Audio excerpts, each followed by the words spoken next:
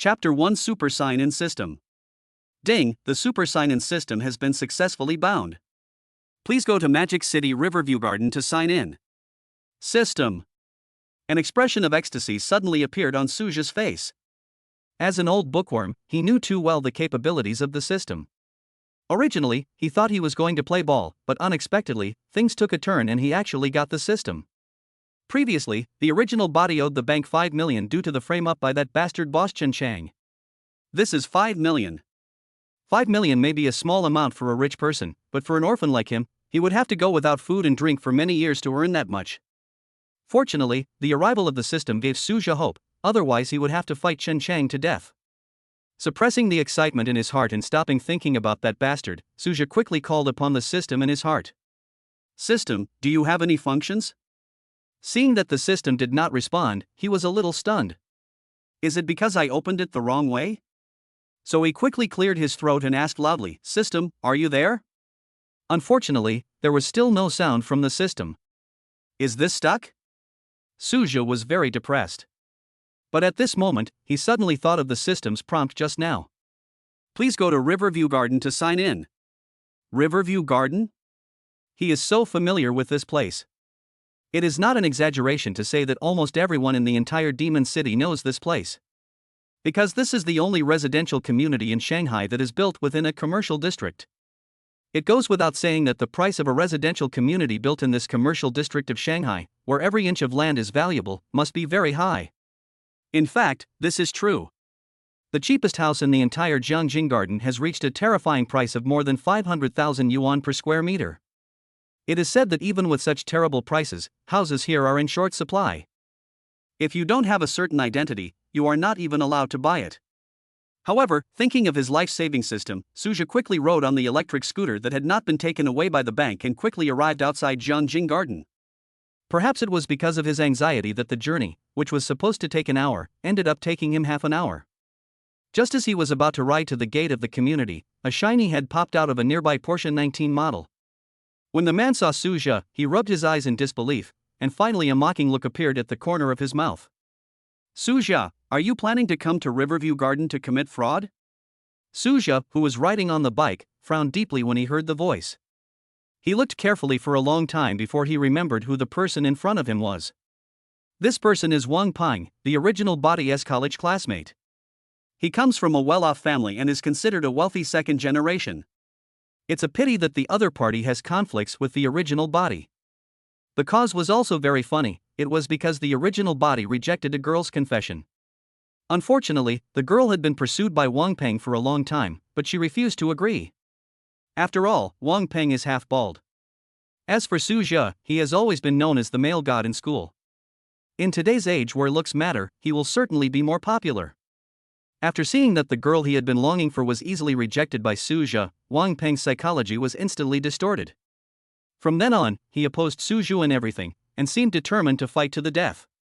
Originally Suja thought that he would never see him again after graduation, but he didn't expect to meet him here today. He didn't even expect the other party to start throwing shit at him as soon as he opened his mouth.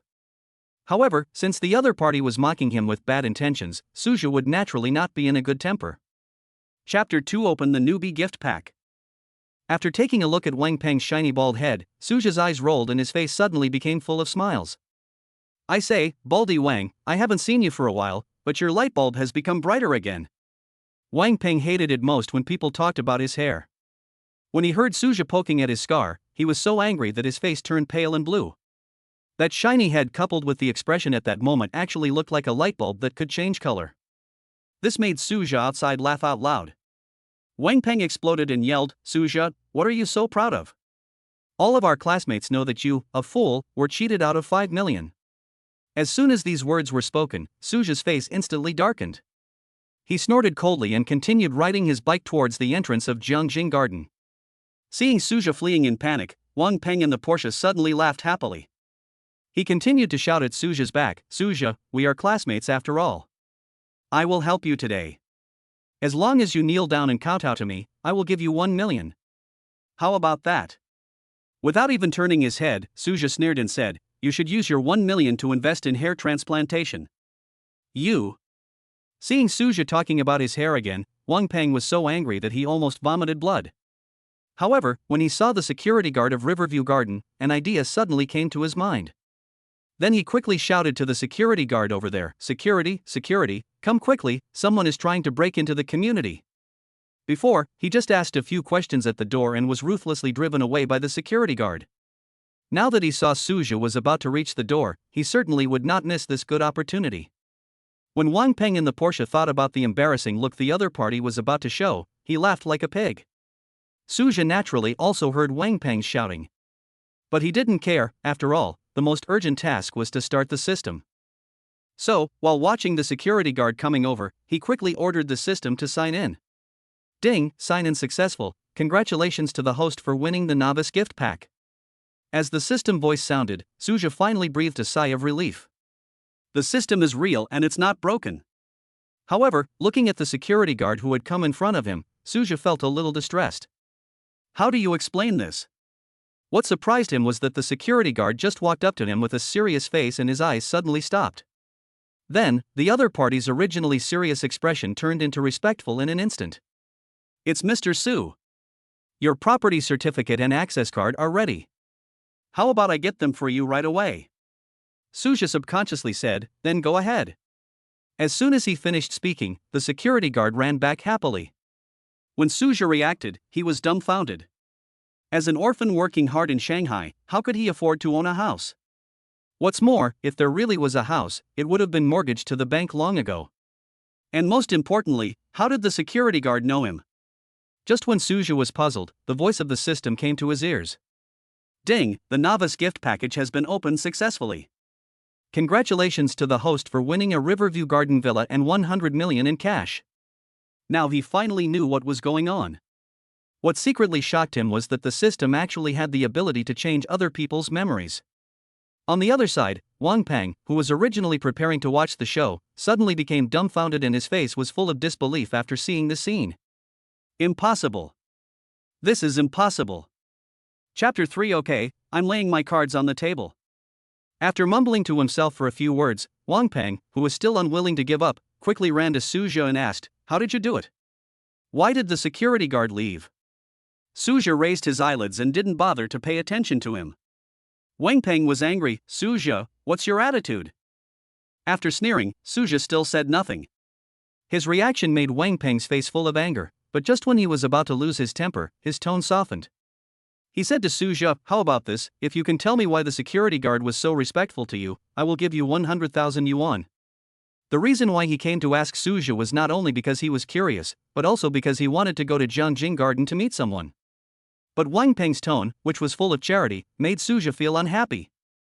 But as the saying goes, if you don't make money, you're a bastard. This time, he can not only make 100,000 yuan for free, but also give Wang Peng a slap in the face. Of course he couldn't give up such a good deal.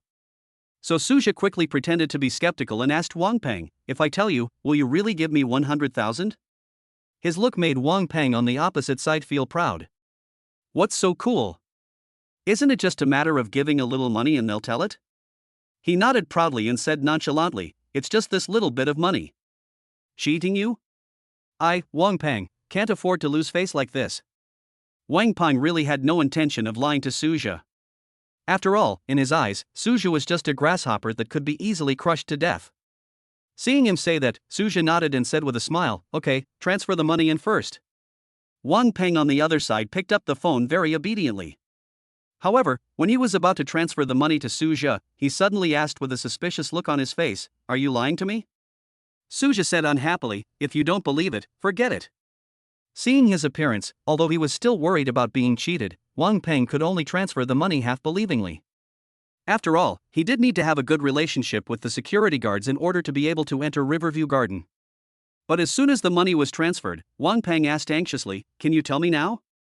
Seeing him transfer the money so easily, Suja felt a little regretful that he had said too little. After all, judging from Wang Peng's current condition, even if he asked for several times more, the other party would still give it to him. Seeing that Suja was slow to speak, Wang Peng felt a little annoyed, but he could only keep it in his heart. He urged carefully, "Suja, please tell me quickly." To be honest, Suja originally wanted to give Wang Peng a chance to buffer so that he wouldn't be frightened so quickly. But since the other party doesn't want it, don't blame him. So Suja spread his hands and said helplessly, okay, I'll be honest. I live in Riverview Garden, so the security guards are very respectful to me. This made Wang Peng on the other side completely angry, and he yelled at Suja, are you kidding me?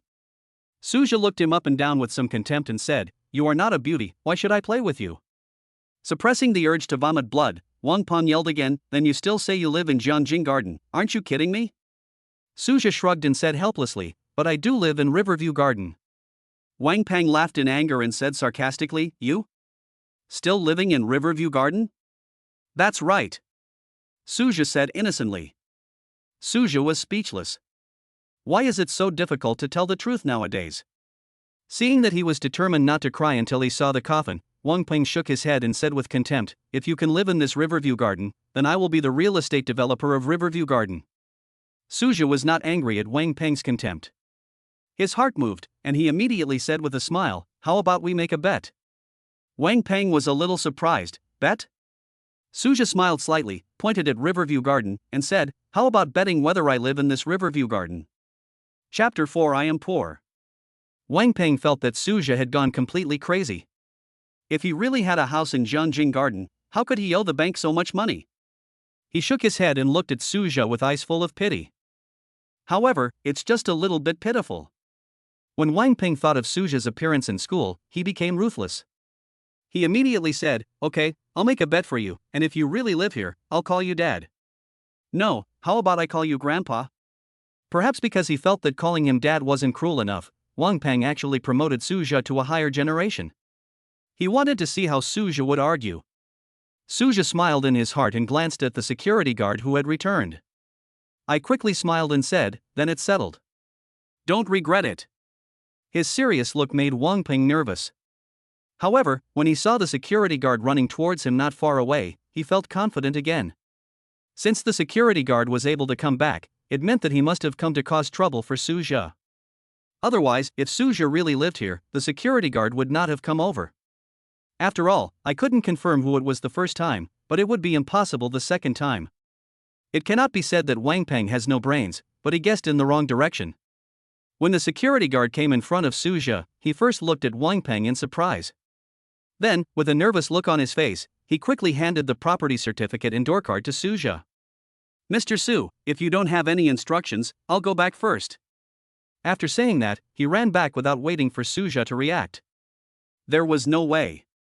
When Wang Peng came before, he ruthlessly drove the other party away. Seeing Wang Peng and Suja standing together, the security guard was worried that Wang Peng would say something bad about him, so he quickly slipped away. After looking helplessly at the security guard who ran away, Suja picked up the property certificate and shook it in front of the dumbfounded Wang Peng. Then he said with a smile, Wang Baldi, now that the matter is clear, shouldn't you complete the bet? Looking at the property certificate in Suja's hand, Wang Peng screamed in disbelief. Impossible. This is impossible. How could you possibly live in Riverview Gardens? Suja gave him a wicked smile and said, don't worry about what's possible or not. Grandson, just call me Grandpa. Originally, Lucia thought that he and Wang Peng had both graduated, so they shouldn't bring up things that happened in school. But he didn't expect that as soon as the two met today, Wang Peng would start talking nonsense. In this case, how could Suja possibly forgive him? Facing Suja's urging, Wang Peng on the other side shook his head again and kept saying while running, fake, all this is fake, I don't believe it. Afterwards, he took advantage of Suja's inattention, ran back to his car and drove away. This scene made Suja look shocked. I thought this grandson runs pretty fast. But the monk can run away but the temple cannot. As long as the other party is still in Shanghai, Suja will have plenty of ways to make the other party call him Grandpa. Thinking of this, Suja showed an evil smile. When he arrived at the gate of the community, before he could swipe his card, the security guard who had escaped earlier quickly opened the door for him. Maybe he was trying to please her, or maybe he wanted to find out if Wang Peng had said anything bad about him. When Suja passed by, the security guard smiled and said, Mr. Su, you are so low-key. You always ride this electric bike every time you come here. Suja was slightly stunned and realized that this was the memory that the system had changed for the other party. So I half-jokingly said, I can't help it. I'm poor, so I can only ride an electric bike. Poverty? The security guard had a weird look on his face. You know, the house Suja lives in is worth hundreds of millions. If this is being poor, then what is the point of him being a person who doesn't even have a house? Seeing his disbelief, Suja smiled and said, "Don't disbelieve me, I still owe the bank 5 million. Chapter 5, Beautiful Housekeeper Tian Shinrui. 5 million. Suja's words shocked the security guard on the opposite side so much that his jaw almost dropped. Rich people are different. They owe millions of dollars. He would have to go without food and drink for many years to earn this much. Ignoring the security guard who was still in shock, Suja shook his head and quickly entered the community. In fact, the entire Jiangjing garden does not cover a large area, so it only took Suja a few minutes to reach Villa number 8 where he lived. However, what surprised him was that as soon as he pushed the cart and opened the door of the villa, he found a beautiful woman in professional attire behind him. The beautiful woman was also stunned when she saw Suja pushing an electric car. Fortunately, she also knows that some rich people have strange tempers, and it's no big deal if they like riding electric bikes. So she quickly smiled and said to Suja, "Hello, Mr. Su, I am the housekeeper of the villa area. If you need anything, you can come to me." Suja was slightly stunned and looked at the other person's name tag. The name was quite nice, Tian Shinrui. "Okay, I'll notify you if I need anything." Nodding, Suja prepared to push the electric car into the villa. But his reaction made Tian Shinrui outside a little stunned. She thought she was not bad looking, and the owners in the community often came to bother her for no reason. But she never expected that Suja, who was about the same age as her, looked like he didn't want to talk to her anymore. For a moment, Tian Shinrui felt a little curious about Suja. "Mr. Su." Suja stopped and frowned and asked, "Do you have anything else to do?" After all, there was still some residue from the medicine his original body had taken, and at this moment he just wanted to have a good sleep. Seeing Suja frowned, Tian Shinrui's heart suddenly tightened. So I quickly asked, "Mr. Su, can I add your WeChat?" "No, I don't want to add strangers on WeChat." Suja didn't hesitate and simply refused. In fact, when a beautiful woman asked him for her WeChat, he really didn't want to refuse. But there is no way, the original second-hand mobile phone is too broken. In order not to embarrass himself, he could only pretend to be aloof. Seeing that Suja directly refused, Tian Shinrui felt a little aggrieved. "In the past, you were not happy when others wanted to add you on WeChat? But I didn't expect that things would turn out the other way around today. I took the initiative to ask to add Suju on WeChat, but he refused." Now, he was confused and found himself in a dead end. "I must add Suju's WeChat today." Fortunately, she quickly came up with a brilliant idea. With a slight smile, Tian Shinrui said to Suja, "Mr. Su, it's like this. I added you on WeChat not for anything else, but just to be able to contact you in time, in case there's no one around when you need help." To be honest, Tian Shinrui felt a little embarrassed when she said this. She never thought that there would be a day when she would lie, and the reason was to get someone else's WeChat. Suja frowned again, and finally pretended to be reluctant and told Tian Shinrui the WeChat address. As for asking him to add the other party's WeChat? That's impossible. Tian Shinrui, who got Suja's WeChat ID, immediately smiled and said to Suja, "Mr. Su, if you are free, you must pass it as soon as possible." Afterwards, Tian Shinrui left with a smile. But the other party's behavior made Suja feel a little confused. Is it necessary to do this? Chapter 6, Kind-Hearted Qin Shuyao. Shaking his head, putting the electric bike away, Suja walked into his villa. However, as soon as he walked in, he was shocked. Because he didn't expect that his house was not only luxuriously decorated, but even all the daily necessities were arranged. Especially the ridiculously large TV in the living room left him speechless. He hasn't used a TV for many years, so it's useless to give him such a big one. After curiously walking around the 600 square meter villa, Suja had almost figured it out. The living facilities here should all be arranged systematically. After all, the developer is not a fool. How could he give him such good decoration and furniture? After once again marveling at the system's magical powers, Suja turned into the bedroom. If it weren't for the life-saving system, he would have laid down as soon as he came here. But before he could even touch the bed, the original body's worn-out second-hand cell phone started to make a hoarse sound. Picking up the phone impatiently, Suja could only press the answer button after seeing the 3 words Bank Qin on the caller ID. Forcefully cheering himself up, Suja asked with a smile, "Sister Shuyao, are you not busy today?" The person on the other end of the phone was Qin Shuyao, the deputy manager of CCB, and she was in charge of Suja's debts. But the tone of Suja's voice made Qin Shuyao on the opposite side stunned. She picked up the phone with some disbelief and looked at the number again. After confirming that it was Suja who called, she asked in surprise, "Suja, why are you like a different person today?" After all, Suja was always trembling with fear when facing her before, but unexpectedly, today he made her feel relaxed and at ease.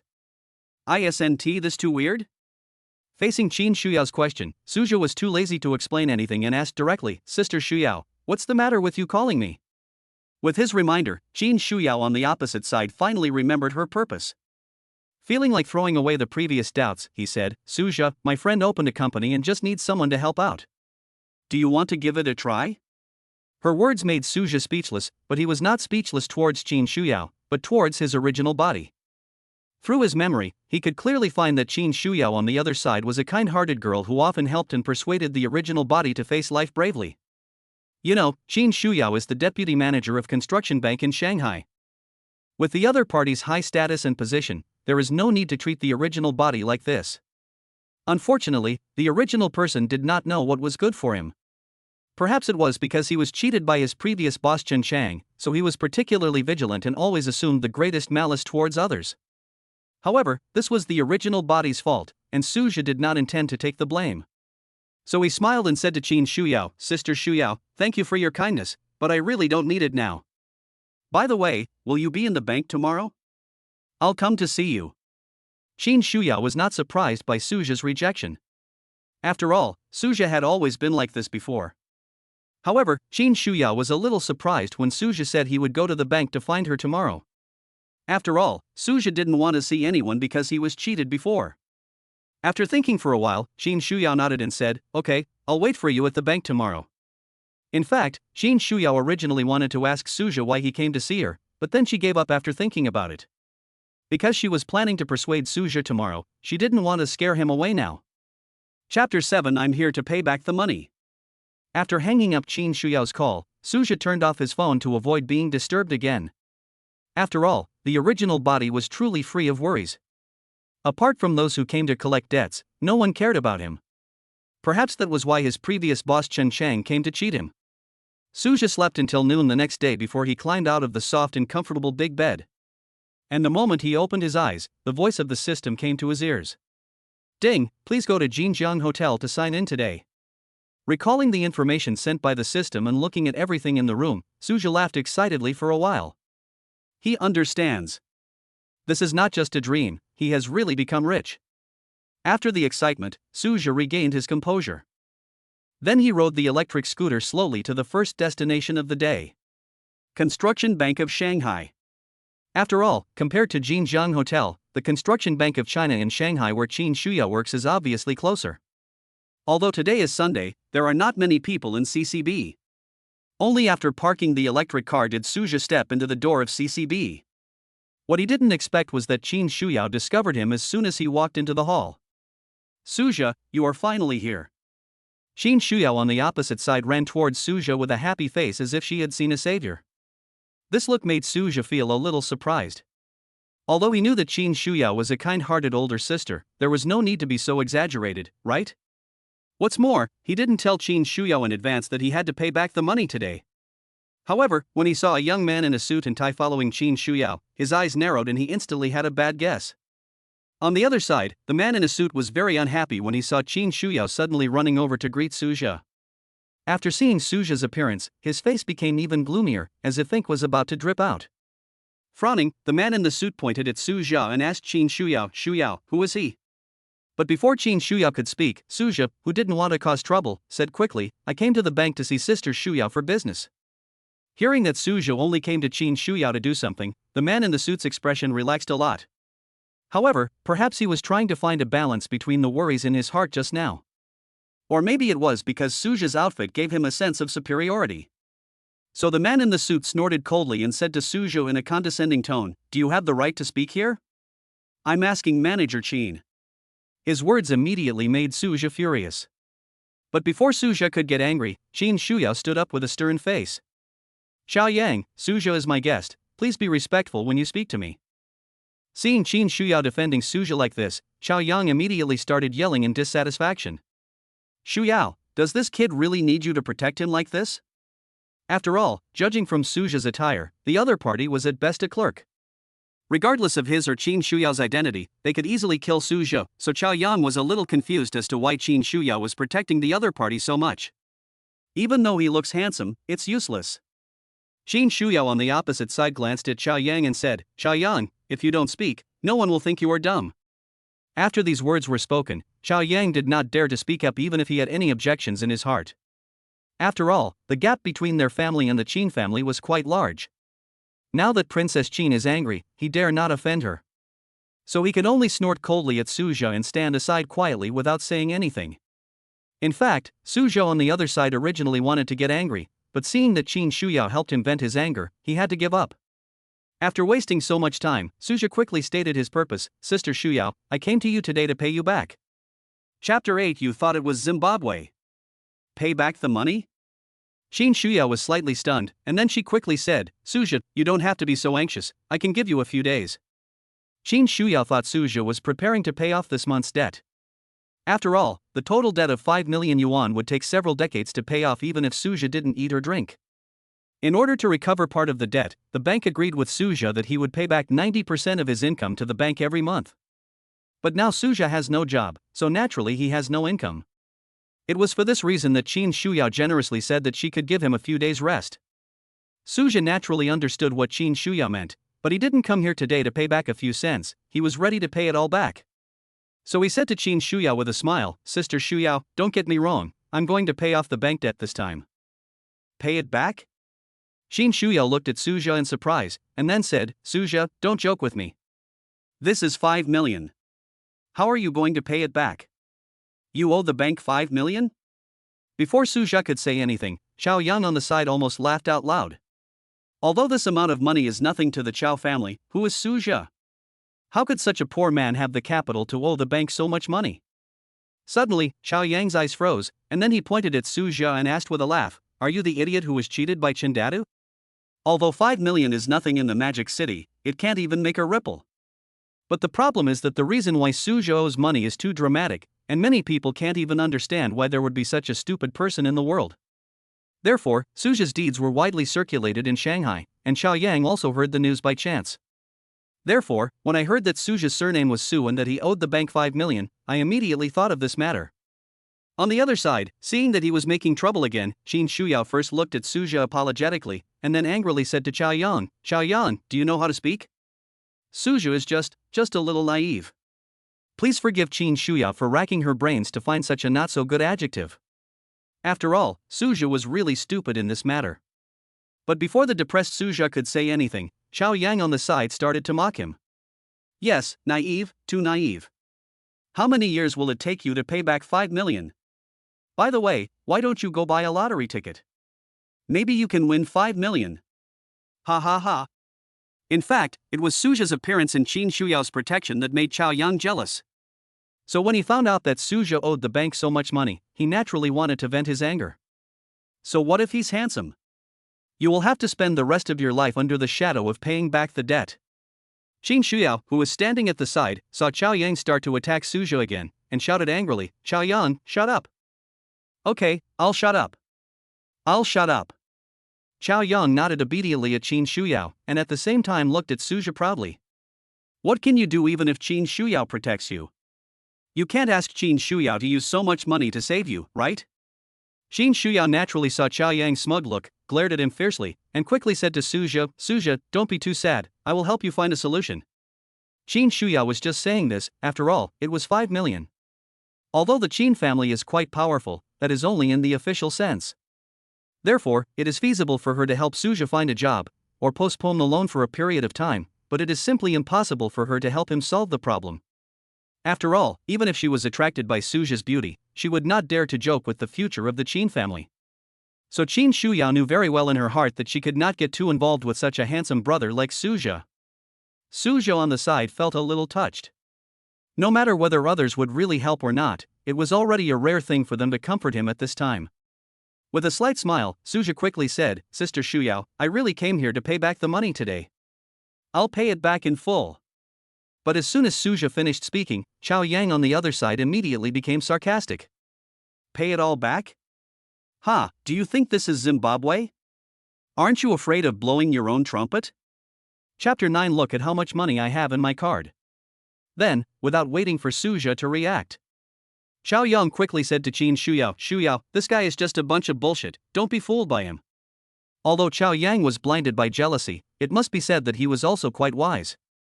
After Suja finished his big talk, he immediately gave Qin Shuyao some good advice, without even having to exaggerate.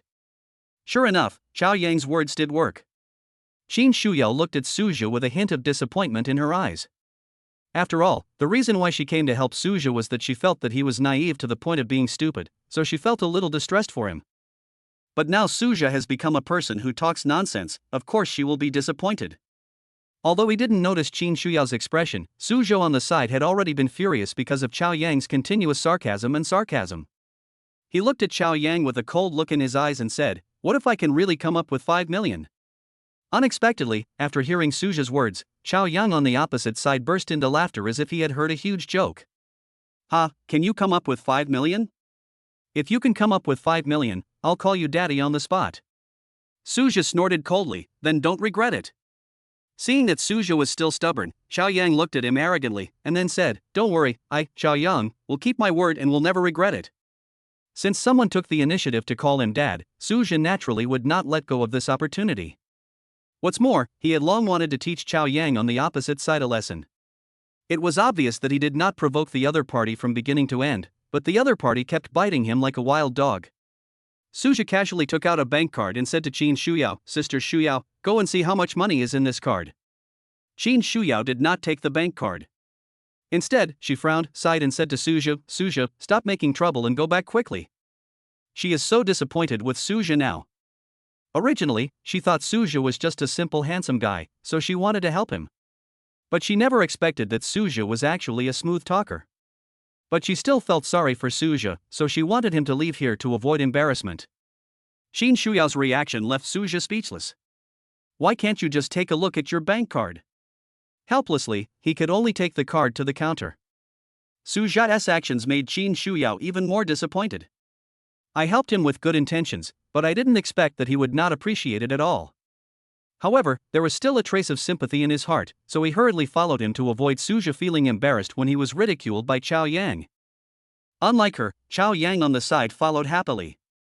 Because he wanted to see how the other party would argue after the balance in Suzhou's card was revealed. Especially when he thought that Suzhou was about to be stepped on under his feet, the strong sense of satisfaction made him so happy that he almost laughed. It was Qin Shuyao's behavior towards Suzhou just now that made Qiao Yang so jealous that his heart was almost twisted. Although it was almost noon, there were not many people in the bank. In addition, with the presence of Qin Shuyao, the deputy manager, even if some counters are full of queues, another window will be opened.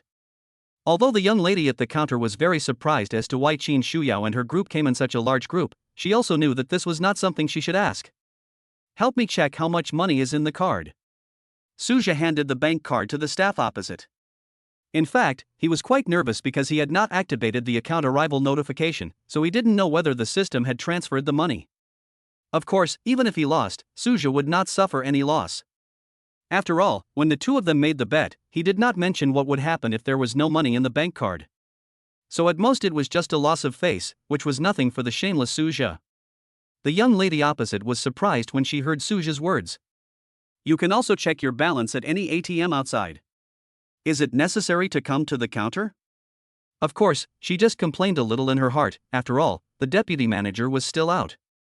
After Suzhou entered the password, she took a look at the balance displayed on the computer and said to the outside with a smile on her face, Sir, the balance on your card is. Having said this, she suddenly paused, and then looked at the computer screen again as if she had seen a ghost. Chapter 10. There is a 100 million in the card. When Xiao Yang, who was outside, saw the bank staff's appearance, he suddenly became uneasy. He was so impatient that he even shouted directly into the room, Hurry up and tell me, how much is it? After confirming several times, the staff inside finally said to Suzhou, Hello, sir, the total balance on the card is 103,563 yuan. In fact, working in a bank, she had seen balances of over 100 million yuan before. But the problem is that an ordinary card like Suzhou's has a balance of 100 million yuan, which she has never seen before. After all, there is so much balance in the bank card that it has long been upgraded to a gold card. That's why she looked like she had seen a ghost before. It was really unbelievable. Outside, listening to the balance reported by the staff, Chao Yang shouted inside with a look of disbelief on his face. Impossible, this is impossible. How could this poor boy have 100 million? Are you seeing things? Chao Yang's shouting made the staff inside very depressed. Don't slander people out of thin air. The deputy manager is still here. Suppressing his depression, the staff member smiled and said to Chao Yang, "Sir, I am not mistaken, there is indeed 100 million in the card." Qin Shuyao, who was standing by, saw that Chao Yang was still trying to question his man, so he frowned and quickly stepped forward and said, "Come on, Chao Yang, this is a bank, not your home." Afterwards, regardless of how ugly Chao Yang's expression was, Qin Shuyao looked at Suja with curiosity again. Suja, where did you get so much money? As the deputy manager responsible for liaison with Suja, Qin Shuyao believed that he had thoroughly investigated Suja's identity and background. But how did the balance of 100 million yuan come about today? At this moment, she had completely forgotten how disappointed she was with Suja just now. Suja naturally couldn't answer her question. After all, although he knew that the money rewarded by the system must have come from a formal channel, the problem was that he had no memory of it, so he had no way to explain even if he wanted to. With a slight smile, Suja quickly said to Qin Shuyao, "Sister Shuyao, don't worry about where this money comes from. Now you should quickly pay back the money I owe to the bank." Listening to Suja's words, Qin Shuyao was about to turn around but suddenly stopped. With an embarrassed smile, she said to Suja, "Suja, why don't you pay the money back in a hurry? Let's talk about it in a few years." In a few years? Suja pondered for a moment, and then figured out why Qin Shuyao said that. The bank was worried that he would not be able to repay the loan, so it asked him to use 90% of his monthly income to repay the loan. But now that he has the ability, he is naturally much more relieved. Of course, the most important thing is that Suja has only owed the bank less than a month. The interest hasn't even been generated yet. If he pays it back now, wouldn't the bank have worked in vain? That's why Qin Shuyao on the other side looked embarrassed and advised Suja to pay it back in a few years. After thinking about it for a while, Suja refused. "Sister Shuyao, I want to pay off the money as soon as possible." Qin Shuyao on the opposite side was a little disappointed, but didn't say anything. After all, she was just considering the issue from the perspective of the bank's deputy manager. Since Suja refused, she naturally wouldn't talk about it anymore. "Okay, wait a moment, I'll get the contract now." Nodding, Qin Shuyao quickly ran back to her office. Not long after she left, Suja looked at Chao Yang next to him again. With a raised corner of his mouth, Suja said, "Chao Yang, according to the bet, shouldn't you call me dad now?" Chapter 11, It's Just a Scam. As soon as Suja finished speaking, Chao Yang's face opposite him turned red. Of course, this was not because he was shy, but because he was angry with Suja. Now the facts are before him and the outcome has been decided, but Chao Yang still can't believe it. Where does a poor boy get so much money? There must be a problem. Once this thought popped up in his mind, Chao Yang could no longer get rid of it. As if he had gained some confidence, he started shouting loudly. "Impossible. You are trying to trick me. How can a poor boy like you get so much money? There must be something wrong with your money." These words made Suja speechless. If there was really something wrong with his money, it would have been seized by the government long ago. Looking at the people who were starting to gather around to watch, Suja frowned. But before he could say anything, Qin Shuyao ran back panting. She had heard the quarrel between the two from a distance, so as soon as she came over, she said to Suja, "Suja, please give me some face and let Chao Yang apologize to you." To be honest, Suja really didn't want to give Qin Shuyao face. After all, he had only traveled through time for one day, and their relationship was not actually very deep. But looking at the crowd around him, Suja didn't want to make a big fuss. So he frowned and said, "Okay, today I'll give Sister Shuyao a favor and let him apologize." Seeing Suja's tone soften, Qin Shuyao was delighted and quickly ordered Chao Yang, apologize to Suja immediately. Although Qin Shuyao really looked down on Chao Yang, they were from the same circle after all, and she didn't want to embarrass the other person. It's a pity that Qin Shuyao had no idea how strong Chao Yang's jealousy was. When Chao Yang heard that she actually asked him to apologize to Suja, his face suddenly became gloomy and terrifying. But he couldn't disobey the Qin family princess's order, so he could only grit his teeth and yell at Suja, "I'm sorry, I was wrong." Suja was originally prepared to let the other party go. But what he never expected was that Qin Shuyao on the side was somewhat dissatisfied with Chao Yang's low voice. he frowned and shouted, "Xiao Yang, didn't you eat? Can you speak louder?" As soon as these words were spoken, Suja felt something was wrong. Sure enough, he found that Xiao Yang opposite him was looking at him with resentment. Suja was not surprised by this. After all, it was not difficult to see from her performance just now that Qin Shuyao's status was much higher than Xiao Yang's. So even though he lost face because of Qin Shuyao, the other party only dared to hate Suja. "I'm sorry, I was wrong," Xiao Yang shouted at Suja with resentment on his face. Anyone who is not deaf can hear the resentment in this voice. Seeing Qin Shuyao wanted to say something again, Suja quickly stepped forward to stop her. "Sister Shuyao, let's sign the contract quickly." At this time, Suja couldn't wait to leave. This Qin Shuyao is such a scumbag. Although she is kind-hearted, she is not very smart. Originally, Suja came here just to repay the money today, and didn't want to cause any trouble. But because of Qin Shuyao, he directly became enemies with Xiao Yang. From the resentful look on Xiao Yang's face as he looked at him, it was not difficult for Suja to see that the hatred between the two was simply unresolved. After listening to Suja's words, Qin Shuyao, who had caused Suja a lot of trouble, finally came to her senses and quickly took out the contract and handed it to Suja. After checking that there were no traps, Suja quickly signed his name and then transferred the money in the card to the bank account. Seeing him finish signing the contract, Qin Shuyao on the side hurriedly smiled and congratulated him. "Suja, congratulations, you are now debt-free." Chapter 12, Jinjiang Hotel. As the saying goes, don't hit someone who smiles at you. Besides, although Qin Shuyao is not very smart, she is still a very kind person. So Suja said to her with a smile on his face, "Sister Shuyao, thanks to your help during this period. Otherwise, I would not have been able to hold on until now." His compliment was quite appreciated by Qin Shuyao, who was standing opposite him. She narrowed her eyes and smiled and said, "Then are you going to thank me and treat me to a meal?" Suja was stunned for a moment, but then he smiled and said, "Don't worry, Sister Shuyao, I will definitely treat you to a meal when I am free." Of course, this is just Suja's statement. As for when he is free, that is of course up to him.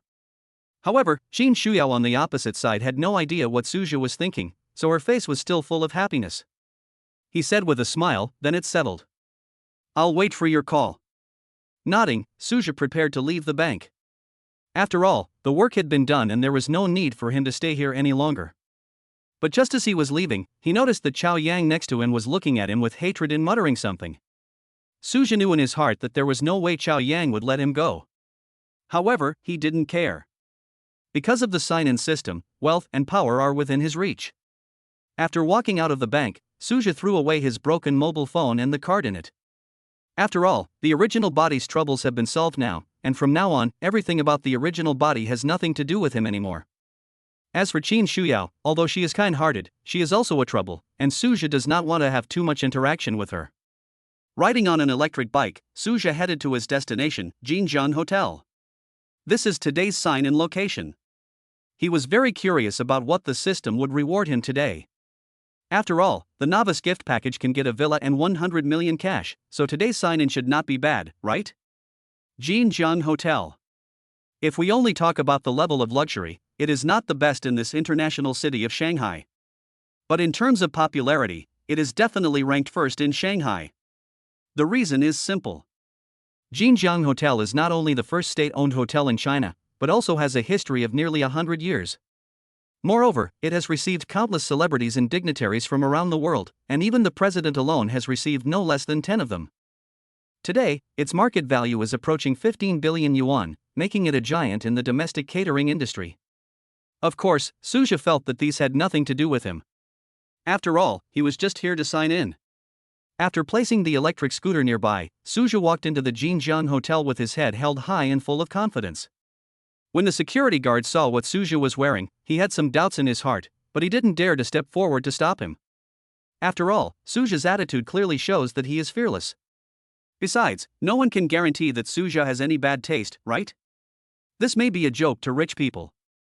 But for them, it is their job. In order to avoid any trouble, the security guard even smiled warmly at Suja.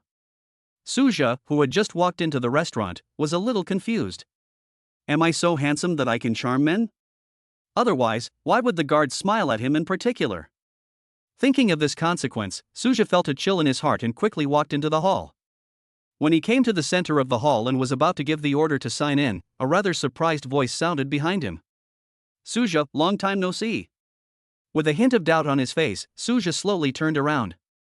Chapter 13 The Recognized School Prince. Who are you? Looking at the beautiful woman in front of him who was wearing a white business suit, black stockings, long legs, elegant temperament, and gold-rimmed glasses, Suja was extremely confused. After all, through the memory of his original body, he didn't seem to have any impression of this person. When Lin Mengdai on the opposite side heard Suja's question, a hint of disappointment flashed in her eyes. But then she quickly forced a smile and said, Suja, I'm Lin Mengdai. Lin Mengdai? Suja's face was filled with even more confusion, because he searched through all the memories in his mind and could not find this name. Seeing this, Lin Mengdai on the opposite side could only grit her teeth and say reluctantly, okay, I'll be honest, I'm the nerd in our class. She really didn't want to reveal her shortcomings in front of Suja, but there was nothing she could do because Suja couldn't remember her. Oh, I see. With Lin Mengdai's reminder, Suja finally figured out who she was. But then he looked at the other person's face with a puzzled look, and then asked, I remember you didn't look like this when you were in school? How come you are so beautiful now? After all, in Suja's memory, Lin Mengdai in front of him seemed to have always been very ugly, so much so that the original body was left with some impression. But the question is, how long has it been since graduation? Why did the other party make a 180-degree turn? When Lin Mengdai heard Suja praising her beauty, the depression she had just felt after exposing her shortcomings disappeared. She smiled and said to Suja, I am pretty, okay? It's just that I don't like to dress up when I go to school. In fact, she felt very regretful. If I could dress myself up carefully when going to school, Suja might be able to recognize me. Listening to her answer, Suja's mind also emerged the image of Lin Mengdai when he was in school. Different from other students.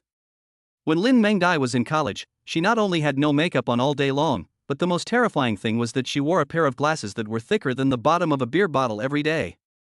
Plus, she always has a book in her hands, so her classmates like to call her a nerd.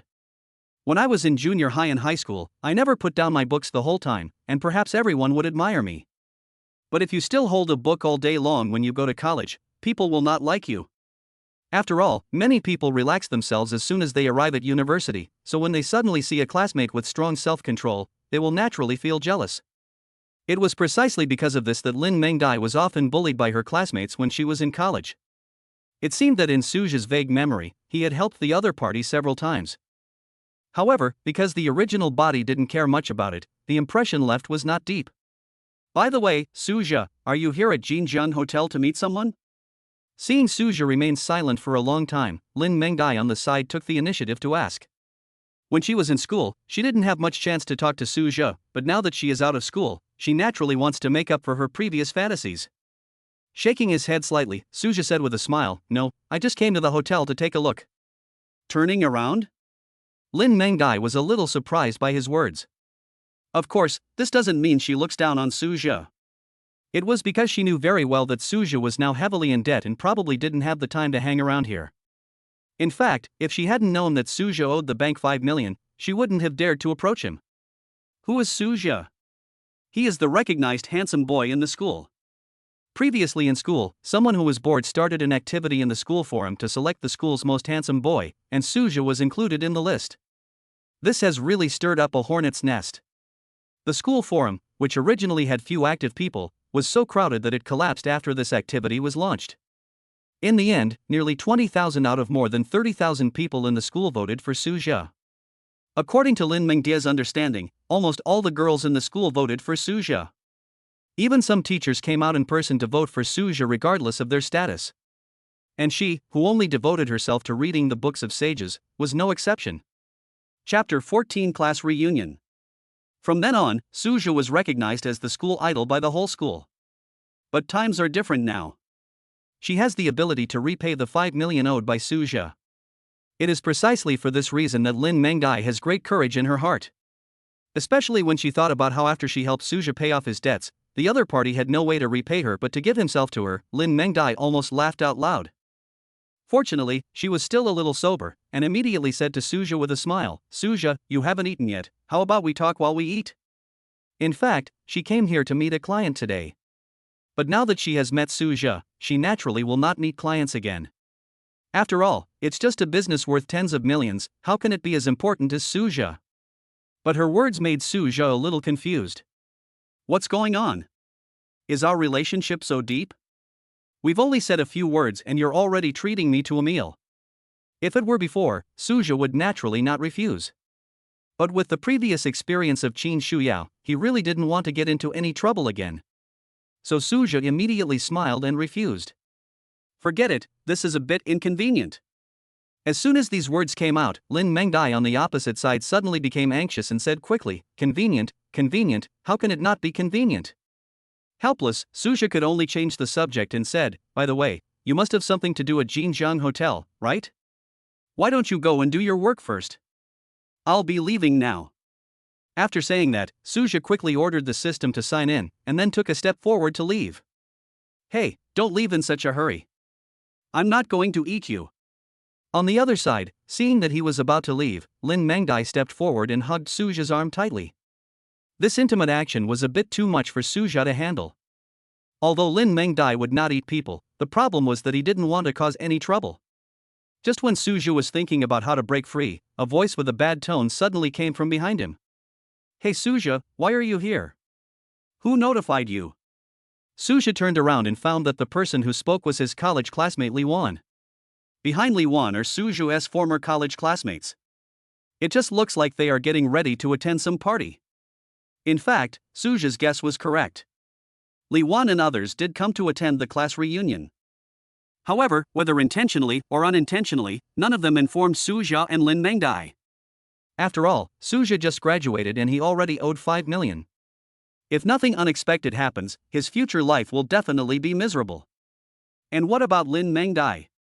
Since she is not popular in the class, naturally no one will notify her. Even the group of classmates in front of them didn't realize that the beauty next to Suja was Lin Mengdai. Suja frowned and looked at Li Wan coldly. "Li Wan, this is a restaurant, not your home. I can come whenever I want." According to Suja's temper, he was too lazy to pay attention to Li Wan. But because of the bad things that happened in the bank before, he was angry, so when facing Li Wan's unfriendly tone, he certainly didn't have a good temper. Li Wan was almost speechless after being confronted by Suja. However, when he secretly glanced at Lin Mengdai beside Suja, he began to become arrogant again.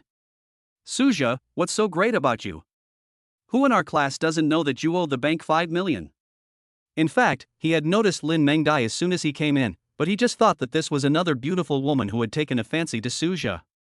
That's why he asked, because he was filled with jealousy. His purpose was very simple, which was to suppress Suja in front of the beauty. Chapter 15, Finding a Sense of Existence. Hearing Li Wan say such a familiar sentence, Suja looked at the classmates behind him. What disappointed him a little was that Wang Peng was not among them. Of course, this makes sense.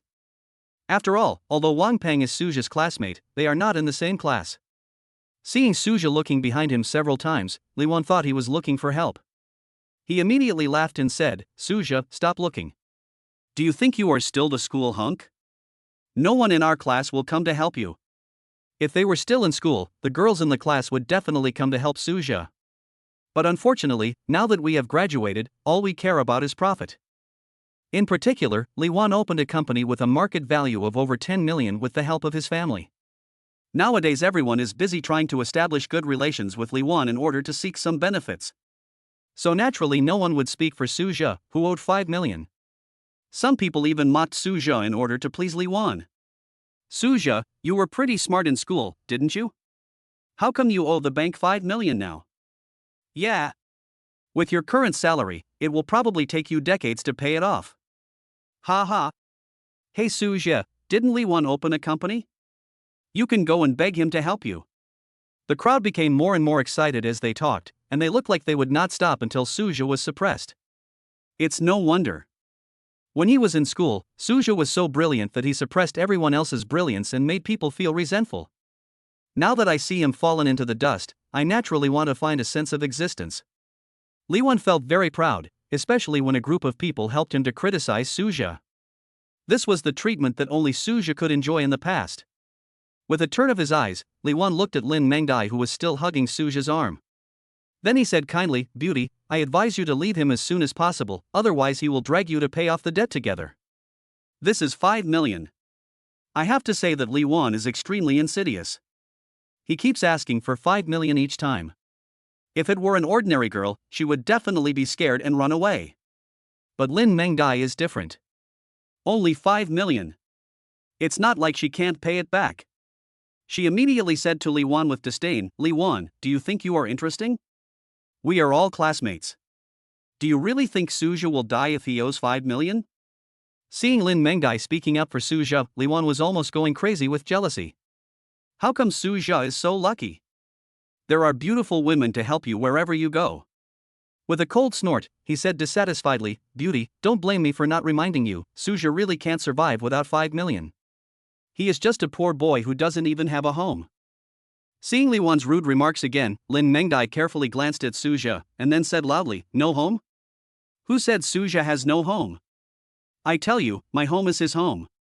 As she said that, she snorted coldly and hugged Suja's arm tightly again. Being hugged tightly again, Suja, who had been unresponsive for a long time, finally came to his senses. He slowly glanced at the group of classmates, and then said to Lin Mengdai, "Okay, Mengdai, they are a bunch of people who curry favor with the powerful. There is no need to pay attention to them." After saying that, Suja pulled her upstairs to the private room area. In fact, no one knows why Suja didn't react at all to the ridicule of everyone just now. That was because he was stunned by the rewards from the sign-in system. Chapter 16. He is not able to give you the life you want. Ding, sign-in successful. Congratulations to the host for obtaining 8% of the shares of Jinjiang Hotel. 8% of the shares of Jinjiang Hotel. This is a group with a market value of 15 billion. 8% is worth more than 10 billion. Of course, what shocked Suja was not the value of these shares. What he values is the influence brought by these shares. As a state-owned enterprise, Jinjiang Hotel has 40% of its shares circulating on the stock market.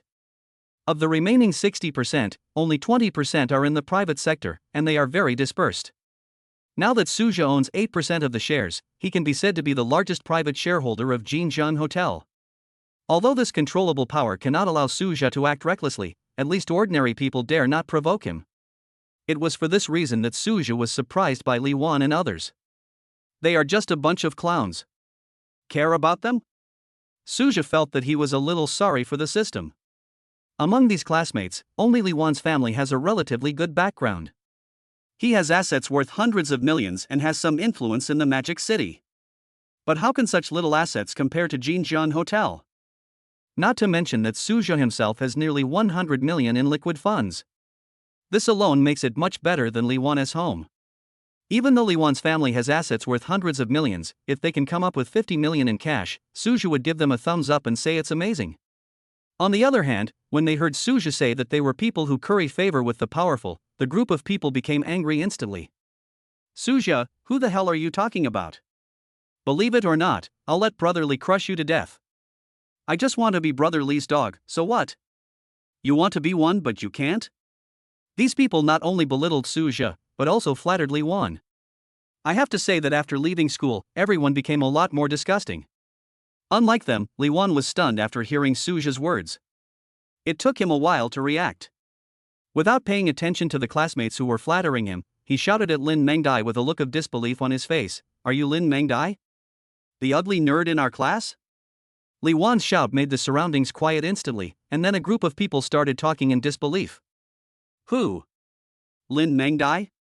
Brother Li, you said the person next to Suja is Lin Mengdai? That's impossible, Brother Li. Could you have seen it wrong?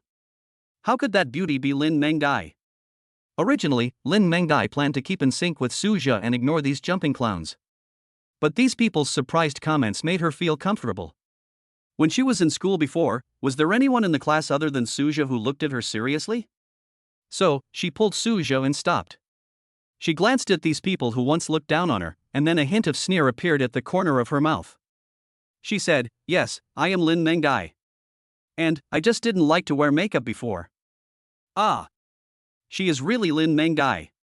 Everyone was shocked to see her admit it. Even many boys started to have evil thoughts in their minds. When Lin Mengdai was in school before, no one paid attention to her, and she must have felt very inferior.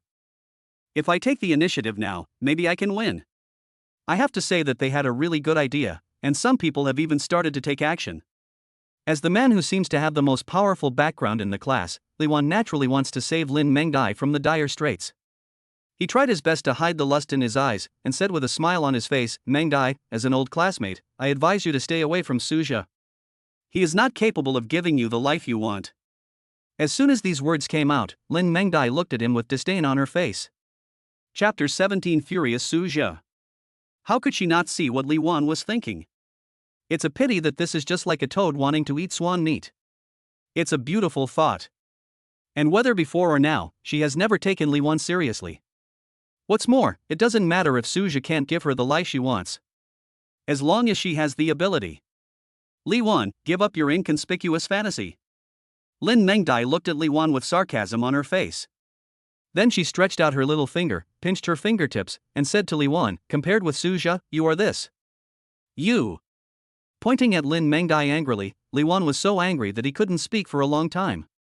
At this moment, a man with a pointed face and a lewd smile said to Li Wan, "Brother Li, don't be angry. Once you find out where Lin Mengdai works, you can make her crawl over here by yourself." Li Wan felt that this person's words made some sense. After all, their family has some influence in Shanghai. By then, wouldn't it be easy to control Lin Mengdai, who seems to have no background? Thinking of this, he no longer hid his lustful eyes when he looked at Lin Mengdai. He even laughed lewdly occasionally, and no one knew what bad things he was thinking about. Lin Mengdai was not deaf, and her face suddenly turned gloomy after hearing this. Then she snorted coldly and said angrily, "You don't need to check, I'll tell you, I work at the Lin Group." Lin Group. Li Wan was stunned. He didn't expect that Lin Mengdai would actually work in the Lin Group. Although the Li family has some influence, it is nothing compared to the Lin Group. Not to mention interfering in the personnel management of the Lin Group. In fact, it was not just him. No one present had expected that Lin Mengdai would actually work in the Lin Group. For a moment, many boys quickly gave up the bad thoughts in their minds. Especially the classmate who had just given Li Wan advice. He was sweating profusely and almost fainted on the spot. Even if Lin Mengdai is just an ordinary employee of the Lin Group, she is not someone they can afford to offend. In fact, if the two sides were not hostile to each other at the moment, perhaps someone would have come forward to curry favor with him. Unlike them, Suzhou thought a lot. He knew very well that the two of them did not come to Jinjiang Hotel together. He came here to sign in, but where is Lin Mengdai? Thinking of this, Suzhou glanced at her inconspicuously.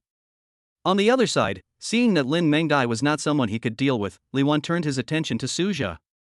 "Suzhou, if you have the guts, come out. What's the point of hiding behind a woman?" As soon as Li Wan finished speaking, a group of people who bully the weak and fear the strong began to mock Suzhou again. "Suzhou, are you still a man? That's right. If you're a man, stand up and fight one-on-one. I feel embarrassed to have a classmate like you." As a group of people spoke foul language, Suzhou's face darkened. Just because he doesn't speak doesn't mean he's easy to bully. He immediately rushed to a nearby area and shouted angrily, "Someone, kick them out." Who knew, after hearing Suzhou's roar? Instead of feeling scared, the classmates pointed at Suzhou and burst into laughter. "Suzhou, who do you think you are? Are you coming? I would like to ask, are you the owner of Jinjiang Hotel? Or the president of some country?" Li Wan also said with a mocking look on his face, "Suzhou, do you really think you are an important person? You can show off in school, but this is not a school, let alone your home. Who will listen to you? Ha ha ha." But just as he finished speaking, the voice behind him made him stunned. Chapter 18 Getting Used to It. "Mr. Su is indeed the owner of our Jinjiang Hotel." The person who came was the lobby manager of Jinjiang Hotel. He had seen Suzhou in the hotel lobby before, but because of the rumors he had heard, he did not dare to go up and disturb him. But now that Mr. Su was furious, of course he had to rush over. Coming in front of Suzhou, the lobby manager said nervously, "Mr. Su, I'm really sorry to have frightened you. I'll chase them away right away."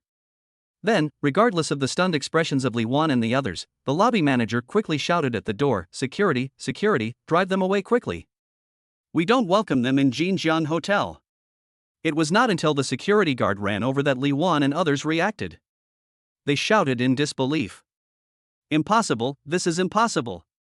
How could Suzhou be the owner of Jinjiang Hotel? Isn't Jinjiang Hotel a state-owned enterprise? Didn't he owe the bank 5 million? How did he become the owner of the Jinjiang Hotel in the blink of an eye? Unlike other classmates, Li Wan knew the lobby manager. But it was precisely because of this that he felt even more anxious and uneasy. Especially when he thought that he not only provoked Su Zhe, but also made Su Zhe angry. The sweat on his forehead flowed down like water. After taking a few deep breaths, Li Wan quickly smiled humbly and looked at Su Zhe over there. Su Zhe, we are classmates after all, why don't you just treat me like a piece of shit and let me go today? He was so scared. Jinjiang Hotel could easily crush him to death, as easy as crushing an ant. Not even his own family could save him. With a cold snort, Su Zhe was too lazy to pay attention to him. At this time, when the other students saw Li Wan begging for mercy, they suddenly came to their senses. Su Zhe is indeed the owner of Jinjiang Hotel. Someone immediately begged for mercy. Su Zhe, what happened just now was all instigated by Li Wan, it has nothing to do with me. Yes, Su Zhe, it was Li Wan who forced us to do this just now. Su Zhe, please, let us go. Seeing that the situation had turned into a dog-eat-dog situation, Su Zhe felt a little annoyed. Without saying anything, he pulled the confused Lin Mengdai to the second floor. He felt ashamed to be classmates with such a disgusting group of people. It is understandable that he seeks profit and avoids harm, but it is wrong for you to flatter the powerful and belittle the weak in front of others.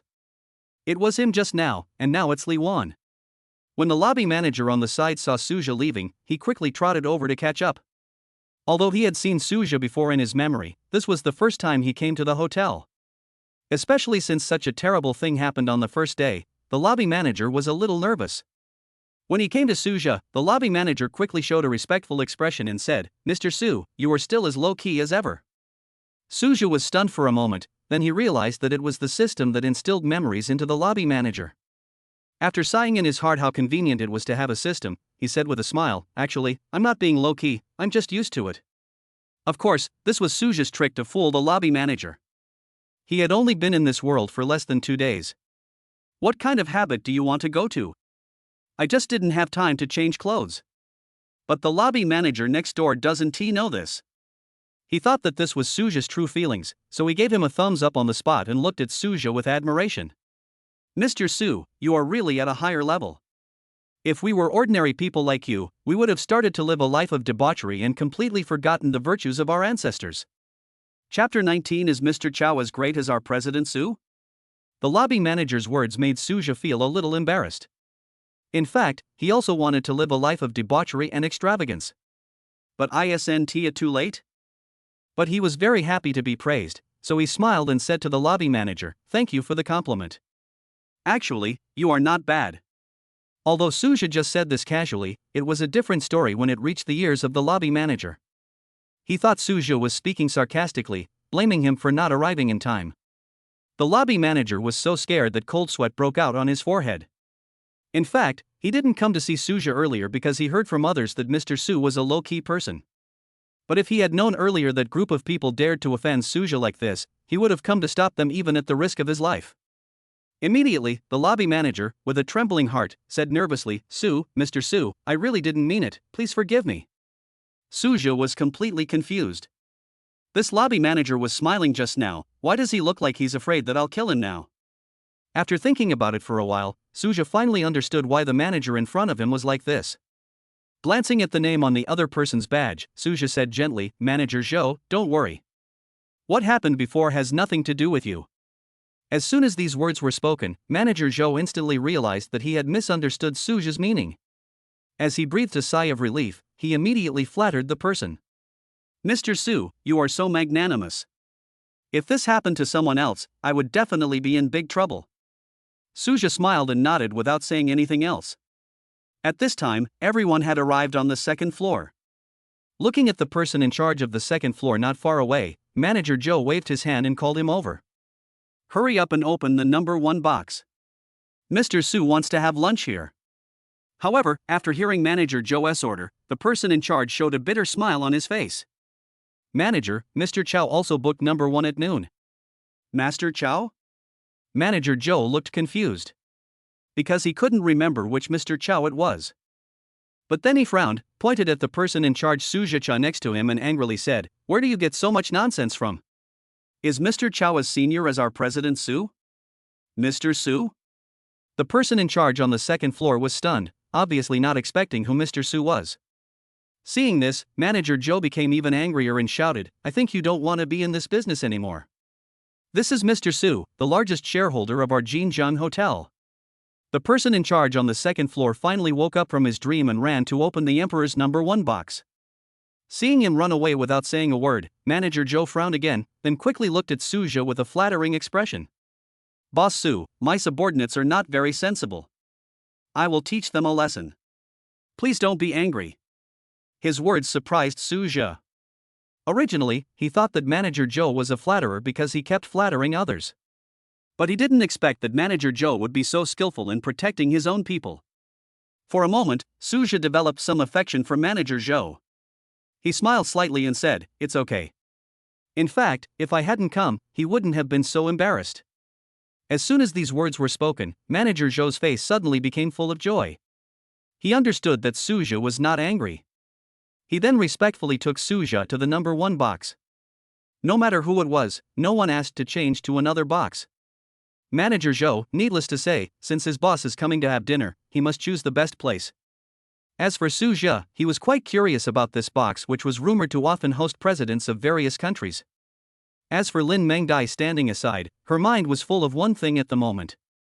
How come Suja hid it more deeply than her when he was in college? Chapter 20 True Identity. As the daughter of Lin Wenshan and the only heir to the Lin group, she thought she had hidden herself well enough when she was in college. In order to reduce other people's attention, she even went out without makeup all day and even wore cheap clothes. But now that she had met Suja, she suddenly felt a little ashamed of herself. You know, Suja is a very famous figure in the school, and everyone knows him. But even so, many people just thought that Suja was an orphan with no background. This may be the legendary meaning of great hermits hide in the court, medium hermits hide in the city, and small hermits hide in the wild. Lin Mengdai couldn't help but think in her heart. Suja's level has reached the 3rd level, while she has only reached the 1st level. Suja had no idea about Lin Mengdai's wild thoughts. At this time, he was led by Manager Joe to the #1 box. But as soon as he walked in, a hint of disappointment flashed across his face. Originally, he thought that room #1 was very special. But I didn't expect that there was no other difference except for the larger area. This made him feel cheated. Manager Joe, who was standing by, felt a little embarrassed when he saw this. Family members know their own business. Suja has never been here, so he doesn't know. But he had been the manager of this hotel for so many years, so he naturally knew that apart from its great reputation, there was nothing else worth mentioning about the #1 box. Worried that Suja would be angry, Manager Joe quickly explained. "Boss Su, don't be angry. You are the boss of our restaurant, so I will tell you the truth. Most of the people who come here to eat are just looking for fame. Our hotel has hosted many presidents before. They just want to come and enjoy the president's blessing." Suja nodded and was not angry. After all, he is not a moody person. Besides, he was just disappointed just now because he felt that the title of #1 did not live up to its reality. But I didn't expect that Manager Joe saw it. Feeling relieved, Manager Joe quickly asked the waiter to come in and personally handed the menu to Suja. After just looking at the menu, Suja said, "Manager Joe, just order what you want. This is my first time in this restaurant." Manager Joe was slightly stunned, then nodded repeatedly with a happy expression. "Okay, Mr. Su, please wait for a moment, the food will be here soon." Manager Joe was quite happy that Suja asked him to supervise the serving of the dishes. After all, this shows Suja's trust in him. After Manager Joe left, Lin Mengdai on the side finally spoke. Just this opening made Suja a little confused. With a little emotion, Lin Mengdai said to him seriously, "Suja, how come you hide it so deeply?" Suja was a little confused. Why does he hide so deeply? Could it be that my identity as a time traveler has been discovered? Suddenly, Suja looked at Lin Mengdai with horror, wondering whether he should destroy her ruthlessly. While he was hesitating, Lin Mengdai on the other side asked again, "I'm really curious, you were so famous in school, why hasn't anyone discovered your true identity?" "In school? That's good, it's none of his business." Suja felt relieved. Then he said with a smile, "What kind of hidden identity is this? I am far inferior to you." After all, Lin Mengdai was such a beautiful girl, but she behaved so badly in school that no one noticed what she really looked like. Chapter 21, How Smart. But Suja's words surprised Lin Mengdai on the other side. She couldn't help but ask, "Have you discovered it a long time ago?" Suja rolled his eyes. He just remembered who Lin Mengdai was today. How could he know what she looked like at school? Of course, I just found out today, Suja said honestly. Today? Lin Mengdai was even more surprised. She wouldn't be surprised if her identity was discovered while she was in school. After all, we have been in contact with each other for a long time in school, so maybe we can discover our identity. But what I discovered today is not right. You know, the two have not met each other since graduation. Unless. Suddenly, Lin Mengdai felt happy and thought of a possibility. Could it be that Suja has been secretly paying attention to me? Once this idea came into her mind, she could no longer get rid of it. Suddenly, Lin Mengdai's face began to turn red. On the other hand, Suja felt a little frightened when he saw Lin Mengdai blushing for no apparent reason. Is there something wrong with this child Lin Mengdai? If she hangs here, I won't be able to escape. Immediately, Suja asked her with a worried look on his face, "Are you okay?" Seeing his worried expression, Lin Mengdai's face turned even redder. After a while, she whispered, "I'm fine." After hearing this, Suja breathed a sigh of relief. "I'm glad you're okay." Seeing that he stopped talking, Lin Mengdai asked again, "By the way, Suja, how did you find out my identity?" Suja was slightly stunned. He was a little confused about what Lin Mengdai meant. But this did not prevent him from fooling the other party. With a slight smile, Suja said, "That's how I discovered it." His relaxed look made Lin Mengyao feel frustrated. She was obviously very low-key, but I didn't expect Suja could still discover her identity. At the same time, she was also very happy in her heart. After all, Suja is the man she likes. The smarter he is, the better her vision is. Finally, Lin Mengdai happily praised, "Suja, you are so smart." But after hearing her praise, although Suja had a smile on his face, he felt so depressed that he wanted to vomit blood. Originally he thought that Lin Mengdai would take the initiative to speak out. But he didn't expect the other party to not play by the rules, and in the end he just praised him for being smart. Smart as hell. He is still confused and doesn't know what Lin Mengdai's identity is. Fortunately, Lin Mengdai on the opposite side did not continue asking, otherwise Suja, who knew nothing, would definitely be exposed.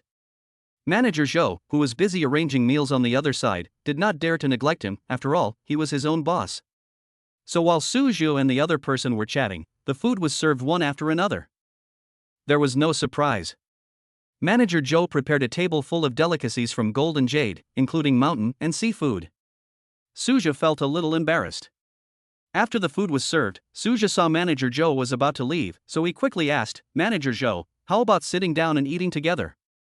Manager Zhou waved his hands repeatedly and said with an embarrassed look on his face, "Mr. Su, no need. I have something else to do. I won't delay your meal." After he finished speaking, Manager Zhou hurried out of the box without waiting for him to say anything else. Suja shook his head helplessly and said nothing more. After all, the hotel manager is really busy and he can't delay other people's work. On the other side, as soon as Manager Zhou walked out of the box, the person in charge of the second floor ran to his side. Glancing at the already closed number 1 private room, he asked in a low voice, "Brother Zhou, Mr. Su asked you to stay for dinner, why did you leave?" Hearing this, Manager Zhou immediately looked at him with a look of disappointment. Chapter 22, Continuous Flattery. After a while, he sighed and said, "Is Mr. Su asking me to stay for dinner? He is testing me." "Test you?" The person in charge on the second floor was a little surprised. Nodding, Manager Zhou said with emotion, "Ever since Mr. Su asked me to arrange the meals, he has been testing me step by step to see if I am competent as a manager." "Ah. No way. But I think Mr. Su just wants you to stay for dinner." Manager Zhou's words made the person in charge of the second floor a little unbelievable. He felt that Brother Zhou was just overthinking. "Xiao Li. You are still too young." Manager Zhou patted Xiao Li on the shoulder and left shaking his head. Xiao Li's face was full of confusion, and he kept muttering, "Did I really not understand? But why do I feel that Mr. Su really wants to keep Brother Zhou for dinner?" Xiao Li, who was full of doubts, didn't know that Manager Zhou was full of regret at this moment. In fact, through Xiao Li's interruption just now, he also realized that he seemed to have really thought too much. After all, Suja didn't seem to be being polite. But he had already walked out, and he didn't have the courage to go back. The most important thing is that he doesn't want to lose face in front of Xiao Li. So, after fooling Xiaoli, manager Zhou left quickly. When Xiaoli saw that his brother Zhou had left, he looked at the second floor and saw that it was not very busy, so he immediately chased after him. He wanted to figure out whether he was too young or brother Zhou was fooling him. However, not long after Xiaoli left, a group of young people came to the second floor in a casual manner. The leader among them was Chao Yang, with whom Suzha had just made an enemy in the morning. As soon as the group of people went up to the second floor, a lackey came over to flatter Chao Yang. Master Chao, you are so influential that you can even let Jinjiang Hotel reserve the number 1 box for you. Chao Yang looked quite pleased with himself at the flattery of this lackey. Then he shook his head and said casually, how can this be because of my face? It's obviously because our old man has enough face. As soon as he finished speaking, someone immediately expressed his objection. Mr. Chao, what you said is wrong. Chao Yang was not angry, but asked with a smile, what's wrong? The man immediately showed a flattering look on his face, and quickly said, isn't your old man's face your face? As soon as he finished speaking, the lackey next to him immediately echoed, yes, Mr. Chao, as the heir of the Chao family, you will have the same status as your father sooner or later. After a pause, he smiled and said, so, I think the manager of Jinjiang Hotel must have reserved this number 1 box to please Master Chao. Seeing that the lackey was so clever, the other man felt a little depressed. After all, this is what he should have said. But the important thing at this time is to flatter Chao Yang. So he quickly said, young Master Chao's family controls 2% of the shares of Jinjiang Hotel. This is the largest private shareholder of Jinjiang Hotel. In the future, young Master Chao will be the boss of Jinjiang Hotel. Then he looked at the lackey with a smug look, and then spread his hands and said to everyone, tell me, can this hotel manager not please our Master Chao? The continuous flattery from these two people made Chao Yang smile so much that his eyes were almost narrowed into slits. Although the others did not react as quickly as these two, they all felt very comfortable seeing Chao Yang being flattered. Immediately, they all started talking at once, yes, this hotel manager must please our Master Chao. Maybe he's worried about not being able to serve our Master Chao well? At this time, a group of people also came to the number 1 box, and Chao Yang immediately pushed open the door with a smile. Chapter 23, Too Much Bullying. But just as he was about to open the door, Xiaoli, who was walking back, shouted hurriedly, don't open it. Chao Yang was stunned. Then, with a hint of anger on his face, he asked Xiaoli, Xiaoli, what do you mean? In front of so many people, I made a big promise before. But now Xiaoli doesn't let him open the door. Isn't this just a slap in his face? Xiaoli on the other side ran over and said with an embarrassed look on his face, Master Chao, there is someone in the number 1 box. Anyone? Chao Yang yelled at Xiaoli, didn't I tell you before that I would come here for lunch? How dare you let anyone in? Xiaoli's face was slightly bitter, and he muttered in a low voice, but you haven't paid the deposit yet. As the signature room of Jinjiang Hotel, a deposit is required to book room number 1. Normally, it would be fine if acquaintances did not pay the deposit, but since Suzha, a major shareholder, came to dinner, we naturally had to follow the rules. It was for this reason that when manager Zhou first brought Suzha here, he didn't care at all who the Mr. Chao that Xiaoli was referring to was. Although Xiaoli's mumbling was soft, Chao Yang next to him heard it. He yelled at Xiaoli with a look of disbelief on his face, deposit? You actually want me to pay a deposit? I think you don't want to live anymore. He was already very unhappy that there was someone in room number 1. But he didn't expect that Xiaoli in front of him wanted him to pay a deposit. Especially, the flattery from those lackeys was still ringing in my ears. So Xiaoli's behavior of slapping someone in the face made Chao Yang extremely angry. Xiaoli's heart tightened, and he quickly said, Master Chao, I just said it casually. Don't take it to heart. Just saying it casually?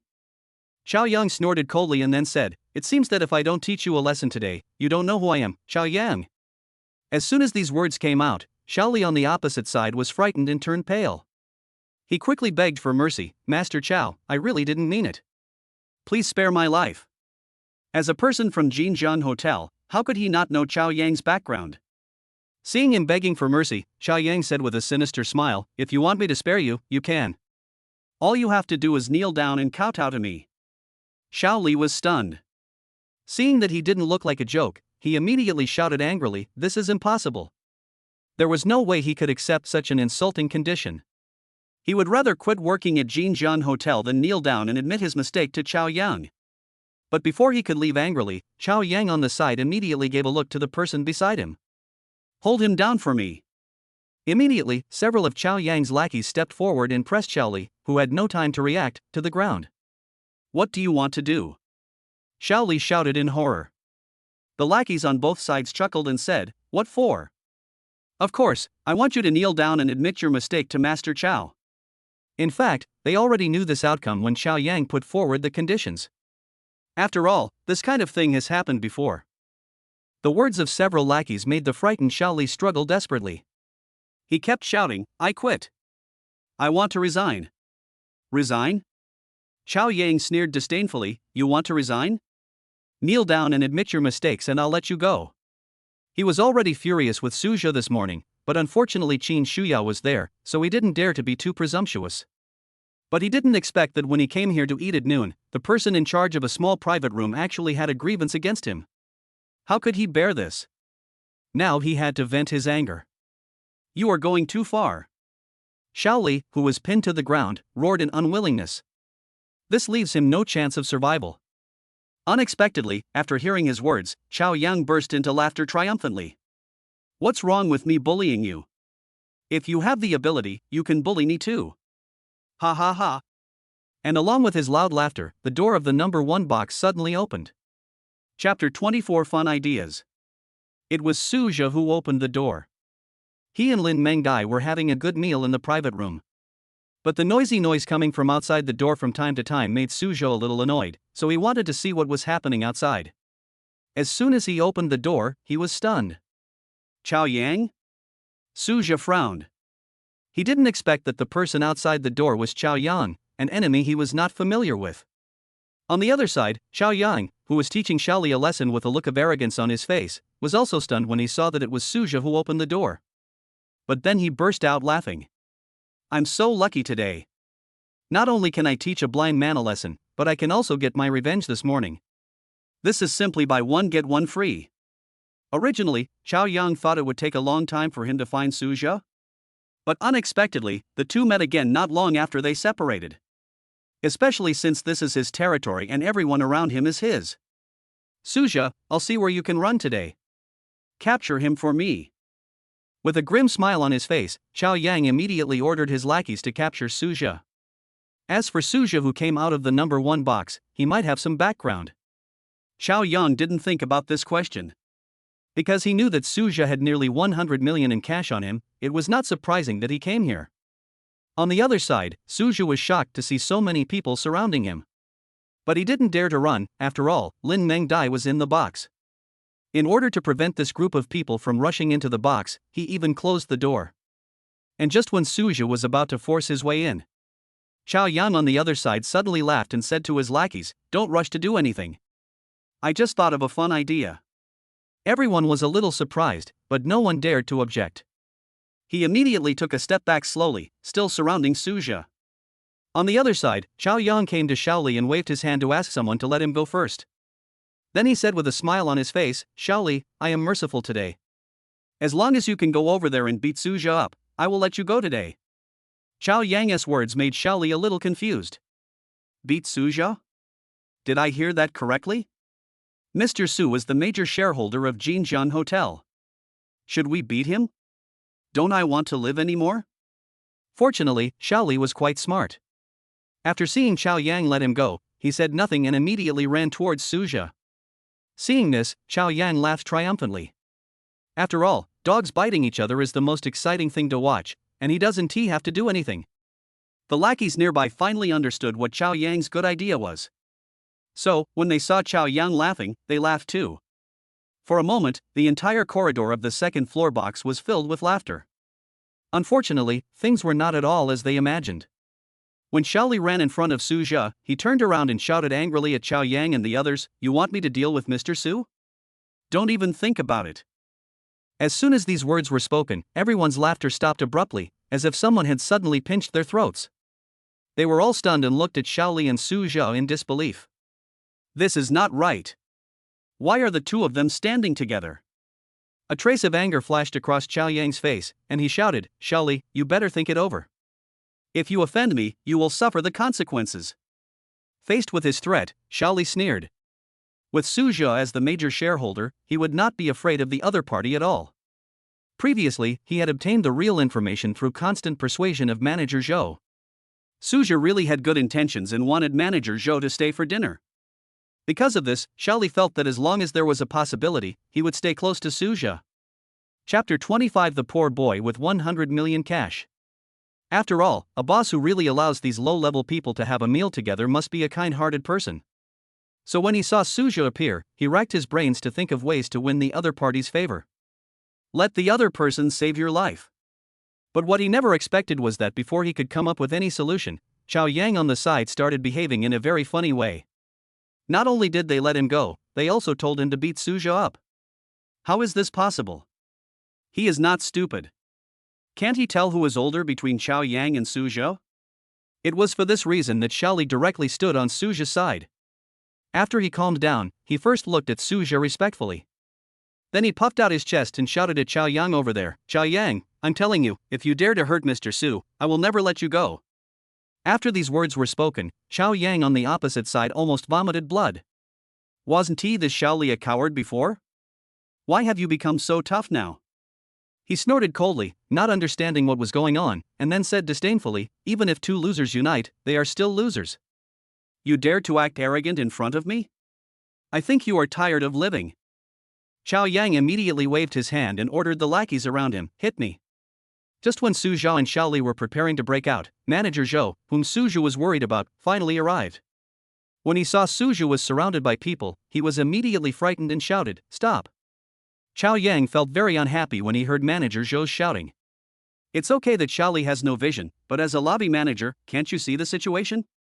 Frowning, Chao Yang shouted at Manager Zhou unceremoniously, "Manager Zhou, if you don't want to be fired, get out of here." Manager Zhou's face turned cold, and he pointed at the calm Suja over there and shouted at Chao Yang, "Chao Yang, do you know who he is?"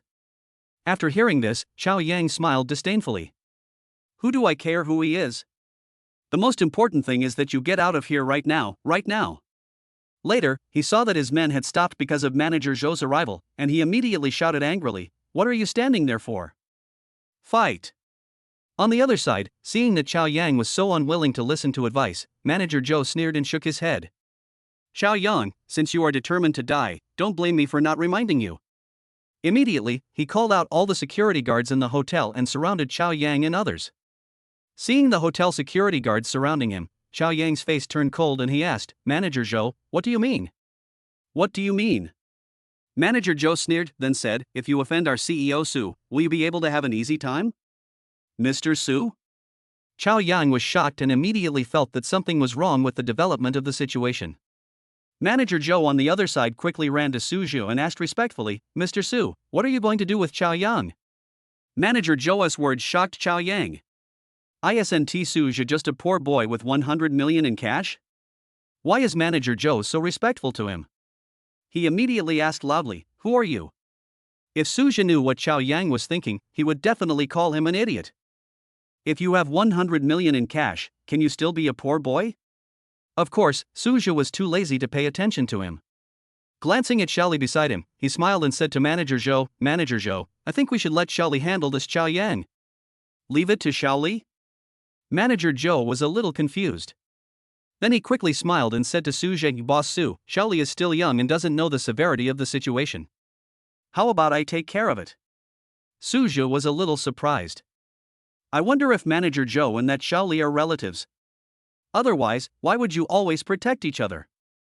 After all, although Chao Yang is nothing in Su Zhu's eyes, he is a giant in Xiaoli's side.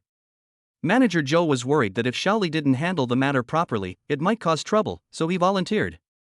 Originally Su Zhu wanted to give him face, but before he could open his mouth, Xiaoli on the side spoke. Chapter 26: Hearty Laughter. Xiaoli first looked at Su Zhu with gratitude, and then said to Manager Zhou, "Brother Zhou, my request is very simple, as long as Chao Yang can apologize to me in person." As soon as Xiaoli finished speaking, Chao Yang's eyes were filled with resentment, as if he wanted to eat him. For someone as arrogant as him, apologizing to others is more painful than killing him. If it weren't for Qin Shuyao's powerful background, he would not have apologized to Su Zhu in the morning. Now that Qin Shuyao is gone, how could he possibly apologize? He even cursed at Xiaoli arrogantly. Apologize? That's impossible. There's no way I'm going to apologize to a lowly inferior like you. Lowly inferior person. the air around them suddenly became cold. All the employees present looked at Xiao Yang with anger in their eyes. You know, Xiaoli is the person in charge of the box on the second floor, and he is also a small leader. If Xiaoli is an inferior person, then what about them? Are you not even a human being anymore? Being stared at by everyone made Xiao Yang feel nervous, but he still shouted arrogantly, "What are you looking at? Don't think that I can't do anything to you just because Su is protecting me. He can take care of you temporarily, but not forever. There will always be a time when you are left alone, so don't blame me for being rude when that happens." The people around were shocked and immediately showed fear on their faces. Because Xiao Yang was right, Suju was not their nanny and it was impossible for him to always be with them. Seeing this, Xiao Yang was delighted. These lowly people are so easy to deceive. So he continued to pursue his victory. "I advise you to let me go quickly, otherwise, you will be in trouble." Seeing that Xiao Yang's words had taken effect, several of his lackeys quickly echoed, "Yes, quickly release our young master Xiao, or else I will make your life worse than death." The noisy voices made the hotel employees start to panic. Looking at Xiao Yang's arrogant appearance, Manager Zhou on the side suddenly remembered something. So he quickly came to Su Zhou and asked in a low voice, "Mr. Su, I seem to remember that the 2% of the Qiao family's shares seem to be acquired by you, right?" Su Zhou was confused. He only knew that the system rewarded him with 8% of the shares. But he didn't know where it came from. Even now he has not received the share certificate. So when faced with Manager Zhou's questions, Su Zhou didn't know how to answer. But at this moment, Manager Zhou's phone suddenly rang. After looking at the caller ID, he frowned slightly and finally pressed the answer button. However, after answering the phone, Manager Zhou's expression gradually became happy. Finally, he said to Su Zhou, "Mr. Su, Mr. Qiao is here." "Mr. Qiao?" Su Zhou was slightly stunned. He didn't know anyone with the surname Qiao. Fortunately, Manager Zhou on the other side thought that he knew too many people and didn't remember it for a while. Therefore, he glanced at Xiao Yang over there, and then quickly explained, "Mr. Su, it's Qiao Tianfang who sold you 2% of the shares." Su Zhou nodded in understanding. Especially the look Manager Zhou gave Xiao Yang made him realize that Qiao Tianfang was Xiao Yang's father. But he was a little confused as to why the other party suddenly came over. Could it be that the other party had the ability to predict the future and knew that his son was surrounded, so he came to rescue him? However, thinking about Manager Zhou's happy expression just now, Su Zhou felt that Qiao Tianfang might not be here to save his son. Fortunately, he didn't feel confused for long, as a burst of hearty laughter came from the elevator. Chapter 27: An Unexpected Slap. "Mr. Su, you are really rich. If there is any good business, please don't let me, Qiao, take it." Before the elevator door was fully opened, Qiao Tianfang's hearty laughter came in. But as soon as he stepped out of the elevator, he was stunned.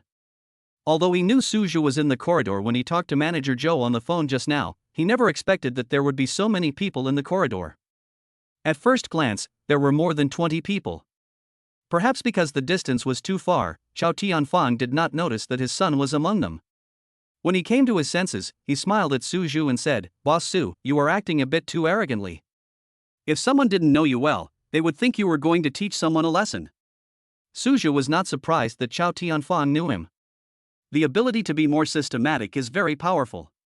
With a slight smile in his heart, Su Zhou said, "Boss Qiao, you really guessed it right. I was just teaching someone a lesson today." "Oh?" Qiao Tianfang was a little surprised. "If you dare to provoke this mysterious Mr. Su, you will be like an old man hanging himself, and he will be impatient." He immediately put on an appearance of wanting to watch a show, and asked slyly, "Boss Su, which beast dared to provoke you?" Su Zhou found it a little funny. Qiao Tianfang was really cruel. He even scolded himself. After all, if the son is a beast, then what would the father be? With a slight smile, Su Zhou said, "This man's name is Qiao Yang, and he actually dared to ask someone to beat me up in this Jinjiang hotel." "What? Someone is so bold as to take action on your turf, Mr. Su?" Qiao Tianfang exclaimed in surprise. But then he opened his eyes wide, his face full of disbelief. Qiao Yang? This name made Qiao Tianfang's heart tighten. Then he pushed aside the hotel staff who were blocking the corridor and went to the innermost part. But when he saw that his son Xiao Yang was really inside, his face suddenly turned gloomy. He is angry with his son. Who is Su Zhou? Someone who can buy 8% of the shares of Jinjiang Hotel. This not only reveals the astonishing financial strength, but also the background that cannot be small. Otherwise, would others directly sell 6% of the shares to Su Jia? If it weren't for this, he wouldn't have been so frightened as to sell his shares without hesitation. But he never expected that a man with such strong financial resources and powerful background would be blocked in his own restaurant. The person who blocked Su Jia was Chao Tianfang's son. On the other side, Chao Yang also spotted his father and shouted happily, "Dad, you have to teach Su Jia a lesson for me later." Hearing what Chao Yang said, Chao Tianfang became furious. Even at this time, he still hasn't forgotten to stir up hatred. Immediately, he ignored Chao Yang's happy expression and slapped him in the face. Bang! Even Su Jia, who was several meters away, could hear the crisp sound clearly. You can imagine how much effort Chao Tianfang put in. "Dad!" Chao Yang roared in disbelief. Perhaps because he was so angry, Chao Tianfang acted very calmly. He said to Chao Yang calmly, "Sorry, I don't have a son like you." "Dad, what's wrong with you? Don't scare me." Chao Yang asked anxiously again. The only one he could rely on was Chao Tianfang. If anything went wrong with Chao Tianfang, he would be finished. So when he saw that something seemed wrong with his father, he was very anxious. Perhaps it was this concern with ulterior motives that softened Chao Tianfang's heart. So the other party snorted coldly and said to Chao Yang, "Hurry up and apologize to Mr. Su." Apologize? Chao Yang's face was full of reluctance and he didn't want to apologize. Then he looked at Chao Tianfang and asked, "Dad, who is he?" But just as he finished speaking, Chao Tianfang slapped him in the face again, unexpectedly. He yelled, "Go apologize." Chapter 28 Chao Tianfang's Gratitude. Chao Yang was scared. Especially Chao Tianfang, who looked furious. It made him tremble with fear and his liver and gallbladder were broken. He quickly walked past the employees in the corridor and came in front of Su Jia. Looking at his nonchalant expression, Chao Yang wished he could eat him alive. It's him! Not only did he lose all his face, but he also had to apologize again and again. But thinking of Chao Tianfang behind him, he could only try his best to suppress the anger in his heart and made a sound through gritted teeth. Sorry. These 3 words seemed to weigh 1,000 pounds, so Chao Yang didn't dare to say them easily. Louder! Suddenly, Chao Tianfang's furious voice roared again. Chao Yang's heart tightened, and he quickly shouted to Su Jia, "I'm sorry, I was wrong." The sudden shout startled everyone present. Chao Tianfang on the other side ran over and kicked Chao Yang hard, then said with an embarrassed look on his face, "Mr. Su, I am sorry for scaring you because I didn't teach my son well." Chao Yang, who was kicked to the ground, ignored the pain and yelled at his father, "Dad, who is he?" Unfortunately, what awaited him was another kick from Chao Tianfang. Seeing this, Su Jia shook his head secretly. He understood that Chao Tianfang's actions were to save his son. Unfortunately, Chao Yang was blinded by anger and didn't notice anything, so he was kicked twice. On the other side, Chao Tianfang had a flattering look on his face. He said to Su Jia with a humility, "Mr. Su, I have already taught this bastard son a lesson. How about you be magnanimous and forgive him this time?" Although these words made Chao Yang furious, he learned his lesson this time. He just stared at Su Jia fiercely, not daring to make any sound. Unfortunately, Su Jia still looked indifferent, and even his emotions did not fluctuate. Glancing at Xiaoli over there, Su Jia said, "Boss Chao, I can let him go, but I have one condition." Chao Tianfang's heart tightened, and he quickly asked, "What are the conditions?" Pointing at Xiaoli over there, Su Jia said calmly, "It's very simple, just ask him to apologize to Xiaoli." That's the condition? Chao Tianfang's face was full of surprise. What is the condition? Isn't it too simple? Chao Tianfang even felt that Su Jia picked it up high and put it down gently in order to prevent the conflict between the two sides from deepening. After all, more friends mean more paths in the business world. He was afraid that Su Jia would go back on his word, so he immediately grabbed Chao Yang's ear and came to Xiaoli. He ordered, "Hurry up and apologize to Xiaoli." Chao Yang's face flushed, his eyes filled with resentment. He broke free of Chao Tianfang's hand and yelled frantically, "No way! There is no way I am going to apologize to this lowly inferior person." As soon as these words were spoken, Chao Tianfang's face suddenly turned gloomy. Before, he was still wondering why Su Jia asked Chao Yang to apologize to Xiaoli. At this moment he finally understood that this was simply saving his own son. Even though he looked down on these poor workers in his heart, he would never show hostility towards them outwardly. After all, he still needs this group of people to do things. If what happened today gets out, who will come to work for the Chao family? For a moment, Chao Tianfang's heart was filled with gratitude towards Su Zhe. He took one look at his arrogant son, got so angry that he kicked him hard. Chao Yang, who had no time to react, fell to the ground instantly. Seeing this, Chao Tianfang frowned again and dragged him in front of Xiaoli. She yelled at him, "Apologize now." On the other side, looking at Chao Yang's behavior at this time, Su Zhe almost laughed out loud. Chapter 29, Unspoken. At this moment, Chao Yang looked as if he was kneeling down to Xiaoli. When he thought about how Chao Yang wanted Xiaoli to kneel down and apologize, but that didn't happen because of his arrival, Chao Yang himself was forced to kneel down in front of Xiaoli by his father. Su Zhe couldn't help but want to laugh. Fortunately, he had amazing self-control and held it back. However, the situation was different for the lackeys who followed Chao Yang. Some of them burst out laughing on the spot. In fact, these people didn't want to laugh. But the problem is that this reversal was so interesting that they couldn't help but laugh. Chao Yang was enraged and humiliated. He stared at those people with flaming eyes and struggled to stand up. Unfortunately, just as he was about to make a move, he was held down by his father. Those lackeys were also frightened by his vicious look. They immediately lowered their heads and dared not look at Chao Yang again. However, the occasional shrugging of shoulders at that time still proved their true thoughts. "What are you standing there for? Apologize to me now." Seeing that his son was slow to speak, Chao Tianfang became anxious and slapped him on the head again. Feeling a sudden pain in his head, Chao Yang immediately glared over. But when he turned halfway, he realized who had slapped him. "I could only say aggrievely, Dad, what are you doing?" Chao Tianfang's face darkened, he said nothing, and slowly raised his arm.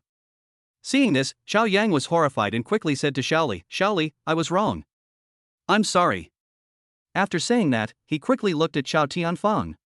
Chao Yang breathed a sigh of relief only when he saw the other party take his hand back. Chao Tianfang nodded with satisfaction, then looked at Xiaoli, who was dumbfounded, with a gentle expression. "Xiaoli, you know Chao Yang is a very outspoken kid, so don't take it to heart." These words made Su Zhe next to him frown, and he felt even more disgusted with Chao Tianfang. "What does it mean to speak without restraint? Isn't it because that's what I think in my heart?" Originally he thought that Chao Tianfang and his son were different. But now it seems that the reason why Chao Yang looks down on others is that he learned it from Chao Tianfang. On the other side, Xiaoli was still young after all. After hearing this, he didn't think much about it and just thought that Chao Tianfang was a good person. So he quickly said with a smile on his face, "Mr. Chao, don't worry, since Mr. Chao has already apologized, I will definitely forgive him." As soon as these words came out, Chao Tianfang sitting opposite him suddenly felt a little dissatisfied. "My son is not apologizing to you, so you don't need to forgive him. Do you really think of yourself as someone important?" Of course, he wouldn't say that, after all, Su Zhe was there. So he just smiled and nodded at Xiaoli, and then he no longer paid attention to this little person. Coming back to Su Zhe, Chao Tianfang asked in a flattering manner, "Mr. Su, are you satisfied with this?" Unlike when facing Xiaoli, even in his heart, Chao Tianfang did not dare to be disrespectful to Su Zhe. After all, the other party seemed to have a very powerful background and was not someone he could afford to offend. And Su Zhe didn't want to dawdle any longer, after all, he hadn't finished his meal yet. He immediately said with a smile, "Now that the lesson has been learned, I think we should just let it go." Seeing that he had let the matter go, Chao Tianfang felt relieved. Then he took out something and handed it to Su Zhe with a smile on his face. After taking a casual look at it, Su Zhe took it and said with a smile, "Boss Chao, thank you for making this extra trip. This is what I should do, it's what I should do." Chao Tianfang on the opposite side said quickly. Chapter 30. I'm actually very quiet. In fact, what Chao Tianfang gave Su Zhe was nothing but the share certificate. This is also the reason why he suddenly came to Jinjiang Hotel. However, because the matter involved commercial secrets, the two did not go into details. So others only saw Chao Tianfang mysteriously handing a document to Su Zhe. Just when everything was done and Chao Tianfang was about to leave with his son, there was suddenly a loud noise. Bang! The door of the number 1 box was violently kicked open from the inside. At this moment, Su Zhe remembered that he had closed the door in order to protect Lin Mengdai. After breaking open the door of the box, Lin Mengdai was stunned to see so many people outside. Then she quickly ran to Su Zhe and asked with concern, "Su Zhe, are you okay?" Su Zhe pointed at the door of the box that was about to fall down and said speechlessly, "I'm fine, but this door needs to be repaired." His words made Lin Mengdai feel regretful immediately. It's over. Suja, please don't misunderstand that I'm a girl who likes violence. Actually, I am very quiet. Just now, because she heard the noise outside had stopped, she became anxious and used all her strength. But who knew that the door was so fragile that it was kicked open by her? Lin Mingdia's sudden kicking of the door surprised everyone. However, when they saw the door of the box that was beginning to shake, everyone's eyes were filled with fear again. After a long while, Chao Tianfang next to him asked Suja with a smile on his face. Mr. Su, who is this? After all, Lin Mengdai ran towards Suja as soon as she came out, which made people feel that the relationship between them must be unusual. Now that he wants to curry favor with Suja, of course he has to understand all the relationships around Suja. Hearing his question, Suja said casually, "This is my classmate, Lin Mengdai." If the two of them had not fallen out, Suja would not have bothered to pay attention to him. Chao Tianfang on the side naturally didn't know what Suja was thinking. He felt a little confused when he heard Lin Mengdia's name, because he seemed to have heard it somewhere. But he didn't have time to think about it now, so he quickly greeted Lin Mengdai with a smile on his face. "Hello, Miss Lin. I'm Chao Tianfang." "Hello, Mr. Chao." Lin Mengdai just nodded casually. He didn't want to talk much with others. After all, she had finally met Suja, and she didn't want their time together to be delayed because of someone else. You know, she just turned down that business deal worth tens of millions easily. Seeing this, Chao Tianfang on the side didn't want to stay here and continue to embarrass himself. So he quickly took his son and left Jinjiang Hotel. However, as soon as the two of them walked out of Jinjiang Hotel, Chao Yang, who had been afraid to speak, spoke. He asked curiously, "Dad, don't you know Lin Mengdai?" In fact, Chao Yang discovered Lin Mengdia's identity as soon as she appeared. But he didn't expect that his father wouldn't recognize him. "Do you know him?" Chao Tianfang asked angrily. After all, Chao Yang almost caused him a huge disaster today, how could he not be angry? And now he acted as if it was strange that he didn't know Lin Mengdai. He is not God. How is it possible that everyone knows him? So, at this moment, Chao Tianfang wished he could beat him to death. Chao Yang was frightened by the angry look on his face, and he quickly said, "Dad, don't be angry, I really know that Lin Mengdai." Chao Tianfang frowned and asked worriedly, "Who is it?" He thought Lin Mengdai was the woman Chao Yang had played with before, so he was very nervous. Now that we have finally resolved the conflict, we must not make enemies with Suzhou again. Chapter 31. Is this so popular with women? But Chao Tianfang completely misunderstood. Not to mention that Chao Yang didn't have this idea. Even if he had this idea, he didn't have the courage. Because Lin Mengdai is the heir to the Lin Group. Although the Chao family is a behemoth in the eyes of many people, in the eyes of the Lin Group, it is just a small family in business. Lin Mengdai can just move her fingers casually and the Chao family will be wiped out. The reason why Chao Yang knew Lin Mengdai was just that they met her from afar by chance. So, he quickly said, "Dad, she is Lin Mengdai from the Lin Group." Lin Group. Chao Tianfang was shocked and shouted out loud, but then he suddenly realized. After all, since he knows Suzhou, how could he not have some status? Glancing at his son beside him, Chao Tianfang said, "Alright, remember this, don't mess with Suzhou again in the future." Suzhou, a man with a mysterious background, and the heir to the Lin Group, either of these two could plunge the Chao family into the abyss. Seeing his father mention Suzhou again, Chao Yang asked with a puzzled look on his face, "Dad, why are you afraid of Suzhou?" Who is he? Chao Tianfang was speechless for a moment when asked by his son. In fact, he didn't know what Suzhou's background was. However, just considering that the other party knew Lin Mengdai, he couldn't afford to offend him. So he said directly to Chao Yang, "Suzhou and Lin Mengdai are classmates. Do you think he is someone you can mess with?" Chao Yang's face was full of surprise. Because Dad clearly didn't know Lin Mengdai just now. Why are people now saying that Suzhou should not be provoked because of Lin Mengdai? Suddenly, an idea popped into his mind, which even he himself thought was a little silly. Was Dad pretending not to know Lin Mengdai just now? The purpose is to deepen the impression that Lin Mengdai is someone who cannot be provoked. So he quickly asked, "Dad, are you sure this is the only reason? Then how many more do you want?" Chao Tianfang said impatiently. He was almost driven crazy by Chao Yang today. Isn't one reason not to mess with enough? Chao Yang's heart tightened, and he quickly nodded and said, "Okay, Dad, I understand." "I'm glad you understand." With a cold snort, Chao Tianfang quickly drove Chao Yang home. However, Chow Tianfang had no idea that his words had caused Chow Yang to misunderstand him. At this moment, Chow Yang was even more certain of his previous silly guess. The reason why his father was afraid of Suzhou was because of Lin Mengdai. Otherwise, why did my father only mention Lin Mengdai and not Suzhou? Thinking of this, Chow Yang clenched his fists tightly. Since Suzhou only relies on women, there is nothing to be afraid of. At the same time, he was also jealous of Suzhou's good luck. In the morning, it was Qin Shuyao who protected him, but in the afternoon it was Lin Mengdai who came to protect him. Is this guy so popular with women? Touching his face, which was swollen from being slapped by his father, Chow Yang felt envious and jealous. He decided that the next time he met Suzhou, he would tear his face off. It's a pity that Chow Yang seemed to have forgotten one thing. You are staring into the abyss, and the abyss is also staring into you. Suzhou may not care about Chow Yang, but some people say that he might choose to take action to win his favor.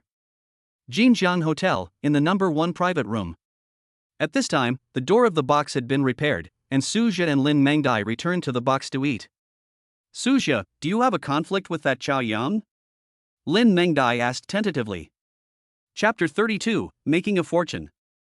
After all, when Suzhou walked out of the box and had not yet had time to close the door, she also heard Chow Yang's arrogant shouting. There was some embarrassment on Suzhou's face. Because the reason for his conflict with Chow Yang is really funny. It would be fine if he really had some relationship with Qin Shuyao. But the problem is that not only do the two of them have no relationship at all, but Chow Yang also envies him. Seeing his look, Lin Mengdai on the side became even more curious. So she quickly came to sit next to Suzhou, gently hugged his arm, and said in a soft tone, "Just tell me." Lin Mengdai is such a beautiful woman, but now she speaks in such a tone, which makes Suzhou feel numb all over and uneasy. After a while, he finally came to his senses. She first moved her hips quietly, and then began to tell the story of the beginning of the conflict between her and Chow Yang. Because it was not too complicated, Suzhou finished his talk very quickly. After listening to this, Lin Mengdai frowned and said, "Isn't this too hateful?" Suzhou thought he was talking about Chow Yang, so he nodded and said that Chow Yang is indeed too hateful. Hearing this, Lin Mengdai rolled her eyes and quickly said, "I'm not talking about Chow Yang, but the woman named Qin Mengyao. She is so hateful. If it weren't for her, you and Chow Yang would never have a conflict." Suzhou was completely confused after hearing this. He has a conflict with Chow Yang, not with Qin Shuyao. He immediately said, "This has nothing to do with Sister Shuyao, it's mainly because Chow Yang looks down on others." Although what Suzhou said made sense, Lin Mengdai felt a little sad when he spoke up to explain for Qin Shuyao. She immediately retorted unreasonably, "But if she had chased Chow Yang away at that time, you wouldn't have had any conflicts." Suzhou was speechless. Why did it bring Qin Shuyao up again? These two women shouldn't know each other. In the end, considering that Lin Mengdai had known him for more than an hour, which was much longer than Qin Shuyao's half an hour. So Suzhou followed the principle of keeping a distance between the close and distant, nodded helplessly and said to her, "You are right, okay?" This look made Lin Mengdai angry. I was clearly telling the truth. If it weren't for the woman Qin Shuyao, Suzhou would not have encountered any trouble at all, and he almost got beaten up. Suddenly, she thought of Suzhou's trouble which had not been solved yet. He immediately said with a smile, "Suzhou, how about I help you solve this problem?" Suzhou was stunned for a moment, then he remembered who was the troublemaker. He shook his head and said, "Forget it, you can't solve it." Although he knew that Lin Mengdai seemed to have some background, the problem was that Chow Yang's family had a good background too. And even if she could get rid of the Chow family, no one would listen to what she said as a young girl who had just graduated. What's more, Suzhou didn't take Chow Yang seriously at all. But his suspicious look made Lin Mengdai next to him a little dissatisfied. "What's up? Who are you looking down on here?" She immediately said to Suzhou angrily, "How about we make a bet? If I help you solve the problem, you have to treat me to a meal." This serious look made Suzhou feel funny. But he was too lazy to compete with Lin Mengdai for anything. He immediately said with a smile, "Okay, then it's settled." Seeing that Suzhou agreed, Lin Mengdai immediately felt that she had made a fortune. Chow Yang, who was full of hatred in his heart, would never know that in Lin Mengdia's eyes, he was not even as valuable as a meal from Suzhou. Chapter 33 Bad Woman. Lin Mengdia's happy expression left Suzhou puzzled. "Why are you so happy? Even if you really win, it would be too much of a loss to eliminate the Chow family just for a meal, right?" In fact, if Suzhou had ever been a bootlicker, then he might understand the joy in Lin Mengdia's heart. After all, seeing the people you love happy makes you willing to do anything for them. Soon, the mealtime was over. Despite Lin Mengjia's repeated requests, Suja still refused her request to stay. The main reason was that Lin Mengdai would lean towards him from time to time while eating, which made him scared. She can't even eat honestly, there must be something wrong with her. With this thought in mind, Suja rode his electric bike and staggered back to Jianjing Garden. But before he drove into the gate of the community, a voice came from behind. Lao Su, you finally came to pick me up. This sentence made Suja confused. Neither the original body nor him seemed to have many familiar friends, right? What's the matter with calling myself Lao Su when I open my mouth? With curiosity, Suja turned his head. Just by taking a quick look, Suja was speechless and at the same time felt it was incredible. Because the person who called him was none other than Tian Xinrui, the beautiful housekeeper of the villa area. He was very curious, how did Tian Xinrui get the courage to call him Lao Su directly? But before he could open his mouth to ask, he saw Tian Xinrui opposite him winking at him. Suja's heart tightened, and a bad guess came to his mind. Sure enough, he saw a man who was slightly uglier than Chao Yang walking towards him with a gloomy face not far away. This somewhat familiar routine made Suja curse a few words in his heart. This is never going to end, right? Can't you just let me live in peace for a day? He knew without thinking that the slightly ugly man must be Tian Xinrui's suitor. And most importantly, he must have misunderstood his relationship with Tian Xinrui. Frowning, Suja asked Tian Xinrui coldly, "Butler Tian, what do you mean by this?" Tian Xinrui on the opposite side was shocked. He didn't expect Suja to still be so cold. But when it comes to emergency help, she doesn't care too much. Immediately, she had an idea and came to Suja, putting her hand intimately around his waist. Then she said to Suja in a coquettish tone, "Old Su, I know I usually control you very strictly, but you don't have to call me housekeeper outside, okay? If others hear this, they will definitely think I'm a bad woman." After hearing this, Suja was so depressed that he wanted to vomit blood. "When did I call you housekeeper? I was calling you the housekeeper, okay? What's more, doesn't it mean you are a bad woman for just using anyone as a shield?" But before he could speak, Tian Xinrui said to the ugly man, "Li Guang, thank you for your kindness, but now my husband is here, so I won't bother you to send me off." Hearing this, Li Guang suddenly asked with a gloomy face, "Xiao Rui, aren't you unmarried?" Tian Xinrui was stunned. She remembered that she seemed to have said that she was single. Then she quickly explained, "I am not married. But Lao Su is my boyfriend. I will not marry anyone else from now on." When she said this, her face was filled with happiness, making Li Guang's face opposite her look so gloomy that it seemed like water was about to drip out of it. But where he couldn't see, Tian Xinrui quickly showed a pleading expression to Suja. Unfortunately, Suja doesn't want to indulge her bad habit. If Tian Xinrui is used to it, then whenever someone comes, she will ask him for help. Wouldn't Suja be annoyed to death? So, he immediately pushed Tian Xinrui away, and then said to Li Guang, "Don't get me wrong, I'm not familiar with her." Originally Suja's explanation made Li Guang's expression much more relaxed. But Tian Xinrui's next words made the other party angry again. Chapter 34, A Cold Man. "Hubby, don't be angry. I was wrong, okay? How about this, as long as you don't get angry, I'll agree to your posture tonight." Tian Xinrui blushed slightly as she said these words that made her feel shy. But there is no way. Since Suja, this cold and aloof man, refused to cooperate, she had no choice but to resort to this last resort. Suja on the side was shocked by Tian Xinrui's bold words. Li Guang, whose expression had just relaxed, suddenly yelled in unwillingness after hearing Tian Xinrui's bold words. "Xiao Rui, he's just a poor boy riding an electric bike. How can I be inferior to him?" At this point, he no longer doubted the relationship between Suja and him. If there was nothing to do with it, how could Tian Xinrui say such bold words? On the other hand, Suja, who was originally implicated innocently, became furious when he heard others call him a poor boy again. "Didn't I just not have time to change the car? Is it necessary for each of you to come here and look down on me?" He immediately shouted at Li Guang with a cold face, "I just like riding an electric bike, so what? Get out of here and screw yourself." Li Guang didn't expect Suja to suddenly explode, so he was frightened and took several steps back. But when he stood firm, his face began to turn pale and blue. He didn't expect that he would be scared by this poor boy Suja. He was so angry that he quickly used loud shouting to cover up his embarrassment. "Boy, do you know who I am? Suja sneered disdainfully. Is it really possible that anyone dares to guess my face? He threw the electric bike in his hand to the ground, and then rushed to Li Guang. I don't care who you are, get out of here right now. Although Li Guang looks tall and strong, he is actually very timid. Now seeing Suja's ferocious look, he was immediately frightened and trembled all over. He pointed at Suja tremblingly and issued a weak threat. You, don't be so arrogant. My father is Li Chang. But when he saw that Suja was not afraid, but took a step forward viciously, his inner defenses were finally broken by fear. He just ran away screaming. Coward! Looking at Li Guang's fleeing back, Suja's face was full of contempt. Tian Xinrui, who was standing by, saw Li Guang being chased away, and a look of joy immediately appeared on her face. After she helped Suja park the electric bike, she quickly ran over.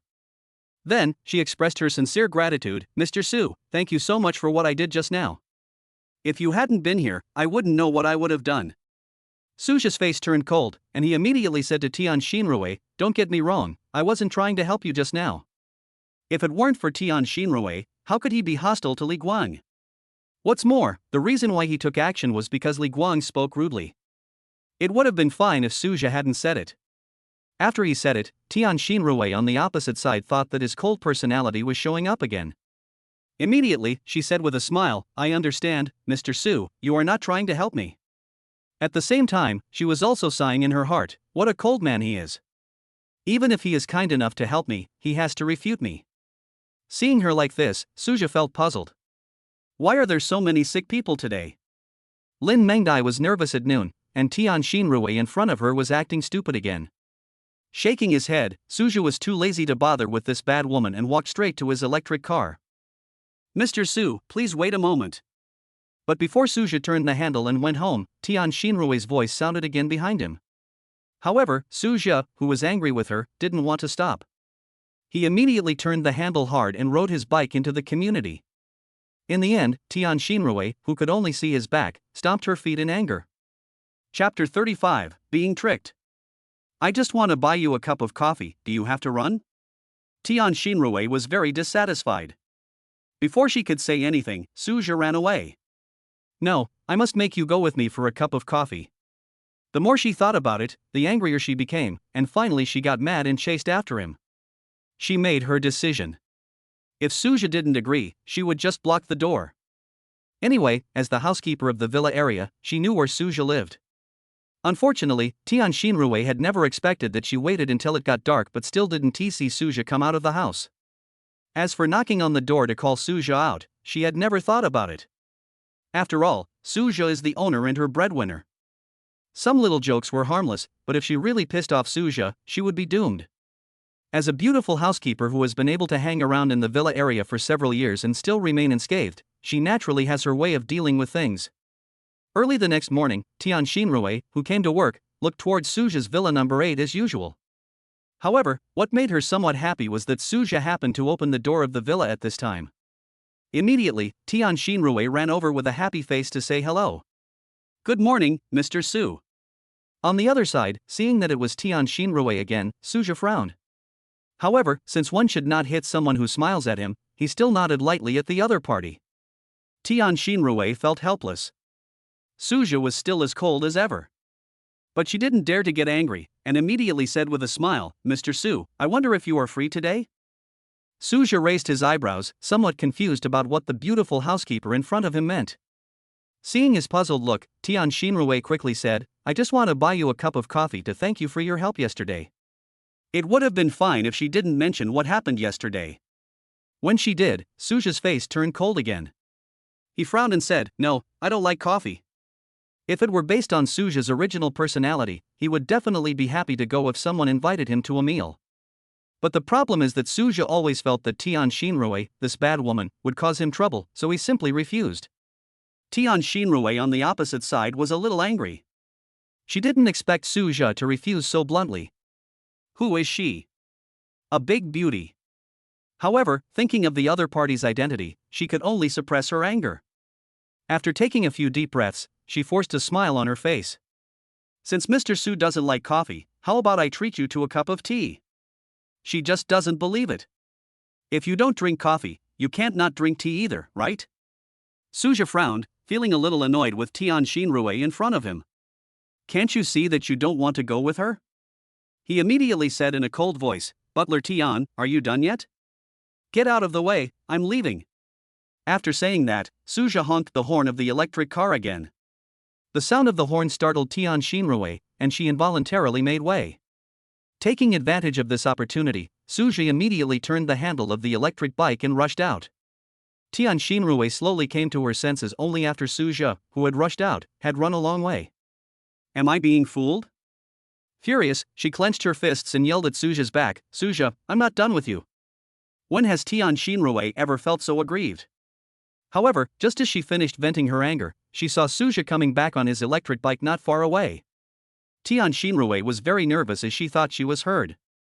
So she quickly forced a warm smile on her face and respectfully asked Suja, Mr. Su, do you have any other instructions? Chapter 36 Not a Troublemaker. Suja was a little surprised that Tian Xinrui suddenly became so enthusiastic. Is she from Shu? Have you learned how to change faces? He was so angry but unable to speak just now. Why is he so enthusiastic now? On the other side, seeing that Suja was slow to speak, Tian Xinrui became even more uneasy. Mr. Su, do you have any other instructions? With her reminder, Suja finally came to his senses. He immediately asked, Oh, I just want to ask, where is the Tianhai Convention and Exhibition Center? Tianhai Convention and Exhibition Center? Tian Xinrui was slightly stunned, then she felt relieved. It's good that Suja is not here to cause trouble for her. But at the same time, some curiosity arose in her heart. So he quickly asked, Mr. Su, what are you doing at Tianhai Convention and Exhibition Center? Her question caused a fleeting embarrassment to appear on Suja's face. In fact, if the system hadn't prompted that the check-in location was here, he wouldn't even know that there was such a place in Demon City. After thinking for a moment, he immediately covered up his embarrassment with a smile. I'm just going to take a look around here. Unlike Suja, Tian Xinrui knew clearly where Tianhai Convention and Exhibition Center was. However, just as she was surprised, she suddenly came to her senses.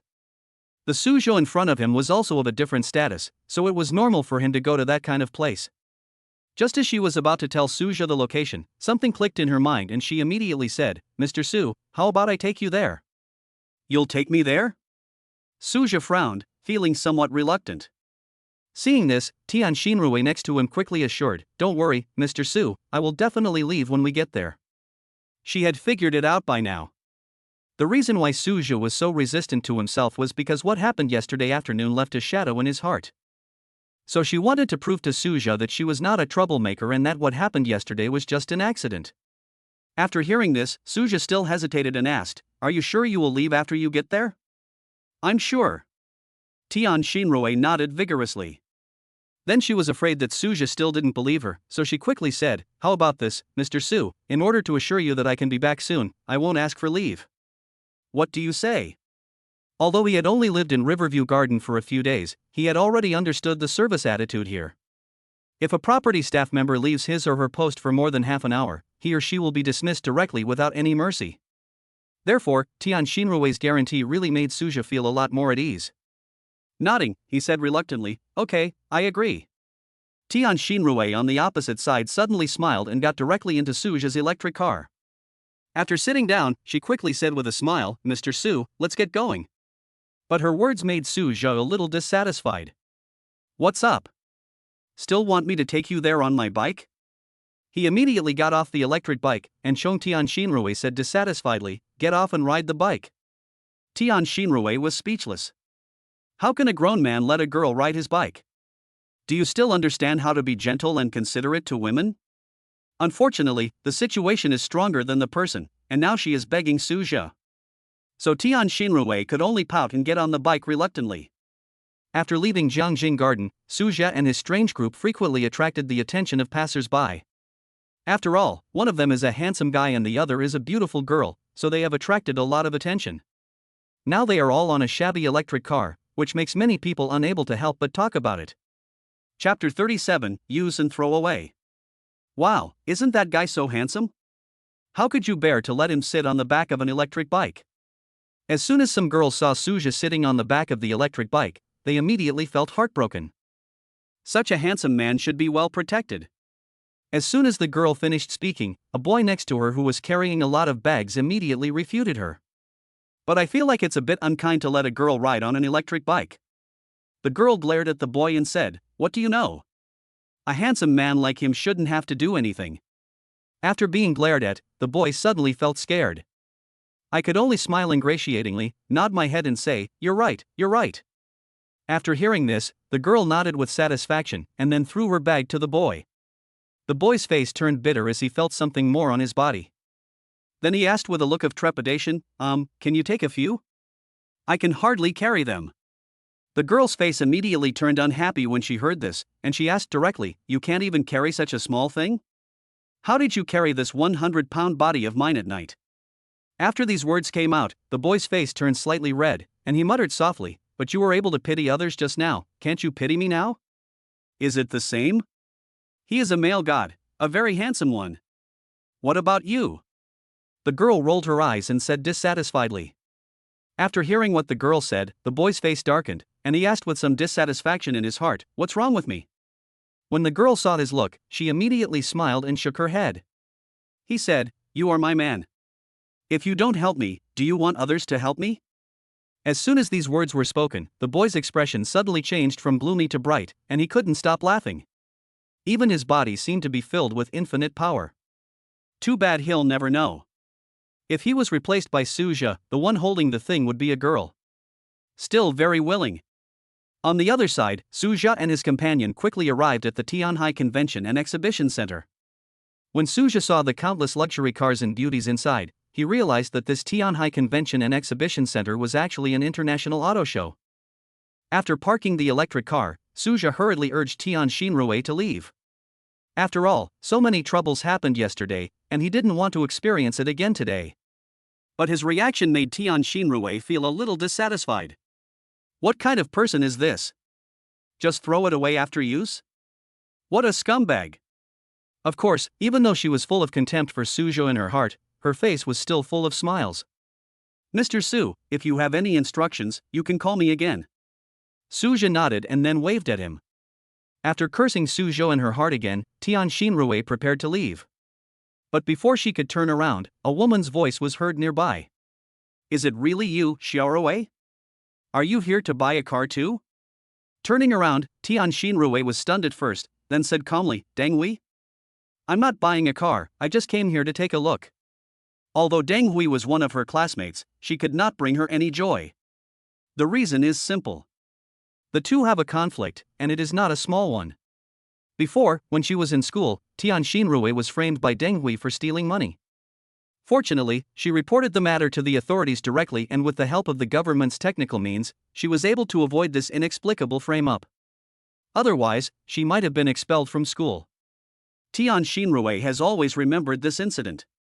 It's a pity that Deng Hui's family background is not ordinary, so she has no way to take revenge. She originally thought that they would never meet again after graduation. But she never expected to meet him again at this exhibition. Suja, who was standing by, heard someone greeting Tian Xinrui in a sarcastic tone again. He felt nervous and wanted to run away immediately. But when Deng Hui spoke to Tian Xinrui again, Suja stopped. Chapter 38, Preparing to buy a car. Deng Hui suddenly realized something and said to Tian Xinrui, "I told you that your family has not yet paid off their high-interest loan of 3 million yuan, so how could you possibly buy a car?" Suddenly, she pretended to be surprised and asked, "Uyo, you are not here to hook up with rich men, are you?" Finally, she deliberately amplified her voice, attracting the attention of everyone in the convention center. There were even quite a few old men with flickering eyes, and no one knew what they were thinking. Seeing so many people looking at her with strange eyes, Tian Xinrui wanted to explain. But the strange looks from everyone and the ridicule from Deng Hui across from her made it impossible for her to muster up the courage. For a moment she looked pale, pitiful, and helpless. Although Suja never wanted to cause any trouble. However, when he saw so many people bullying a weak woman, he still felt a little sympathy in his heart. Especially when he thought of how Tian Xinrui always had a strong smile on her face when facing his difficulties, Suja felt guilty. Before, he thought that Tian Xinrui didn't dare to resist him because she had some special intention.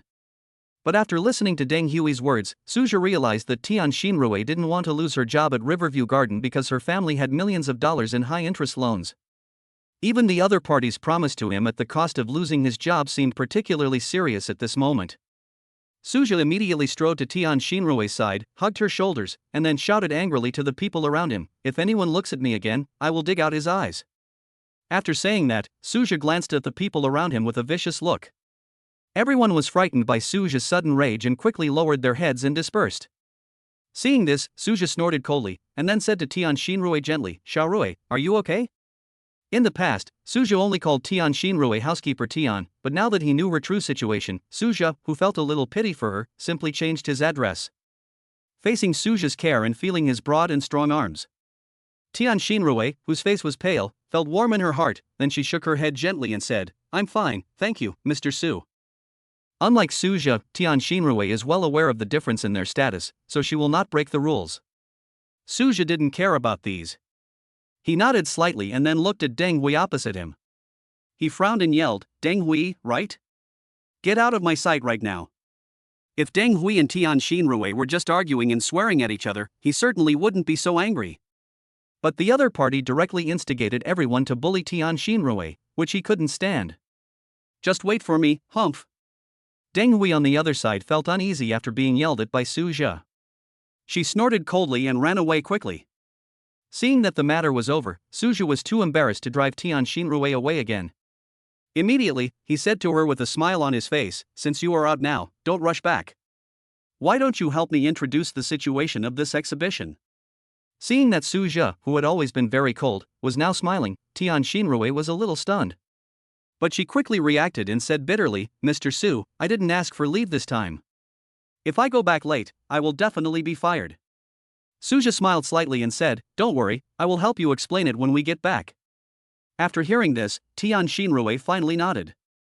Then the two bought tickets and entered the venue. Looking at the countless luxury cars in this exhibition center, Suja felt a little tempted. He had been feeling impatient for a long time because he was always looked down upon by others because he rode an electric bike. Now that he has come to this luxury car exhibition, he will certainly not return empty-handed. Thinking of the nearly 100 million in cash in his hand, Suja looked at Tian Xinrui with a smile on his face. After all, compared to him, Tian Xinrui is obviously more familiar with this luxury car exhibition center. Chapter 39: Huge Wealth. But before Suja could speak, his face darkened. He originally thought that now that the trouble just now was over, there would be no other troubles. But what he never expected was, not far from the two of them, Li Guang, who was chased away by him yesterday, was walking towards them with a nervous yet proud look on his face. He was worried that Suja would teach him a lesson again. He was proud because he could buy a car in this exhibition center, but what about the poor boy Suja? "I can't even afford a hair." Finally, he mustered up the courage and walked over to say hello. "Xiaorui, are you guys here to look at the car?" After hearing this voice, Tian Xinrui frowned. Then he said, "Li Guang, why are you here?" "I came here to buy a Ferrari to drive around," Li Guang said proudly. Suja and Tian Xinrui were speechless. Can't this person tell the difference between good and bad words? No one asked you what you were buying. Li Guang over there seemed to be getting excited. He shook his head slightly and continued to talk to himself. "Actually, I wanted to buy a top-of-the-line model, but it's out of stock here now." Then he looked at Suja in a questioning manner. "Oh, by the way, are you here to buy a car too?" In Li Guang's eyes, Suja came here just to satisfy his eyes. Therefore, he wanted to show off his financial resources in front of Suja. It would be best if Tian Xinrui next to him could regret her decision and even throw herself into his arms. Suja on the side naturally saw through Li Guang's ridiculous idea. If he was really a poor boy, he might be smugly belittled by the other party. But the problem is, he has money. Therefore, Suja was not affected at all and said calmly, "Yes, I came here to buy a car." But before Suja finished speaking, Li Guang said with a smug look on his face, "I told you that you can't afford the cars here." Seeing how funny he was, Suja had no choice but to remind him, "Hey, I'm planning to buy a car here." "What?" Li Guang suspected that he had heard it wrong. Then he quickly shook his head. He said to Suja with disdain on his face, "Impossible, a poor boy like you, how can you afford a car here?" Suja was speechless. "I'm too lazy to continue paying attention to this idiot." He simply pulled Tian Xinrui, who was about to laugh out loud, away. "Stop right there." Seeing the two people leave directly, Li Guang suddenly felt offended. Who is he? He is Li Guang, the son of Li Chang. They have a factory with annual profits of over 10 million. He even has several houses in Shanghai. Their family has such huge wealth, but they are ignored by Suzhou, a poor boy who can only ride an electric bike. Unfortunately, despite hearing Li Guang's roar, Suzhou and the other man didn't stop at all. The others present were all shocked. Immediately, a security guard stood up and said to him, "Hello, sir, no loud noises are allowed in the venue." Listening to the security guard's warning and feeling the crowd around him looking at him with strange eyes, Li Guang clenched his fists tightly, and his hatred for Suzhou reached its peak. He felt that all this humiliation was brought by Suzhou.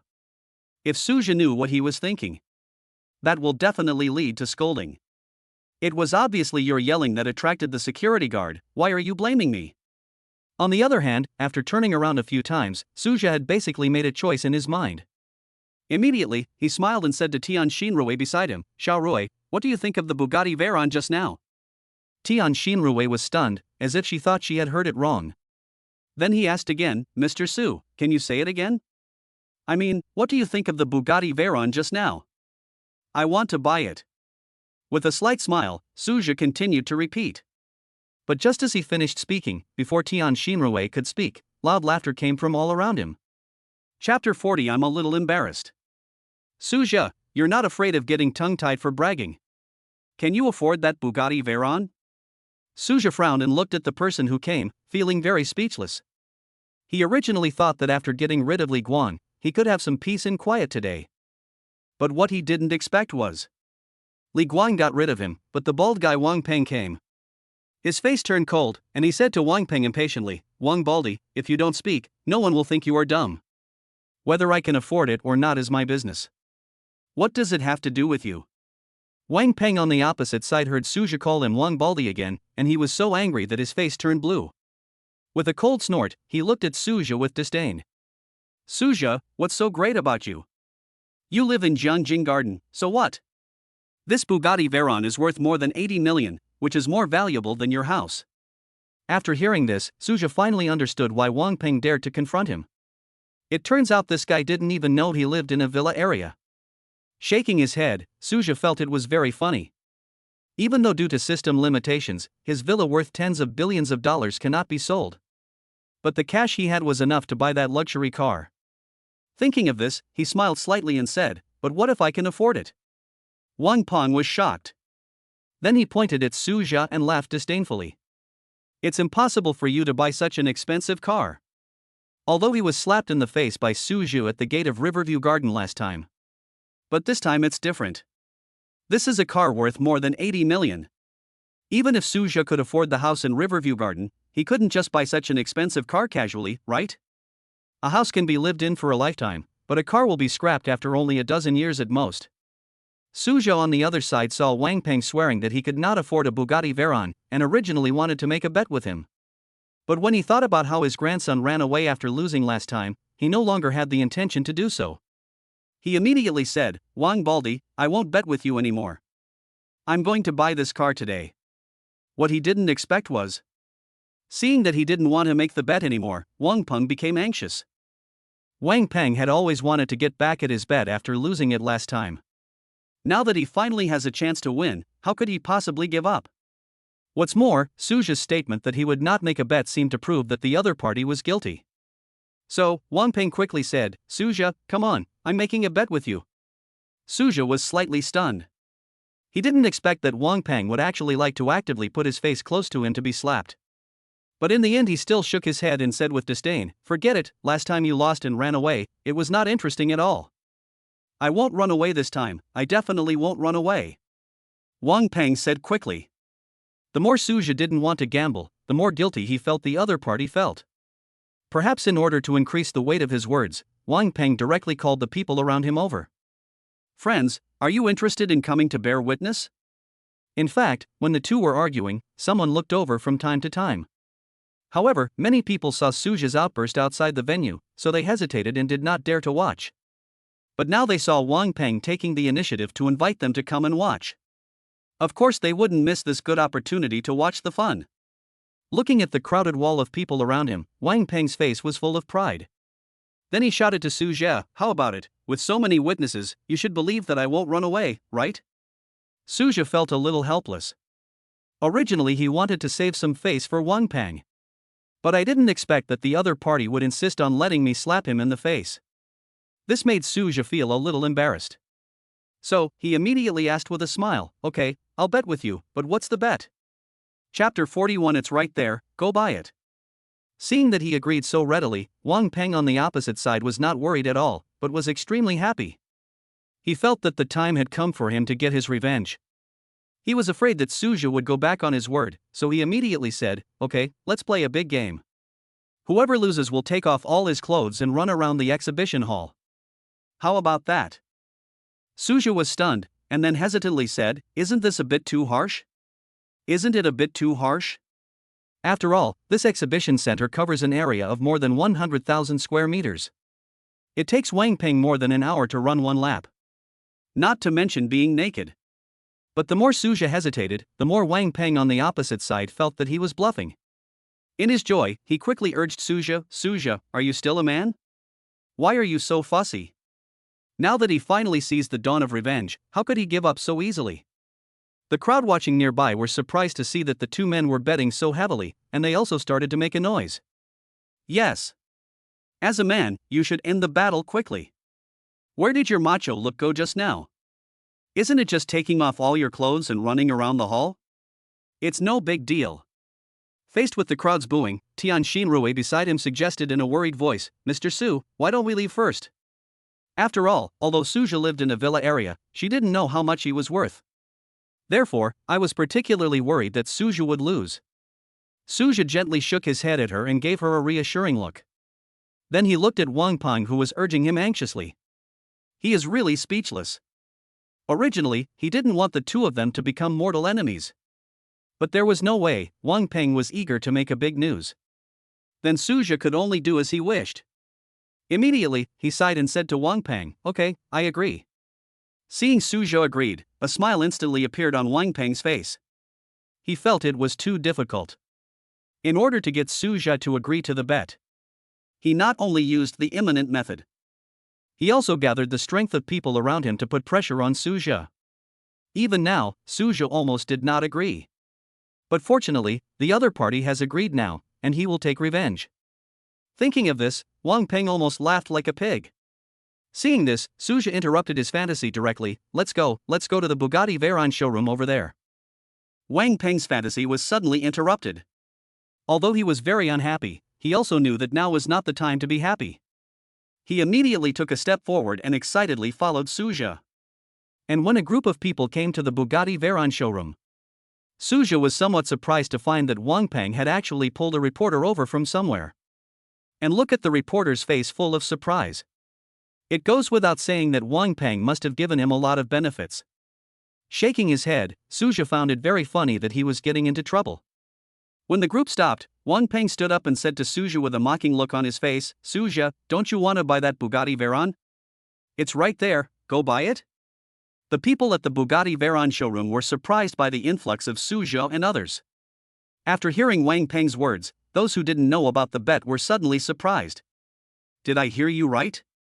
Someone wants to buy a Bugatti Veyron? That's a car worth over 80 million. Who is so rich? A group of people looked at Suja and the crowd in surprise. Even the car models with enchanting figures and very eye-catching appearances at the booth looked at Suja with twinkling eyes. Chapter 42. Naked Man appears at a convention center. As models of luxury cars, they are naturally proud. Ordinary people are simply not in their eyes. However, when he heard that Suja was going to buy the Bugatti Veyron worth more than 80 million, they all threw flirtatious glances at Suja as if they were not afraid of damaging their eyes. Wang Peng, who was seeing this scene, instantly became gloomy. He shouted that sentence just now to embarrass Suja, not to let him show off. He immediately shouted again, Suja, no one will say anything if you can't afford a car, but it's wrong for you to be so stubborn about face. As soon as these words were spoken, those who were extremely surprised at Suja just now instantly changed their tone. I told you, how could anyone be willing to buy this $80 million car? In fact, I knew from the look on that boy's face that he definitely can't afford it. TSK, after all this time you turned out to be just bragging. Now someone has exposed you. The car models who had been flirting with Suja instantly regained their pure and innocent appearance. It seemed as if the people who were eager to climb on Suja just now were not them. Suja didn't care about their reactions, and he didn't even pay attention to Wang Peng, who was mocking him. He just asked Tian Xinrui beside him calmly, "Xiaorui, what do you think of me driving a car?" If it was before, Tian Xinrui might have persuaded Suja again. But when everyone came to this global limited edition blue Bugatti Veyron, even if she was worried, she wouldn't show it. After all, he couldn't lose Suja's face. What's more, Suja, this cold and aloof man, never seems to fight a battle without confidence. Therefore, Tian Xinrui was also calm and said to Suja with a gentle expression, "Mr. Su, this car suits your status. It's just a little high profile." After all, Suja's behavior of always riding an electric bike made her think that he didn't want to be too high profile. But as soon as she finished speaking, before Suja could say anything, Wang Peng on the other side burst into laughter. "If you can't afford it, then you can't afford it. Why are you saying it's too high profile?" As soon as these words were spoken, many onlookers couldn't help but laugh. At this time, someone suddenly exclaimed, "I remember they came here on electric bikes." As soon as this person finished speaking, someone nearby started talking in surprise. "What? You came here on an electric bike? Is this a joke? How can you, riding a shabby electric bike, have the guts to criticize a Bugatti Veyron?" Some people even stood up and said kindly, "Brother, I advise you to apologize quickly, otherwise you will have to take off your clothes and run around the venue." With this person's reminder, the other onlookers who did not know the truth finally understood why so many people were running towards this side. "That's what I said. No wonder all these people came here. It turns out they were making a bet. What a bummer. I thought someone was actually going to buy a Bugatti Veyron. But this bet is quite interesting. Is this going to be on tomorrow's headlines?" A naked man was found at a convention center. As a group of people were talking at once, Wang Peng over there became even more proud. Especially when he saw Suja over there was so scared that he didn't even dare to make a sound, he laughed even more. Suja was very surprised when he saw Wang Peng making inexplicable pig-like sounds next to him. But at this moment he was too lazy to pay attention to the other party. Because he has decided to buy this Bugatti Veyron sports car. He jumped directly onto the booth, pushed open the eye-catching car model who was posing next to the car door, opened the door and got in. Before the car model next to him could get angry, Suja poked his head out and shouted, "I'll buy this car." In an instant, everyone looked at Suja in disbelief. Chapter 43. If you are interested, please come to me. The dazzling car model next to her, who was about to get angry, was stunned on the spot. But soon Wang Peng on the other side reacted first, and then pointed at Suja and laughed. "Suja, this car is worth 80 million, not 8,000 yuan. Stop joking." Suja was too lazy to talk nonsense and shouted directly to the complacent Wang Peng over there, "Stop laughing, get ready to take off your clothes and run around." Then he mentally instructed the system to sign in. In fact, he could have signed in as early as after entering the convention and exhibition center. However, the sign-in rewards for the previous times were all related to the location. So Suja planned to ask the system to reward him with a car, and he didn't sign in until now. Suja was a little surprised when he heard the system prompt sound indicating successful sign-in. Ding, sign-in successful, congratulations to the host for obtaining 16% of the shares of Tianhai Convention and Exhibition Center. 16% of the shares of Tianhai Convention and Exhibition Center? Suja was confused. This is different from what I imagined. What I want is a car, not shares. Just when Suja was confused, Wang Peng on the other side became angry. "Suja, why are you so arrogant? Wait until you buy the car." Hearing this, Suja couldn't help but feel emotional. Wang Peng really won't cry until he sees the coffin. Immediately, he took out a card and casually shouted to the manager of the booth outside, "I bought the car, swipe the card." It looks as easy as buying groceries. All of a sudden, the dazzling car models who had just retracted their eager gazes, immediately began to flirt again. The car model next to the Bugatti Veyron was even clinging to the window. She flirted with Suja deliberately and said, "Boss, are you free later?" Looking at the car models that seemed to have some damaged models, Suja shook his head. Then he pursed his lips and said, "You have a lot of customers, so I'd better not patronize you." After hearing this, the dazzling car model was angry but did not dare to show it. After all, someone who can buy a Bugatti Veyron is not someone she can afford to mess with. The car model even smiled and said to Suja, "Boss, if you are interested, you can come to me." After saying that, the car model threw a few seductive glances at Suja, threw a business card and left. Now that the car has been sold, she naturally has to go somewhere else. After just looking at the business card in his hand, Suja thought about it for a moment and threw it away. Outside the car, the person who had originally mocked Suja for not being able to afford this car suddenly changed his tone. They all started praising him again. "That's what I said. If they dare to bet, they must be ready to buy it." Just from the nonchalant look on his face, you can tell he has the financial resources. "Yeah. Look at them, they buy cars just like we buy vegetables, so rich." As for Wang Peng, after hearing Suja say he wanted to buy the car, he was so frightened that his face turned pale and cold sweat was pouring down his forehead. He trembled and uttered a weak questioning voice, "Hasn't he paid yet? Who knows if he has so much money in his card?" Listening to his questioning, the onlookers nearby also felt that there was some truth in it. But having been slapped in the face so many times before, they now dare not express any opinions at will. After the booth manager took the card from Suja, a puzzled look appeared on his face. Then he asked respectfully, "Sir, are you sure you didn't take the wrong card?" Suja smiled and said, "Yes, it's this card." Seeing this, the booth manager could only explain, "But sir, this is just an ordinary card." After hearing the words of the booth manager, Wang Peng, who was frightened and pale, instantly perked up. Chapter 44, Fence Sitters. He immediately burst into laughter to cover up his embarrassment. "Suja, you finally revealed your true identity now, right? Ha ha ha. You're really good at playing. You fooled so many people. It's just an ordinary card, how much money can you put in it?" As soon as these words were spoken, those who had just suspected that Suja didn't have much money in his card began to agree with him. "If it's just an ordinary card, it shouldn't be worth 80 million. Yes. If he had 80 million, the bank would have upgraded his card. Damn it, I got fooled by this kid." For a while, because of Suja's ordinary card, many people who felt cheated began to curse angrily. "Get out of the car. Yes, get out. Take off his clothes and make him run around the exhibition hall." Watching the excited scene. At this moment, Wang Peng felt as if he had drunk Yakult after being constipated, and his whole body felt refreshed. I was almost shouting out how great it was on the spot. Suja in the car was looking at these fence sitters. The only word in my heart is admiration. Are you so eager to express your opinion, afraid that others don't know you are an idiot? Shaking his head, he said to the manager, who was beginning to look suspicious, "Just check your bank card and you'll know." After hearing this, the manager felt much more at ease. Since he was able to check the card, it means there is money in the card.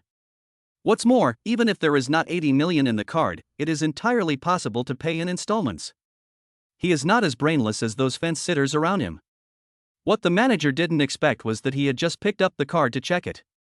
The crowd in the audience immediately rushed forward, shouting, "Pull this guy out." Seeing this, the manager quickly shouted frantically to the people around him, "Security, security, come quickly. After all, this Bugatti Veyron is worth 80 million. He can't afford to take responsibility for the slightest bump." In fact, the security guards started paying attention to this side when there was a commotion here just now. So when they saw a group of people rushing up to the booth, they immediately rushed over to maintain order. After everything was settled, Wang Peng looked at Suja, who was still in the car, and shouted at the security guard in dissatisfaction, "Why don't you kick him out too?"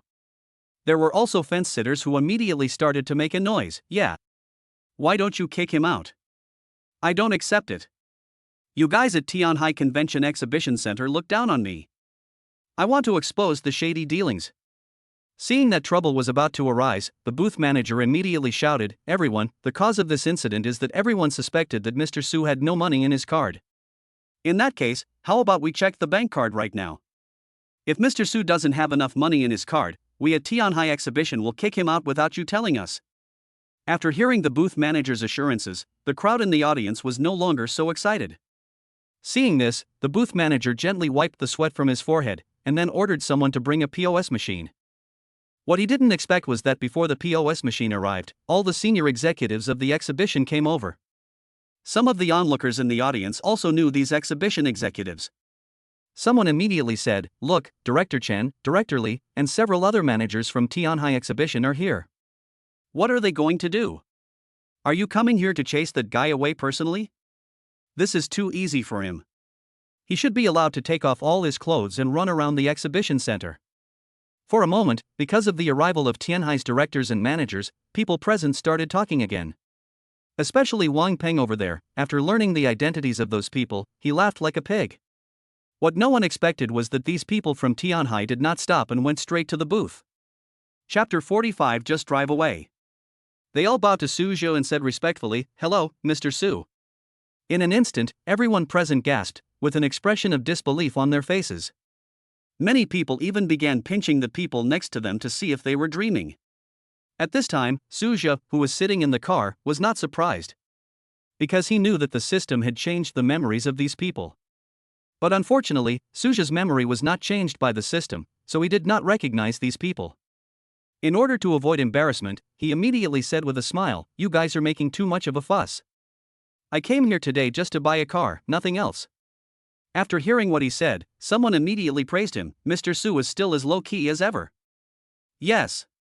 As the largest shareholder of Tianhai Exhibition, Mr. Su was our role model. However, some people's eyes lit up, and after looking at the Bugatti Veyron, they said respectfully, "Mr. Su, do you like this car?" Su Zhou was slightly stunned, then he said, "I think this car is okay, so I want to buy it and drive it."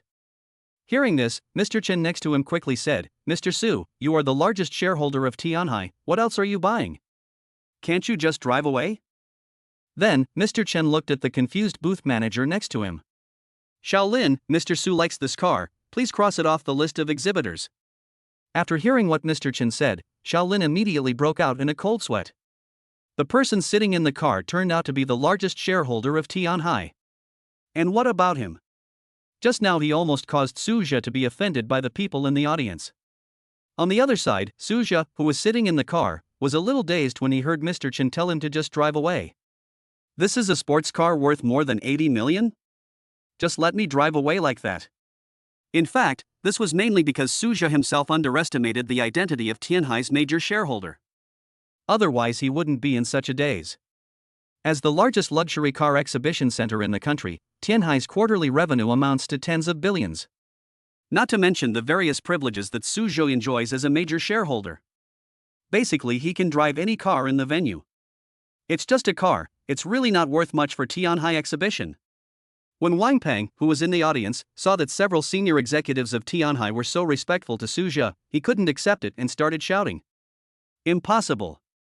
Impossible!" Facing his doubts, Su Zhou gently got out of the car and asked him calmly, "Why not?" Wang Peng hysterically yelled at Su Zhou, "Aren't you an orphan? Even if you live in Riverview Garden, you can't have such a high status." It was really that the impact Su Zhou brought to him was too great. Even living in Riverview Garden is far from comparable. Living in Riverview Garden means having a house at best. But Tianhai Exhibition is different, it is a company. Not to mention the influence, the annual profit alone amounts to tens of billions. So Wang Peng was almost going crazy at this time. When the people around heard Wang Peng say that Su Zhou lived in Jiangjing Garden, they instantly became angry. It would be fine if Su Zhou was just a shareholder of Tianhai Exhibition. But now, after hearing what Wang Peng said, they realized that they were being used as guns. How could someone living in Riverview Garden not have some strength? Wang Peng in front of him clearly knew it, but deliberately didn't say anything. Immediately, someone angrily shouted at Wang Peng, "Beat him to death. You dare to use me as a gun? You don't want to live anymore, do you? You almost killed me." For a moment, the scene that had just become quiet suddenly became lively again. However, unlike just now when they were targeting Su Zhou, now they are targeting Wang Peng. On the stage, seeing the fight about to break out, Su Zhou immediately stood up and shouted, "Everyone wait a moment." As soon as these words were spoken, everyone present stopped what they were doing and looked at Su Zhou with confusion on their faces. This Wang Peng has been causing trouble for Su Zhou. Why is Su Zhou asking to save the other person now? Chapter 46, Convincing You. Of course Su Zhou didn't want to save Wang Peng. He is not that generous. The reason why everyone stopped was because the bet between the two had not been completed yet. If Wang Peng was just beaten up, wouldn't that be too easy for him? Su Zhou didn't just want him to be beaten. And he must be on the front page of tomorrow's news. Immediately, he smiled slightly and looked at the stunned people in the audience. "Everyone, the bet between Wang Peng and I has not been completed yet, how about you hand him over to me first?" After listening to Suja's words, the people in the audience finally came to their senses. Yes, this grandson's bet with Mr. Su hasn't been completed yet? After this grandson completes the bet, we will beat him up. If this grandson dares to run, I will skin him alive. Faced with the chorus of condemnation from the crowd, Wang Peng, who had just been full of joy at Suja's sudden call to stop, was so frightened that he almost fainted. He showed a smile that was uglier than crying, and begged Suja for mercy. "Suja, we are classmates after all, just treat me like a fart today." When these words were spoken, everyone present showed a hint of surprise in their eyes. Mr. Su and Wang Peng are classmates? Immediately, everyone looked at Suja at the booth. On the booth, seeing that everyone was looking at him, Suja showed a hint of sneer on his face. Now you remember that Wang Peng is your classmate? Then why didn't you miss the friendship with your classmates when you were in school?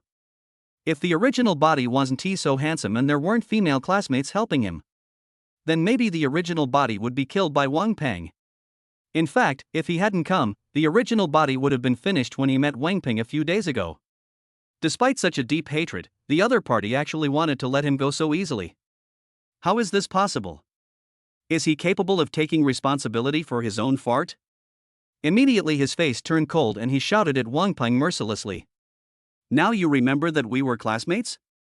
Then when you targeted me in school and humiliated me outside of school, why didn't you think of the fact that we were classmates?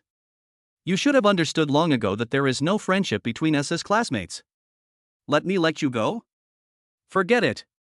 As soon as Suja finished speaking, everyone present was shocked. Although he didn't say anything specific. But everyone could guess from his angry expression the deep hatred between the two. From then on, no one felt sympathy for Wang Peng anymore. Even those with a kind heart would not speak for Wang Peng. After all, it is obvious that they have a deep hatred for each other, so why are they standing out and making sarcastic remarks? Below the stage, as Suja shouted, Wang Peng collapsed to the ground with a thud. No one was willing to help him. Not only did Wang Peng's behavior of using them as a gun just now make everyone angry. Just Suja's words at this moment made them understand that Wang Peng was not a good person. Suja snorted coldly and shouted at Wang Peng, who was lying on the ground, "I will not use my power to bully you today, since we just made a bet to buy this 80 million car." Then I'll convince you. Afterwards, Suja took out the ordinary card that was misunderstood and inserted it into the POS machine without hesitation. As Kobayashi, who looked respectful, performed the operation skillfully, everyone present held their breath, quietly waiting for Xiaolin to report the balance. Over there, looking at the balance in the card, Xiaolin's eyes widened in disbelief. Finally, under everyone's expectant gaze, he said with a little shock, "The balance is 95 million. As soon as Xiaolin finished speaking, Wang Peng on the other side let out a loud shout of unwillingness. Why? Why? You are just an orphan? Why are you so rich? Faced with his unwillingness, Suja just sneered. Chapter 47. Suja wants to cry but has no tears. Who says orphans have no money? What's more, he has a system that defies the heavens. But he couldn't say that. Finally, after Suja thought for a while, he sighed and looked at the audience with emotion. I originally wanted to interact with you as an ordinary person, but I didn't expect to be humiliated and bullied in return. I always thought you would correct yourself, but now I finally understand that a dog will never stop eating shit. If that's the case, then why should I hide it? I'm showing my hand. I am the heir to a 100 billion fortune. As Suja's words fell, everyone present looked astonished and shocked. If he had said that before, people would definitely think he was crazy. But now it's different. There were senior executives of Tianhai exhibition testifying, and there was also more than 90 million in Suja's ordinary card. All these prove that Suja's identity and background are strong enough. So everyone present was just shocked but didn't doubt it. After a while, the crowd in the audience came to their senses and became lively again. A fortune of hundreds of billions. My goodness, no wonder the top executives of Tianhai are so respectful to him. This is a truly rich person. No, I have to take a picture as a souvenir. Although the top executives of Tianhai on the other side were also a little shocked, they quickly recovered. After all, in their memory, Suja's purchase of Tianhai exhibition shares seemed as easy as buying vegetables. Therefore, it is not impossible that Suja has a net worth of hundreds of billions. However, when they saw someone trying to take a photo of Suja, they immediately stepped forward to stop him. Someone, put away their cameras. Yes, delete the photo of Mr. Su from their hands immediately. We must not reveal Mr. Su's identity. Because in their impression, Mr. Su is a person who likes to keep a low profile. So in order not to make Suja angry, they would never allow anyone to disclose Suja's identity. After finishing all this, they said to Suju as if to take credit, "Mr. Su, don't worry, no one will spread your information today." But their words made Suja so depressed that he wanted to vomit blood. Does he like to keep a low profile? He clearly didn't have time to change his clothes, okay? I looked at the people below who were looking dissatisfied because they were ordered to delete the photos. Suja's heart moved, and he quickly pretended to be embarrassed and said, "Everyone, I'm so sorry. Actually, if you don't want to delete it, you can do it." His original intention was not to let the people in the audience delete the photos. After all, Suja really hopes that his identity can be spread. Because only in this way, some cats and dogs will not dare to come and provoke him. But what he didn't expect was, the crowd, who were originally full of dissatisfaction, suddenly felt valued when they saw Suja actually apologize to them. They patted their chests and assured Suja, "Don't worry, Mr. Su, we will definitely delete this photo. Yes, since Mr. Su thinks highly of us, we will definitely protect your identity." There were even strong men who stood up and threatened, "Whoever doesn't delete the photos, I will beat him to death." Looking at the enthusiastic people below, Suja felt like crying but had no tears. "What trouble are you guys making? Don't you see that I don't want to delete the photos? Where did all the anger on your faces just now go?" When the Tianhai executives nearby saw Suja, they calmed down the anger in everyone's hearts with just one sentence. Suddenly I was filled with emotion. Mr. Su is really great. Not only did it save the relationship, but it also solved the problem. Chapter 48. A cold light flashed in his eyes. I watched the people in the audience delete the photos quickly. Some people even held up their phones to show him to prove their innocence. Suja could only sigh and accept this cruel reality. At this moment, someone in the crowd suddenly exclaimed, "Oh no! This bastard is trying to run away." When everyone looked over, they found that it was Wang Peng who was secretly crawling out on the ground. Seeing that his intention had been discovered, Wang Peng, who was sitting on the ground, smiled humbly and explained, "I'm just a little tired, I want to sit down and rest, I don't want to run." Everyone snorted in disdain, then headed towards the booth to see what Suja had to say. Suja smiled slightly, and then asked Wang Peng, "Wang Peng, is the money I have on my card enough to buy this Bugatti Veyron?" Wang Peng was slightly stunned. He was somewhat confused about what Suja meant. But he still said honestly, "Enough to buy." Suja nodded, then his face turned cold and he asked, "If that's the case, then do you admit defeat in this bet?" After these words were spoken, Wang Peng below finally realized what kind of bet he had made with Suja. He cried out immediately and quickly shouted to Suja, "Suja, I beg you to forgive me this time. I promise I will never dare to provoke you again next time." Facing Wang Peng's repeated plea for mercy, Suja sneered a few times. "Do you regret it now? What were you doing before that?" Before he could even open his mouth to speak, someone in the audience suggested, "Boss Su, why don't we help you take off this grandson's clothes right now?" They were fooled by Wang Peng so many times in a row that they almost offended Suja. Now I am full of hatred. So, as soon as this person finished speaking, several people came to Wang Peng eager to try. Seeing that they were more anxious than himself, Suja on top was slightly stunned. When Wang Peng, who was sitting on the ground, saw a group of people coming over, he quickly shouted, no need, I'll do it myself. He was really afraid that these people with anger in their hearts would not act gently. As soon as he finished speaking, he started to do it himself. Several women nearby screamed and quickly turned their heads away. Originally, Wang Peng didn't want to keep any clothes. It was a pity that the man present did not want all males to be despised because of his little house sparrow. So in the end I left him with only one pair of underwear. The weather had not yet warmed up, so when Wang Peng was only wearing a pair of underwear, he was shivering from the cold. But he didn't dare resist. He even looked at Suja with a flattering expression. "Suja, do you think I can do this?" In fact, as early as when the senior executives of Tianhai Exhibition came to Suja, he already knew that he was finished. All subsequent actions were simply a result of not wanting to admit this fact. On the other hand, seeing that he endured such a great humiliation and still smiled at him, a cold light flashed in Suja's eyes. People with such strong endurance will definitely be terrible in the future. And just when he was thinking about how to use the strength in his hands to crush Wang Peng to death, Wang Peng on the other side seemed to sense some kind of danger, and hurriedly cried to Suzhou, Suzhou, I will never cause you any trouble in the future. I promise. I really promise. He is really scared now. Especially the cold light that flashed in Suzhou's eyes just now made him understand. If you are not honest, what awaits you will be the abyss. Hearing him say this, Suzhou frowned and finally made a decision. Chapter 49. What do you think? He nodded, then smiled, and said to Wang Peng, Don't worry, we are classmates, and after today, all our grudges will be resolved. After hearing Suzhou's words, Wang Peng in the audience finally burst into laughter.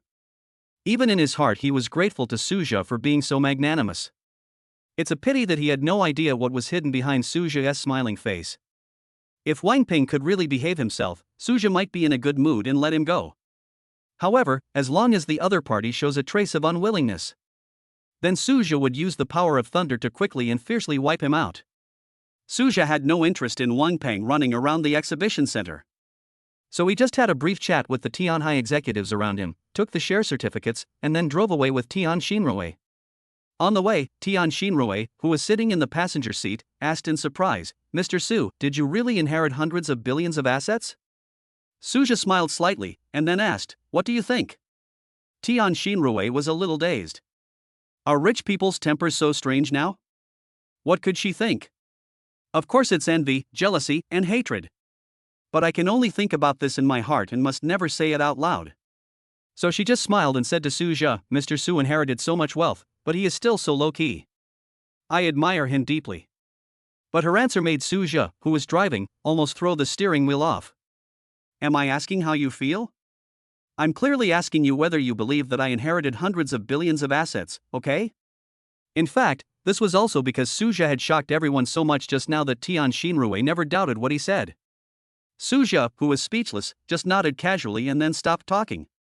Seeing him become cold and aloof again, Tian Xinrui beside him was a little stunned. I didn't provoke him. Is it because the way I praise people is wrong? Tian Xinrui wanted to ask Suzhou again, but when she saw the other party's expression that said, Don't approach me, she suddenly didn't dare to do so. In the end, the two never spoke to each other again along the way. When they arrived at the entrance of Zhangjing Garden, Suzhou directly drove Tian Xinrui down. After all, he doesn't want people to think that he is already taken. Who are you? What's wrong with taking me a few steps? With a hint of dissatisfaction, Tian Xinrui made several vicious gestures towards Suzhou's departing back. However, after she took a few steps, she found that Suzhou's electric car key was still in her hand. Helplessly, she had to run to Villa number 8 happily. At this moment, a shout suddenly came from behind her. Tian Xinrui, where did you go just now? This voice made Tian Xinrui stunned, and then she turned around with a bitter expression. She timidly said to a fat middle-aged man, Manager Pang, I just went to do something. This person is Manager Pang of the property, Tian Xinrui's immediate superior. He has a certain say in personnel management, which is why Tian Xinrui is so afraid of him. Doing business? Manager Pang suddenly raised his voice, and then sneered, I think you are just being lazy. His slander made Tian Xinrui panic a little, and then she quickly explained with a pleading look on her face, Manager Pang, I'm not lazy, I really went to do my job. Seeing her like this, Manager Pang on the other side sneered, You will know whether you were lazy or not when you wait until you reach my office. As soon as these words were spoken, Tian Xinrui's face suddenly became angry. Chapter 50. Lao Su, help! She immediately said angrily, Pang Feizhu, you have made a wrong calculation. Even if I resign today, I will not go to the office with you. Outsiders may not know what it means to go to Pang Wang's office. But as the property manager of the Riverview Garden Villa District, Tian Xinrui knows it all too well. The other party simply used the power in his hands to coerce and bribe some female colleagues to achieve his own ulterior motives. And Tian Xinrui has always known that Pang Wang had bad intentions towards her. So she never dared to make a mistake, for fear that Pang Wang would find an excuse to drag her to his office. But she didn't expect that after helping Suzhou today, she would be caught by Pang Wang. She did not resent Suzhou because she was the one who took the initiative to ask to bring him there. And when he met Deng Hui at the convention and exhibition center, it was Suzhou who stepped forward to help her. Therefore, Tian Xinrui has always been grateful to Suzhou in her heart. Pang Wang, who was standing opposite her, grinned grimly after seeing her tough attitude, This is not up to you. Immediately, he stretched out his hands to grab Tian Xinrui. Seeing Pang Guang being so bold and reckless, Tian Xinrui felt a little frightened. She dodged and shouted at him, "Pang Guang, what do you want to do?" Pang Guang on the other side didn't seem to be afraid. He said with a lewd smile on his face, "What do I want to do? You'll know when I bring you to my office." Tian Xinrui's heart tightened, and she quickly threatened, "Aren't you afraid that I will report you to the police?" "Haha, report to the police?" Pang Guang on the other side sneered, and then said, "When the time comes, I can just say that I caught you stealing the owner's money, so you seduced me and didn't let me expose it. You are shameless." Tian Xinrui was extremely furious, and at the same time, she became even more frightened. Because Pang Guang has a certain say in personnel management, many people will definitely support him. If Tian Xinrui is slandered by those people at that time, she will never be able to clear herself even if she jumps into the Yellow River. "I'm shameless? Ha, it's obviously you who stole the owner's money." Pang Guang laughed disdainfully and even directly put the blame on Tian Xinrui. After hearing his words, Tian Xinrui, who was panic-stricken, ran towards Villa Number 8 for her life. Because in Tian Xinrui's heart, only the cold and aloof man Suja can save her. Pang Guang, who was chasing behind, was surprised to see Tian Xinrui running towards Villa Number 8. Because in his impression, Villa Number 8 had not been occupied for a long time. But then Pang Guang felt happy. Since no one lives in Villa Number 8, it will be more convenient for him to do his job. And most importantly, he had never tried to do anything outside the villa. Thinking of this, an obscene smile appeared on Pang Guang's ugly fat face. He even deliberately slowed down when he was about to catch up with Tian Xinrui. Although Tian Xinrui in front was surprised, she did not dare to be distracted. When she arrived outside the villa, she immediately shouted inside, Lao Su, open the door quickly. Help!" Perhaps because she was too anxious, Tian Xinrui only had time to call him Lao Su, and did not call him Mr. Su. Seeing Tian Xinrui shouting for help towards the empty Villa Number 8, Pang Guang behind her laughed arrogantly and complacently. "It's useless. No one will come to save you even if you scream your throat out." Just as he finished speaking, the door of Villa Number 8 opened. Chapter 51. Do you really think you're the only one who can call people? Suja rushed out of the villa and said coldly, "Who said no one would come to save her?" In fact, when Suja heard Tian Xinrui shouting for help, he didn't want to come out. After all, this bad woman must have gotten into trouble again. But thinking of the other person's lonely and helpless look outside the Tianhai Convention and Exhibition Center, Suja's heart softened and he opened the door. After seeing Suja open the door, Tian Xinrui ran over excitedly and hugged him tightly. Then she cried and shouted, "Lao Su, you are finally here." Taking Tian Xinrui away from him, Suja asked coldly, "What's going on?" He couldn't help but look sullen. "I finally got out of the vortex of the auto show, but before I could even get comfortable, Tian Xinrui brought trouble again." However, before Tian Xinrui next to her could speak, Pang Guang outside sneered and said, "Boy, I advise you to just pretend that nothing happened, otherwise you will be in trouble." After Pang Guang said this, Tian Xinrui was not afraid, but looked at him with disbelief. "Who is Suja?" "This is the owner of Villa Number 8. He also revealed that he was the heir to hundreds of billions of assets. Where does this fat pig get the confidence to be so arrogant towards Suja?" In fact, not only she couldn't figure it out, but Suja next to her also couldn't figure it out. Looking at the name and position on the fat pig's badge, it is obvious that he is a property staff member of Riverview Garden. But since he is a property staff, why would he treat me like this? Or are real estate agencies so awesome nowadays? They are starting to threaten the owners. In fact, this is also Pang Guang's fault for not getting the latest news in time. So when he saw Suja, he just thought that he was a repairman who came to the villa to repair it. In addition, Tian Xinrui just called out Lao Su in a hurry and climbed on Suja. Pang Guang simply didn't think about the fact that he was the owner of Villa Number 8. After all, if Tian Xinrui really knew someone who lived in a villa area, then how could her family still owe high-interest loans and even have to work so hard? Seeing that Suja was slow to speak, Pang Guang thought he was frightened. He immediately sneered and said, "Boy, hurry up and get out of my way." After saying that, he was about to reach out to grab Tian Xinrui. But this time Tian Xinrui didn't feel scared. Pang Guang on the opposite side was surprised, but he didn't think much about it. On the other side, Suja frowned when he saw his actions, then raised his foot and kicked him hard. "How dare anyone be so arrogant in front of me?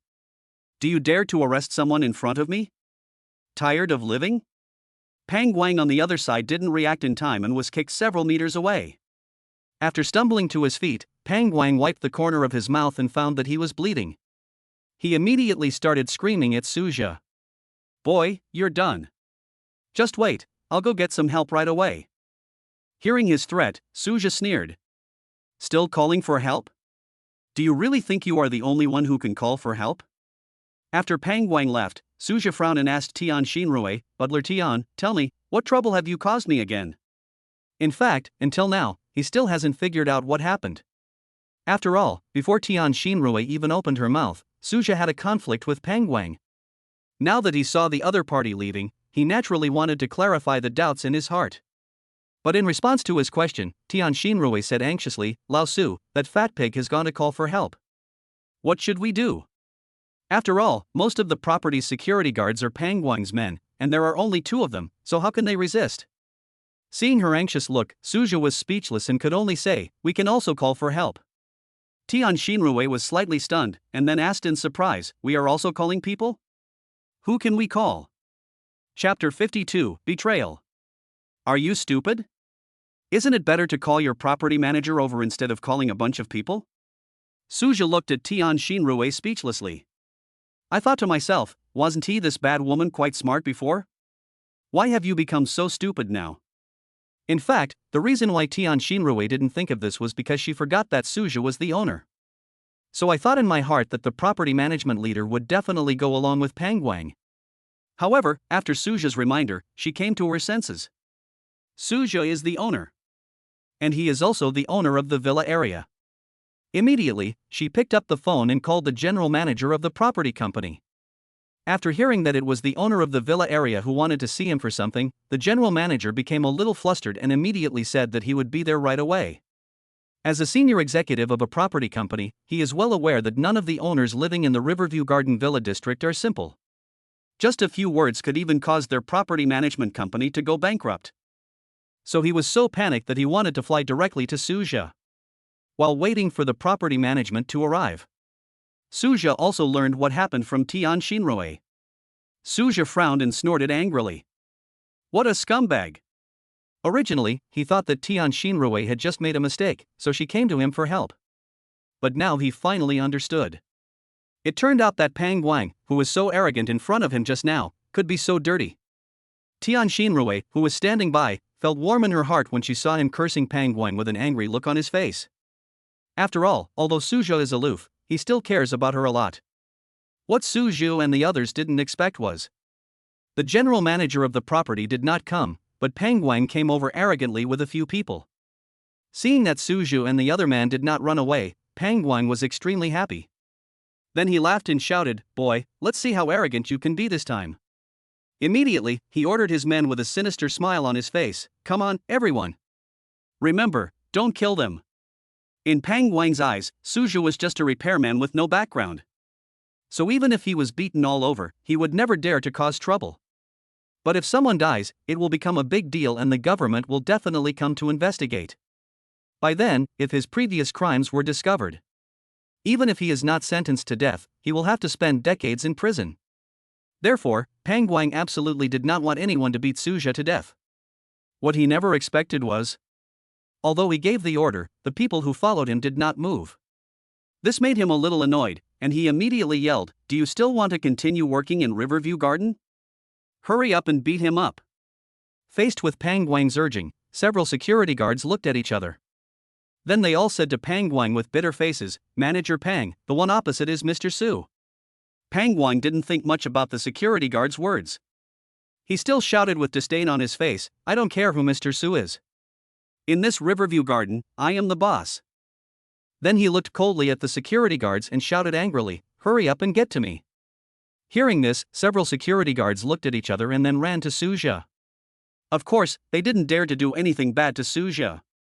Therefore, when they came in front of Suja, they turned around and shouted to Pang Guang, "Pang Guang, if you want to harm Mr. Su, you have to get past US first."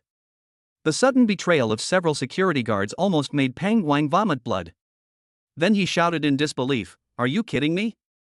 That guy is just a repairman." Chapter 53. Isn't it just that he looks a little more handsome? Seeing Pang Guang speaking rudely to Suja again, a hint of joy flashed in the eyes of several security guards. Although they didn't know what made Pang Guang so crazy that he dared to teach Mr. Su a lesson. But now that Pang Guang has given them a chance to draw a clear line between the two, they naturally won't let it go. Immediately, everyone began to denounce Pang Guang indignantly. Manager Pang, even if Mr. Su is just a repairman, we will not allow any bullying of good people to happen in Riverview Garden. Yes, protecting the owners is the duty of all our security guards at Riverview Garden. Manager Pang, don't resist any longer. Just surrender immediately. Pang Guang was extremely angry at the crowd's reaction. He didn't even notice the information secretly revealed by the second security guard. At this moment, he was filled with rage and only wanted to take revenge on these traitors, so he shouted directly, "You are finished. Wait, I will call and fire you bastards right away." After saying that, he immediately picked up his phone and called the company's human resources department. When the security guards saw Pang Guang pick up the phone, they not only did not feel scared, but they were even a little happy. After all, with Suja, the owner of the villa complex, here, nothing will happen to them. In fact, if they make a big deal out of it, they will be safer. On the other side, Suja was quite surprised when he saw these security guards turning against them. After all, these people were called by Pang Guang, which means they are trustworthy. But what he didn't expect was that these people discovered the identity of his owner. His first reaction was to draw a clear line with Pang Guang instead of reminding him. However, after hearing the threat from Pang Guang, he finally understood why this happened. Faced with a leader who threatens you all the time, who wouldn't he want to see him get into trouble? After the call, Pang Guang shouted at them with a smug look on his face, "From now on, you are no longer the security guards of Riverview Garden. Get out of here." It's a pity that his words really didn't carry much weight, and he even gave several security guards the opportunity to gain Suju's favor. Immediately, a smart person shouted without hesitation, "Pang Feiju. Even if you fire me, don't even think about touching Mr. Su. Yes, if you want to touch Mr. Su, you have to get past us first." Some even said to Suja respectfully, "Mr. Su, don't worry, we will never let you get hurt by this fat pig." Seeing his former subordinates calling him fat pig all the time, Pang Guang was almost furious. Who among those present before didn't he call him Pongo often? But I didn't expect that they would change their attitude and start calling him a fat pig. Where does that repairman boy get his charm from? Isn't he just a little more handsome? It would be fine if Tian Xinrui hung on him. But his men were all men, so why did they immediately rebel as soon as they saw Suja? Just when Pang Guang was puzzled, he suddenly heard hurried footsteps behind him. After seeing this person, everyone present except Suja showed a happy expression. The person who came was none other than Mr. Li from the property company who had just talked to Tian Xinrui on the phone. After receiving Tian Xinrui's call, he immediately ran over without stopping. But as soon as he stopped and hadn't even taken a few breaths, he was stunned for a moment. In addition to Suja and Tian Xinrui, there were actually other people at the scene. And when he saw Pang Guang over there, a look of joy instantly appeared on his face. Chapter 54, Brain is not working well. Since Pang Guang, who was in charge of this area, has come, maybe Suju's problem has been solved. But before he could walk over to praise him, Pang Guang came running over from the opposite side. Then he pointed at Suju and the others with a sad face and said, "Bossly, I discovered these people who teamed up to steal things from Villa number 8. How about we report it to the police?" In fact, Pang Guang just casually said that he would report to the police. He knew very well that Mr. Li would never let him report to the police. After all, the company has never wanted to have any problems with the Riverview Garden business card, so as long as it is not a big deal, everything will be suppressed. On the other side, seeing his face full of worry, Mr. Li nodded with satisfaction. Then he explained to Pang Guang, "Xiao Pang, don't misunderstand, the person opposite is Mr. Su, the owner of Villa number 8 in our community. As for those security guards, maybe they were helping Mr. Su move things just now." At this time, Mr. Li did not know that these security guards were called by Pang Guang. He just naively thought that Pang Guang discovered a group of people entering Villa number 8, so he misunderstood them as stealing things. Although Mr. Li was somewhat dissatisfied that Pang Guang did not know Suja. But he was satisfied with the other party's loyalty to duty and even his impartiality. After all, he also noticed that several security guards seemed to be Pang Guang's men. Pang Guang, who was standing aside, was filled with disbelief after hearing what Mr. Li said. That repairman boy is the owner of Villa number 8? How is this possible? This is simply impossible. Pang Guang, who didn't believe this, immediately said to Mr. Li with a smile on his face, "Mr. Li, please stop joking. How could that guy be the owner of Villa number 8? As soon as Pang Guang said this, Mr. Li frowned. He said unhappily, "Xiao Pang, how do you address Mr. Su? He is our owner." After teaching Pang Guang a lesson, Mr. Li looked at Suzhou with embarrassment on his face. "Mr. Su, I'm so sorry. My subordinates are not very smart. Please be magnanimous and don't take it as an offense." Hearing Mr. Li say that Pang Guang's brain wasn't working well, the people on Suzhou's side almost laughed out loud. Because that seems to be the case. What did Pang Guang do just now? Not only did he threaten Suzhou, he even called people to beat him up. If this isn't a problem with my brain, what else could it be? Pang Guang, who was standing by, was dumbfounded when he heard Mr. Li say this again. At this time, he had completely believed what Mr. Li said. Especially now thinking back to the sudden betrayal of those subordinates, Pang Guang no longer had any doubts. And what shocked him the most was how familiar Tian Xinrui and Suzhou were with each other just now. If nothing unexpected happened, Suzhou must have known that I was planning something bad to do to Tian Xinrui. Thinking of this, Pang Guang's face turned pale and his body began to tremble involuntarily. Then he forced a smile on his face that was uglier than crying, and stammered to beg for mercy from Suzhou. Mr. Su, can you please forgive me for once?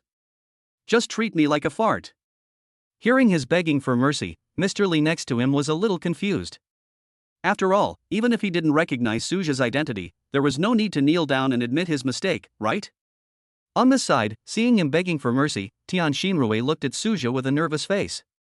You know, this fat pig almost succeeded before. If Suzhou lets him go out of pity, all his sins would be in vain. Similarly, several security guards nearby looked at Suzhou with trepidation. After all, they had just offended Pang Guang badly. If Suzhou softens his heart, they will be finished. For a moment, everyone present was waiting for Suzhou's response. Chapter 55 Property Fee Waived. Before everyone had to wait long, Suzhou snorted coldly and looked at Pang Guang with disdain. "Be my fart?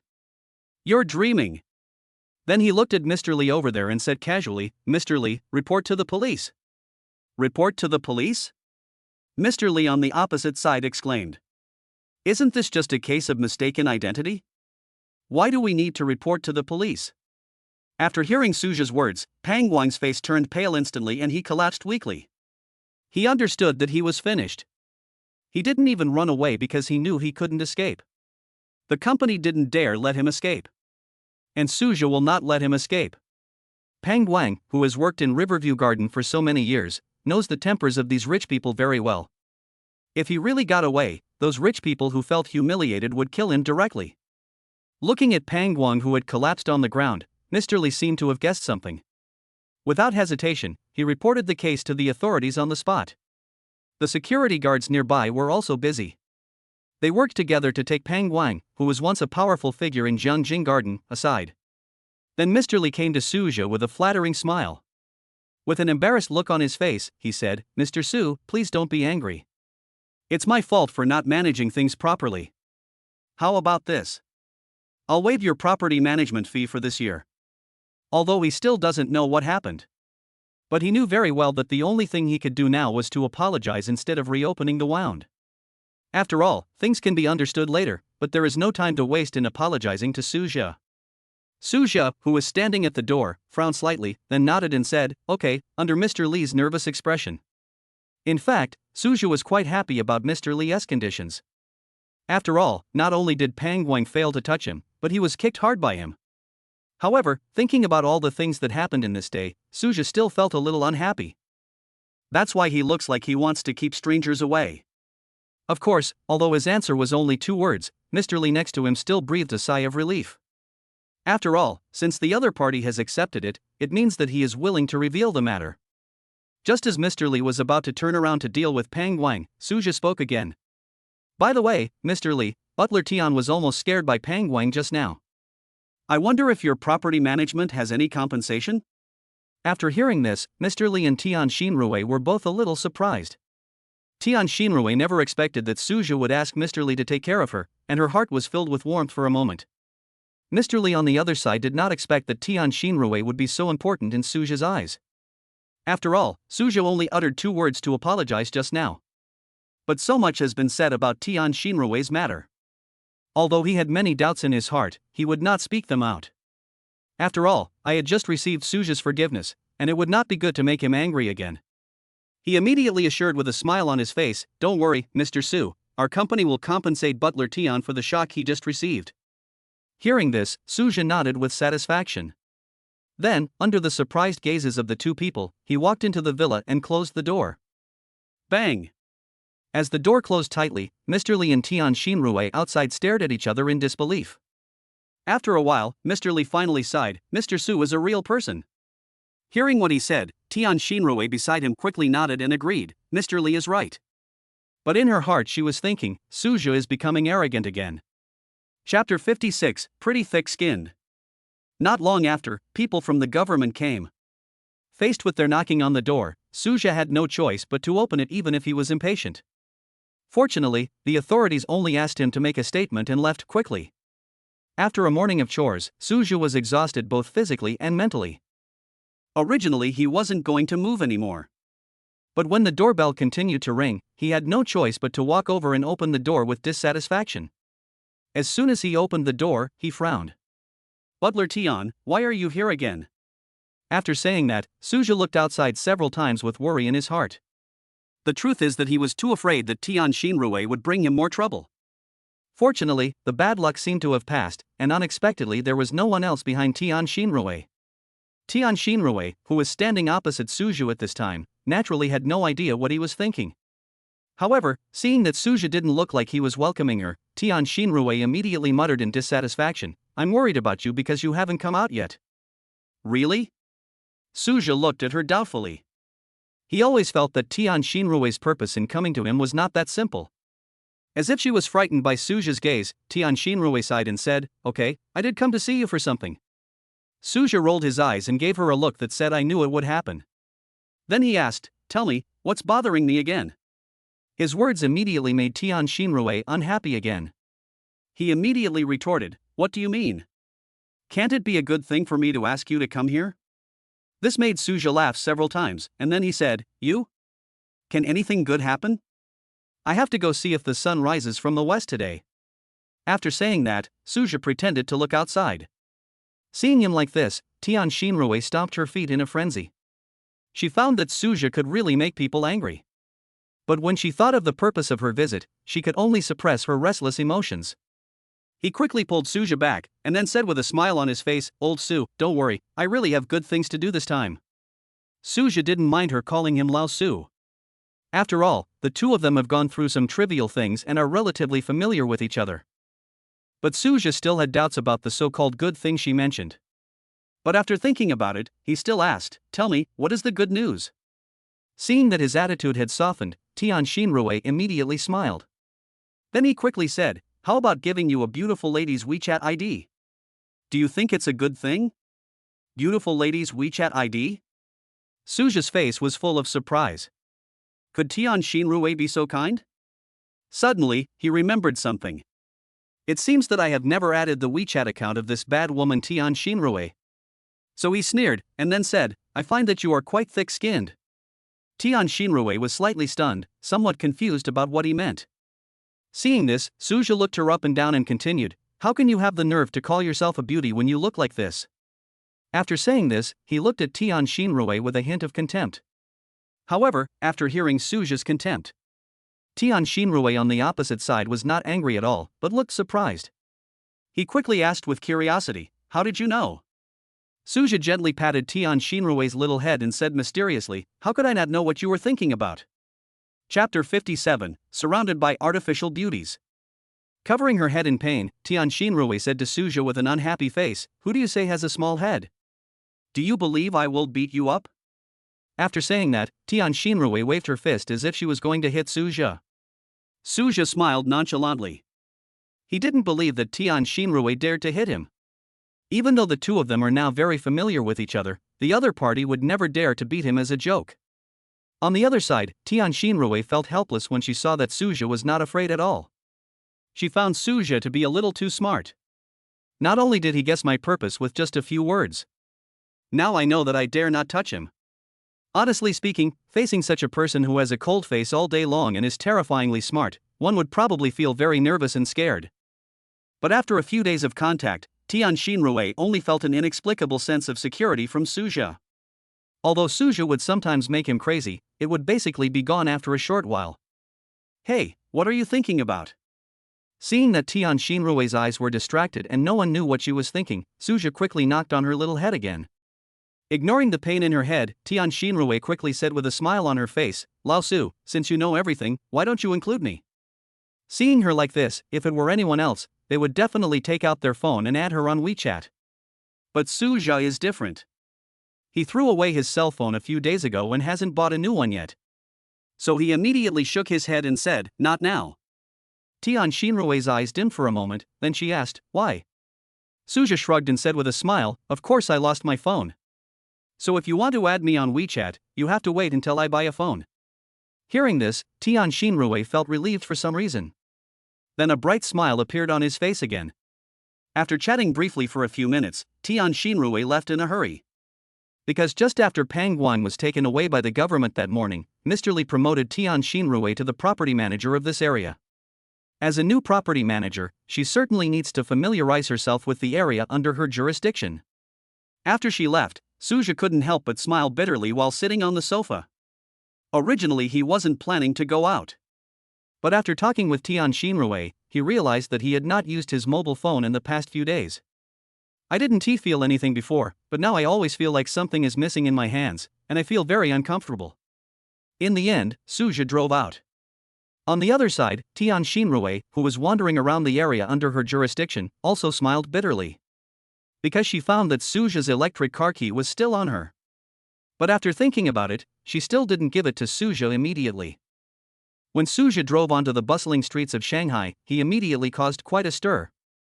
Many people began to point and comment on this Bugatti Veyron worth more than 80 million yuan. Fuck, this is the limited edition Bugatti Veyron.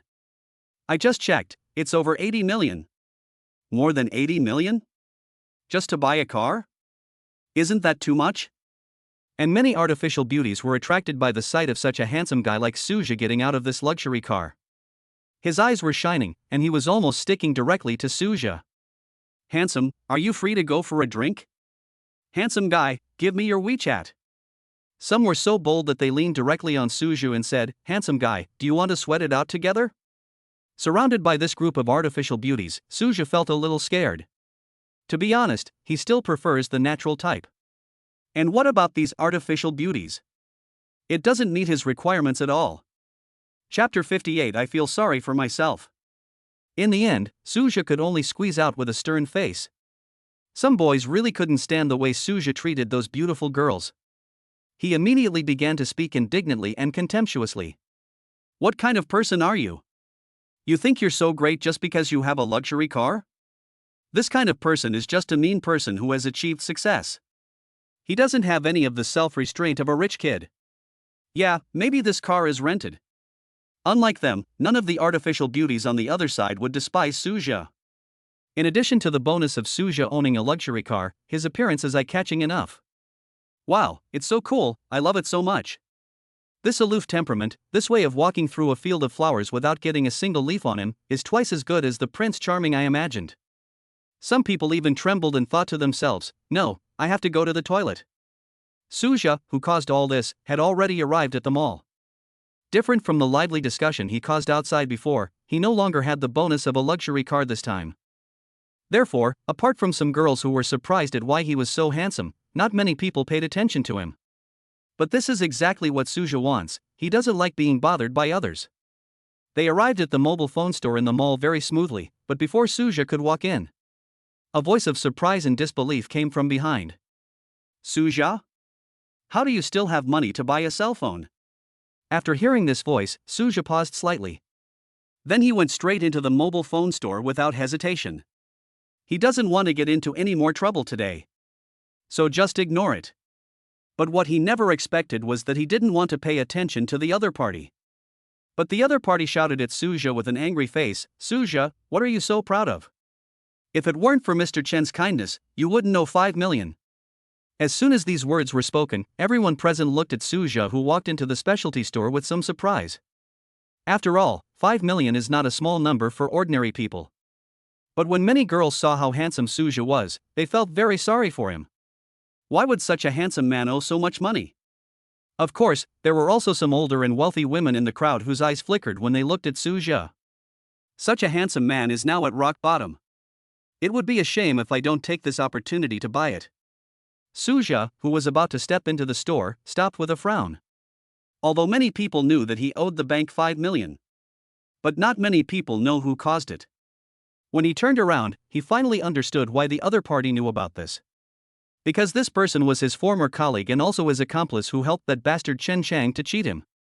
Immediately, Suja's face turned cold and he said, "Xing Chang, go back and tell Chen Dada that I will kill him in a few days." Originally, Suja planned to cut off all ties with his original body. But since someone came over to him on his own initiative, don't blame him for being cruel and ruthless. But his words made Zhang Chang on the opposite side stunned. Then he burst into laughter as if he had heard the funniest joke. Pointing at Suja with disdain on his face, he shouted, "You poor boy, you still want to fight with Mr. Chen? Wait until next life." Zhang Cheng didn't care at all about Suja's outrageous words. Since he dared to help Chen Chang frame Suja, he must have investigated Suja's identity long ago. Not only is he an orphan, but he doesn't even have any friends. He would feel sorry for himself if he let go of such a good target. Chapter 59. The things in the novel came true. Suja didn't care about Zhang Cheng's disdain. After all, who cares about an ant that is about to be crushed to death? So, he shook his head and continued walking into the specialty store. However, although this behavior was normal in Suja's mind, Zhang Cheng felt insulted. With a thought in his mind, he immediately shouted in a sarcastic tone, "Suja, you are penniless now. You are not going to steal anything by entering this mobile phone store?" As soon as these words were spoken, the employees in the mobile phone store immediately turned their attention to Suja. If no one tells them to, they won't. After all, it is the new century now and petty thefts rarely occur. However, Zhang Cheng's malicious words made the employees in the mobile phone store more alert. How could someone who owes 5 million be able to afford an expensive mobile phone? Of course, although these employees were wary, no one kicked Suja out. After all, they are not Zhang Chang, they still have some qualities. Besides, if they kicked the guests out based on a little suspicion, they would have no chance of success. Seeing that his plan had failed and made Suja embarrassed, Zhang Chang, who was annoyed, went straight to Suja. He shouted angrily, "Suja, you're done. You've completely pissed me off." Suja glanced at him, then shook his head and chuckled a few times, still saying nothing. In fact, he felt that Zhang Cheng's helpless and furious look was quite funny. His reaction made Zhang Cheng furious. He roared loudly with a dark face. "Suja! You are too arrogant. Where do you have the capital to look down on me now? Do you believe me? I'll have someone kick you out right away." Suja smiled and did not talk to Zhang Cheng. Instead, he asked the employees in the store, "Is this man your boss?" The employee being questioned was stunned, then shook his head and said, "No, I don't know this gentleman at all." After getting the answer, Suja laughed a few more times, but still did not look at Zhang Cheng. Zhang Cheng next to him was about to explode with anger. Although Suja had never spoken to him, it was this attitude of indifference towards him that made him furious. Especially Suja's repeated laughter made him so angry that he wanted to eat Suja alive on the spot. Therefore, he shouted directly to the employees in the store, "As long as you can drive this guy away, I will buy all the mobile phones here." As soon as these words were spoken, the crowd watching the excitement suddenly burst into laughter. "Oh my god, so domineering. Yeah. I bought all the cell phones in the store just to drive one person away. I didn't expect that something like this in a novel would actually happen in real life." Listening to everyone's discussions, Zhang Cheng seemed a little elated. He looked at Suja arrogantly with a disdainful smile on his face. "Suja, you poor boy, I'll just crush you to death for fun." In fact, after hearing Zhang Cheng's words, Suja was also shocked. He didn't expect Zhang Cheng to be so rich. I even thought to myself, could this guy be a hidden rich second generation? Otherwise, how could he talk so easily about the mobile phones worth millions in this store? Don't be fooled by the fact that this mobile phone store is not very big, it is only about 100 square meters. But the problem is that the phone is not that big. Not to mention that this store sells high-end goods, otherwise Suja would not come here. So it is normal for the mobile phones in this store to sell for millions. Just as Zhang Chang was feeling smug, the clerk came back to his senses from his shock. Chapter 60, More than 2,000 mobile phones. She asked in disbelief, "Sir, are you sure you want to buy all the mobile phones in our store? This deal is really big." The store recently received a new batch of high-end mobile phones, the total price of which is almost tens of millions. So the clerk wanted to confirm again whether Zhang Chang was joking. Zhang Chang, who was feeling very proud at the moment, didn't understand what the clerk meant. He frowned and asked, "Why? Are you afraid that I can't afford it?" The clerk was shocked and immediately said apologetically, "Sir, I'm so sorry, we will count all the phones right away." Zhang Chang's expression improved a lot after hearing the clerk's apology. Then he looked at Suzhou with disdain, and then asked the clerk, "Can we send him away now?" Hearing what he said, the clerk looked a little embarrassed. But then he came out and said to Suzhou with an embarrassed look on his face, "Sir, all the phones in the store are now bought, please leave." Suzhou was not angry. He just gave Zhang Chang a thumbs up and said, "You are really generous." Then he walked out of the store leisurely. Anyway, this floor sells mobile phones. If he can't buy it in this store, can't he just go to another one? Zhang Chang, on the other side, was still a little angry after seeing Suzhou leave like this. However, when I thought that the other party was driven away by me, I suddenly felt a sense of satisfaction in my heart. After a while, all the customers in the store were asked to leave. All mobile phones were also counted. Then the store manager came to Zhang Chang with a respectful look on his face and said, "Sir, we just counted the mobile phones in the store, and the total value is 9.86 million yuan. How many?" Zhang Chang screamed in disbelief. 9,860,000 yuan, the store manager replied with a smile on his face. Seeing the manager say this again, Zhang Chang still didn't believe it. "Don't be ridiculous. It's just a mobile phone store. At most, it's worth hundreds of thousands. How could it be worth so much?" If it was worth hundreds of thousands, he could buy it. After all, the reason he came here was because Chen Chang asked him to help purchase prizes for the employees, and the amount given to him was no more than 100,000. But I never thought that the mobile phones in this store are worth almost tens of millions. When the store manager opposite heard Zhang Chang's words, his face instantly turned gloomy. But he hadn't given up hope yet, and continued, "Sir, I'm not kidding. We have a total of 2,300 mobile phones in our store, with a total value of 9.86 million yuan. More than 2,000 mobile phones? This is impossible. How could there be so many? You are definitely trying to trick me." When Zhang Cheng heard the store manager say that there were more than 2,000 mobile phones in total, he was so scared that his body trembled. That's more than 2,000 mobile phones. He could never use it all up even if he died. Not to mention, it would cost more than 9 million to buy it. How could he have so much money? Immediately, he revealed a smile that was uglier than crying, and said to the store manager, "Well, I'll go to the bank to withdraw some money." After seeing his expression, the store manager's heart sank. Then he waved his hand and asked someone to bring the POS machine over. He said calmly, "Sir, you don't have to go to the bank. We can pay by card here." Zhang Cheng's body trembled and he almost fell to his knees. With a sudden thought in his mind, he quickly said, "I'm going to the bathroom. Leave the phone to me first." After saying this, he turned and left. Unfortunately, before he could take a step, the store manager grabbed him from behind. Chapter 61 Good Service Attitude. "Sir, as our biggest customer, we guarantee you good service. Don't worry, there is a toilet in the store, you can use it whenever you want." The store manager's face turned cold, and he ordered several male employees to roughly take Zhang Cheng to the toilet in the store. Since he wants to use the toilet, let him go to the toilet. Anyway, all the customers in the store have just been driven away, so they have plenty of time. Suzhou on the other side naturally had no idea about the situation here. At this moment, he was looking at the woman in front of him with a distressed face. "Lin Mengdai, why are you here in this mall?" The woman in front of Suzhou was Lin Mengdai, his classmate whom he met last time at Jinjiang Hotel. Logically speaking, no one would feel distressed when seeing such a beautiful and elegant lady. But the shadow that Lin Mengdai left on Suzhou was a bit serious. Especially the other party's behavior of hanging himself from time to time always made him feel that the other party was trying to scam him. Lin Mengdai was stunned after hearing Suzhou's words. Then he patted Suzhou on the shoulder and said with a smile, "Suzhou, I find your way of greeting people is quite peculiar. This is the mall, why can't I come here? Besides, this mall is also owned by our family, so I have to come here." Lin Mingdia's words startled Su Jia a little, and he quickly asked, "Is this mall owned by your family?" The truth is that this mall occupies a large area and it would cost tens of billions to buy it. Faced with his surprise, Lin Mengdai was a little confused. Yes. What's so strange about this? Didn't you already know about our family's situation?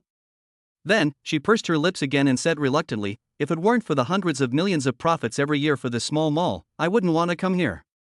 Looking at the beautiful woman in front of me who goes crazy when she sees me. When talking about hundreds of millions in profits, it seems like that is just small money. Su Jia was extremely shocked. Who is this big shot? He is too rich, right? A few hundred million is nothing. While Su Jia was in a daze, Lin Mengdai over there quickly asked, "By the way, Su Jia, what are you buying in the mall?" With a slight smile, Su Jia remembered his purpose and said quickly, "I'm here to buy a mobile phone to use." As soon as Su Jia finished speaking, Lin Mengdai on the other side quickly said, "By the way, you left in a hurry last time, and I didn't have time to add your phone number. I'll add you this time." In fact, Lin Mengdai had this idea when she first met Su Jia. She was almost going crazy because I forgot to exchange contact information.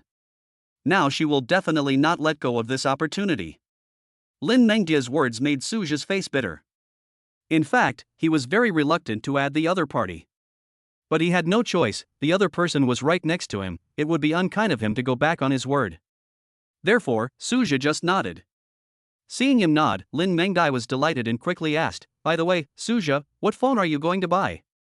How about the latest Apple phone?" Hearing her suggestion, Su Jia quickly shook his head. "I'm still used to using domestic mobile phones. I'm not used to using Apple." Seeing that he didn't listen to her suggestion, Lin Mengdai didn't get angry. Then he said, "Oh, there's a specialty store here with good service. Why don't we go there?" This time, without waiting for Su Jia to speak, she pulled him forward. Su Jia had no choice but to run after him. But when he came to the specialty store that Lin Mengdai mentioned had a better service attitude, he was stunned. Chapter 62 Pig-Headed. Because this was the store he had just left. Thinking that Zhang Chang had already bought all the phones in the store, Su Jia said, "We are late. All the phones in this store are sold out." After hearing this, Lin Mengdai on the other side was stunned, and then she said with emotion, "Who is so rich? Can buy thousands of mobile phones." Although she is the heir to the Lin Group, she has also handled countless projects worth hundreds of millions. But she had never thought about buying thousands of mobile phones. "It's not that I can't afford it, but there is no need to do such stupid thing. How many years will these phones last?" And even if she wanted to provide benefits to the company's employees, she would definitely use the company's account and make large purchases. If she had to buy these with her own money and give them to her employees, wouldn't she feel heartbroken? Just as the two were about to leave, the store employees ran out with smiles on their faces. "Don't misunderstand me, we haven't sold out all the phones in our store." After hearing this, Su Jia was slightly stunned, and then he quickly asked, "Didn't Zhang Chang just say that he wanted to buy all the mobile phones in your store?"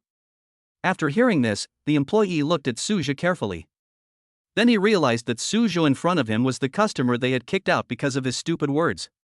Since Zhang Chang's words were not credible, it meant that Su Jia in front of him did not owe 5 million at all.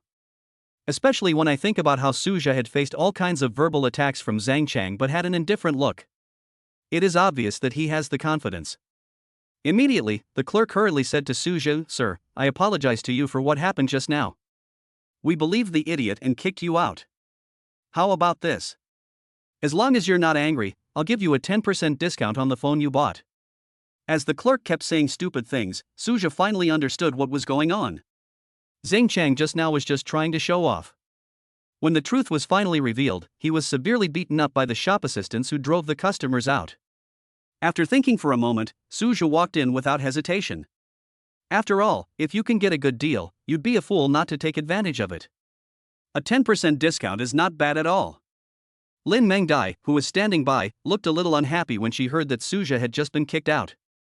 She must be tired of living if she dares to bully the man she cares about.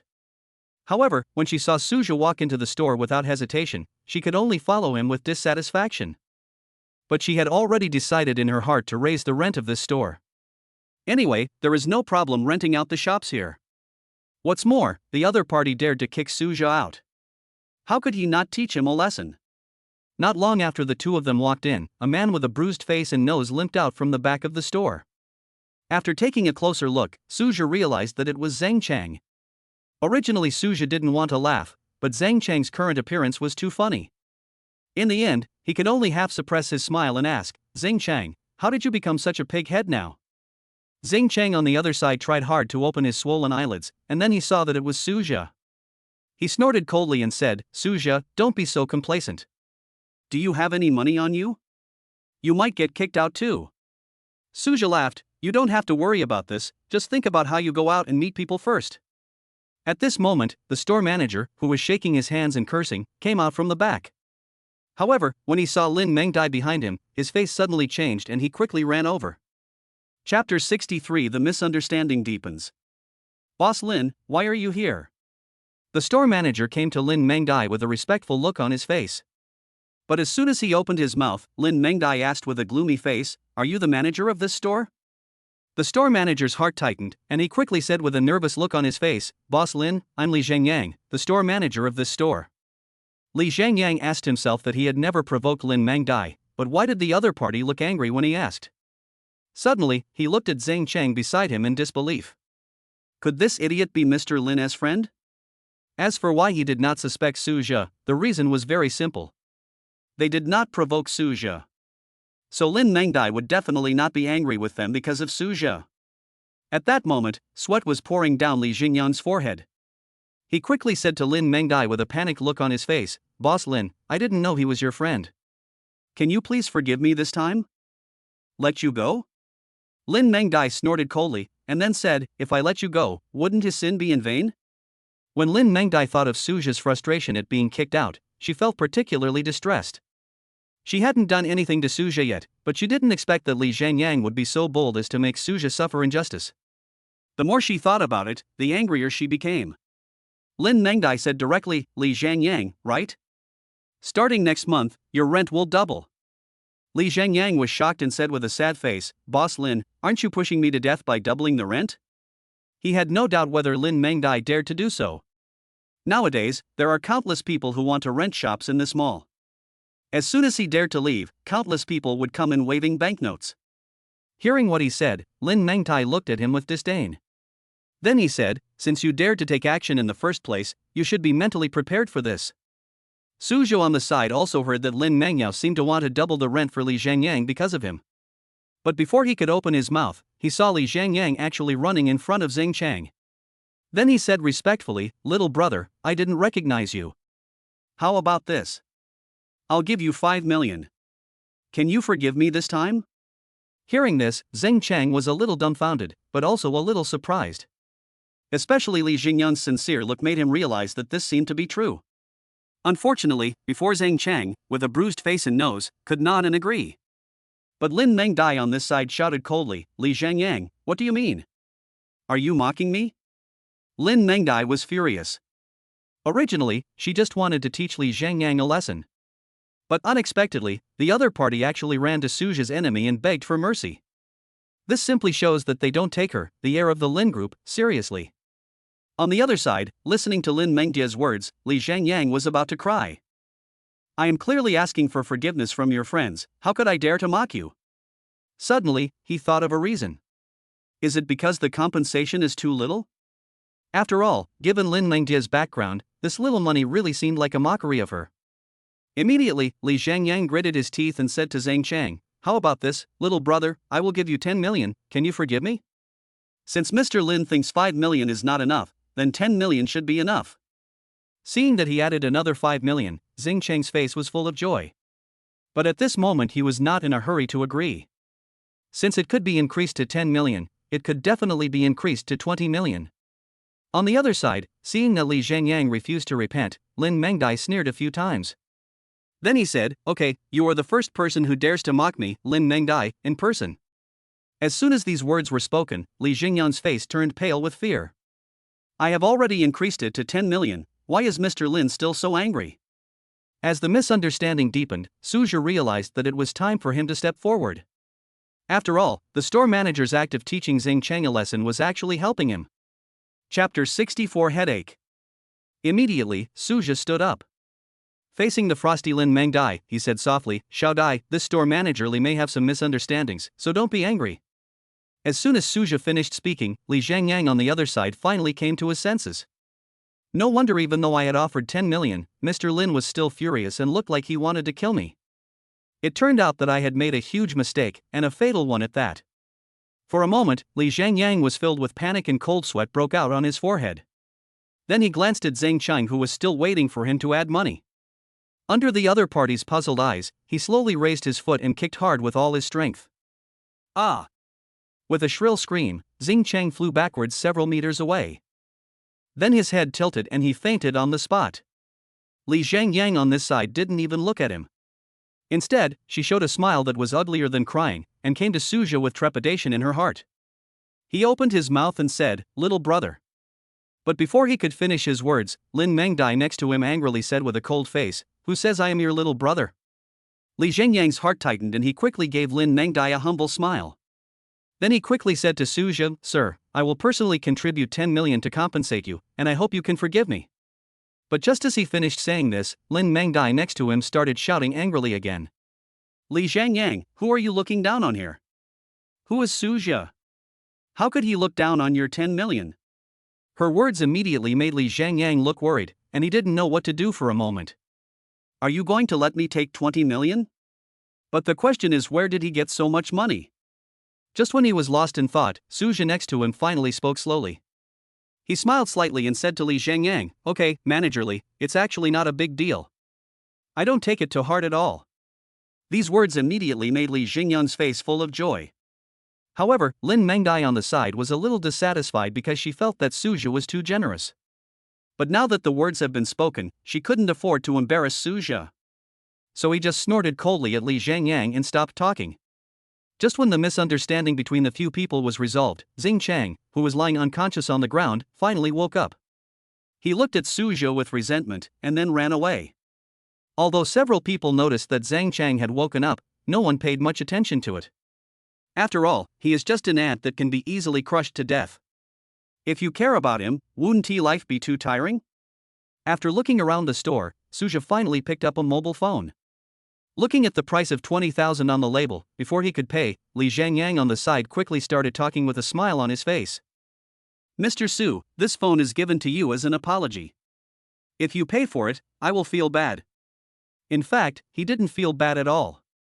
The main reason was that he was worried that if he accepted Suja's money, Lin Mengdai, who was looking dissatisfied, would deal with him. Suja, who was standing by, could guess something from the fact that Li Zhangyang looked at Lin Mengdai from time to time. "So I didn't refuse much and just accepted the phone after saying thank you." Seeing this, Li Zhangyang was filled with joy. Especially since Lin Mengdai's expression seemed to have eased a little, he was even more grateful to Suja. "Mr. Su, if you have any problem with your phone, you can come to me." In the end, the two left the store under Li Zhangyang's enthusiastic gaze. After going to the business hall to apply for a mobile phone card, Lin Mengdai finally got to add Suja's mobile phone number as she wished. Looking at the smiling Lin Mengdai over there, Suja felt a little pain in his head. He could imagine that if nothing unexpected happened, he would definitely be annoyed to death by this beautiful woman. Chapter 65, Sinister Questions. "Xiao Dai, I'm going back first." Rubbing his forehead, Suja prepared to leave. He felt that if he continued to stay, Lin Mengdai would go crazy again. On the other side, Lin Mengdai pouted slightly, showing a trace of grievance on her face. She always felt that Suja was deliberately avoiding her. But the problem is that she obviously didn't provoke the other party. Unfortunately, she never imagined that it was her excessive enthusiasm that made Suja unable to bear it. Fortunately, although she felt aggrieved, she quickly calmed down. He even smiled and said to Suja, "Okay then, be careful on the road." Seeing her let him go so easily, Suja was slightly surprised. But since the other party stopped bothering him, he felt relieved. Fearing that she would change her mind again, Suja quickly slipped away. Seeing his hurriedly leaving back, Lin Mengdai sighed deeply. To be honest, although she is already a senior management of the Lin Group, but I have no experience in love. Otherwise, she wouldn't have been able to rely solely on hearsay. A sentence that men all like women who are proactive and enthusiastic. He started to attack Suja directly. Fortunately, Lin Mengdai herself is also a relatively smart woman. So she soon discovered that the method she was using seemed to be wrong. So she decided to change her strategy, first get familiar with Suja, and then launch a passionate and proactive offensive. Suja, who had already left the mall, naturally had no idea that Lin Mengdai was already preparing for the next wave of offensive. After leaving the mall, he hurried to where he had parked his car. But before he could get close to his car, he suddenly stopped. Because a girl with short legs suddenly jumped out in front of him. Although the exaggerated high heels added a lot of height to her, they still did not reach Suja's chest. You know, Suja is not that tall, only about 1.7 meters. You can imagine how tall this girl is. Of course, this is not the place for Suja to complain. What really left him speechless was that the girl was holding a microphone in her hand, and not far away from him was a boy carrying a camera. This is such a familiar scene, anyone who likes to watch short videos knows it. This is the legendary street photography. He frowned slightly, and when he saw the girl in high heels just raise the microphone, Suja pushed it away. He said lightly, "Make way." Seeing her microphone being pushed away, a trace of anger flashed across the face of the girl with high heels. And in a place that Suja couldn't see, countless barrages flashed on the live broadcast interface. The anchor got slapped in the face. Finally, I met someone with a tough temper. I like this passerby's personality. Looking at the mocking comments on the live broadcast interface, the girl with high heels felt determined. He moved directly next to Suja again, not giving him any chance to react. He said directly, "Hello, sir." Unfortunately, before she could finish, Suja said coldly, "I'm not good." A trace of embarrassment flashed across the face of the girl with high heels, especially the taunts from the black fans in the live broadcast barrage. It made her almost explode with anger. But then she had an idea and ran to Suja again. To prevent being interrupted again, she blurted out a very sinister question. "How much of your monthly salary are you willing to spend on buying a gift for your girlfriend?" Suja frowned and finally stopped. Chapter 66 by a real one. I have to say that the problem of girls with high heels is really sinister. If Suja answered with a lower salary, he would definitely be ridiculed for being incompetent. And if you don't have enough money to buy gifts for your girlfriend, you will definitely be ridiculed for not loving your girlfriend. Even if Suja made up a story, the other party would be able to find reasons to mock him. For a time, not only the black fans in the live broadcast room, but even some passers-by were indignantly criticizing this host. However, the host Hatishi Ango didn't care about these at all. At this moment, she only wanted to vent her anger towards Suja. Now seeing Suja stopped, her heart was filled with pride. Unfortunately, she was completely shocked. Suja simply asked indifferently, "Salary?" "Sorry, I don't have any salary. Besides, I have never had a girlfriend in this life." Originally, Suja didn't like this so-called street photography. These people just ask eye-catching but useless questions. That's why he was so cold at the beginning. But he never expected that this hateful anchor would keep chasing him. Especially this very sinister question, which made Suja frown and at the same time a little annoyed. "Don't you want to ask? Then I will answer you. You don't have a salary? You haven't had a girlfriend yet?" The host was stunned, and then she looked at the camera with contempt. Brothers and sisters in the live broadcast room, if you meet this kind of low-level scum who not only has no salary but also has a bad temper, you must avoid him. After saying that, the host looked at Suja with a mocking expression on his face. "No wonder you don't have a girlfriend yet. Who would want to be with you, a low-level loser who doesn't even have a job?" Faced with her ridicule, Suja didn't care at all. He just smiled mysteriously at the camera, and then said, "Who told you that I don't have a job? You still have a job?" The host was stunned, then burst into laughter. "Isn't your job to wander around? Or is your job to be a vagrant?" When these words were spoken, not only the fat photographer next to them couldn't help laughing. Even the live broadcast interface that Suja couldn't see was flashed with countless 666 barrages. Of course, these people are all fans of the host Hate Tiangao without exception. As for those kind-hearted passers-by and black fans, after the first 2 rounds of barrage, they have all been banned by the room manager. Suja was still not angry. He smiled slightly, nodded and said, "You are right. My job is to go around everywhere." Seeing Suja actually foolishly admitted it. The host with the most hated looks over there laughed so hard that his stomach hurt. "I didn't expect it to be true. Ha ha ha." Shaking his head slightly, Suja took out the key to his Bugatti Veyron sports car. However, before Suja could say anything, the host on the other side burst into laughter again. Hey, the equipment is quite complete. There's even a lighter in the shape of a car key. And it's a Bugatti Veyron. Then she shook her head with disdain, pointed at the Bugatti Veyron next to her and said to Su Zhe, if you have the guts, buy a real one. Why are you pretending so much? But Su Zhe's next behavior not only made the host Hentiango stunned on the spot. Even the lively comments in the live broadcast room came to a halt. Su Zhe pressed the car key and the lights of the Bugatti Veyron sports car flashed a few times. Then he got in without hesitation and drove the car to the side of the host. Chapter 67. The wish finally came true. Sorry, you misunderstood. This is not a lighter. Oh, right, my daily job is really just to go around everywhere. But I visit all the companies under my control. As for the monthly income, it's not much, just a few $100 million. After saying this pretentious remark, Su Zhe was originally planning to drive away.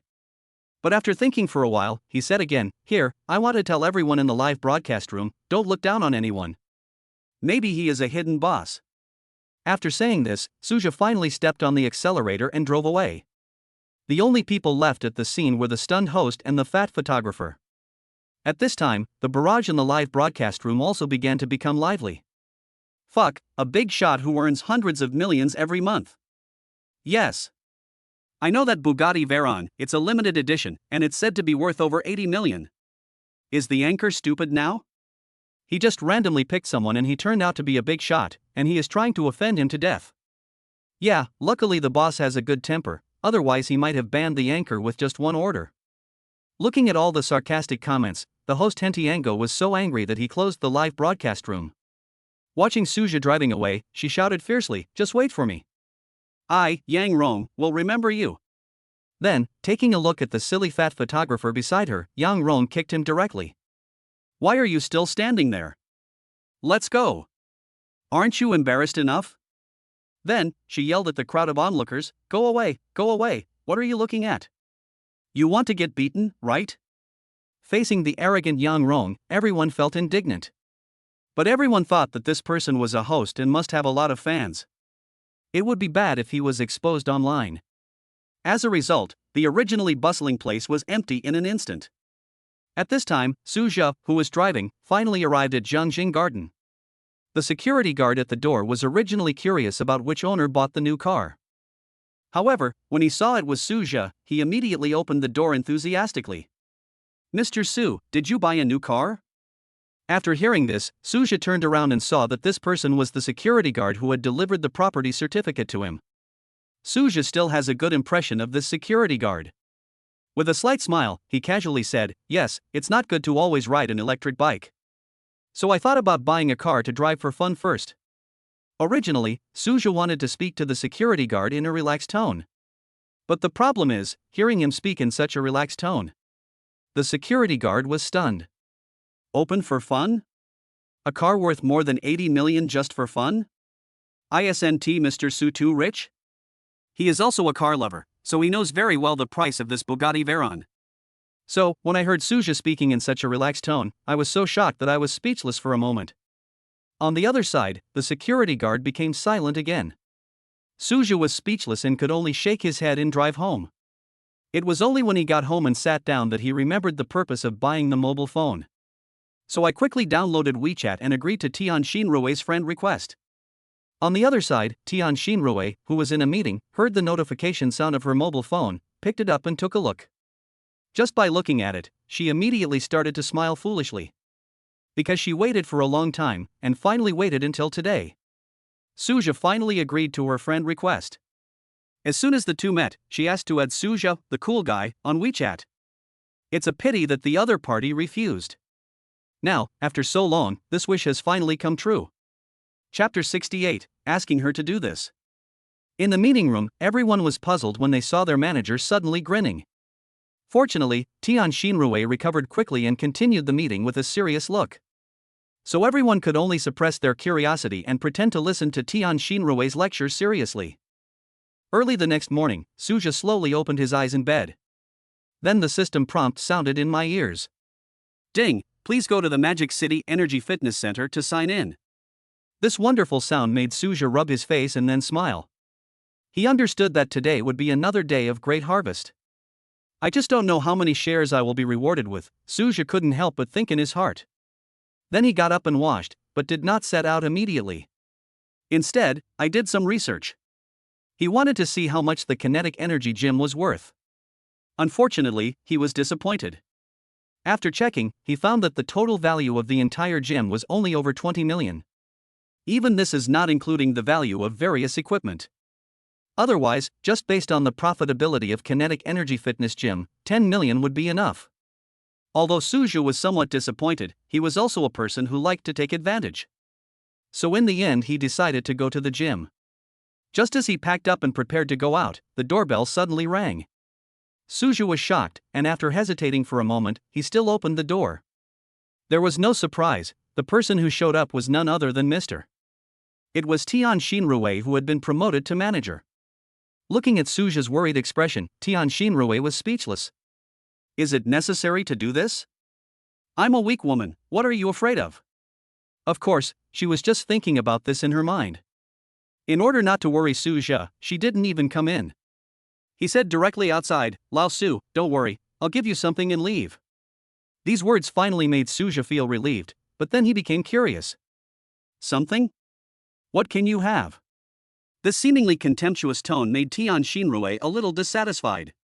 However, in the end, she still honestly took out the electric car key that Suja left in her hand. Your car keys, Tian Xinrui said dissatisfiedly with a pout. What kind of person is this? I came with good intentions to give something, but the other party treated me like this.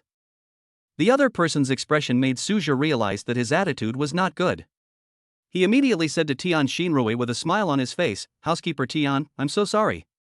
It's really because you have caused me too much trouble these days. However, his words made Tian Xinrui on the opposite side roll her eyes again. Okay, since I've returned the electric bike key, I'll leave now if you have nothing else to do. Tian Xinrui was very dissatisfied and didn't want to stay any longer, so she wanted to leave immediately.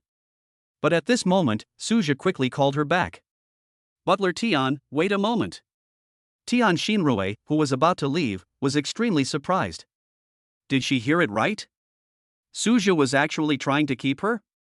Of course, although she felt incredible in her heart, she pretended to be indifferent on the surface. Turning around gently, she asked calmly, what's the matter? Suja smiled sheepishly at first, then asked, can you help me get the electric bike back? What? Tian Xinrui cried out in disbelief. Then she shouted speechlessly, I say, Lao Su, are you still a human being? I returned the electric bike key to you with good intentions, and you treated me like this? She really didn't expect Suja to be so shameless that he could say such shameless words. After all, she is a girl. She is still a beauty. I didn't expect Suja to ask her to do such a thing. Don't even think about it. Chapter 69 Kinetic Energy Gym. Suja chuckled and then said, how about this, I'll give you the electric car. After all, he already has a car worth 80 million yuan to drive, so why should he suffer the pain of driving an electric car? What's more, there have been many cases where people have been looked down upon when riding electric bikes. Suja now has a shadow in his heart. Listening to Suja's words, Tian Xinrui pouted. Afterwards, he showed his determination to not take advantage of others' offer. He said firmly, I don't want it. Suja was stunned for a moment, then asked in disbelief, you really don't want it? After so many days, he has come to understand Tian Xinrui's family situation. She usually hitchhikes home, otherwise Li Guang wouldn't dare to block Tian Xinrui. Originally Suja thought that although this electric car was not very good, it could still be worth some money even if it was not driven. So in his opinion, Tian Xinrui will not let him go. But what I never expected was that Tian Xinrui firmly refused. In fact, Tian Xinrui regretted it when she refused. But the words had already been said, and if she took them back, how would Suja look at her? So she could only continue to shake her head and say, I don't want it. On the other side, Suja was moved by her determination and did not dare to say anything else. After all, they were friends, and he didn't want her to think that he looked down on her. Finally, Suja could only say, okay, I'll drive the car back myself. After saying goodbye to Tian Xinrui, who was regretful in her heart but had a determined look on her face, Suja walked to Tianhai Convention and Exhibition Center. Fortunately, the company has done a good job in industrial security. Even if I didn't come to pick it up for a day, the electric bike wasn't lost. When the security guard at the door saw that the electric bike belonged to Suja, he couldn't help but wipe away the cold sweat. Originally, they were planning to throw away the electric car. Fortunately, they didn't have time to throw it away, otherwise if Suja knew about it, they would be finished. As security guards of Tianhai Convention and Exhibition Center, they naturally saw Suja being warmly received by Tianhai's top management yesterday. Therefore, I knew very well that Suja must have a very powerful background. After enthusiastically seeing Suja off, the security guards at the door breathed a sigh of relief. I was so scared. Fortunately, we didn't throw away the electric bike, otherwise we would all be finished. Who says it's not? Hey, you said people with this kind of big background have weird tempers from time to time? What do you mean? Look, our company's CEO Chen and others were so respectful to him yesterday, but we didn't expect him to just ride a shabby electric bike and not show off his abilities. Yes, then we must be careful next time. Suja, who had already left on his electric bike, naturally had no idea what was happening here. Otherwise, I will definitely scold them. Do you think I like riding an electric bike? Isn't this a matter of reluctance? The Dynamic Energy Fitness Center is a bit far from the business district, so Suja rode for more than an hour before reaching his destination. Looking at this large gym, Suja nodded with satisfaction. After all, this will be our own property from now on. After parking the electric car, Suja walked in with an air of a leader inspecting the company. Seeing him like this, the girls at the front desk were a little confused. After all, there are only a few owners of gyms and everyone knows them. Then who is this person in front of me? Immediately, a beautiful receptionist came out. With a smile on his face, he asked Suja, "Hello, sir. May I ask what you can do for me?" No matter who he is, it's always good to have a good attitude. Seeing the good service attitude of the girl at the front desk, Suja nodded with satisfaction. Then he mentally instructed the system to sign in. Just when he was about to praise the girl at the front desk, the system's prompt made him feel a little embarrassed. Chapter 70 How Can I Be a Weakling? Ding, sign in successful. Congratulations to the host for receiving a body strengthening pill. Pills to strengthen your body? Not shares? Suja was dumbfounded. He originally thought that this gym would belong to him. But he never expected that the system would not reward shares today. Sir, what can I do for you? Seeing that Suja remained silent for a long time, the receptionist who came out to greet him asked again with a smile. Faced with the questions from the girl at the front desk, Suja felt a little embarrassed. After all, he looked like a leader inspecting the company just now. He could even guess that the receptionist must have misunderstood. Fortunately, Suja was thick-skinned enough, so he forced a smile and said thoughtfully, "I just came to see how the gym here is." Although his words made the girl at the front desk feel relieved, she still didn't dare to let her guard down. After all, no one can guarantee whether what Suja said is true or not. At that moment, the girl at the front desk enthusiastically introduced the layout and facilities of the entire gym to Suja. This immediately attracted the attention of those who were lifting weights in the gym. After all, they had never seen the receptionist so enthusiastic before. Suja, who was standing by, listened to the explanation of the girl at the front desk with embarrassment in his heart, and would go up to help from time to time. It was a pity that his original body's physical condition was not very good, so not only was he unable to move anything, he was even almost crushed to the point where he couldn't get up. It made everyone around laugh. Fortunately, Suja was more open-minded, and his actions even made him laugh, so he didn't feel angry. What he never expected was that he was originally preparing to find an excuse to leave. But a mocking voice came to my ears. "If you're a weakling, don't come to the gym and embarrass yourself." Not only did Suja frown at this voice, but everyone else in the gym also looked at that person with unfriendly expressions. After all, we have all worked our way up from being weak. However, when they saw the person who made the sound, they quickly put away the dissatisfaction on their faces. If we were to say who was born strong and healthy, then Lu Chang is definitely one of them. This person could push 30 kilograms of objects when he was 5 years old. At the age of 12, he represented the province in the National Weightlifting Championship and won first place. At the age of 18, he won a gold medal in the Olympics. Although he has retired now, his fame has become even greater. Not only has he won first place in several domestic bodybuilding competitions, he is also well known internationally. That is why, when everyone present saw that it was Lu Chang who made the sound, they instantly had no objections. There is no way, this is the advantage brought by strength. Even though everyone disagreed with what he said, no one dared to object. Suzhou on the side frowned, but before he could say anything, the receptionist next to him spoke in dissatisfaction. Lu Chang, what do you mean? This gentleman is a customer of our gym. Do you have the right to speak? What Suzhou did not expect was that Lu Chang, who had been very strong just now, immediately softened his tone after facing the dissatisfaction of the girl at the front desk. Xiaomei, isn't this for the sake of your gym? Then, he pointed at Suzhou and said with disdain, "Look at him, he looks so weak, he will affect your gym's business." His words made Suzhou's face turn red, and he was even more furious. Why does he look like a weakling? How am I a weak chicken? Chapter 71 I want to push 100 gene.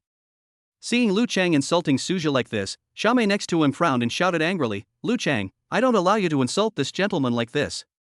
After hearing what Xiaomei said, Suzhou's first thought was that something bad was going to happen.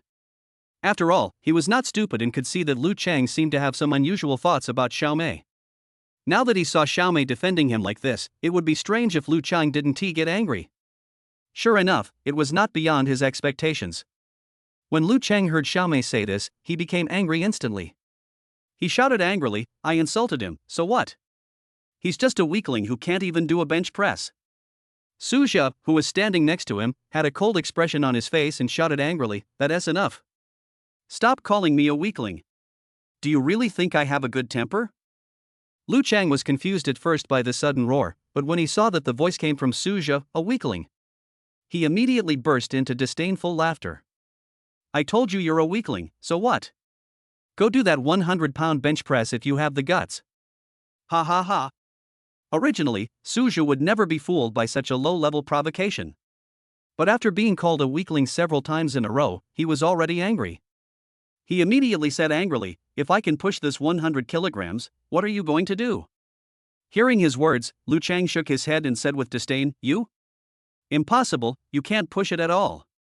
Suzhou snorted coldly and said immediately, "If I can't push it, I will give you 5 million. How are you going to bet?"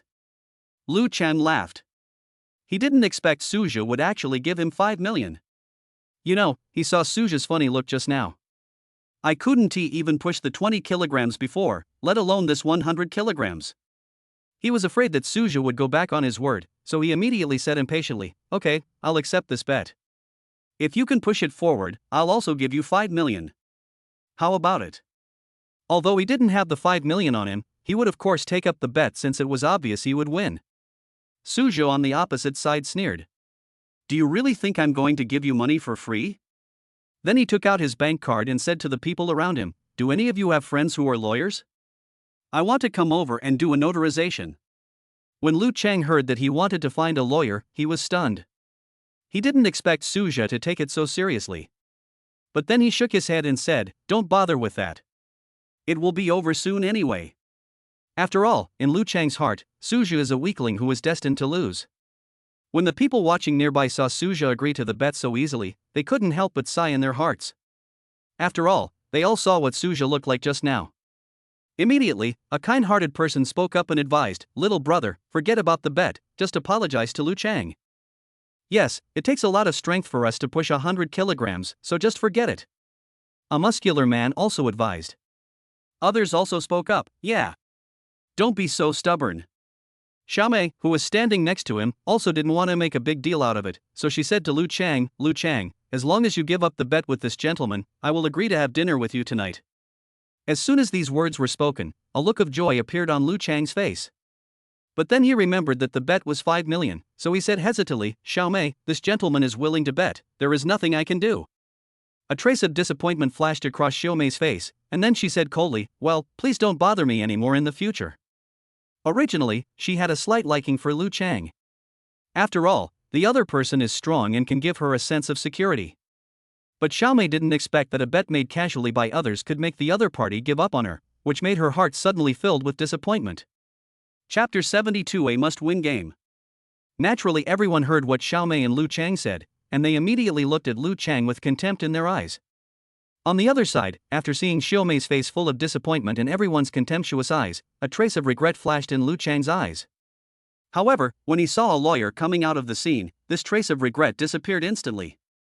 After all, with these 5 million, he can definitely find a woman prettier than Xiaomei. As for the looks of people around him, he didn't care even more. The lawyer who came out first looked at Lu Chang with contempt, and then asked Suja, your friend, do you really want to make this bet? He now regretted coming out so early. After all, if he didn't come forward, the bet might not go ahead. And Lu Chang would also be happy to see that he lost both his wife and his army. So he asked Suja again, hoping that the other party could come to his senses and not agree to the bet. Suja smiled slightly, and then said, I am sure to make this bet. Then he raised the bank card in his hand and said, here's my proof of financial resources. After saying this, Suja opened the banking app on his mobile phone and showed the lawyer the balance in the card. Although the lawyer was well informed, it was the first time he had seen such an ordinary card containing more than 90 million yuan. So I was stunned. It took him a long time to come back to his senses, but he no longer dared to question Suja's decision. After all, it is normal for such a rich man to spend 5 million to amuse fools. Taking a quick look at Suja's attire, he immediately recognized this low-key local tycoon. He immediately shouted to everyone present, this gentleman does have 5 million in his card, which is more than enough for this bet. He was also smart and knew that since Suja liked to keep a low profile, he definitely didn't want to expose his wealth. Therefore, he only said that there was 5 million in the card, but did not reveal the specific balance. On the other side, when Lu Chang heard the lawyer say that Suja had 5 million in his card, he became even happier. Anyway, in his eyes, the 5 million will be his soon. He immediately urged, now that we have the money, let's get started. But facing his urging, Suja shook his head and said, I have enough money, how about yours? Lu Chang was stunned for a moment, then he laughed out loud. You are doomed to lose this game, so you don't need to watch mine, right? The reason for refusing was that he didn't have that much money. Unless he sells his house, he won't be able to raise the money. Seeing that he was so confident that his team would lose, Suja laughed a few times in his heart. Then he said, if you don't show me proof of your property, I won't gamble. If Lu Chang had not abandoned Xiaomei, Suja might not have forced her to produce proof of property. But since the other party is a money-hungry person, don't blame him for being cruel. It's okay to like money, but giving up principles for money is unforgivable. Seeing Suja so determined, Lu Chang hesitated for a moment. Then he looked at the lawyer and asked, can I use the property as collateral? Hearing this, the lawyer on the other side was a little surprised. He asked, a house is much more important than 5 million. Are you sure you want to mortgage the house? Lu Chang smiled and said nonchalantly, of course I am sure, it is a game that I will definitely win anyway. After hearing what he said, the lawyer didn't know what to say. Although he didn't want to admit it, he knew in his heart that what Lu Chang said was the truth. This is indeed a must-win game. After Su Zhu and the other person signed and put their fingerprints on the printed notarized document, the lawyer said seriously, since neither of you has any objection, let's start this bet. However, as soon as he finished speaking, Suja stood up and shouted, wait. After these words were spoken, everyone present looked at Su Zhao in surprise. Some people don't understand what he is trying to do. Chapter 73, Bodybuilding Pills. Seeing this, Lu Chang on the side said directly, boy, the bet has been signed now, it is impossible for you to regret it. Suja smiled slightly and gave him a reassuring look. Don't worry, I won't regret it. I just want to drink some water. Drink water? Hearing his request, Lu Chang on the opposite side was surprised at first, and then burst into laughter. As a professional bodybuilder, he knows very well that he must not drink water during intense exercise, because this will increase the burden on the heart and easily lead to shock. But he didn't expect that Suja would ask for water at this time. That's why he couldn't help laughing. However, although he was well aware of the serious consequences of drinking water, he did not remind Suja. After all, in his heart, he wished Suja would just die so that he could get the 5 million. It's just that he was unwilling to remind them, but some kind-hearted people in the crowd spoke up. Brother, don't be in a hurry to drink water now. Your heart won't be able to bear it later. Xiaomei on the side also said with a worried look on her face, yes, sir, you should wait a while before drinking the water. Faced with their kindness, Suja smiled and shook his head. Then he said, it's okay, I just want to take a sip, I don't want to drink more. After hearing this, no one could object anymore. Someone immediately took out an unopened bottle of mineral water and handed it to Suja. After gently twisting open the bottle cap, Suja secretly gave orders in his heart. Let the system put the health-enhancing pill that was just rewarded to you into your mouth. Then he drank a little water and took the body-strengthening pills into his stomach. Body strengthening pill. After consumption, you can immediately obtain the strongest human physique on the earth. It was precisely because Suja saw the effectiveness of the bodybuilding pills that he made a bet with Lu Chang. After all, he is not a fool. How could he participate in a losing bet? This is the strongest human physique on earth. It is said that even boxing champion Tyson has not reached the limits of human physique. But even so, the force of his punch is as high as 800 kilograms. So Suja understood that as long as he took this bodybuilding pill, he would be able to lift the 100-pound bench press next to him with ease. Feeling the power surging into his body, Suja felt relieved. Although he never doubted the system, he was still a little worried because he hadn't truly felt its power.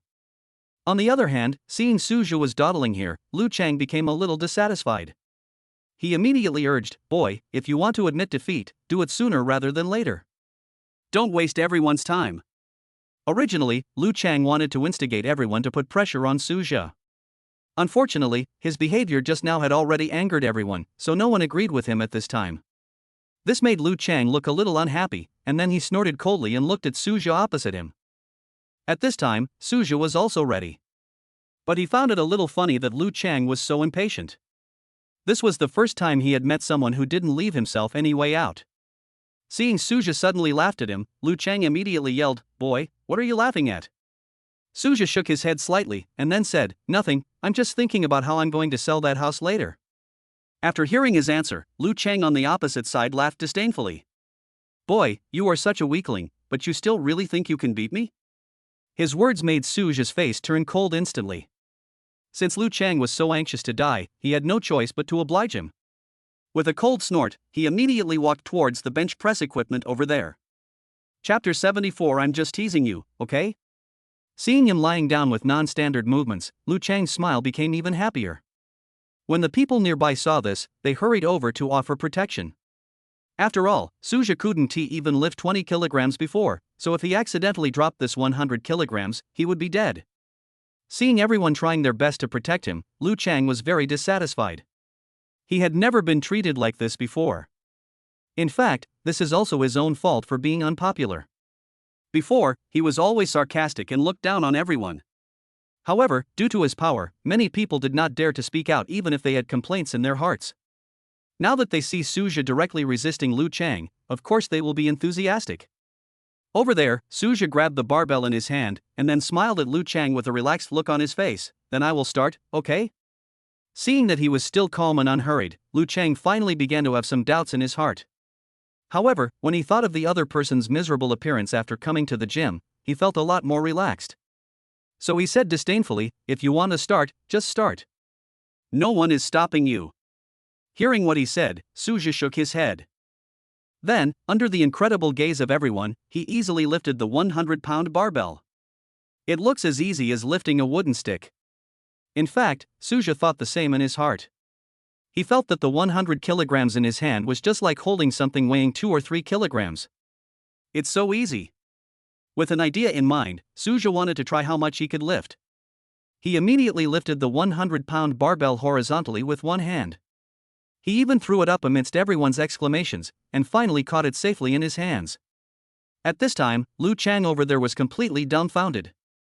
This is impossible. Wasn't this guy unable to lift even 20 kilograms just now? Suddenly, he thought of a possibility. He immediately yelled at Suja, "Boy, are you kidding me?" After all, it is possible that Suja was the only one who was hiding his strength at the beginning. Otherwise, there is no way to explain why the other party suddenly possessed such great power. Even if you take a powerful pill, it's impossible. Unfortunately, Lu Chang didn't know that Suja had swallowed something more powerful than the power pill. A pill for strengthening the body produced by the system. Listening to Lu Chang's unwilling roar, Suja easily put the 100-gene barbell back to its original position again. Then he stood up from the ground with a somersault and looked at Lu Chang with a smile on his face. "I'm just teasing you, okay?"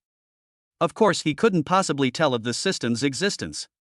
So when he heard the excuse given to him by the other party, he used it with a smile. Hearing his slightly arrogant words, Lu Chang immediately started shouting, "I don't accept it, I don't accept it, this bet doesn't count." Suja raised the corner of his mouth and revealed a disdainful smile. "Now that you have fallen into the trap, it is not easy to regret. The reason why Suja sought a notary was because he knew very well that people like Lu Chang were the least trustworthy. He looked at the lawyer over there, smiled and asked, "Mr. Lawyer, do you think our bet is complete?" As soon as these words were spoken, not only did Lu Chang look at the lawyer seriously, but the other onlookers also looked at him. Lu Chang hopes that the lawyer will say that the bet has not been completed. And those spectators naturally wanted Lu Chang to get out as soon as possible. In response to Suja's question, the lawyer said respectfully, "Mr. Su, the bet is complete." This made Lu Chang's face pale, and he denied it again and again, "Impossible. He was hiding his strength just now, so this bet doesn't count." The lawyer shrugged and said to Lu Chang, "But if the bet doesn't mention that Mr. Su has hidden his strength, then it doesn't count."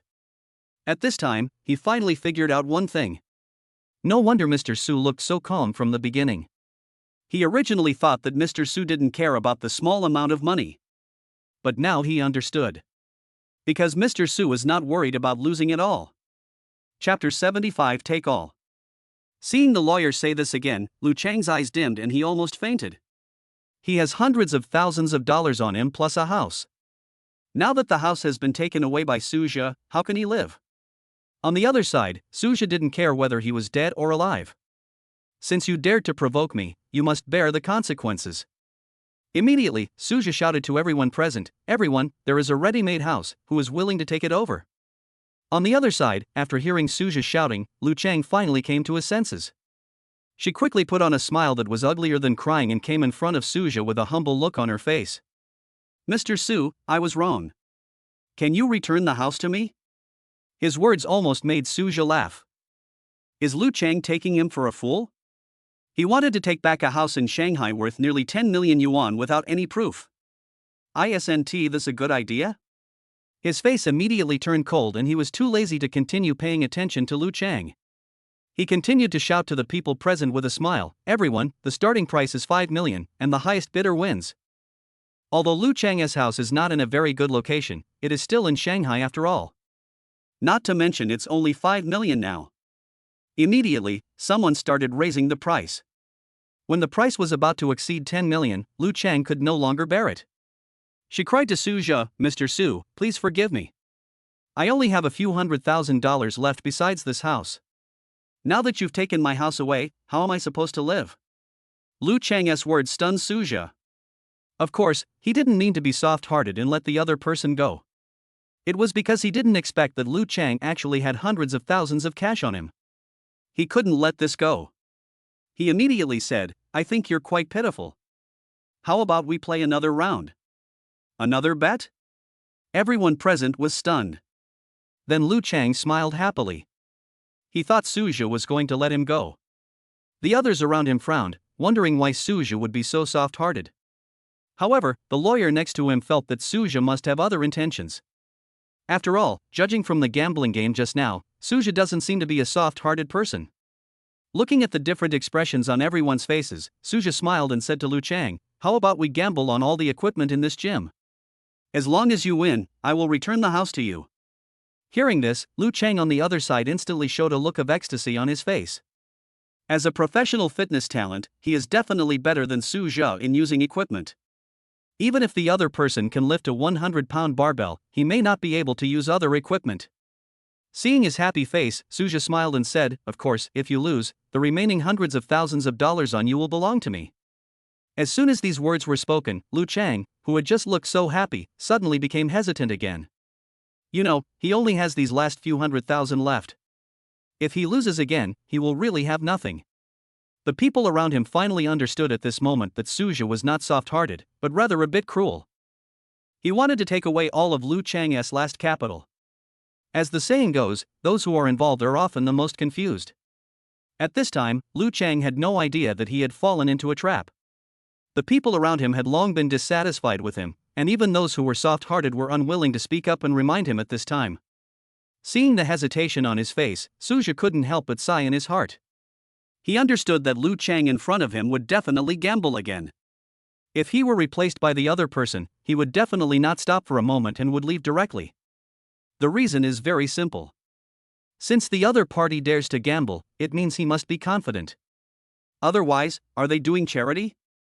Sure enough, it was not beyond his expectations. After a little hesitation, Lu Chang on the opposite side said directly, "Okay, I agree." Chapter 76, The Whole Audience. In fact, the reason why Lu Chang seemed a little hesitant was not because he felt he would lose. He just felt that he didn't need to prove his assets in this sure-win bet. But when he thought about what Suja had said before, that he would not gamble unless he showed proof of assets, he hesitated for a moment and then agreed. But perhaps because he was still obsessed with Suja's 5 million, Lu Chang shamelessly said, "Boy, do you have the guts to add that 5 million as well?" Maybe he felt he would win. So at this time Lu Chang also changed the way he addressed Suja. He changed directly from Mr. Su, who was begging desperately just now, to a boy who was arrogant and disdainful now. Suja frowned, but then he asked, "If you want me to add the 5 million, that's fine, but what can you take?" Since Lu Chang wants to gamble bigger, he will accompany him to the end. However, his words immediately left Lu Qian speechless. Now he had nothing except the hundreds of thousands of cash. However, feeling somewhat embarrassed, he snorted coldly and said to Suja with disdain, "I'll let you go this time." These words made the people around him dissatisfied, and they began to blame him. "Lu Chang, do you still know how to write the word shame? Mr. Su was moved by your pity just now, but I didn't expect you to be so unrepentant." Some people even advised Suja, "Mr. Su, you should not bet with him. People like this should not be let off easily. No matter why Suja looks like he can't lose." But no one present wanted to give this villain Lu Chang any chance. Therefore, they all wanted to do their best to dissuade the gambling from going ahead. Suja shook his head gently at everyone, and then said, "Everyone, since I have already agreed, there is naturally no reason to take it back." After a brief pause, he said softly to everyone, "Don't worry, I will definitely win." Seeing that he didn't take back the bet, the people present were a little disappointed. However, when they heard him say that he would definitely win, although most people did not hold out for this hope, they still gave him verbal support. "Mr. Su, we believe you." "Yes, we must let Lu Chang know his place. Come on, Mr. Su." Different from the encouragement to Suja here, Lu Chang over there was filled with jealousy when he saw so many people supporting Suja. He had never been treated so well before. Immediately, the jealous Lu Chang said to Suja with disdain on his face, "Boy, I advise you to admit defeat quickly, don't ask for trouble later." As soon as Lu Chang said this, everyone became angry instantly. "Lu Chang, what do you mean? If Mr. Su hadn't been soft-hearted, do you think you would have had this chance?" Someone even said to Suja directly, "Mr. Su, you must defeat Lu Chang. Let's see if he dares to be arrogant again." The public's condemnation made Lu Chang feel angry and embarrassed. With a cold snort, he looked at Suja, who had a calm expression on his face. "Boy, if you want to bet, sign it now." After he finished speaking, he signed his name impatiently without waiting for Suja's reaction. Seeing this, Suja sighed in his heart that this grandson still didn't learn his lesson. Then he shook his head and signed his name. Different from previous competitions, this time the competition involves all the equipment in the gym.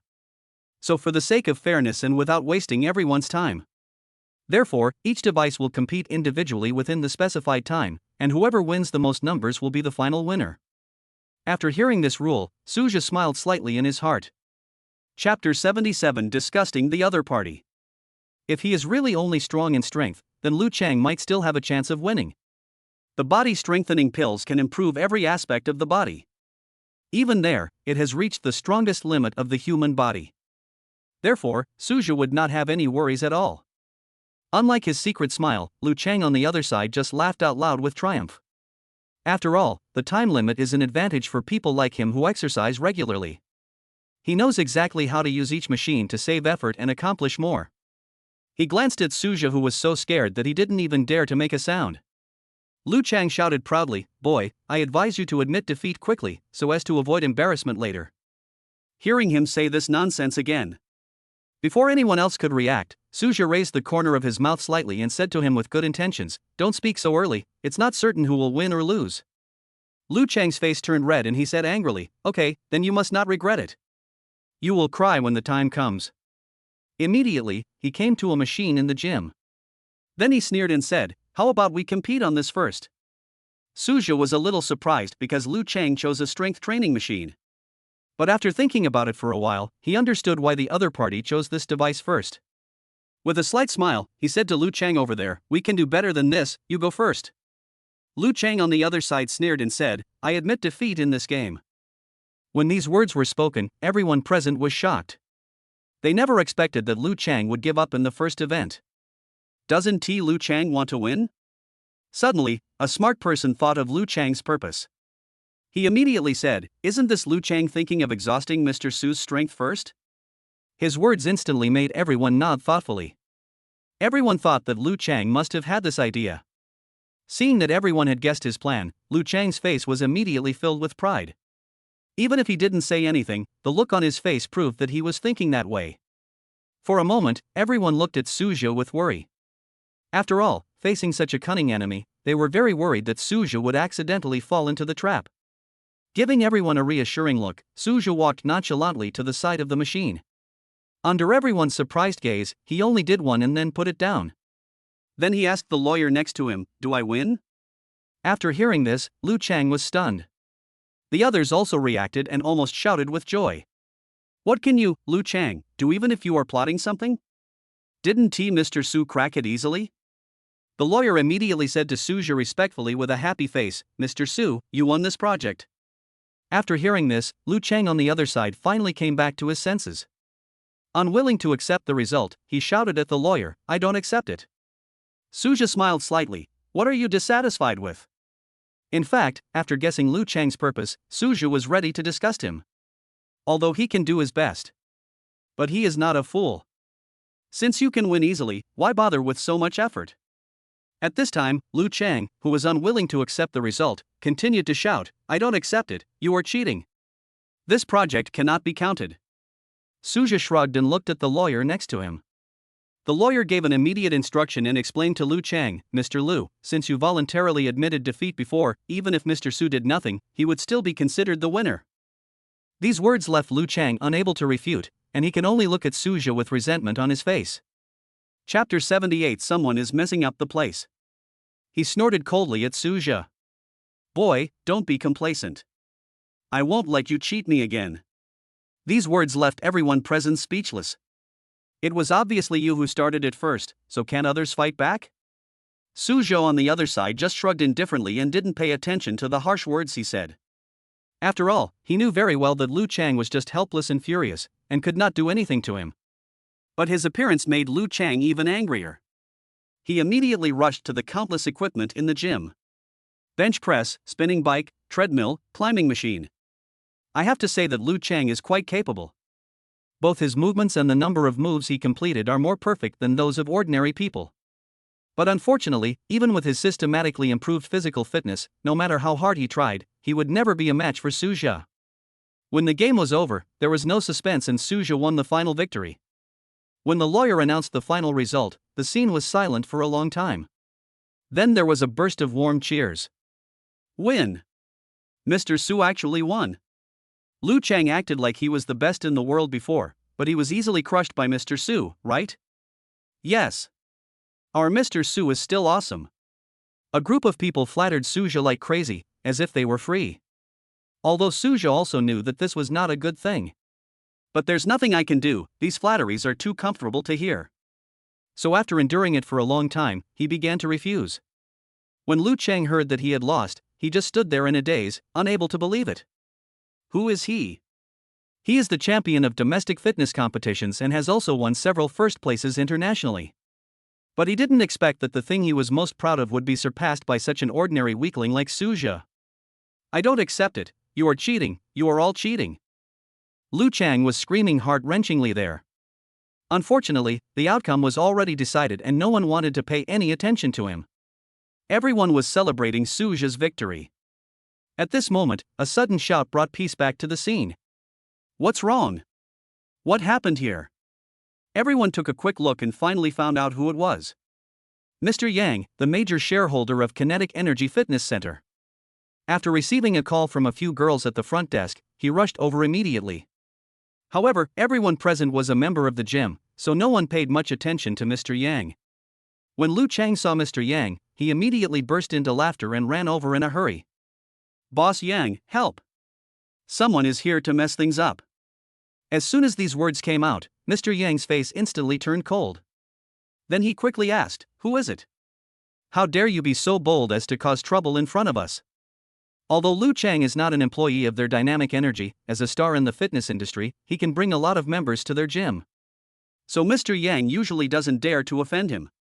Lu Chang next to him naturally understood the reason, so he immediately pointed at Suja. Boss Yang, it's that guy. He just cheated me out of a house and hundreds of thousands of dollars. What? What on earth did you bet on? You could even lose the house? Mr. Yang was so surprised that he couldn't close his mouth. Although Lu Chang's house is not located in a very nice location, it is still worth tens of millions. So when he heard that the other party was so stingy that he lost all his house, he was shocked.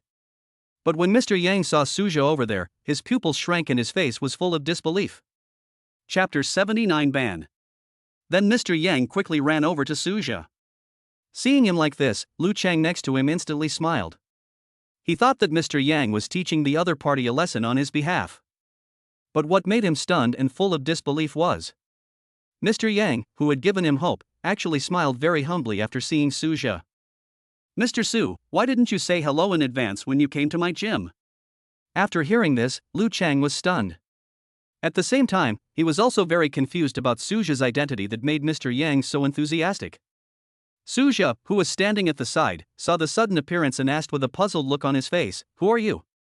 After all, he had never seen this person before. Mr. Yang didn't dare to express any dissatisfaction, and immediately said, "Mr. Su, my last name is Yang, and I'm the owner of this gym. You can just call me Xiao Yang." Xiao Yang? Suja looked up and down at the middle-aged man in his 40s. Then he shook his head and said, "Forget it, I'll just call you Mr. Yang." Although no one would say anything if he called the other person Xiao Yang, he always felt something was not right. Mr. Yang on the opposite side naturally wouldn't be angry. On the contrary, he would only feel that Suja was respecting him by calling him Mr. Yang. He immediately showed a respectful look on his face and said to Suja, "Thank you, Mr. Su, thank you, Mr. Su." It looked as if he had received some great honor. At this time, Lu Chang next to him finally came to his senses. With a puzzled look on his face, he asked, "Boss Yang, who is this guy?" As soon as these words were spoken, Suja had no time to react. Mr. Yang on the other side was trembling in his heart, and yelled at Lu with anger on his face, "Who the hell are you calling kid? This is Mr. Su." Others may not know Suja's identity, but he knows it very well. He was at the Tianhai Convention and Exhibition Center yesterday. Suja could easily drive away the Bugatti Veyron sports car worth 80 million yuan. Can this identity be ordinary? Not to mention that sports car alone could buy him several gyms. That was why, when he saw Suja here, he ran over to greet him with a respectful look on his face. But he never expected that Lu Chang was so confused about the situation that he dared to call Suja a kid. He was frightened to death. Lu Chang, who was being yelled at by General Manager Yang, also seemed to get angry. He immediately shouted in dissatisfaction, "Boss Yang, I don't care who he is, now you quickly get the house and money back from him, otherwise, I will ask them to withdraw all their memberships." Faced with Lu Chang's threat, Mr. Yang's face suddenly turned gloomy. He didn't offend the other party before because the other party could bring benefits to their gym. But now that he has offended Suja, he can't even keep his gym open. How could he possibly care about those members? He immediately yelled, "Lu Chang, get out of here right now. Otherwise, you will be banned." Banned. Lu Chang's face changed and he suddenly became frightened. As someone in the fitness industry, he knows best what these two words mean. Fitness itself is a niche subject and few people understand it. If he were banned, he would have no chance of survival in the entire fitness industry. How can he survive when he only knows fitness and has no other skills? He immediately looked at Suja with fear on his face, then forced a smile on his face and said to Mr. Yang nervously, "Mr. Yang, don't worry, I will leave immediately." After saying that, he left in a panic. As for the house and money, he no longer dared to ask for them. Mr. Yang alone made him feel very scared, not to mention Suja, whom even Mr. Yang treated with respect. Even at this moment, he didn't dare to think about Suja. Just pretend nothing happened today and he never had a house or money. Chapter 80 Silly and Sweet. Next to him, seeing Lu Chang leave wisely, Mr. Yang felt relieved. If the other party still insists on staying here, then he will have no choice but to kill him. Suja next to him was a little dazed. He originally thought that Lu Chang would continue to harass him after his sudden outburst. But what he never expected was that Lu Chang was scared away by just one word from Mr. Yang. And seeing the frightened look on his face when he left, Suja believed that the other party would definitely take a detour the next time he saw him. Glancing at Mr. Yang beside him, Suja smiled and said, "Mr. Yang, thank you for what you did just now. Otherwise, Lu Chang would probably have to pester me again." As soon as these words came out, Mr. Yang on the opposite side quickly said with a serious face, "Mr. Su, you are too polite. I usually don't like Lu Chang. Even if you are not here today, I will definitely drive him away." After saying that, Mr. Yang secretly glanced at Suja's expression again. He heaved a sigh of relief when he saw that the other party was not angry. Suja naturally knew what he was thinking. He was simply worried that he would be misunderstood as to his relationship with Lu Chang, so he tried his best to distance himself from it. Of course, no matter what the other party thought, he really helped him solve the problem, so there was no need for Suja to be angry. After talking with Mr. Yang for a while, Suja left with more than 10 million. He came here on an electric scooter, and when he left he still rode an electric scooter, but there was more than 10 million more in his card. The person who spent more than 10 million to buy the house was none other than the lawyer. In fact, Mr. Yang also valued this house, but unfortunately he had no money, so he had to give it up reluctantly. Suja was quite surprised that this lawyer named Liang Cheng could come up with more than 10 million. But Suja didn't care too much. After all, it's other people's business whether they are rich or not, and it has nothing to do with him. Besides, no matter how rich Liang Cheng is, can he be as rich as Suja? When leaving, Liang Cheng respectfully added Suja's phone number. Originally, Suja didn't want to give his cell phone number to anyone casually. But there was no way. Liang Cheng had given him more than 10 million yuan. It would be too unreasonable if he was reluctant to give even a phone number. Riding on his electric bike, Suja drove towards Jianjing Garden where he lived. What he didn't expect was that they had only driven a short distance. A Land Rover was blocking the way in front of him. Just when he was about to take a detour, he saw the window of the domineering Land Rover slowly open. "Suja, where have you been these past few days? I couldn't get through to you on the phone, and you were nowhere to be found in the rental house. I almost thought you were dead." The person who spoke was none other than Qin Shuyao, the deputy manager of China Construction Bank. As soon as he saw her, Suja felt a headache. If Tian Xinrui is a person with high IQ and Lin Mengdai is a normal person, the Qin Shuyao in front of me is just a naive and innocent girl. Suja could not see any good points in her except that she could cause him trouble. Therefore, he simply pretended not to hear and drove his electric car away. What a pity it is in vain. How could his shabby electric car possibly outperform Qin Shuyao's Land Rover? While driving, Qin Shuyao shouted to Suja outside the car. "Suja, I noticed that you have grown too independent. You are too lazy to even bother with me?" With a smile on his face, Suja quickly said, "Sister Shuyao, I'm just in a hurry. I'll treat you to a meal next time I'm free." It would have been fine if he hadn't mentioned it, but as soon as he mentioned it, Qin Shuyao in the car got angry. Chapter 81 Rejection. Qin Shuyao in the car was so angry that she almost threw the steering wheel away. She immediately yelled, "Are you free next time? How would I know when that will be? I'm telling you, kid, you have to pay me what I owe you today, or I'll never forgive you." Suja was helpless and could only park the car nearby. She had realized that if she didn't let the other party get what he wanted, she wouldn't have a peaceful day today.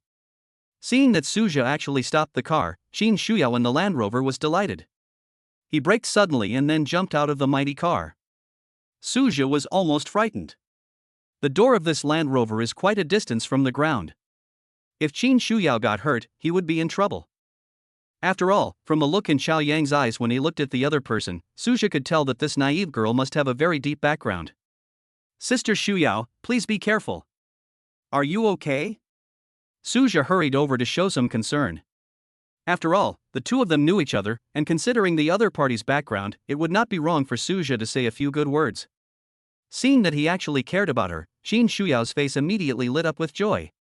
Suddenly she felt something in her heart and pretended to be in pain. "Ouch! Suja, my foot is hurt." Seeing that he didn't look fake, Suja knew that it must be fake. Qin Shuyao was fine when she came over just now. Why is it that now when I speak, the other person says he sprained his ankle? She must be trying to scam me. Suja immediately thought of a way to counterattack. With a slight smile, he said, "Sister Shuyao, since your foot is injured, I'll treat you to a meal next time. You should go to the hospital right now, I'll leave first." After saying that, Suja immediately got on his electric bike and prepared to leave. Seeing him like this, Qin Shuyao was very anxious and quickly shouted, "Don't leave in such a hurry. My feet suddenly don't hurt anymore. After finally meeting Suja again, she couldn't let him go easily this time no matter what. Originally, she wanted to imitate the idol dramas, where when the heroine's foot was injured, the hero would kindly pick her up and take her to the hospital. But unexpectedly, Suja did not play by the rules. His first reaction was to run away. After seeing her say that everything was fine, Suja thought to himself, as expected, Qin Shuyao came here to scam him. But he still smiled and said, Sister Shuyao, since everything is fine, let's go eat. Suja didn't want to provoke Qin Shuyao, who had a strong background, anymore. He just wanted to go back to his own homes and find his own mothers after dinner. However, faced with his urging, Qin Shuyao on the other side suddenly became a little dissatisfied. Why are you in such a hurry? What time is it now? Let's talk later. Suja was speechless. Hey, sister, it was you who asked me to treat you to a meal.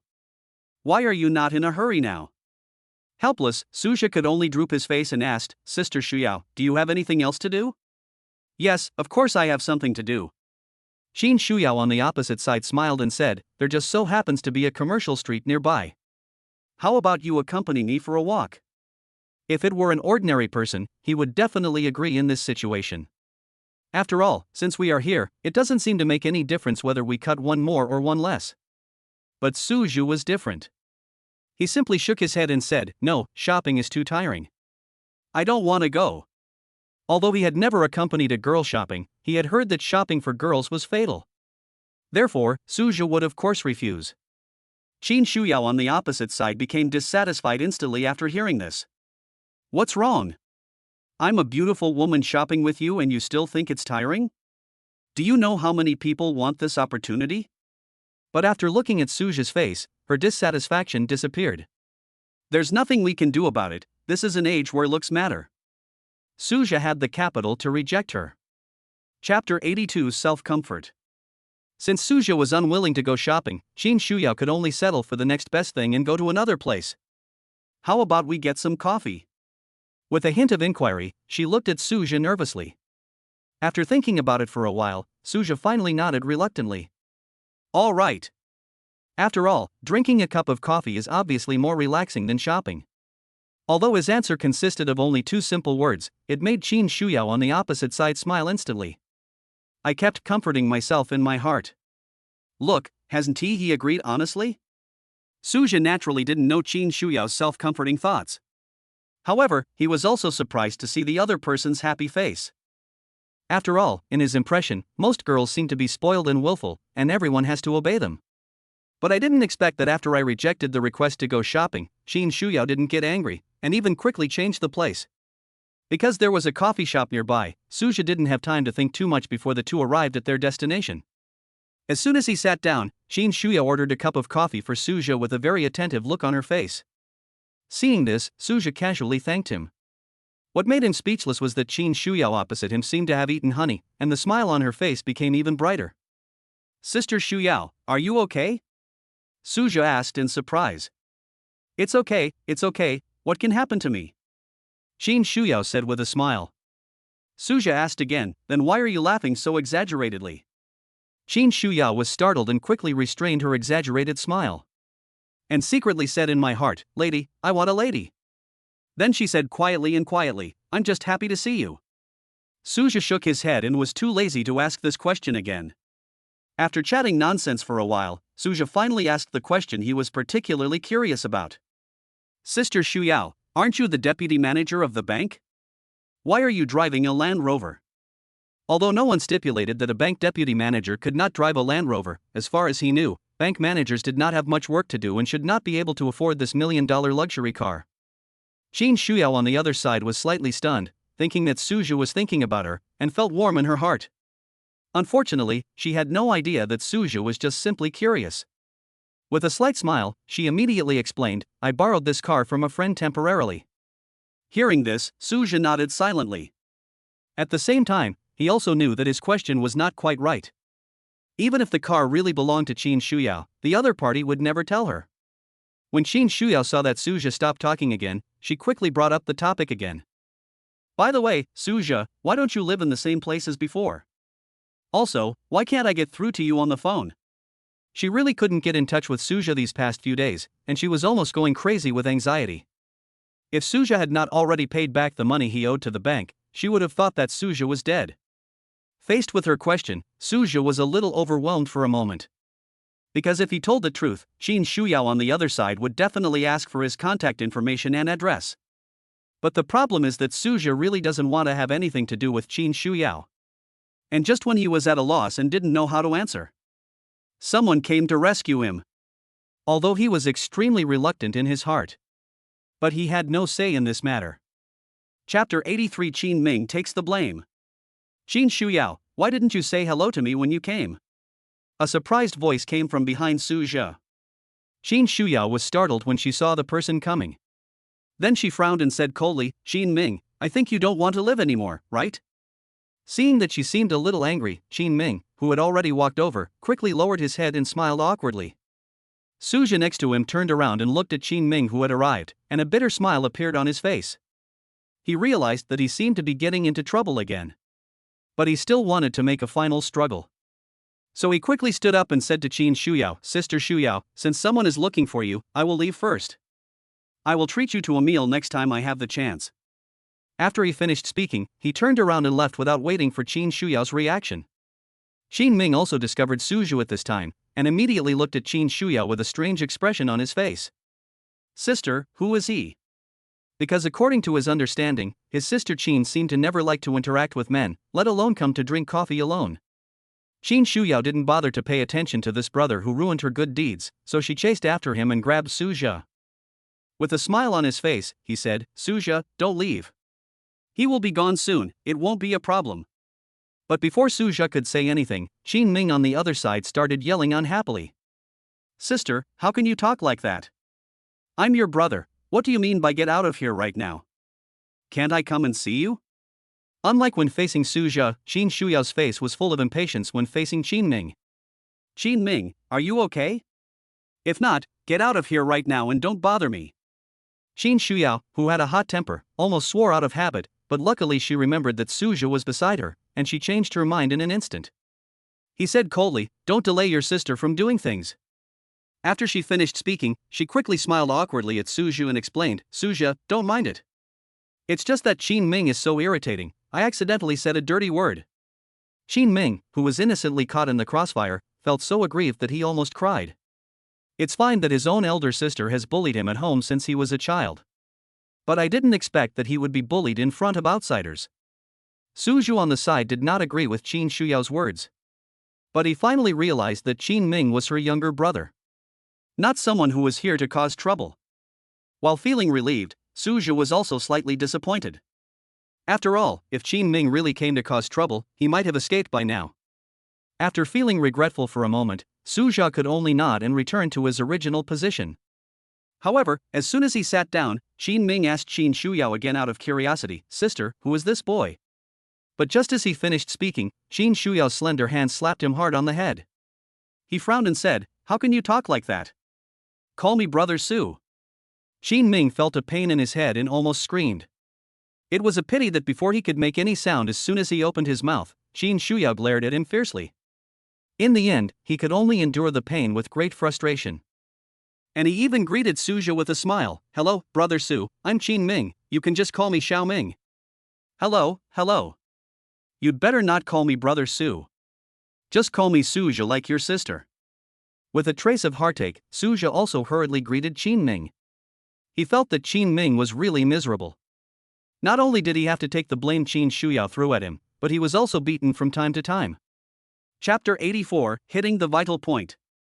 If Qin Ming on the opposite side knew what Suja was thinking, he would definitely be willing to call him brother. But when Qin Ming was about to change his words after hearing Suja's words, he saw the murderous look in his elder sister's eyes. So he could only say with a sad face, Brother Su, we hit it off right away. You are my real brother. After saying that, Qin Ming looked at Qin Shuyao nervously again. Only after seeing his sister nod with satisfaction did he finally breathe a sigh of relief. Suja also gave up the idea of asking Qin Ming to change his address. After all, he really didn't want this unfortunate kid to be beaten again. Nodding, Suja smiled and asked Qin Ming, Xiao Ming, what do you do for a living? Qin Ming on the other side always felt that his words seemed somewhat familiar. After thinking for a while, he suddenly opened his eyes wide. Really? Does my sister have some unusual relationship with this brother Sue? After all, this is what elders ask their juniors. Especially when his elder sister looked at Suja, that expression was so sweet that it made him feel sick. This made Qin Ming confirm the idea in his mind. This time he almost jumped for joy. It's different from the sadness other brothers feel when their older sisters are taken away from them. Qin Ming had only one feeling at this moment. Happy, so damn happy. Suja is his great benefactor. He immediately said with a smile on his face, "Brother Su, oh no, brother-in-law, I work in this cafe." Hearing her younger brother directly calling Suja brother-in-law, Qin Shuya was surprised at first, and then nodded at him with satisfaction. "I didn't expect that my brother, who is usually as dumb as a pig, has become smart today." She immediately gave the other person an encouraging look. Seeing this, Qin Ming grinned with joy. See it? The word brother-in-law made Qin Shuya, this crazy woman who looked ferocious all day long, satisfied. She's actually not that difficult to deal with.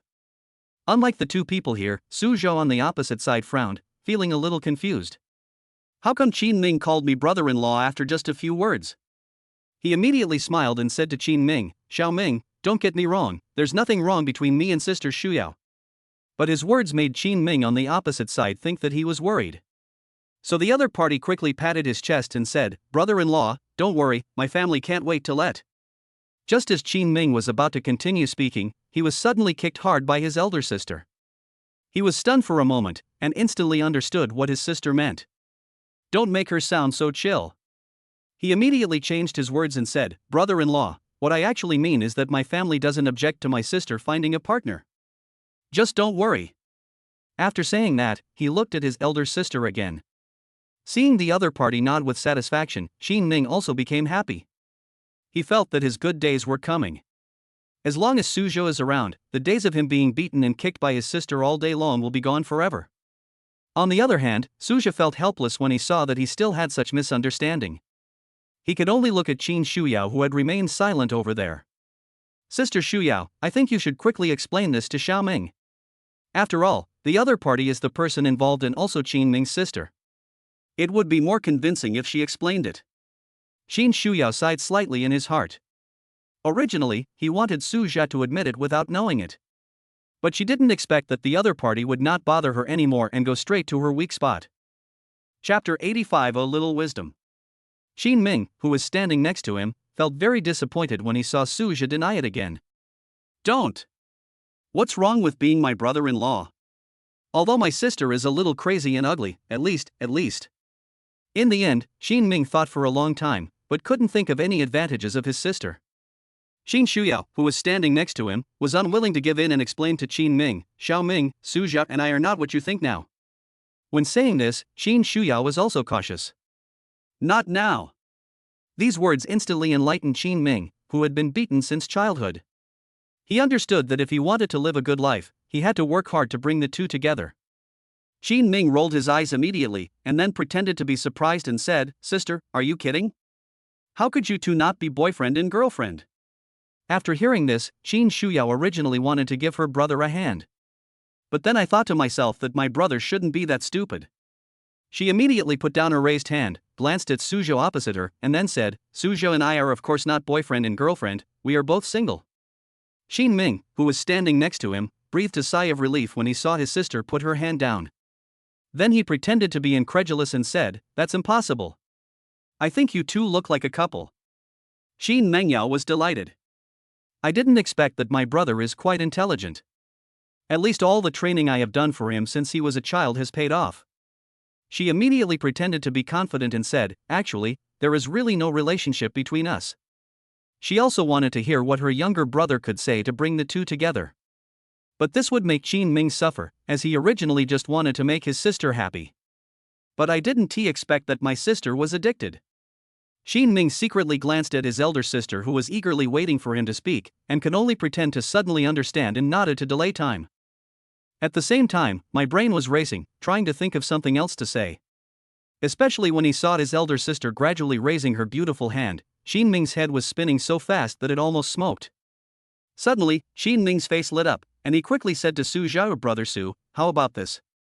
Since you two are both single and look like a good couple, why don't you try it out first? As soon as these words were spoken, Qin Shuyao patted Qin Ming's shoulder gently under his horrified eyes. Then she said shyly, Qin Ming, what are you talking about? How can you joke with your own sister like this? Although his shoulder was in great pain after being slapped by his elder sister, Qin Ming did not dare to rub it. He didn't want to be taken away by his angry sister. Qin Shuyao on the side didn't care about the pain in her brother's body. At this moment, she was secretly pricking up her ears and waiting for Suja's answer. It's a pity that she was disappointed. Suzhou on the other side just smiled and shook his head and said, forget it, I can't delay Sister Shuyao. Besides, I'm not in a hurry to find a girlfriend yet. Actually, to be honest, in Suja's eyes, Qin Shuyao is really good looking. At least it can give him a heart-pounding feeling. But when he thought about the trouble the other party might bring him, Suja quickly and politely refused. Suja's refusal made Qin Shuyao on the opposite side look disappointed. Then he forced a smile and said, Suja, Qin Ming was just joking just now, don't take it seriously. Suja nodded and said nothing more. Seeing this, Qin Ming on the side became anxious. If his sister is not adopted, won't he be in trouble? Chapter 86. Isn't it nice to drive a big Land Rover? I just thought that what happened just now is past, and it would not be nice to bring it up again. Qin Ming was extremely distressed for a moment, and suddenly, something moved in his heart. He quickly said to Su Jie, your brother Su, can we add each other's contact information? Let's get in touch more often in the future. Since his elder sister has taken a fancy to Su Jie, who is so handsome that even he is jealous. Then we can't let him get away. What's more, as long as Su Jie is in her hands, I believe that her sister will definitely not beat him up again. On the other hand, Su Jie seemed a little hesitant about his request. After all, he had originally planned not to have any contact with Qin Shuyao after this meal. But now that Qin Ming has brought it up in front of everyone, no one will look good if he refuses. Finally, he hesitated for a moment before pretending to smile and said, okay, we can contact each other more often in the future. Qin Shuyao on the side also took this opportunity to add Suja's cell phone number. But this scene made Qin Ming next to him feel a little unbelievable. Originally, he saw that his elder sister was so obsessed with Su Jie, so he thought that the two of them must be familiar with each other. But I didn't expect that my sister didn't even have the other person's contact information. No wonder Su Jie refused his matchmaking attempts as soon as he heard about it. The two of them were not familiar with each other, but the elder sister insisted on forcing herself on him. Who wouldn't he be afraid if this happened to them? Qin Ming felt a little sad for his sister. After living for so many years from childhood to adulthood, I finally met a man I like. But because I had no experience in love, I almost scared the person away. Isn't this too frustrating? Thinking of this, Qin Ming made up his mind to help his sister catch Su Jie. Not for anything else, just to avoid being beaten by my sister again in the future. For the next period of time, in order to give his sister and Su Jie some private space, Qin Ming just chatted for a few words and then left. At this time, Su Jie finally found out that he was the business manager of this cafe. When they finished their coffee and were about to leave, Qin Ming waved his hand and waved the bill for them. Originally, Su Jie wanted to invite him to have dinner together. Unfortunately, the other party kept saying that the store was busy and was unwilling to go. In fact, if Qin Ming hadn't seen his elder sister preparing to raise her fist, he would still be willing to go. After leaving the coffee shop, before Su Jie could speak, Qin Shuyao said with a smile, Su Jie, how about we go on an electric bike? Su Jie was stunned, not quite understanding why Qin Shuyao would have such a funny idea. Wouldn't it be nice to drive a big Land Rover? Riding an electric bike in such a howling wind would freeze you to death. Unfortunately, before he could open his mouth, Qin Shuyao got directly into Su Jie's electric car.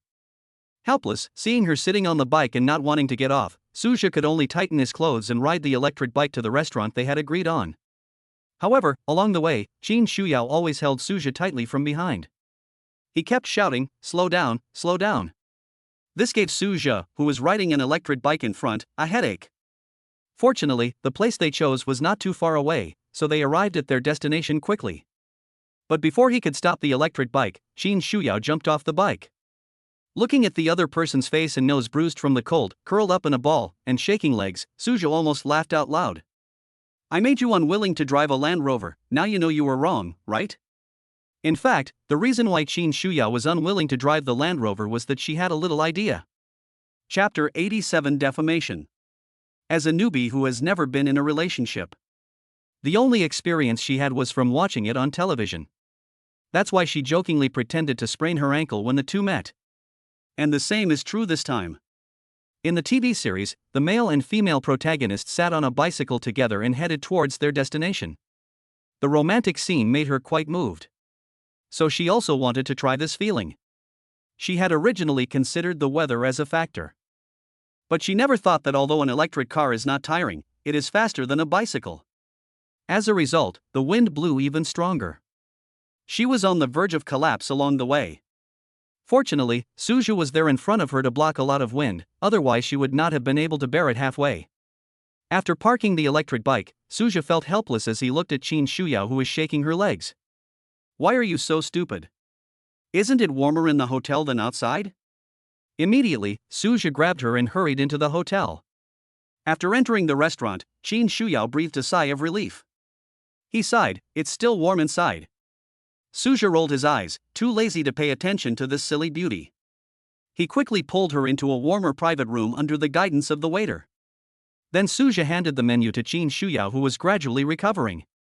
With a slight smile, Suju said, Sister Shuyao, just order whatever you like. Don't be afraid to spend money. Anyway, after this meal, the two of them had little contact with each other. Qin Shuyao on the other side naturally wouldn't be polite. After all, she knew how much money Suju had. So of course she would take advantage of such a rich man.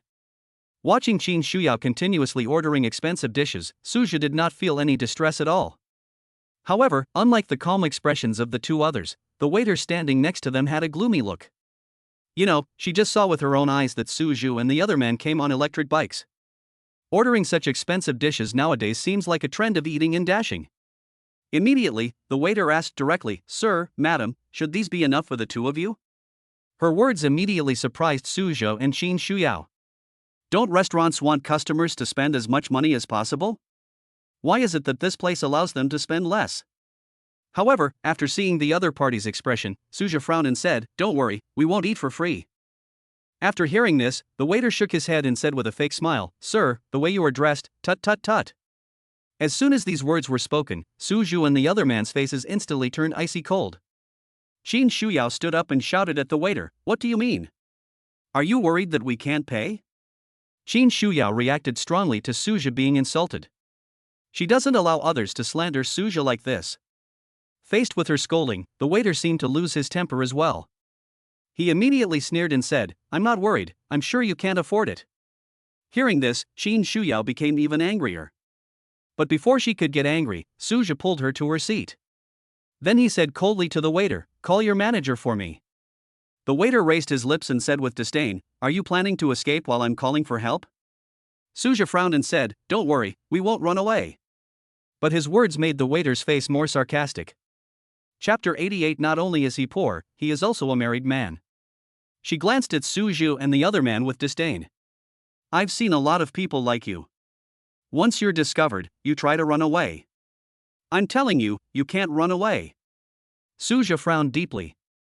He couldn't understand why such a terrible thing would happen just because he was having a meal. What he couldn't understand the most was the waiter in front of him. Why had she brought them into the box if she doubted she could afford it? Could she be an undercover agent sent by some hotel? In fact, the waiter is beginning to regret it now. She was just dizzy before, and when she heard Suju say that they were going to a private room to eat, she was just happy and didn't think about anything else. Now we see that Suju and the other man only order expensive things, and they came on electric bikes. So I thought these two people were here to dine and dine for free. Just when Suju was thinking about how to explain in great distress, someone outside the door suddenly rushed into the box in a hurry. What's wrong? What happened? After seeing the person coming, Suju's face became even more bitter.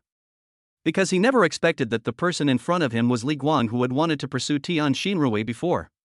If it was someone else's words, Suju might have just explained it and it would have been over.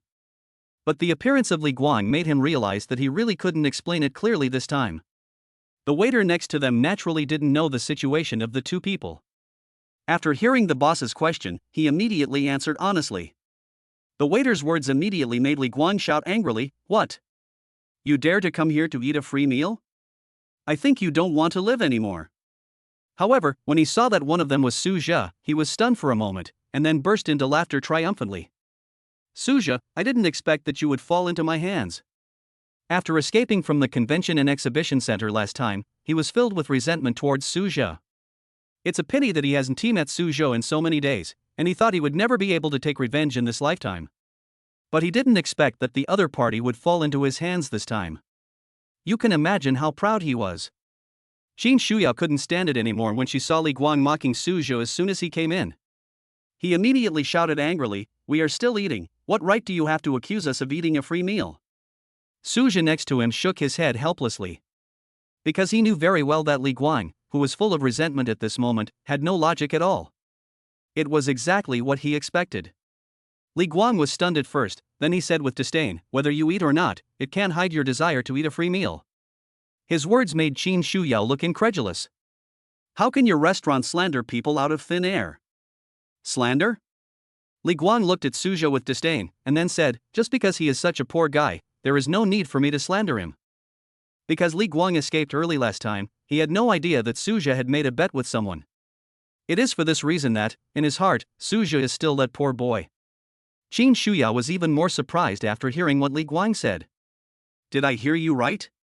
He's poor? You said Suzhou is poor?" If Suzhou, who is nearly 100 million in cash, is still poor, then it seems that there are no rich people in the world. Glancing at Qin Shuyao over there, Li Guang shook his head and said with disdain, "How can he make money riding a broken electric bike?" After he finished speaking, he finally realized that Qin Shuyao was also a beauty. So he had an idea and quickly said kindly, "Beauty, I advise you to leave this guy as soon as possible. Not only is he poor, he's also a married man." Chapter 89 Another Showdown. Li Guang's words stunned Qin Shuyao. Then she looked at Suzhou opposite her with a nervous face. "Suzhou, are you married?" When she asked this question, her heart was filled with nervousness.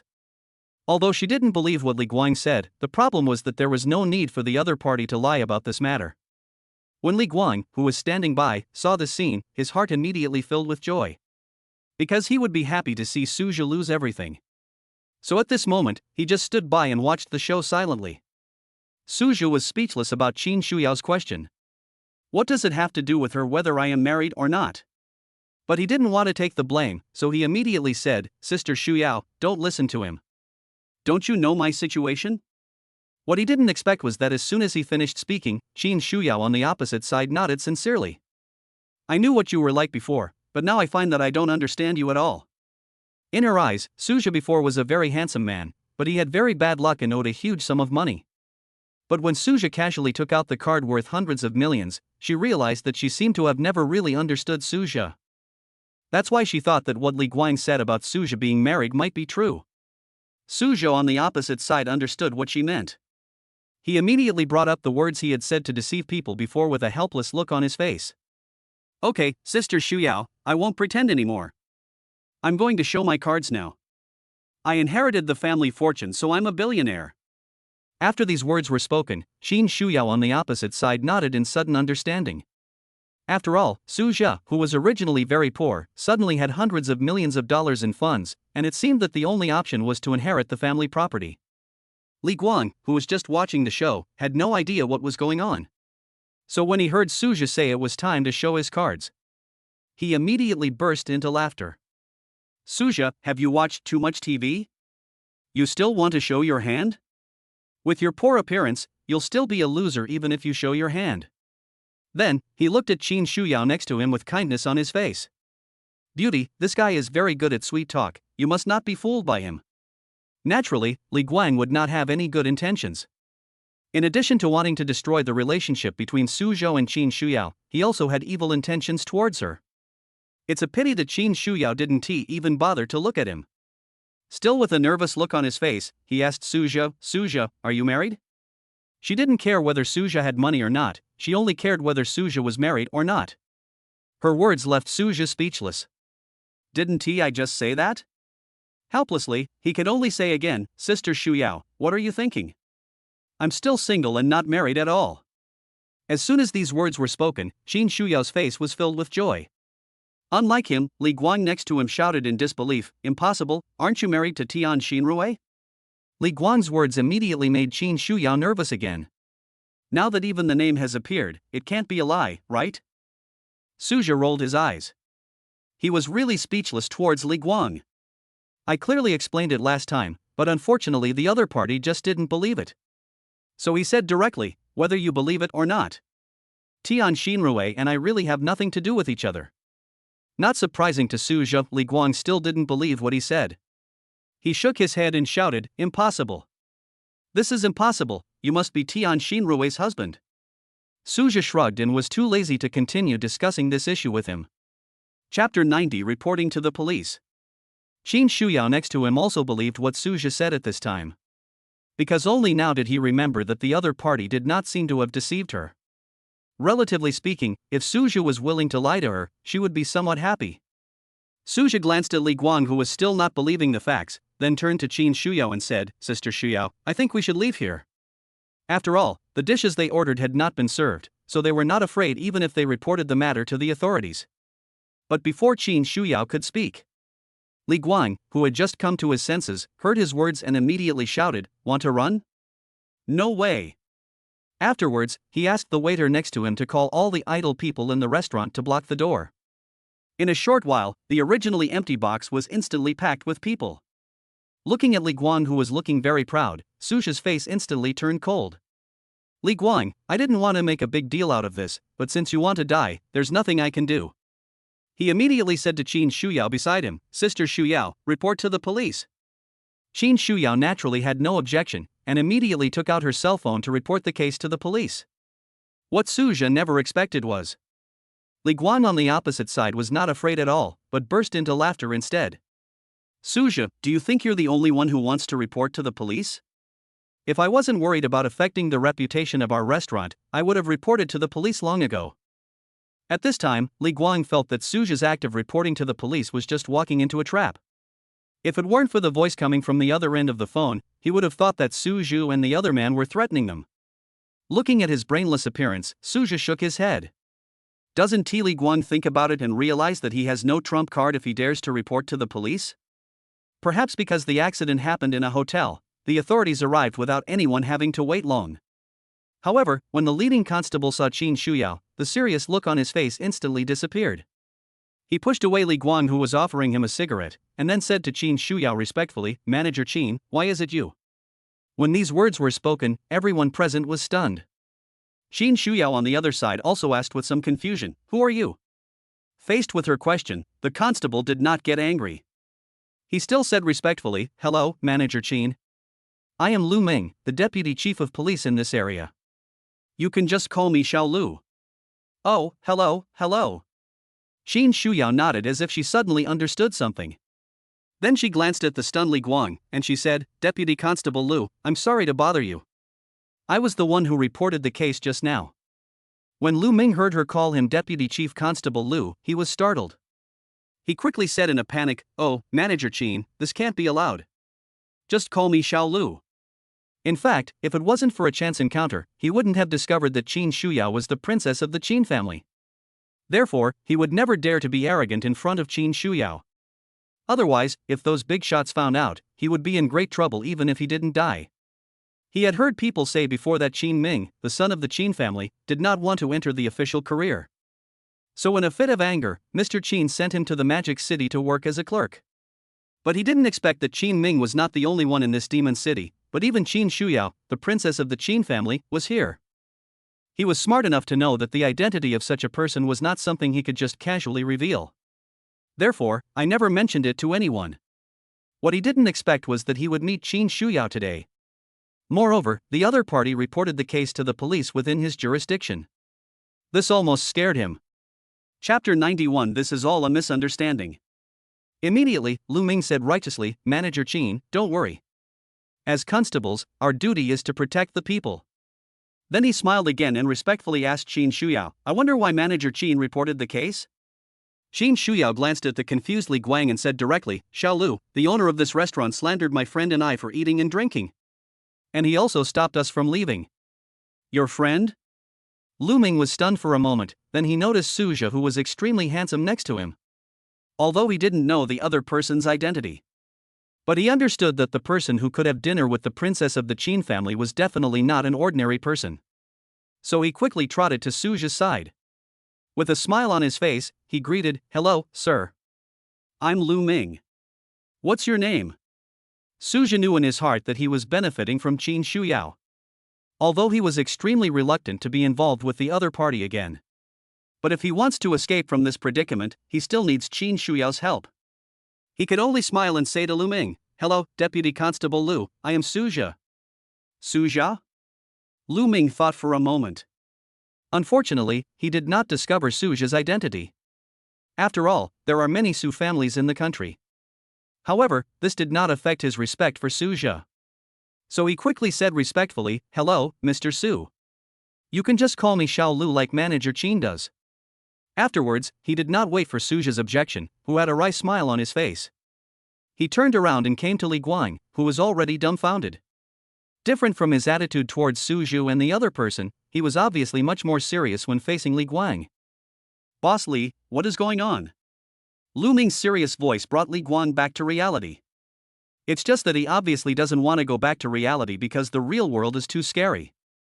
Even Lu Ming, the deputy chief constable whom he couldn't afford to offend, was so respectful to Qin Shuyao. It goes without saying that Qin Shuyao must be from a prominent background. But he didn't quite understand.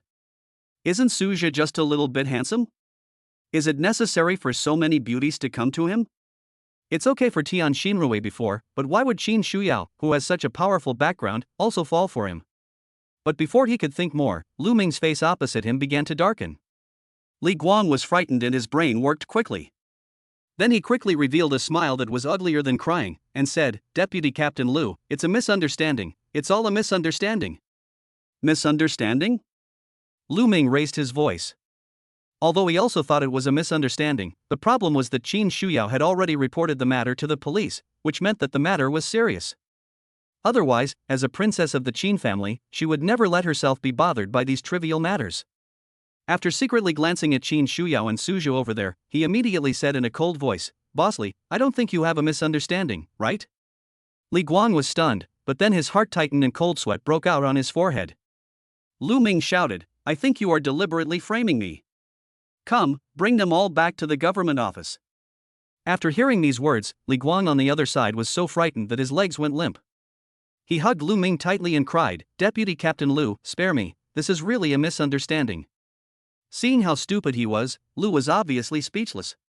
"Didn't you see how respectful I was to Qin Shuyao before? It's no use begging me, go and beg her." Helplessly, he could only kick Li Guang. Then he said to Qin Shuyao over there, "Manager Qin, how about I take these people back to the government office first?" In addition to asking Qin Shuyao, he was also conveying information to Li Guang. Chapter 92 I understand. Fortunately, Li Guang, who was kicked out by him, was not that stupid. Although it hurt a lot after being kicked, he knew in his heart that Qin Shuyao was the one who had the final say on the scene. Immediately, he rushed over and hugged Qin Shuyao's thighs and begged for mercy. This almost scared Lu Ming to death. If a man hugged the thigh of the Qin princess, he would definitely die. Immediately, Li Ming kicked Li Guang hard again.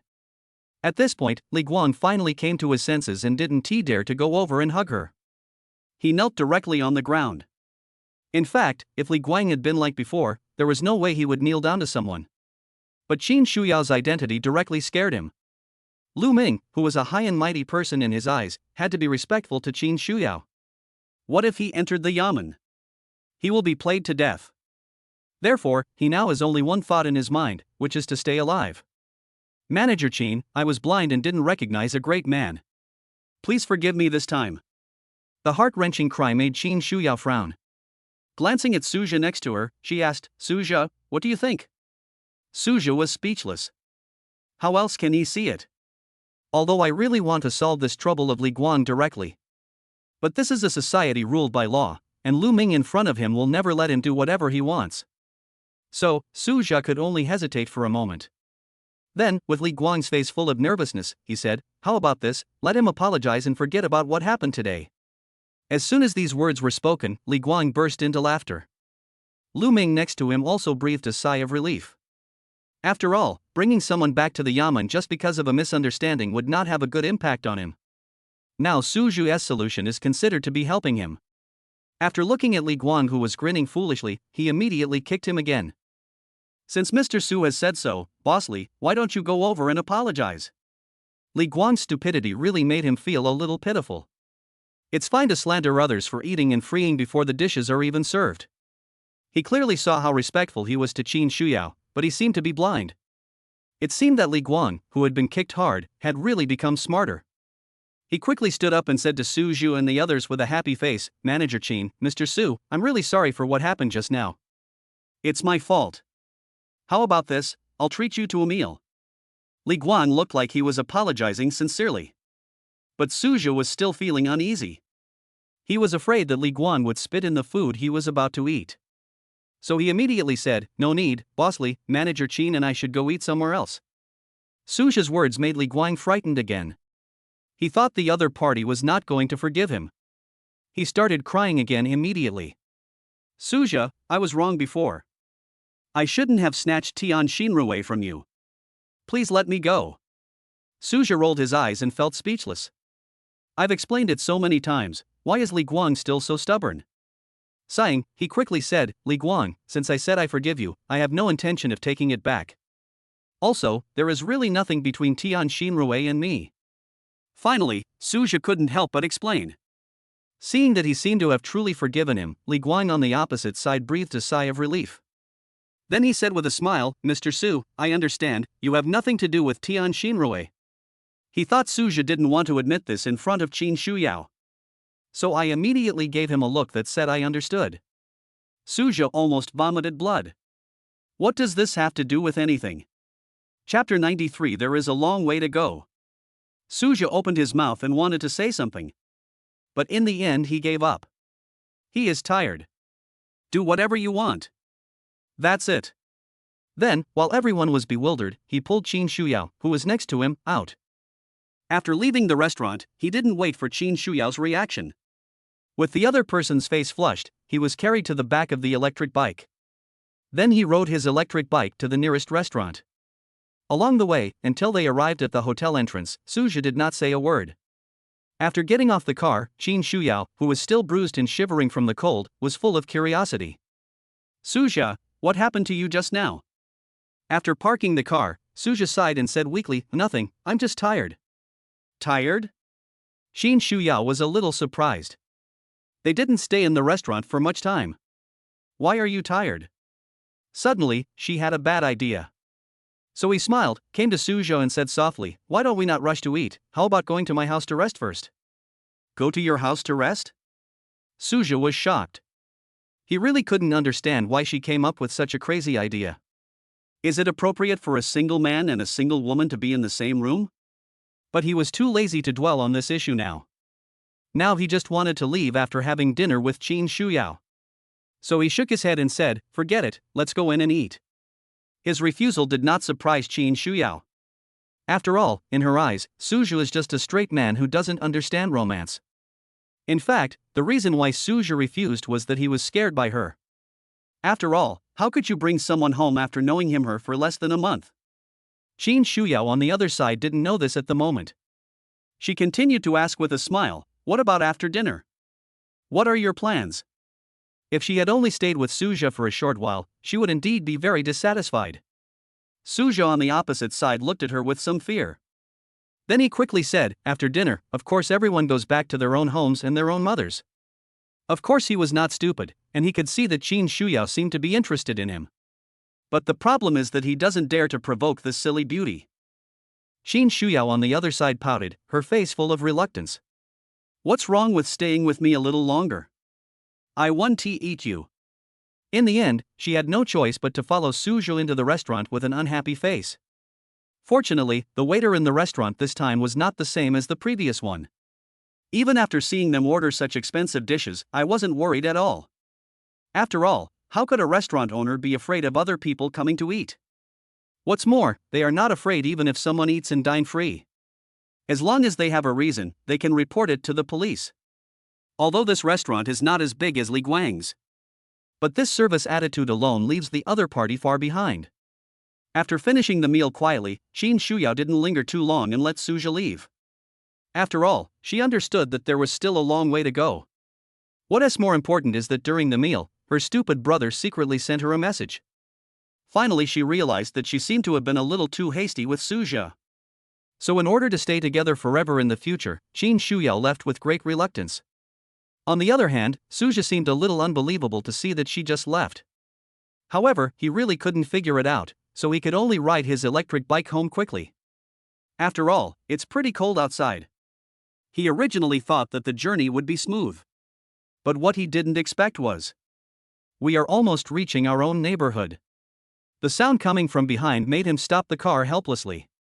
Chapter 94, Heart Beating Rapidly. Hey, isn't this Suja? Why are you riding an electric bike? Oh, by the way, you owe the bank 5 million. A sarcastic and malicious voice behind him made Suja frown and stop the electric bike helplessly.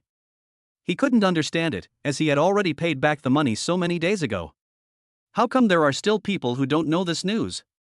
However, when he turned around, he suddenly realized the person behind him is his classmate Hu Ji. However, this person did not get along with Li Wan, so he did not attend the class reunion last time.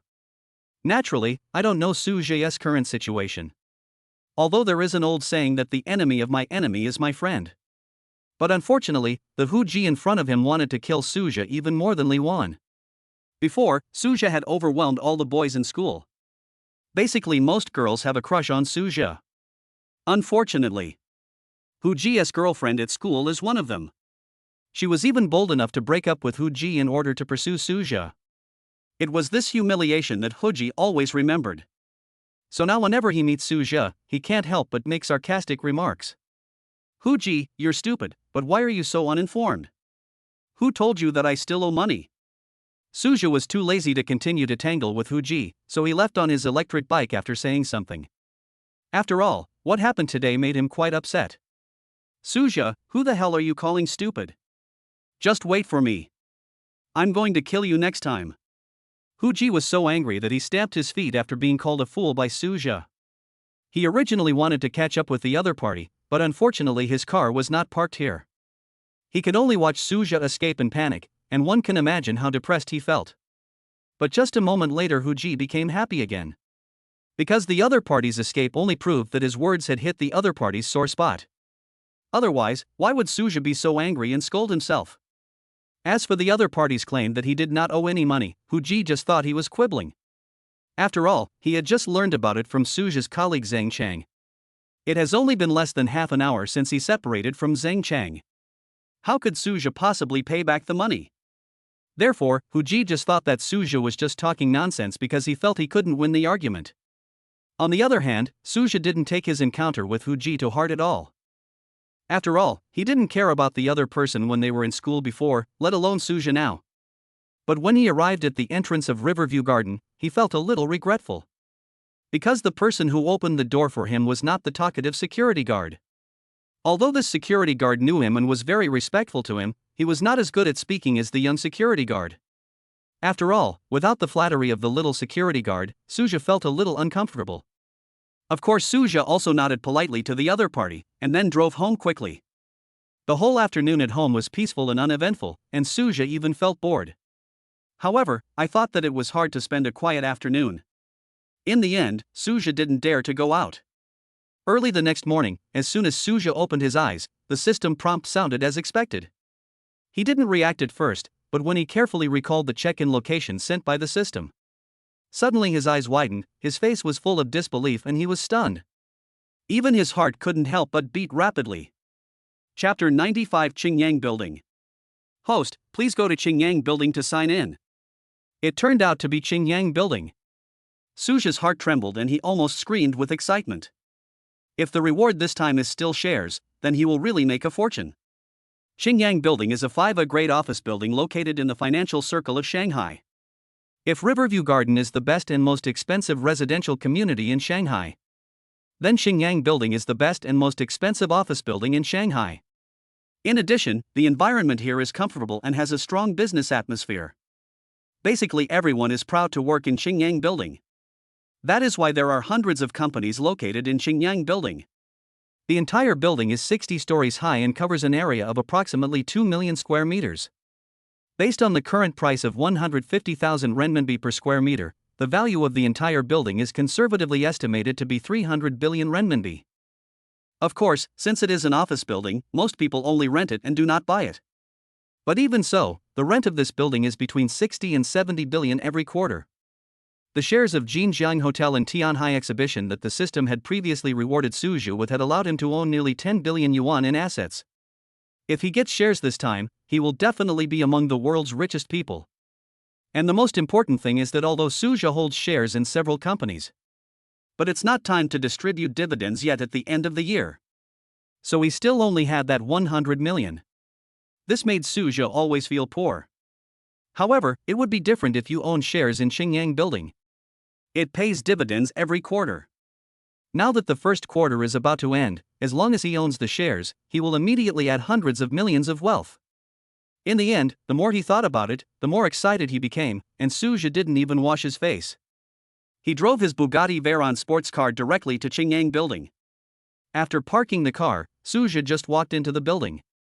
A resentful voice sounded from behind. Suzhou, do you still have the courage to come? Suzhou frowned and turned around to see that it was a mummy with gauze wrapped around its head. Who are you? Suzhou asked curiously. Because he really couldn't tell who this person was. Zheng Cheng on the opposite side was full of disbelief. He didn't expect that Suzhou didn't even know who he was. He immediately gnashed his teeth and shouted at Suzhou with hatred, "You even forgot about me?" Listening to his voice again, Suzhou finally remembered who it was. However, thinking about Zheng Cheng's previous frame-up of his original self, Suzhou felt that he really needed to vent his anger. So he pretended to be confused and asked, "You don't even have a face, how can I know you?" After these words were spoken, Zheng Cheng on the opposite side almost vomited blood. He immediately shouted angrily, "Suzhou, who are you saying has no shame?" Shrugging his shoulders, Suzhou said nonchalantly, "It's just you, isn't it?" Zheng Cheng was so angry that he went crazy and wanted to beat Suzhou on the spot. Unfortunately, as soon as he moved, he immediately gasped. The injuries from being beaten by Li Zhangyang the day before yesterday have not healed yet. In the end, he could only yell at Suzhou viciously, "Suzhou, just wait for me. I won't let you go." "Then you are welcome to come any time." Suzhou laughed, not caring about Zheng Cheng's threat at all. His words made Zheng Cheng's eyes tear up, and he wished he could eat his flesh alive. But the pain in his body still reminded him not to act rashly, and in the end he could only leave after saying some harsh words. "I will make you die, humph." Looking at Zheng Cheng leaving, Suzhou shook his head indifferently, and then ordered the system to sign in. But when the system prompt sounded, Suzhou's face changed drastically. Chapter 96, admitted it directly. Ding, sign-in successful, congratulations to the host for receiving 1 billion in cash. Cash? Why cash? I want shares in Xingyang Building. The system's prompt left Suzhou completely dumbfounded. Although 1 billion in cash is also a considerable fortune. But compared with this 300 billion building, it is still far behind. But now that things have come to this, he had no choice but to accept it. However, just as Suzhou was about to turn around and leave, Zheng Cheng, who had already left, came back with a fat man with a face full of flesh. After seeing this person, Suzhou's face instantly turned cold. This fat guy is none other than him. It was the bastard boss Chen Chang who had betrayed the original body. "Big Chen, I didn't expect you to dare to come out." Chen Chang on the opposite side was stunned for a moment, and then he laughed without any restraint. "Xiao Zhang just said that you were in Xingyang Building, but I didn't believe it. I didn't expect you to be there." After a pause, he smiled sinisterly and said, "What? Are you planning to send me money again?" As soon as these words were spoken, Zheng Cheng, who had been so angry at Suzhou that he was about to explode, now laughed out loud without caring about the scars on his face. Although his wounds were torn by his laughter, causing him to gasp from time to time, he still did not miss the opportunity to mock Suzhou. He could even say to Suzhou while laughing, "Suzhou, aren't you pretty awesome? How come you've been suppressed by just a few words from Boss Chen?" Although Chen Chang next to him had heard countless flattery, at this moment, facing Zheng Cheng's flattery, he was still very happy in his heart. He first nodded in satisfaction to Zheng Chang, then he raised the corner of his mouth and looked at Suzhou meaningfully. "Suzhou, you were my employee before, and now you owe the bank so much money, which is really pitiful. How about this? My company just happens to be short of a cleaner. You come to work in my company, and I will give you 1,000 yuan a month. How about that?" Zheng Chang was a little frightened when he heard this at first. He thought the boss was going to let Suzhou go. However, when he heard that Chen Chang only arranged Suja to do cleaning and even the salary was only 1,000, he immediately felt relieved. Glancing at Suja, who had begun to become indifferent, he came up with an idea and said to Chen Chang in a flattering manner, "Boss, isn't this 1,000 yuan a bit too much? Many?" Zhang Cheng's words made Chen Chang stunned, and then he understood what he meant, so he asked with a smile, "Then how much do you think is appropriate?" Zhang Cheng on the other side first chuckled, and then pretended to look Suja up and down. Then he said, "Boss, I think with Suja's qualifications, 250 yuan is just right for his status." Chen Chang on the other side burst into laughter after hearing this. Looking at Suja with disdain on his face, he said, 250. Ha ha ha. This price is indeed suitable. Seeing the two pretending to be good guys, Suja sneered. "Shindadu, I believe you know better than me how I owed the bank money." Chen Chang on the other side paused slightly, then looked at Suja with arrogance on his face. "So what if I know? And I just admitted it directly. Xiao Zhang and I framed you together." Suja narrowed his eyes and asked a question that he already knew the answer to. "Why did you frame me in the first place?" Suja's words made Chen Chang on the opposite side feel particularly funny. He said with a smug look on his face, "Why? Ha ha ha. It's because you are an orphan without a father or a mother." Chapter 97 Recording. Seeing that Chen Chang had already said what he wanted to hear, Suja took his hand out of his pocket again. Then he said to Chen Chang with a grim face, "Shindadu, originally I wanted you to live a few more days, but since you want to die, I have no choice but to grant your wish." As soon as these words were spoken, Chen Chang on the opposite side immediately looked at Suja with contempt. "Suja, I didn't expect you to be hit so hard. You've gone crazy after just a few days of not seeing you." In Chen Chang's eyes, Suja must be crazy if he dared to threaten him. After all, he dared to frame Suja because he knew his background clearly and knew that he had no ties and no one would care even if he died. Although Zhang Cheng on the side was grimacing in pain, he could still agree with Chen Chang. He immediately looked at Suja with contempt. "Suja, I think you are really crazy. You actually dared to go against Mr. Chen." Then he smiled respectfully at Chen Chang, and then said to Suja, "Is Mr. Chen someone that a little jerk like you can offend?" Faced with Zhang Cheng's flattery, Chen Chang was obviously somewhat satisfied. His fat face was full of a hideous smile, which was disgusting to look at. Suja sneered and took out the cell phone from his pocket. He glanced at Chen Chang and the other man and said, "What do you think will happen if I take what you just said to the government?" As soon as these words were spoken, Chen Chang and Zhang Cheng's faces changed instantly. Chen Chang asked angrily, "You actually recorded it?" Only then did he remember why Suja had put his hands in his pockets from the beginning. He even asked so many questions one after another that should have been obvious a long time ago. It turns out that all this was done for the purpose of recording.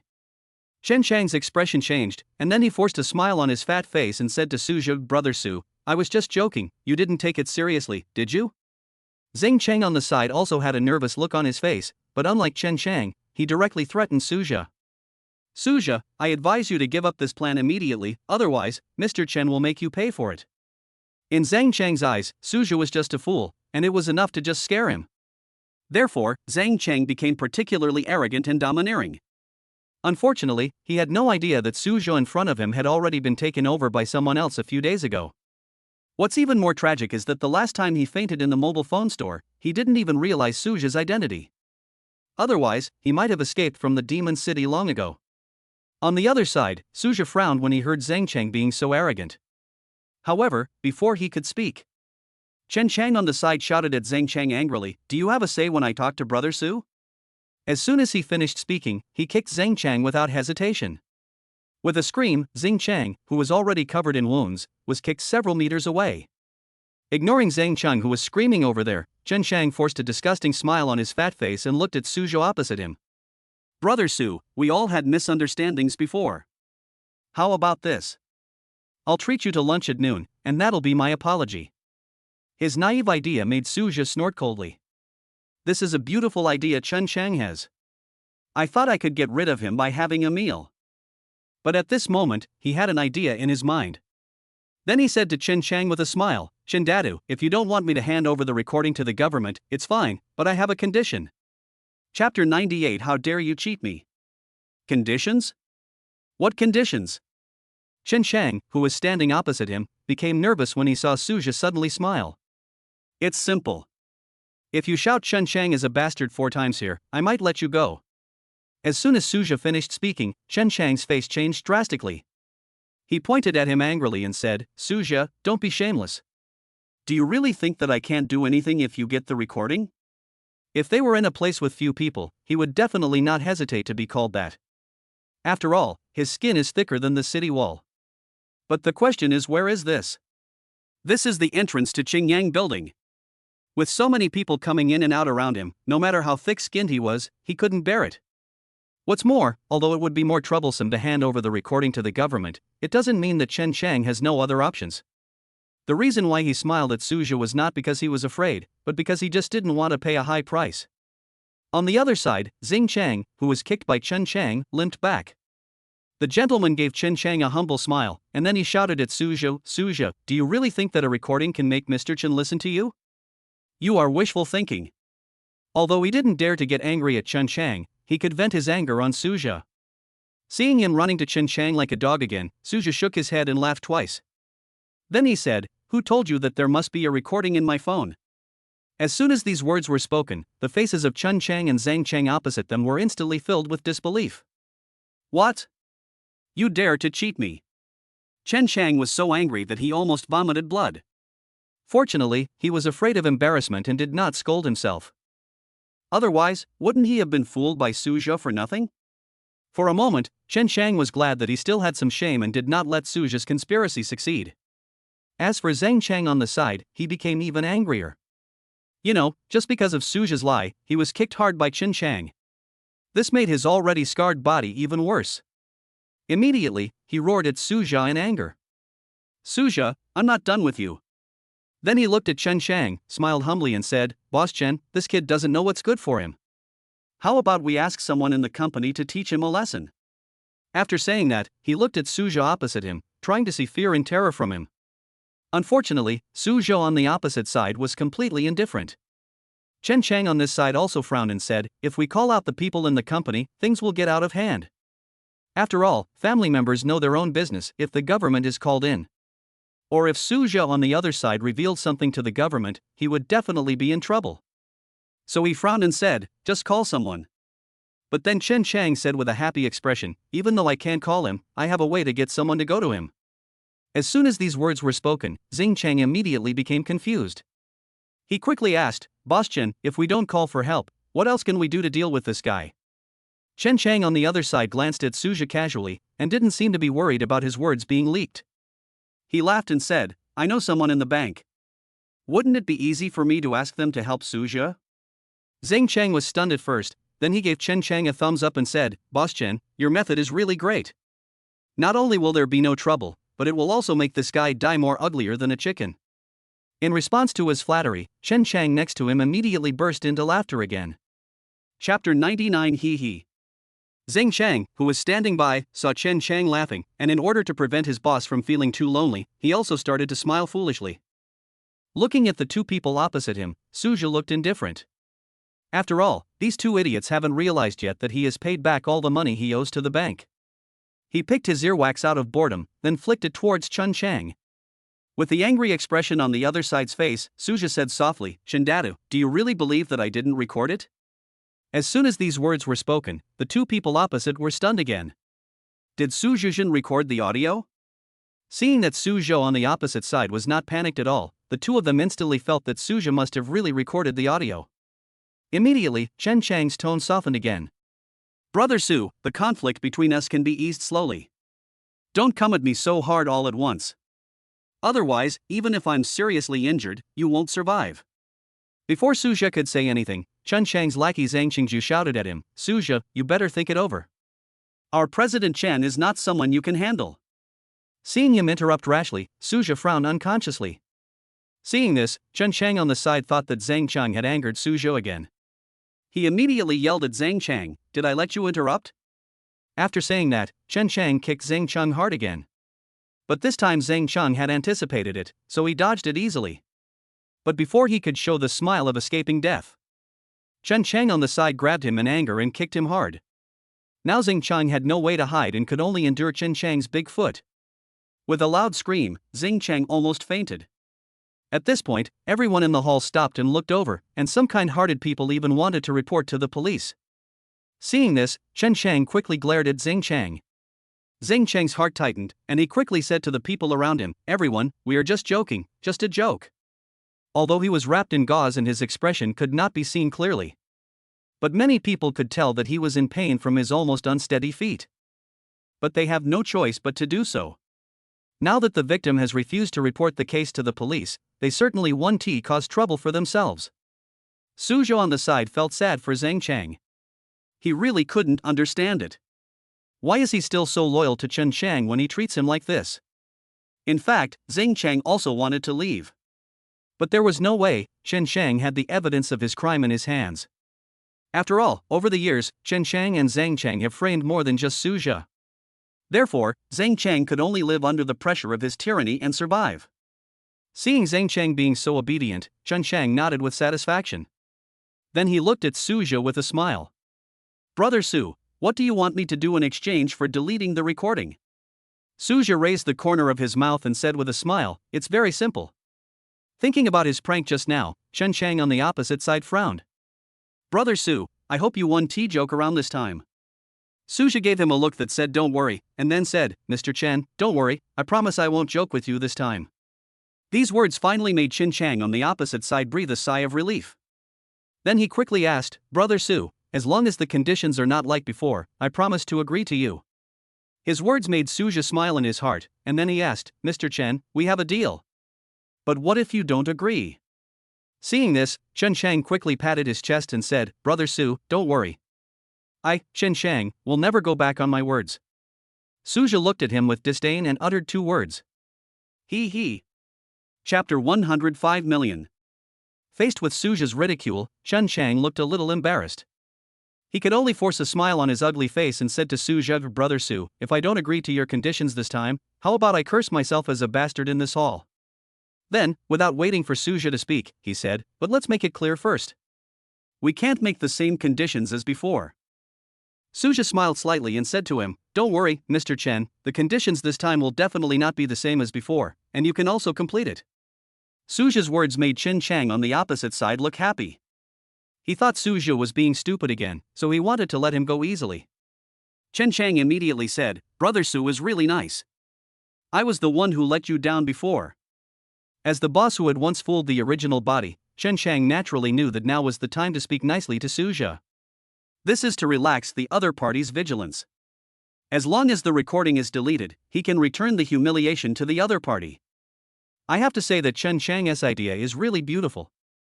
Suzhou on the side naturally would not be stupid enough to let him go. His purpose was just to play a trick on Chen Chang and vent his anger. With a slight smile, seeing that things were almost done, he immediately said, "Mr. Chen, my conditions are very simple, you can definitely do it." Chen Chang was so depressed that he vomited blood. "It's simple, you say? Why keep it a secret?" However, he felt aggrieved, but he didn't dare show it on his face. So he still smiled and asked, "Brother Su, what are the conditions?" Suzhou nodded, and then said, 5 million. "As long as you give me 5 million, I will delete the recording just now." "What? 5 million? Chen Chang and Zhang Chang, whose face was wrapped in gauze, both screamed in disbelief. After a while, the anger in Chen Chang's heart made his ugly face turn red. He looked at Suzhou viciously, gnashing his teeth and saying, "Boy, are you kidding me?" Suzhou on the other side shrugged and said indifferently, "It's only 5 million. This shouldn't be a big sum for you, Mr. Chen, right? After all, you just made 5 million half a month ago." As soon as these words came out, Chen Chang snorted coldly and said, "You want me, Chen Chang, to spit out what I ate? That's simply impossible." Zhang Cheng on the side seemed to see that his boss was angry, and immediately stood up and shouted at Suzhou, "Suzhou, you are just wishful thinking. There is no way Mr. Chen will be fooled by you." After saying this, he looked at Chen Chang with humility again. After seeing the other party nod in satisfaction, he excitedly shouted to Suzhou, "Suzhou, I warn you, delete the recording immediately, otherwise, our CEO Chen will kill you." Facing Zhang Cheng's impotent rage, Suzhou shook his head. He took a look at Zhang Cheng, who was wrapped like a mummy, and Chen Chang, who looked so proud. He said calmly, "Mr. Chen, you just said that if you don't agree to my conditions, you will call yourself a bastard in this hall. After taking a casual look at Chen Chang, Suzhou asked, I wonder if Mr. Chen's words still count? You? Chen Chang was so angry that he couldn't speak. How could he possibly call himself a bastard in the hall? Just when he was about to go back on his word, Suzhou suddenly spoke up again. Mr. Chen, what do you think would happen if the recording of you agreeing to the conditions just now got out? As soon as these words were spoken, Chen Chang's eyes were filled with anger. Recording. Another recording. Chapter 101 Just wait for death. If there wasn't a recording, how could he be caught by this poor boy Suzhou? Chen Chang was going crazy, but unfortunately he couldn't do anything to Suzhou. Immediately, his face turned bitter, and he softened his voice and said to Suzhou, your brother Su, your condition is too difficult. 5 million. This is simply cutting my flesh. Suzhou sneered. 5 million is cutting your flesh. Doesn't that mean the original body's life is at stake? Why were you so happy when you cheated your original body out of 5 million? Now that it's your turn, you feel heartbroken.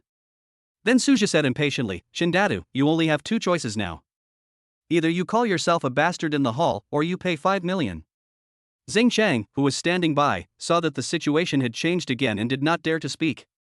Because he understood that if Chen Chang kicked him again, he would really have to spend the rest of his life in a wheelchair. Suzhou's words made Chen Chang completely angry. Because he couldn't agree to either of these two conditions. He immediately asked Suzhou with a gloomy face, does that mean there is nothing to discuss? Suzhou raised the corner of his mouth, shrugged, and looked at Chen Chang with an indifferent expression. I never intended to talk to someone like you from the beginning.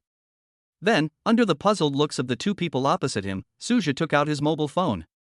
He said calmly, Shindadu, Zheng Chang, do you two really think I recorded the conversation? My phone is out of battery. Suzhou was right, this phone had run out of battery a long time ago. Because of a momentary negligence last night, I forgot to charge my mobile phone. He didn't discover this situation until he saw Chen Chang coming and wanted to record. However, he suddenly had an idea and decided to take advantage of the situation. If he revealed the slightest flaw, Chen Chang on the other side would mistakenly think that he had recorded the audio. Boy, you dare to play tricks on me so many times. Seeing that the phone could no longer be turned on, Chen Chang's face instantly turned red with anger. He didn't expect that Suzhou would fool him 3 times in a row. And the most important thing is that during these 3 times, he acted like an idiot and did whatever Suzhou asked him to do. As for Zhang Chang next to him, he almost went crazy. He was kicked hard several times just now. But they didn't expect that in the end it was just Suzhou who was playing tricks on them. Seeing how angry the two were, Suzhou laughed exaggeratedly like a villain. Although I had already decided not to have anything to do with the original body's previous affairs. But if someone else takes the initiative to provoke him, Suzhou would be happy to help the original body vent his anger. Chen Chang on the other side took a deep breath, then looked at Suzhou with resentment. Suzhou, you are very good. I wanted to let you go, but I didn't expect you to be so ungrateful. Just wait for me. Let's see if you will be so arrogant tomorrow. He has already decided to ask an acquaintance at the bank to urge Suzhou to repay the money. This time I must make the other party live a life worse than a beggar. After all, although beggars are poor, they don't owe any money. And most importantly, it is only natural to pay back debts, and no one can gossip about it. This would not only avoid causing trouble to the acquaintance in the bank, but would also teach Suzhou a lesson. I have to say that Chen Chang has a nice idea. Zhang Cheng finally saw the situation clearly and immediately stood up and yelled at Suzhou, boy, just wait for death. Faced with the two people's increasingly arrogant appearance, Suzhou shook his head slightly. I find the naive ideas of these two people laughable. Chapter 102 This is too little. Don't these two idiots think about the fact that they dare to be so tough, maybe they don't have any trump card? But just as Suzhou was about to burst their fantasy, a surprised voice came from behind him. Mr. Su, what a coincidence. I didn't expect to meet you here. Hearing this slightly familiar voice, Suzhou turned his head curiously. Then he said with a smile, Lawyer Liang, it's you. The person who greeted Suzhou was Liang Chang, the wealthy lawyer who spent 10 million to buy a house in the gym. But Suzhou didn't expect that he would meet the other person here. Seeing the briefcase in the other party's hand, Suzhou smiled and asked, Lawyer Liang, is your company here? Hearing this, Liang Chang on the opposite side smiled embarrassedly. Then he said, Mr. Su, I didn't have time to tell you last time that my law firm is located in this building. Glancing at Chen Chang and the other man sitting opposite Suzhou, he asked with a hint of confusion, Mr. Su, are these two employees of your company? When Liang Cheng said this, Suja almost laughed out loud. Chen Chang and the other man on the opposite side had faces that turned blue with anger. Zheng Chang, who was standing by, immediately stood up and shouted at Liang Chang, "Who are you insulting here? How could our CEO Chen be this guy's employee? He doesn't even have the qualifications to carry CEO Chen's shoes." Perhaps because Liang Chang was dressed like a successful man, Zheng Chang, his lackey, didn't dare to get angry with him. But even so, Liang Chang's face opposite him turned gloomy. Because he knew very well how wealthy Suja was. A person who carries hundreds of millions in cash with him has a net worth of almost 1 billion, even if it is not. And what about him? Although he is the boss of a law firm, his net worth has just exceeded 100 million. If even someone like Suja is not worthy of carrying Chen Chang's shoes, then what is he? As a result, the arrogance of these two people made him a little angry. He immediately roared, "How dare you!" Zheng Chang on the opposite side never expected that Liang Chang's temper would explode at the slightest provocation. However, after taking a look at Chen Chang beside him, he felt more confident. He immediately pretended to be brave and shouted, "Boy, do you know who our boss is?" Liang Chang frowned. He roared, "I don't care who you are. Get out of here." Since the two people opposite are not Suja's employees, and they even dare to insult Suja, then he naturally didn't have to worry about anything, and he even felt that this was an opportunity to make friends with Suja. "You!" Zheng Chang pointed at Liang Chang angrily. However, before he could open his mouth to speak, Chen Chang, who looked calm and composed, stood up. "My friend, I advise you not to get involved with this poor boy, lest you be dragged down by him." As soon as Chen Chang finished speaking, Liang Chang, who was standing opposite him, asked in disbelief, "You said Mr. Su is a poor boy?" Liang Chang was shocked. If Suja, who has hundreds of millions of cash in any of his cards, is a poor boy, then what is he? Isn't that worse than a poor boy? When Chen Chang on the opposite side saw him like this, he thought he was scared. He immediately said with a smile, "You don't know. This kid owes the bank 5 million. Now he probably has trouble even eating." "What? You said he owed the bank 5 million? Liang Chang was shocked again. "Isn't this too little? Considering Suja's net worth, it would be normal for him to owe tens of billions. Chapter 103 is a bit exaggerated." Chen Chang on the opposite side saw his shocked and unbelievable expression and immediately burst into laughter. After all, he felt particularly happy seeing Suja being deserted by his friends and relatives. His appearance left Liang Chang confused. Mr. Su only owes 5 million. Is it necessary to be so happy? Although he could see that Chen Chang seemed to have a grudge against Suja. But he just couldn't understand why the other party acted as if Suja couldn't afford to pay back such a small amount of money. You know, the cash in Suja's card alone is enough to pay back 25 million. He looked at the calm Suja over there, and the arrogant Chen Chang over here. An idea suddenly popped up in Liang Chang's mind. Could it be that these two people don't know anything about Mr. Su's identity? Once this thought came into his mind, he could no longer dispel it. He immediately asked Chen Chang curiously, "Don't you know Mr. Su's identity?" His words left Chen Chang on the opposite side a little confused. What identity could Suja have? If Suja had some identity, how could he frame someone? Even if Suja had a complete family, he would not dare to frame the other party so arrogantly. He dares to be so arrogant because he is bullying Suja because he is an orphan without a father or a mother. So, facing Liang Chang's questions, he glanced at Suja and laughed out loud with disdain on his face. He doesn't have any status, he's just a poor boy. As soon as these words were spoken, Liang Chang understood instantly. It turns out that this idiot in front of me really doesn't know Mr. Su's identity. No wonder he is so arrogant. However, Liang Chang did not remind Chen Chang of Suja's identity. After all, if his reminder had scared the other party, he would have begged Suja for mercy. Then how can he win Suja's favor? In order to avoid any more trouble, Liang Chang quickly asked Chen Chang, "I wonder who you are?" Of course, he didn't want to make friends with Chen Chang. After all, he wasn't stupid enough to curry favor with the boss's enemy. The reason why he asked about Chen Chang's identity was that he was thinking about how to help Suja teach him a lesson at the lowest cost. Facing his inquiry, before Chen Chang could open his mouth to speak, Zheng Chang on the side felt that his chance to please his boss had come. Immediately, his face was full of pride, and he spoke impatiently, "Our President Chen is the general manager of Tianbei Technology. As if worried that Liang Cheng didn't hear clearly, Zhang Cheng continued to emphasize it again. It's Tianbei technology, which has a market value of nearly 40 million. After saying that, he looked at Chen Chang with a flattering look. When he saw the other person's happy smile, Zhang Chang also smiled. But after hearing his words, Liang Cheng on the opposite side was a little surprised. Originally, he thought that since Chen Chang was so arrogant, he must have a net worth of at least hundreds of millions, right? But he never expected that the other party was just the CEO of a company with a market value of 40 million. Isn't this too exaggerated? Since when did a net worth of just tens of millions become so arrogant? Even Chen Chang is not as good as him. At the very least, his law firm could be valued at hundreds of millions. When Chen Chang and the other man opposite him saw the astonishment on his face, they immediately laughed triumphantly. In their opinion, the boy in front of them, who knew Su Jia, seemed to be scared. Maybe at this moment he is thinking about how to beg for mercy and apologize to them? Unfortunately, they never expected that Liang Chang would scare them silly as soon as he opened his mouth.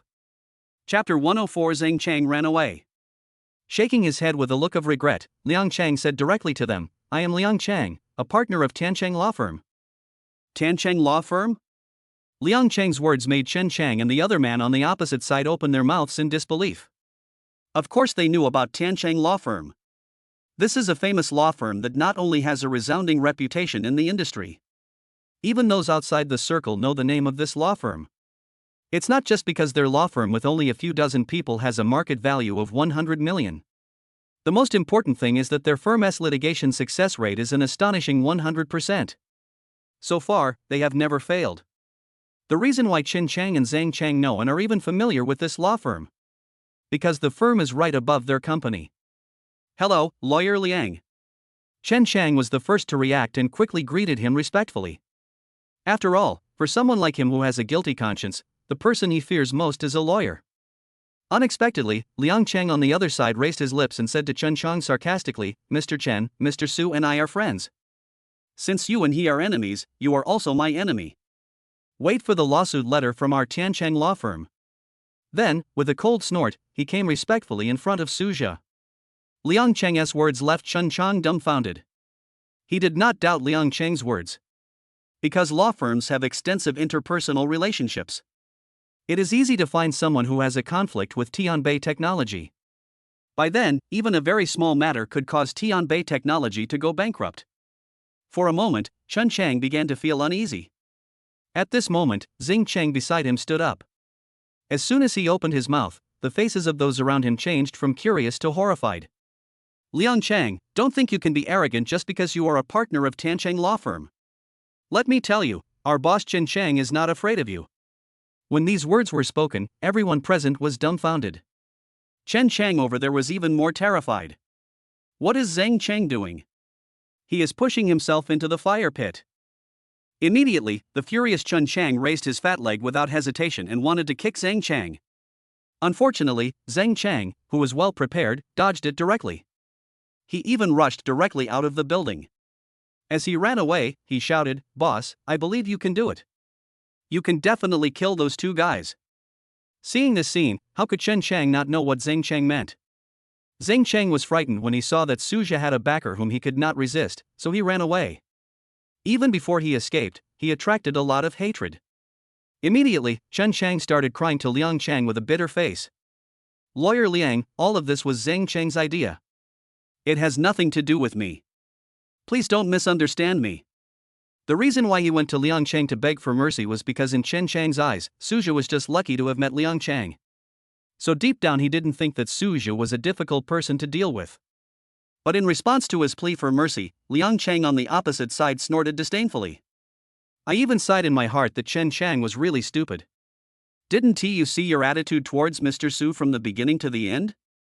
There's no use begging for mercy." However, Liang Cheng was too lazy to explain to him. Because he wanted to please Su Jia, he had to teach Chen Cheng a lesson. With a flattering smile on his face, Liang Cheng looked at Su Jia. "Mr. Su, what are you going to do with this Chen Cheng?"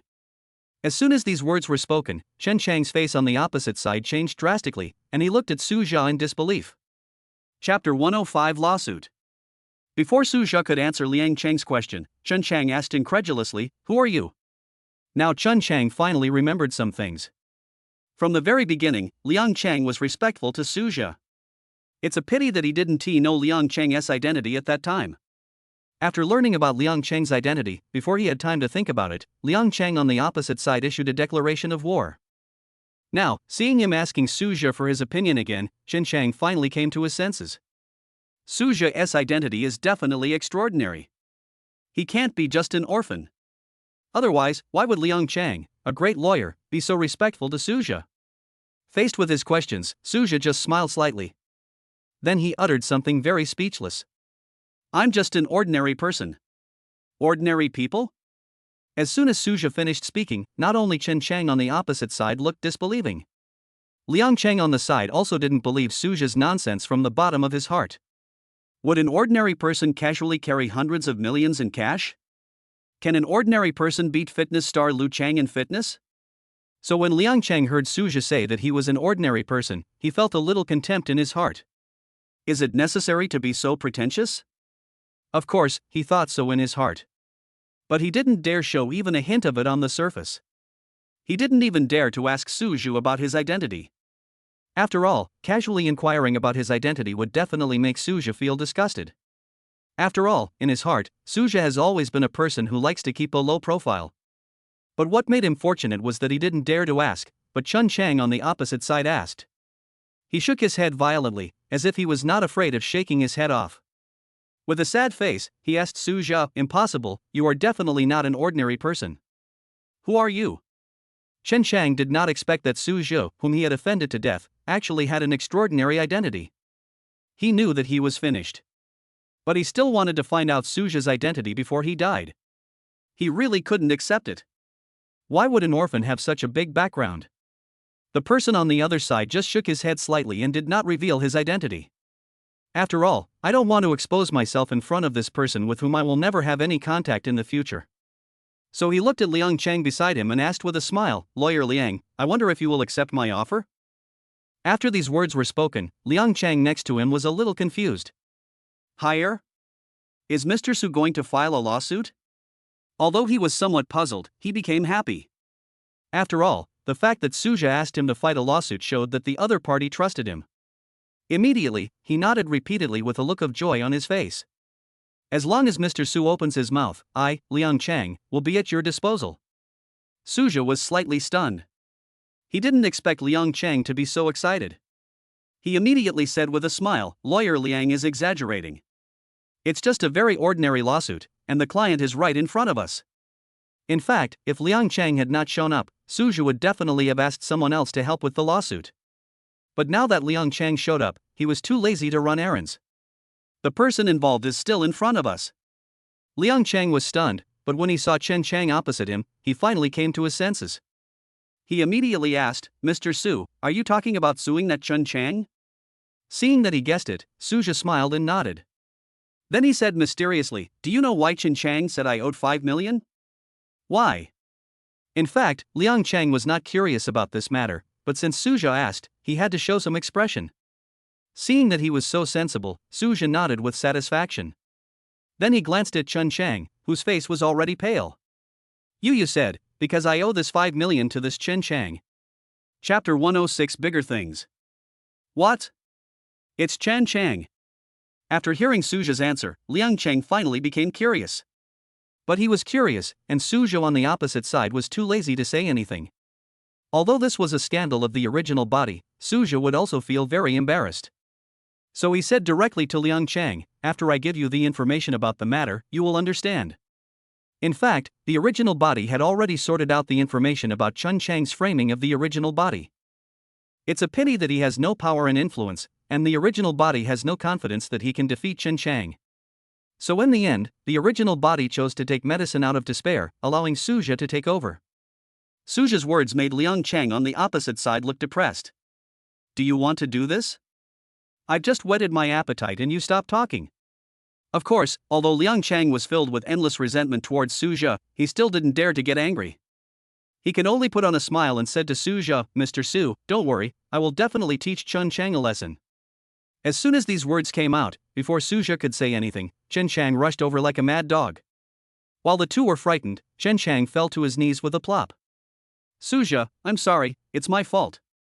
I'll return the money to you, please let me go. Perhaps because he was afraid that Suja was not satisfied enough, Chen Chang kept slapping himself hard while crying and begging for mercy. Hearing his words, Suja raised the corner of his mouth, his face full of disdain. Chin Datu, are you thinking of admitting your mistake now? Too late. He really couldn't understand what Chen Chang was thinking. If he hadn't come, wouldn't the original body have died in vain? The hatred between the two is so deep, can it be resolved with just a few words? Isn't this too naive? Even if he hadn't obtained the system, it would be impossible for Chen Chang to kneel on the ground and beg for mercy like he is now. His words made Chen Chang, who was kneeling on the ground, look terrified. Lian shouted at Suja, Suja, Grandpa Su, please let me go. I will give you 10 million, no, I will give you the entire company, just please let me go. Family members know their own business. If it was just Suja's matter, he might be scared and beg for mercy. But it is impossible to be as terrified as I am now, as if I had lost my life. So many years have passed, and he has far more things on his hands than just Suja's case. If they investigate further, he will be dead. So he would rather give up the company and just hope that Suja would let him go. Liang Cheng's eyes flickered, and then he seemed to have made some decision. He said to Suja, Mr. Su, this matter involving Chen Chang is probably not simple. As a lawyer, he knows best what emotions some people who have committed crimes may feel. If it was just because of framing Suja, then it would only be a few years at most. But now it is obvious that Chen Chang is concerned about more than just Suja. In fact, he didn't have to tell Suja, after all, Suja didn't know the inside story.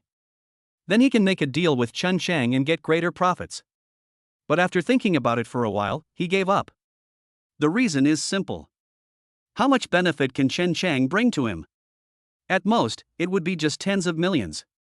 And can Suja, who can casually take out 100 million yuan, be a simple person? When Suja learns the truth, he will definitely be furious and take revenge on him. After listening to Liang Cheng's words, Suja was stunned for a moment. Before, he thought it was strange that Chen Chang reacted so strongly. Now, after listening to Liang Cheng's explanation, he finally understood. There is something even bigger going on with Chen Chang. After thinking about it for a while, Suja finally made up his mind. Chapter 107. Are you following me? He glanced coldly at Chen Chang, who was kneeling on the ground crying and begging for mercy. Suja asked Liang Cheng, who was beside him, Lawyer Liang, I wonder if you can investigate further. Now that he has offended someone to death, Suja will certainly not let the tiger go back to the mountains.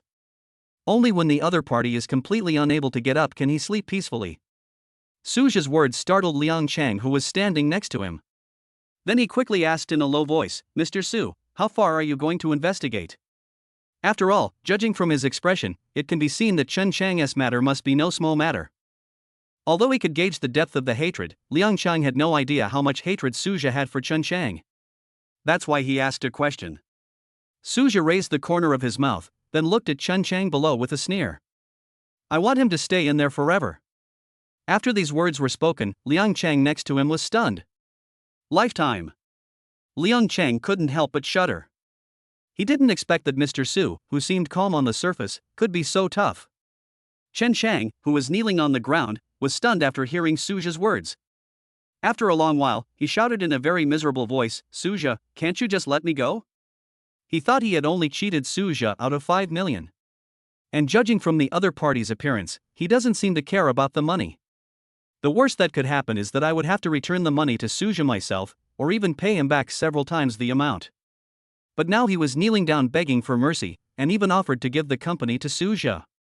But the other party still refused. Faced with his questions, Suja was too lazy to pay attention. After all, if he hadn't traveled through time and space and possessed the system, maybe he would also die with his original body because of the other party's frame-up. How could Suja let go of such a life and death feud so easily? With a cold snort, he looked at Liang Cheng. Lawyer Liang, I'm sorry to trouble you with this matter.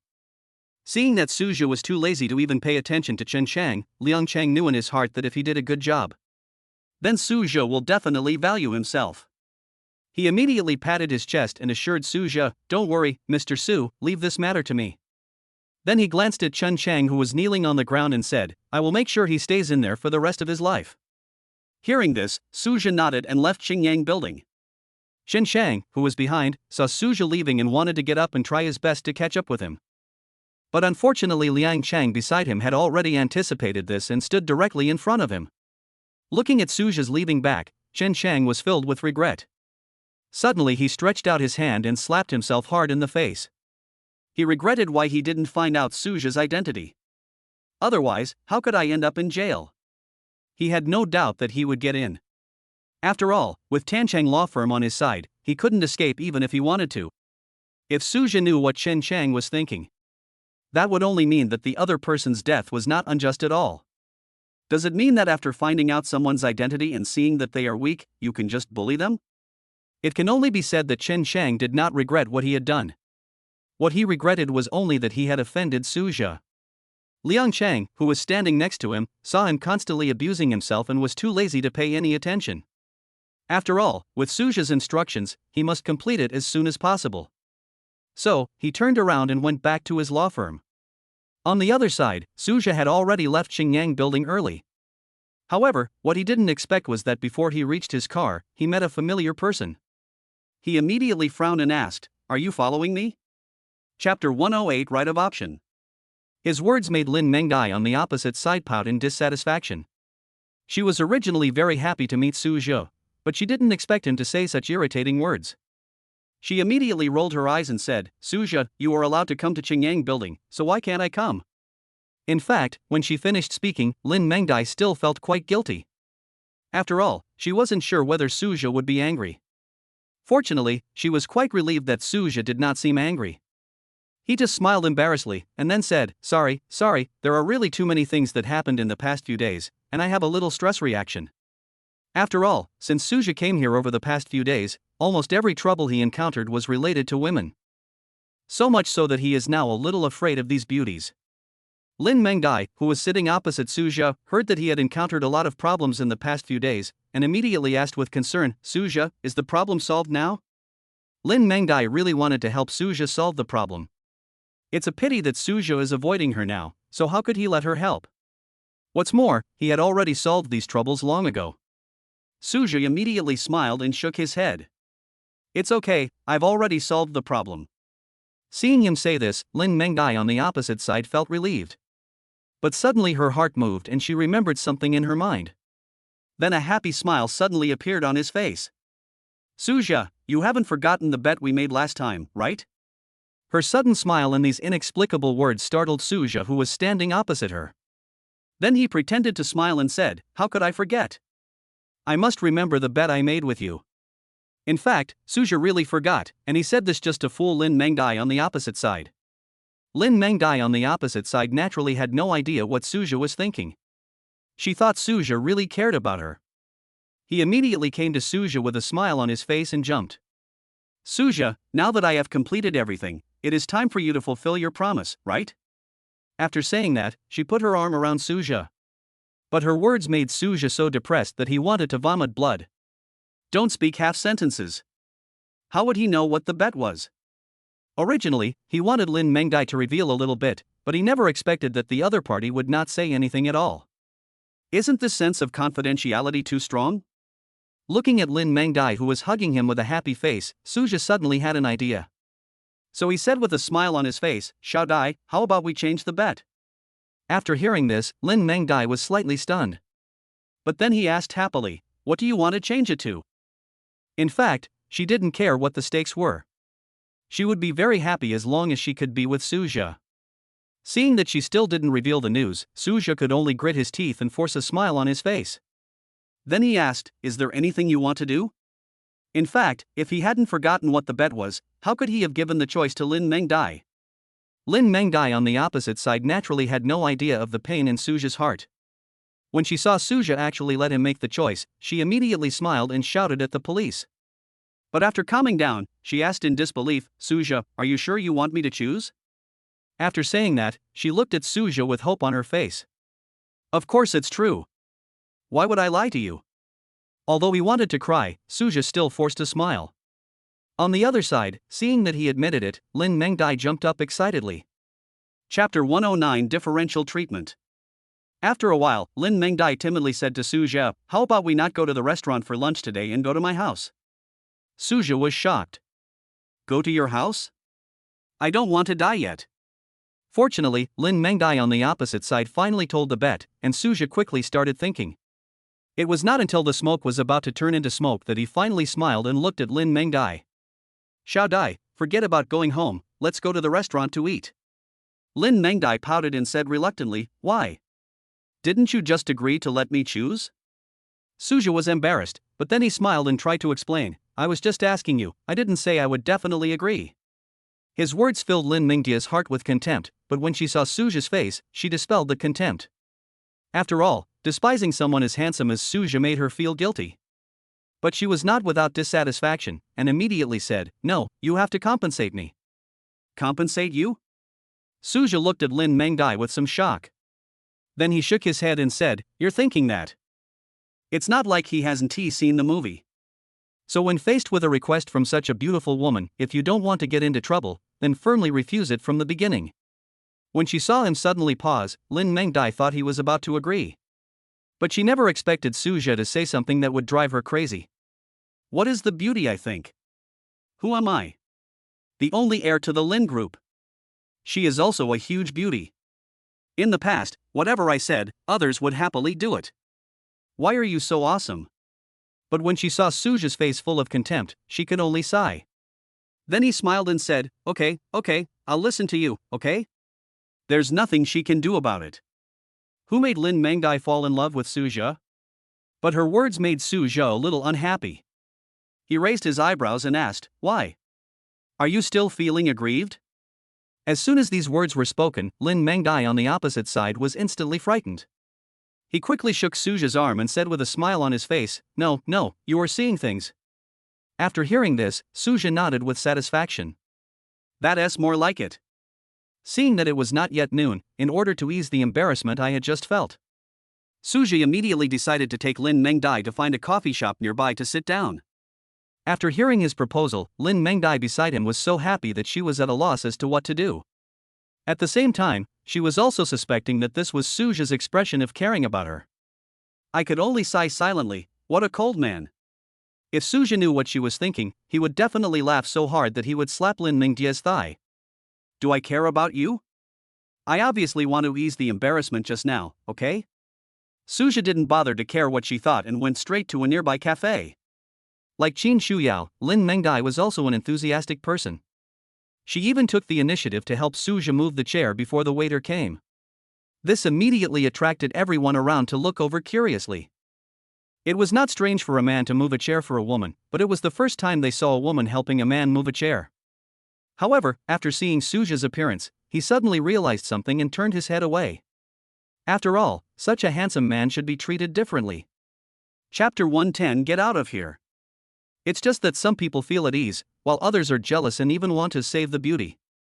A good-looking young man walked up to Lin Mengdai in a very gentlemanly manner. With a smile on his face, he said to Lin Mengdai, "Beauty, this boy doesn't deserve your treatment. As long as you follow me, I promise to spoil you to the sky." Suja frowned slightly. He never expected that the waiter in the cafe would come over, and inexplicable trouble came.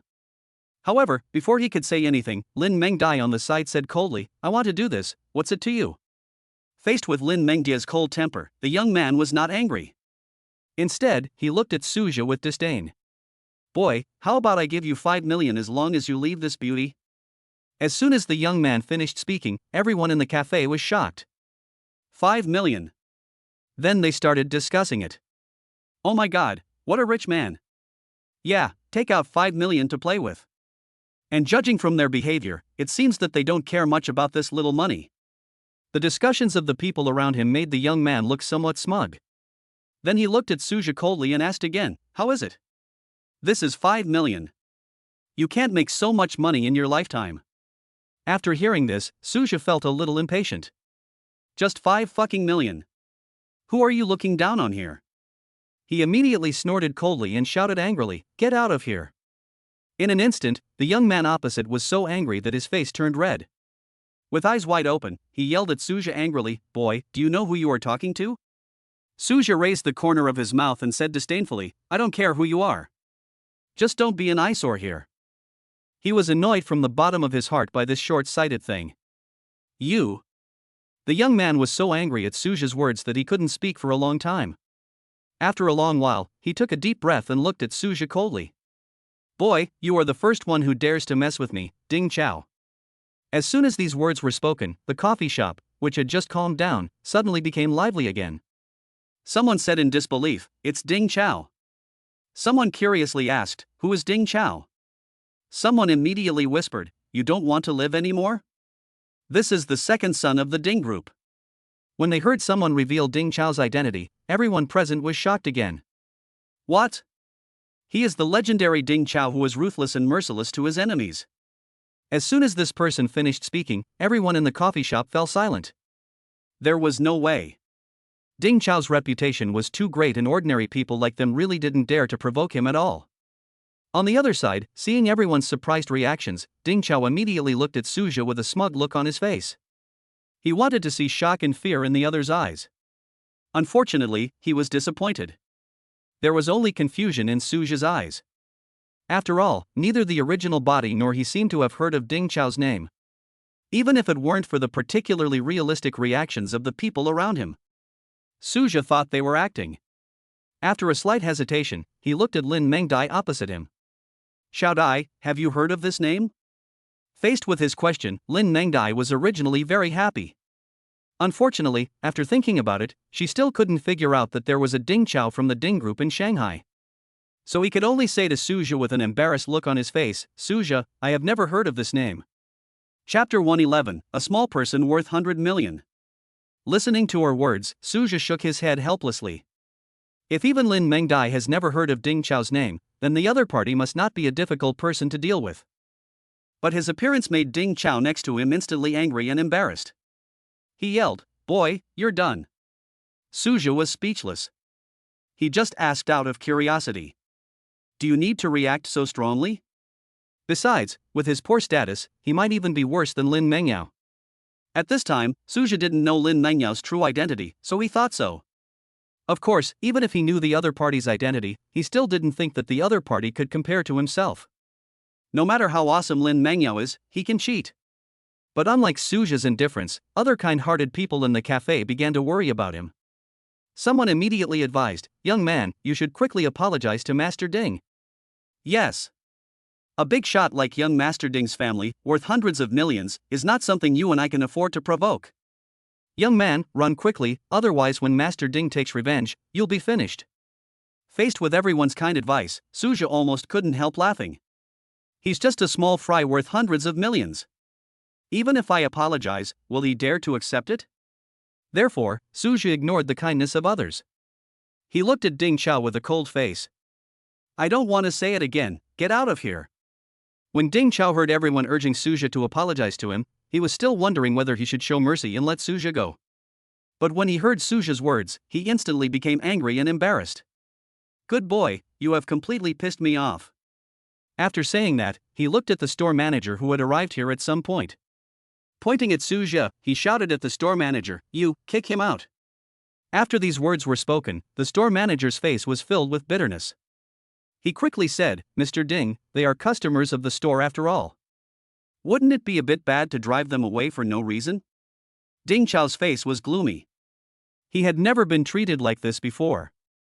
First he was ridiculed by Suja, and now the store manager even dared to disobey him. He immediately threatened in a cold voice, "If you don't drive them both away, then you can forget about running this cafe." The store manager next to him frowned. Although he is not afraid of the Ding group, he would try not to provoke it if possible. After hesitating for a while, he finally came to Suja. "I'm so sorry, sir." Suja on the opposite side frowned, then said calmly, "Are you sure you want to drive me away?" As soon as these words were spoken, the people in the shop opposite looked at Suja in surprise. Just now, everyone has revealed Ding Chao's identity. So unless Suja is deaf, it is impossible that he couldn't hear it. But in this case, the other party's calm look is somewhat intriguing. Is this just foolishness or is there a hidden card? Ding Chao, who was standing by, became annoyed when he saw the store manager hesitating. He immediately shouted at the store manager, "Okay. I didn't expect you to disobey me. I'm going to close your coffee shop today." His words angered the store manager next to him. "I'm not your slave. Do you really think that your Ding group can do whatever it wants? He immediately smiled apologetically at Suju and the others. Then he said to Ding Chao in a cold voice, "Mr. Ding, you are not welcome in our cafe, get out now."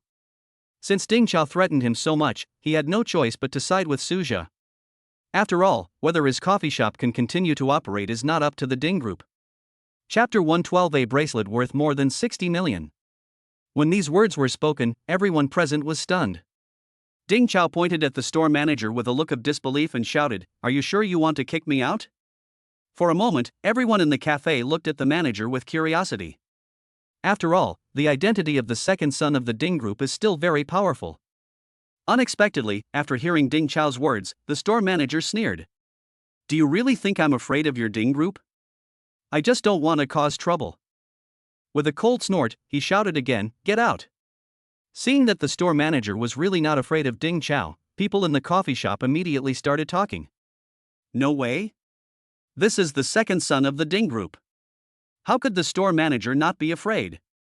I think this store manager must have someone with a backer, otherwise he wouldn't be so tough as to tell Mr. Ding to get out.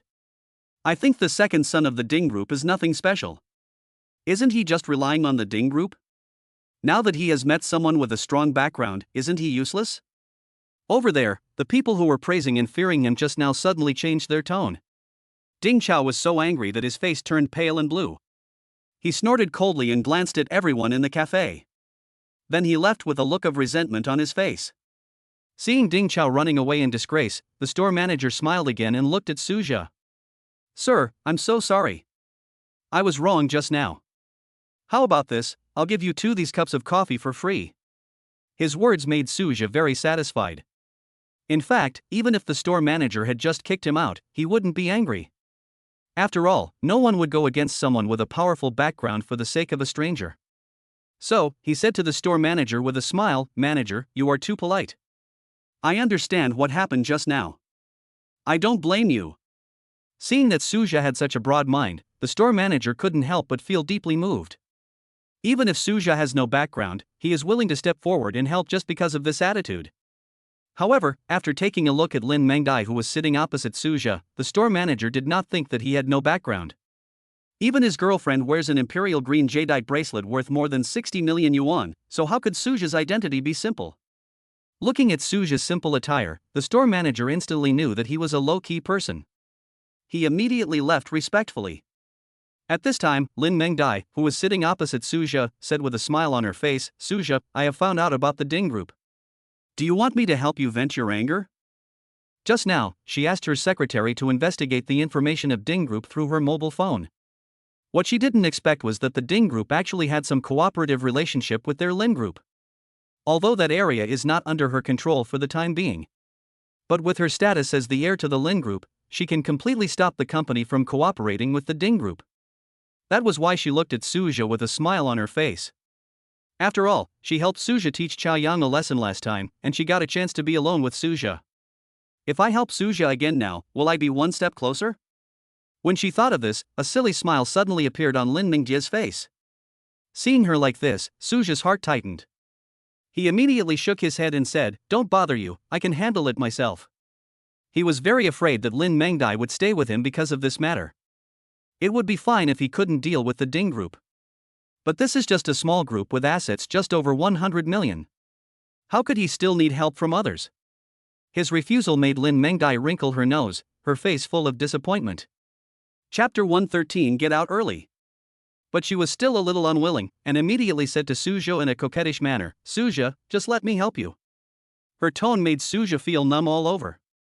After a while, when his mood recovered, he immediately said to Lin Mengdai in a cold voice, "Can you speak normally?" After hearing this, Lin Mengdai on the opposite side thought that Suja was angry. He immediately said pitifully, "Suja, don't be angry. I promise I will never do this again." Suja sighed heavily in his heart. He is not a fool, how could he not see that Lin Mengdai has bad intentions towards him? But what made him depressed was that he had deliberately shown a cold attitude. But why is the other party still clinging to me? Am I so attractive to women?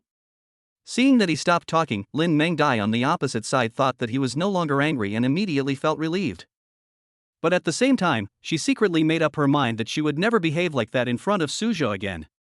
Because Suja doesn't tea like it.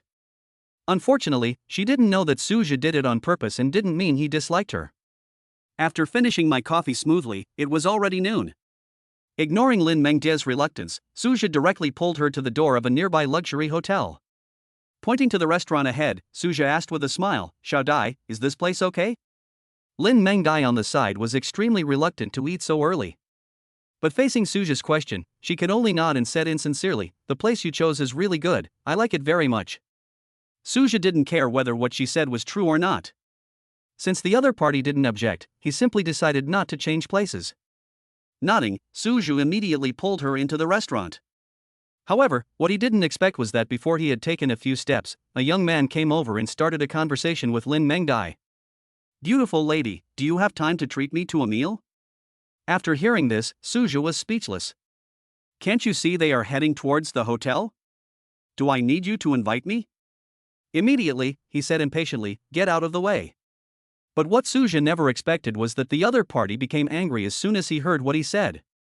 He shouted at Suja with anger on his face, "Boy, do you know who you are talking to?" Yu Ping really didn't expect that this poor boy in front of him would dare to speak to him like this. Coming over and inviting his girlfriend to dinner shows that you respect him. Suja on the opposite side frowned, feeling helpless.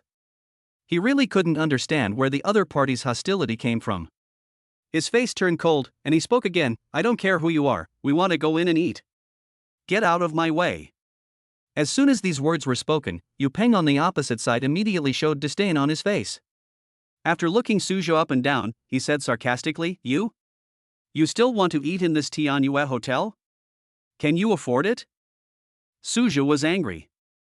"I haven't even paid yet, how do you know I can't afford it?" He immediately yelled, "Get out of here." Suja's sudden outburst scared Yu Peng on the opposite side. My body involuntarily took several steps back. Seeing Suja's contemptuous look, he shouted angrily, "Boy, just wait for me, I won't let you go." After saying this, Yu Peng fled. Seeing his cowardly look, Suja felt bored. Especially when he thought that this trouble was caused by Lin Mengdai who was beside him, Suja wanted to get out of it as soon as possible. Chapter 114 The Table is Broken. A troublemaker came into the coffee shop, and another one came while we were eating. He is really overwhelmed. In order to avoid any further trouble, the upset Suja quickly pulled Lin Mengdai into the hotel. Originally he wanted to book a table in a private room, but unfortunately, all the rooms were full. Unless Suja went into the box and chased everyone away, they would have no choice but to eat in the hall. After all, he is not a person like Chao Yang. So after a little hesitation, I decided to eat in the hall. Lin Mengdai on the side naturally would not have any objections. In fact, even if Suja took her to a food stall, she might cheer and think that Suja treated her as one of his own. After sitting down, Suja glanced at Lin Mengdai beside him. Without any hesitation, he handed the menu to the other party. After all, it was his treat today, and Lin Mengdai sitting opposite him was his guest. No matter how much he didn't want to have anything to do with the other party, his personal upbringing still made him give the menu to the other party. Lin Mengdai over there had never expected that Suja would actually care about her existence. As soon as he received the menu, a bright smile appeared on his face. She didn't refuse and started ordering after taking the menu. Because she knew Suja's wealth, she ordered only high-end delicacies from land and sea, and exquisite dishes. But she completely forgot one thing. This is the hall, not a private room, so the people sitting around are ordinary people. So when they saw Lin Mengdai ordered dishes that they couldn't afford, the people at the next table started talking in low voices. Are these two people here to eat a free meal? I bet they are here to dine for free. Look at that young man, he's wearing cheap goods, and his girlfriend is wearing high-end imitation goods. It's obvious that they are just pretending to be rich. Maybe they will find an opportunity to slip away later. Suja's ears were not deaf, so how could he not hear their discussions? Frowning, he glanced at the somewhat nervous waiter next to him. He smiled and said, "Don't worry, we definitely won't eat for free." This made the waiter feel a little relieved. Although Suja was wearing cheap clothes, his words made people feel convinced. The waitress felt the same way. She felt that such a handsome guy couldn't be a liar. I don't know if the person at the next table is a little mentally retarded. After hearing Suja's words, someone laughed disdainfully. Then he whispered to the people around him, "You know what? Most stammers like to say, 'Don't worry, I won't do anything.' After hearing what he said, the people next to him glanced at Suja, not knowing what he was thinking. He actually began to echo, yeah. Everyone can say it, but if you really want people to trust you, you have to show your strength. Suja, who was standing next to him, was completely enraged by the two men's verbal attacks. He immediately raised his hand and slammed the table hard. Bang! Originally, Suja just wanted to make a noise to attract the attention of the people at the next table. But he completely forgot that his body had already reached the limits of human capabilities after being strengthened. So this ordinary solid wood table could not withstand his palm. Snap! The table instantly broke into two pieces. The sudden loud noise almost scared the people around. Ignoring Lin Mengai, who was holding the menu in astonishment, Suja looked coldly at the two people at the next table. If you don't speak, no one will think you are dumb. Chapter 115 Don't Drink and Drive. As soon as these words were spoken, the two people at the next table were so frightened that they trembled all over and turned pale. Then he quickly gave Suja a very humble smile. We are the ones who said too much. Please don't be angry. They couldn't help but feel terrified about Suja. You know, the tables in this restaurant are all made of solid wood. Suja could break such a hard table with one slap, so what if he broke it on them? He would have died on the spot. Seeing their cowardly look, Suja snorted coldly and ignored them. At this time, Lin Mengai, who was holding the menu in her hand, also reacted. He opened his mouth and thought for a long time, but only one sentence came out. Suja, you are so strong. Her words made Suja's face suddenly look strange. Am I so strong? Shouldn't I say that I'm very strong? Why do you praise me for being strong? Looking at Lin Mengai, whose face was full of admiration and whose eyes were shining with stars, Suja gave up chatting with her anymore. So I just nodded without saying anything more. The waiter next to them also came to his senses and nervously helped Suju and the other person change seats. I'm so sorry, sir. The tables in our store are too fragile. I'll exchange them with you two right away. She really didn't expect that the solid wooden dining table in the restaurant could be smashed to pieces by a bare hand. If she hadn't seen that the broken part of the table was still made of solid wood, she would have thought that the tables in the restaurant had been replaced. Suja next to him was also feeling embarrassed. After all, he had also caused the other party a lot of trouble. So he smiled and said, "Thank you for your help." The waitress opposite naturally did not dare to neglect them and quickly led Suju and the other person to an empty seat. After Lin Mengai ordered the dishes again, no one around dared to say anything. After all, many people saw how Suja broke the table just now. If they don't want to be like a solid wooden table, they must be honest. The waitress on the side was probably also afraid that Suja's palm would slap her.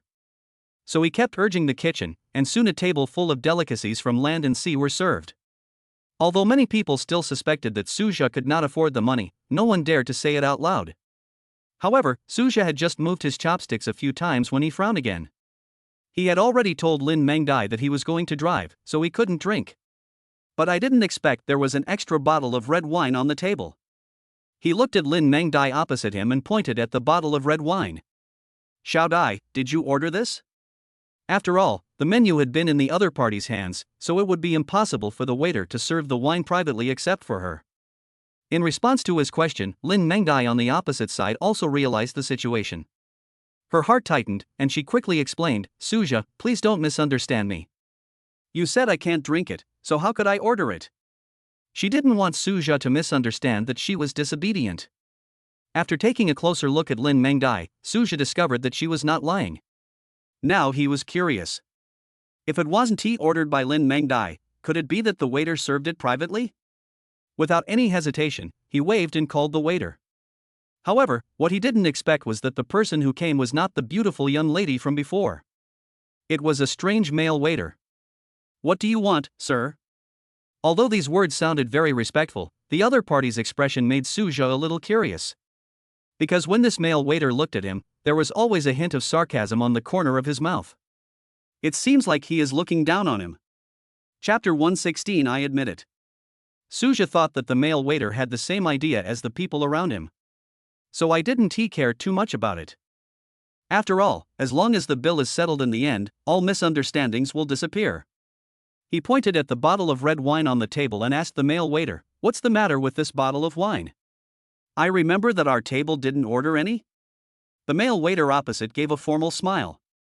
Then he said, "Sir, this bottle of wine was indeed ordered by you."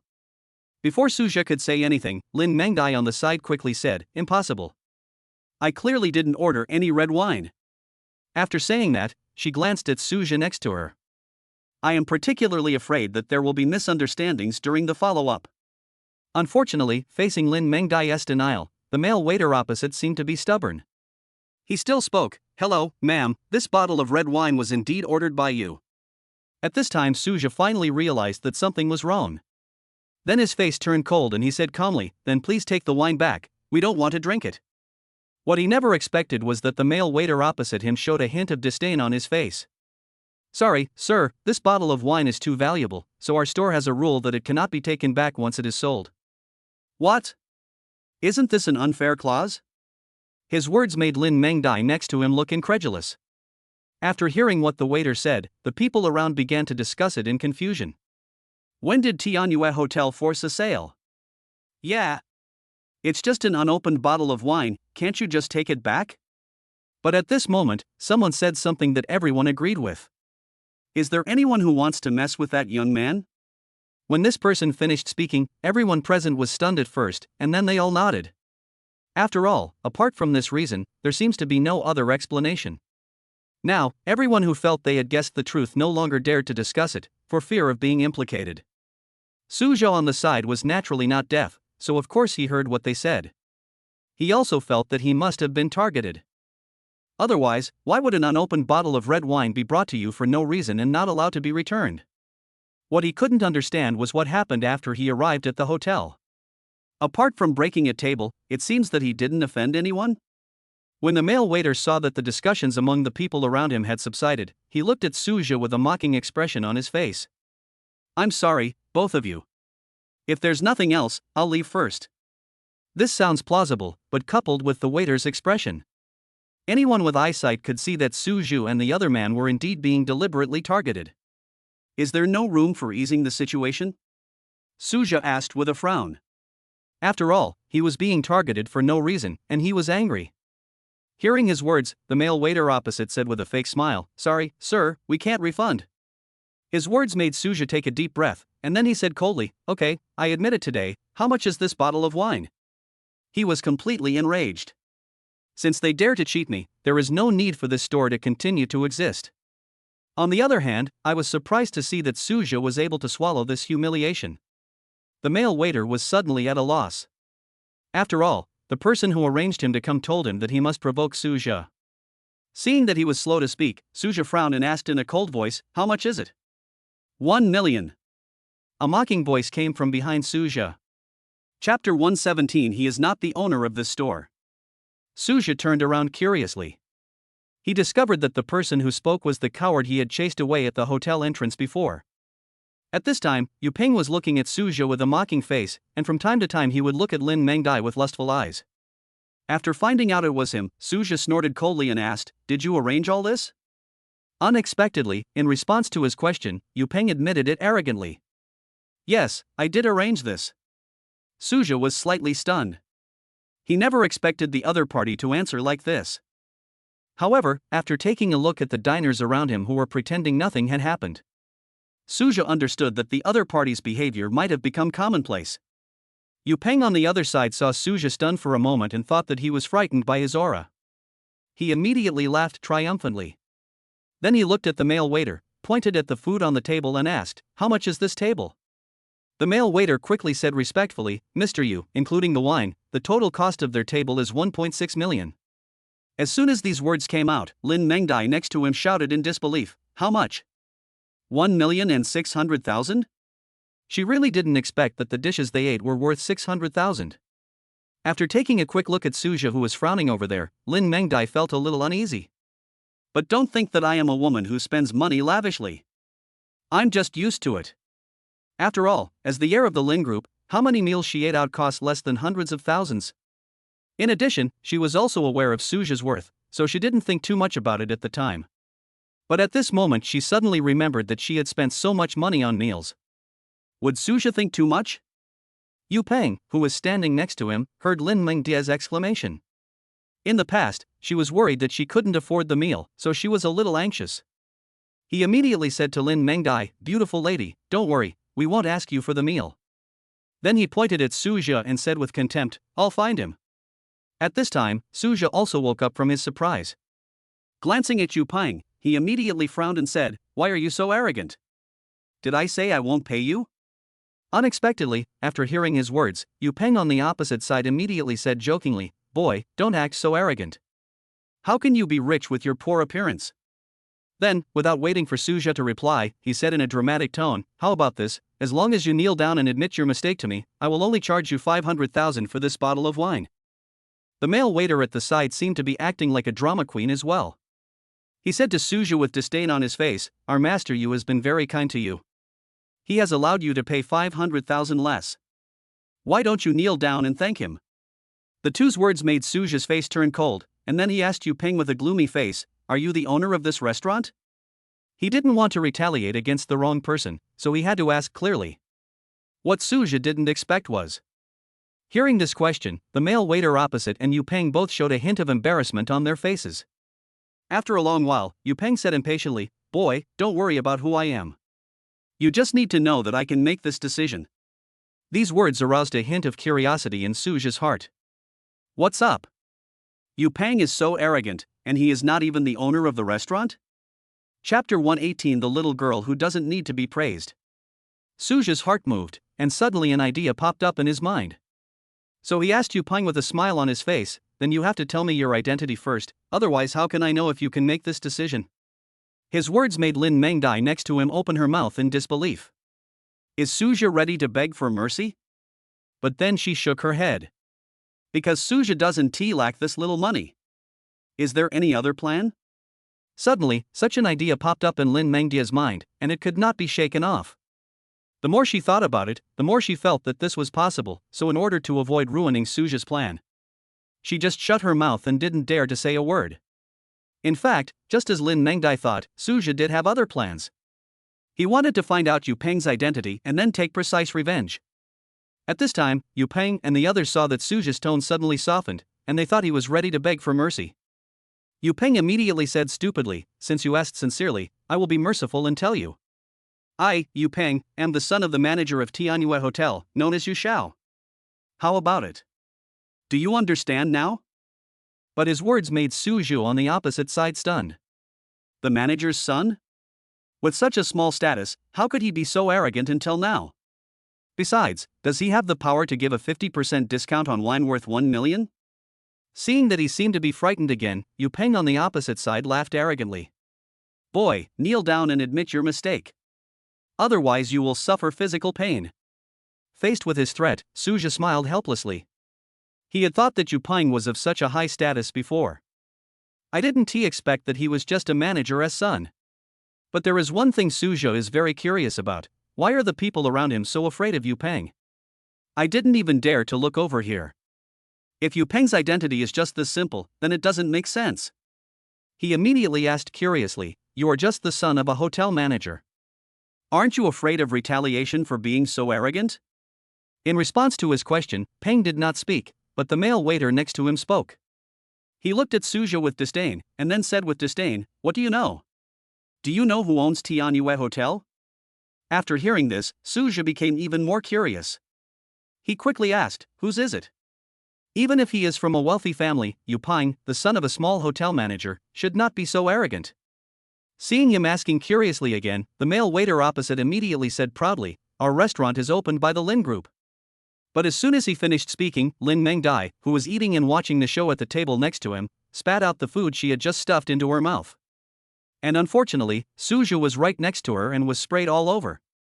Looking at the filth on his body, the angry Suju immediately yelled, "Lin Mengdai, what are you doing? Isn't this little girl too easy to be praised?"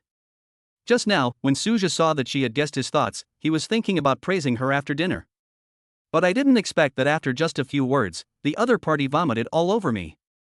On the other side, seeing that Suju was angry, Lin Mengdai quickly took out a tissue and came over to help wipe it clean. After a long time, she finally finished her work. Suja glanced at Lin Mengdai, who was standing obediently beside him and ready to admit her mistake, and asked in a cold voice, "Tell me, what's wrong with you?" Unexpectedly, when faced with his question, Lin Mengdia's face suddenly became a little embarrassed. After taking a look around, she whispered, "Suja, this restaurant seems to be ours." What? This restaurant belongs to you? Lin Mengjia's words made everyone present look at her in surprise. Chapter 119 There is a problem. But just a moment later, everyone's expressions were divided into two types. Suja believed what she said. After all, he knew that Lin Mengjia's identity was not ordinary. It's just that I didn't think about the big chaebol like the Lin group. Of course, even though he now knew Lin Mengjia's identity, he didn't take it too seriously. After all, with the sign-in system, it would be easy for him to surpass the Lin group. But at this time he finally figured out the problem that had been puzzling him. What is the bet that Lin Mengdai mentioned? A few days ago, when dining at Jinjiang Hotel, the other party made a bet with him that he would solve the trouble with Chao Yang. At that time, Suja didn't quite believe it, but now he finally understood why the other party was so confident. After all, compared to the Lin group, Chao Yang's grandson is not even an ant. He was different. When other people around him looked at Lin Mengdai, their eyes were full of disbelief. Are you kidding? This is the famous Lin group in Shanghai. Judging from their poor looks, it is impossible for them to have any connection with the Lin group. As for Yu Peng on the side, after hearing what Lin Mengdai said, he was stunned at first, and then burst into laughter. Beauty, although your last name seems to be Lin, the Lin group is not something you can get involved with. Yu Peng just thought that Lin Mengdai was dreaming. Lin Mengdai next to him was too lazy to pay attention to him. After knowing that this restaurant belonged to them, she didn't dare to just stand by and watch. So he quickly said to Suja with full apology, "Suja, I'm so sorry. This is my first time in this store. Don't worry, I promise to take care of it." After all, in her eyes, it was just a restaurant and was far less important than Suja. Seeing her like this, Suja just smiled and shook his head. "Xiao Dai, don't worry.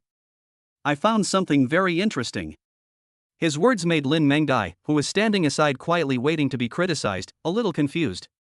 But since it was Suja's order, she had no choice but to sit back in her original seat. It's a pity that the whole dining table is now a mess, so Lin Mengdai can only sit there and watch the show in frustration. After she sat down, Suja looked at Yu Peng in front of him. Pointing at the red wine on the table, he smiled and asked, "Yu Peng, you dare to sell this bottle of wine at half price? Aren't you afraid of being beaten by your dad?" Yu Peng on the opposite side smiled and said arrogantly, "Don't worry about this. As long as you kneel down and admit your mistake, I will give you half price for this red wine." His words made Suja's thoughts even more certain. Shaking his head slightly, he suddenly asked in a cold voice, "Is there something wrong with this wine?" As soon as these words came out, Yu Peng's face on the opposite side suddenly changed. Lin Mengdai, who was sitting nearby watching the show, finally understood why Suja told her not to worry. It turns out that this was to help her catch a thief in her house. Unfortunately, she completely misunderstood. The reason why Suja brought up this issue was very simple. He just didn't want to waste extra money. After all, he brought Lin Mengdai here to eat in order to cash in his bet. "If I don't pay for the meal this time, won't I have to treat you again?" The people around were shocked when they heard the question Suja suddenly asked. And just a moment later, the scene suddenly became lively again. Chapter 120 Even a god can't help. No way? Is there something wrong with this bottle of red wine? This bottle of Romane Conti is the signature of the Tianyue Hotel. How could there be a problem with it? But just now, Master Yu was able to give me a 50% discount on the wine so easily. Doesn't that seem a bit strange? I've also discovered that Yu Peng's real backer is his father, the manager. He doesn't have the authority to give a 50% discount, right? The constant discussions of the people around him made Yu Peng's face turn pale. Then he yelled at the people around him in anger, "What the hell are you talking about? Can't I just trick this guy?" It's a pity that his explanation is totally untenable. Instead, it makes people more suspicious that there is something wrong with the bottle of Romane Conti on the table. Suja shook his head slightly and said with a smile, "Since Master Yu said this bottle of wine is real, how about we take it for testing?" Through constant observation of Pang, he was now very clear that there was something wrong with the bottle of wine. So there is no fear at all. His words made Yu Peng on the opposite side feel nervous, and his face instantly turned ugly. Careless. He never expected that this poor boy Suja would be so difficult to deal with. He glanced at the people around him who were looking at him with strange eyes. Yu Peng's face turned cold, and he immediately shouted at the door, "Security, security, where the hell are you? Hurry and get out here." The security guards at the door were frightened by Yu Peng's roar and ran over quickly. When the security captain came to Yu Peng, he asked with a trembling face and a nervous look, "Master Yu, do you have any instructions?" Yu Peng kicked him angrily and yelled, "Can't you see clearly? This kid has no money to pay the bill, catch him and beat him up." Although he was kicked, the security captain did not dare to get angry, and even smiled humbly at Yu Peng. Then he looked at Su Zhe. "Boy, you really don't know how to write the word death. How dare you mess with our master Yu? Someone, catch him for me." Following the security captain's order, several other security guards immediately surrounded Su Zhe. Seeing this scene, Yu Peng smiled proudly. He seemed to have seen the scene where Su Zhe was about to be severely beaten. Lin Mengdai, who was sitting next to them, had never expected things to turn out like this. Her face changed and she shouted anxiously, "Stop it, all of you. If Su Zhe got injured here, she would be heartbroken." After hearing Lin Mengdai's shout, the security guards stopped involuntarily and turned to look at Yu Peng. Their actions made Yu Peng over there furious, and he roared angrily. "You guys don't have any fucking eyes, right? Don't you know who's older and younger here?" Several security guards were startled and quickly came over to surround Su Zhe. At this moment, Lin Mengdai was extremely anxious and quickly shouted again, "All of you stop, I am Lin Mengdai." Unfortunately, unlike before, after hearing her shouting, the security guards did not stop. Yu Peng next to him laughed wildly. "Beauty, even if you are a god, it will be useless today. This kid is finished today." Poor Yu Peng had no idea what the name Lin Mengdai meant. Not only him, but everyone present except Su Zhe didn't know what this name meant. Su Zhe on the other side was slightly touched when he saw that she was so worried about him. But then he shook his head and said, "Xiao Dai, don't worry. These few people are no match for me." When these words were spoken, everyone present was stunned. Chapter 121: The Limits of Human Physique. Because what Su Zhe said seemed to make some sense. After all, he had smashed the solid wood table to pieces with one palm before. Although the security guards in Yu Peng didn't know about it, they all witnessed it with their own eyes. But Lin Mengdai on the side was still a little worried. "Su Zhe, can you do it?" Her words made Su Zhe want to complain. "What do you mean by is it possible? Would it be nice to be rich?" As a man of great integrity, Su Zhe does not allow others to say that he is incompetent. He immediately nodded vigorously and said, "Don't worry, I'm not afraid even if dozens more come." After all, he possesses the ultimate physical fitness for human beings and is indeed not afraid of a few ordinary people. His words made Lin Mengdai feel relieved. But after thinking about it, she picked up her phone and dialed a number. On the other hand, because they didn't know about Su Zhe's divine power just now.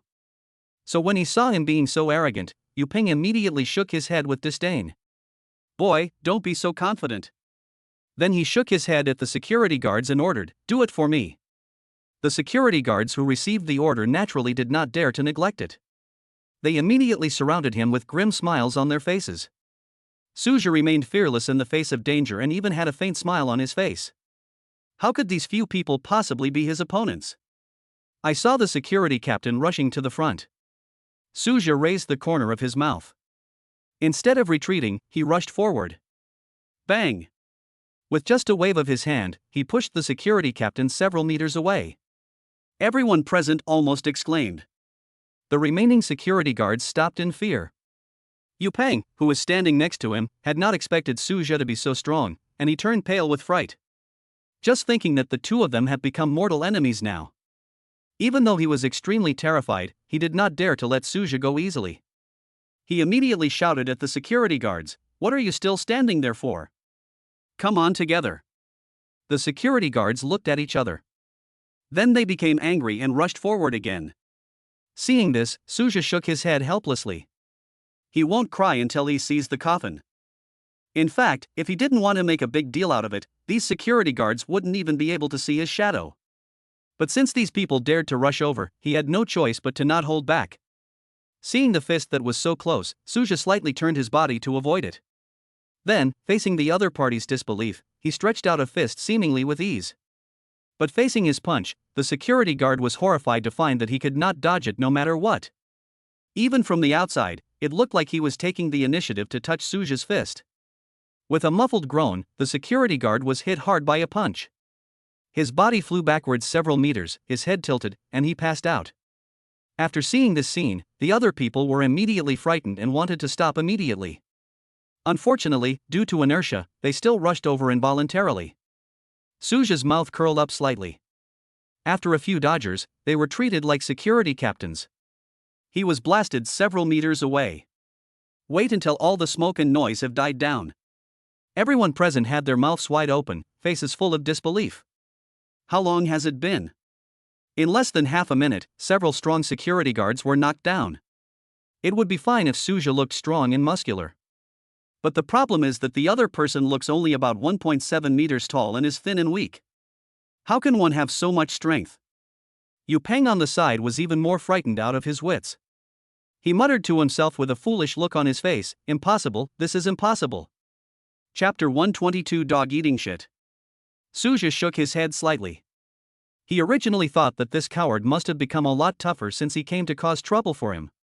But he never expected that this coward is still a coward and hasn't changed at all.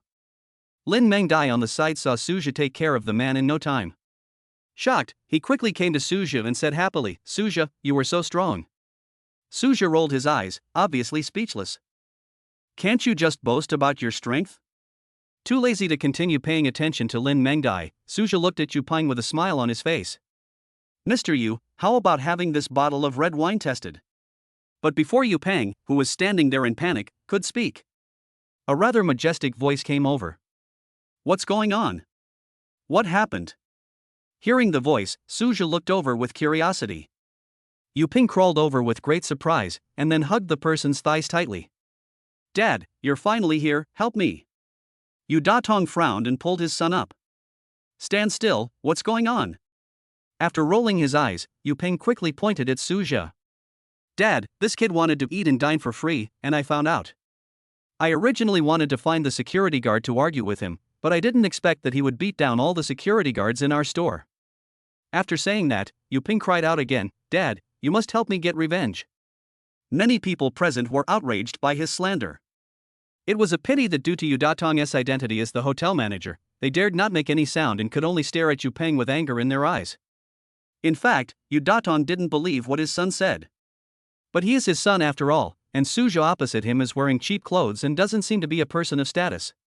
So, he immediately said to Suja in a cold voice, "Sir, I advise you to pay the meal quickly, otherwise." When he said this, he was suddenly stunned because he saw the bottle of Romane Conti on the table. Frowning, he said to Suja, "Otherwise, don't blame me for being rude." Naturally, Suja could not escape his little action. With a slight smile on his face, Suja said, "I can pay, but I have one condition." Although he didn't believe he could pay, Yu Datong on the other side still asked curiously, "What are the conditions?" Suja pointed to the bottle of Romane Conti on the table, shrugged and said, "It's very simple, just take this bottle of red wine for testing." As soon as these words were spoken, Yu Datong on the opposite side snorted coldly at his disappointing son next to him. Then he said proudly, "Sir, our Tianyue Hotel is a subsidiary of the Lin Group." After he finished speaking, he looked at Suja. "I hope the other party can understand the weight of my words." Shaking his head gently, Suja resisted the urge to laugh. He asked, "And then?" These words made Yu Datong almost vomit blood. "What does then mean? Do you understand or not?" "This hotel is owned by the Lin Group." Suppressing the urge to vomit blood in his heart, he continued patiently, "Sir, you have to think clearly. Our Lin Group is not something that low-level people like you can mess with." His words made Suja instantly angry. But before he could get angry, Lin Mengdai on the side raised her foot and kicked him hard. Because he had been paying attention to Suja, Yu Datong never expected that Lin Mengdai would suddenly kick him.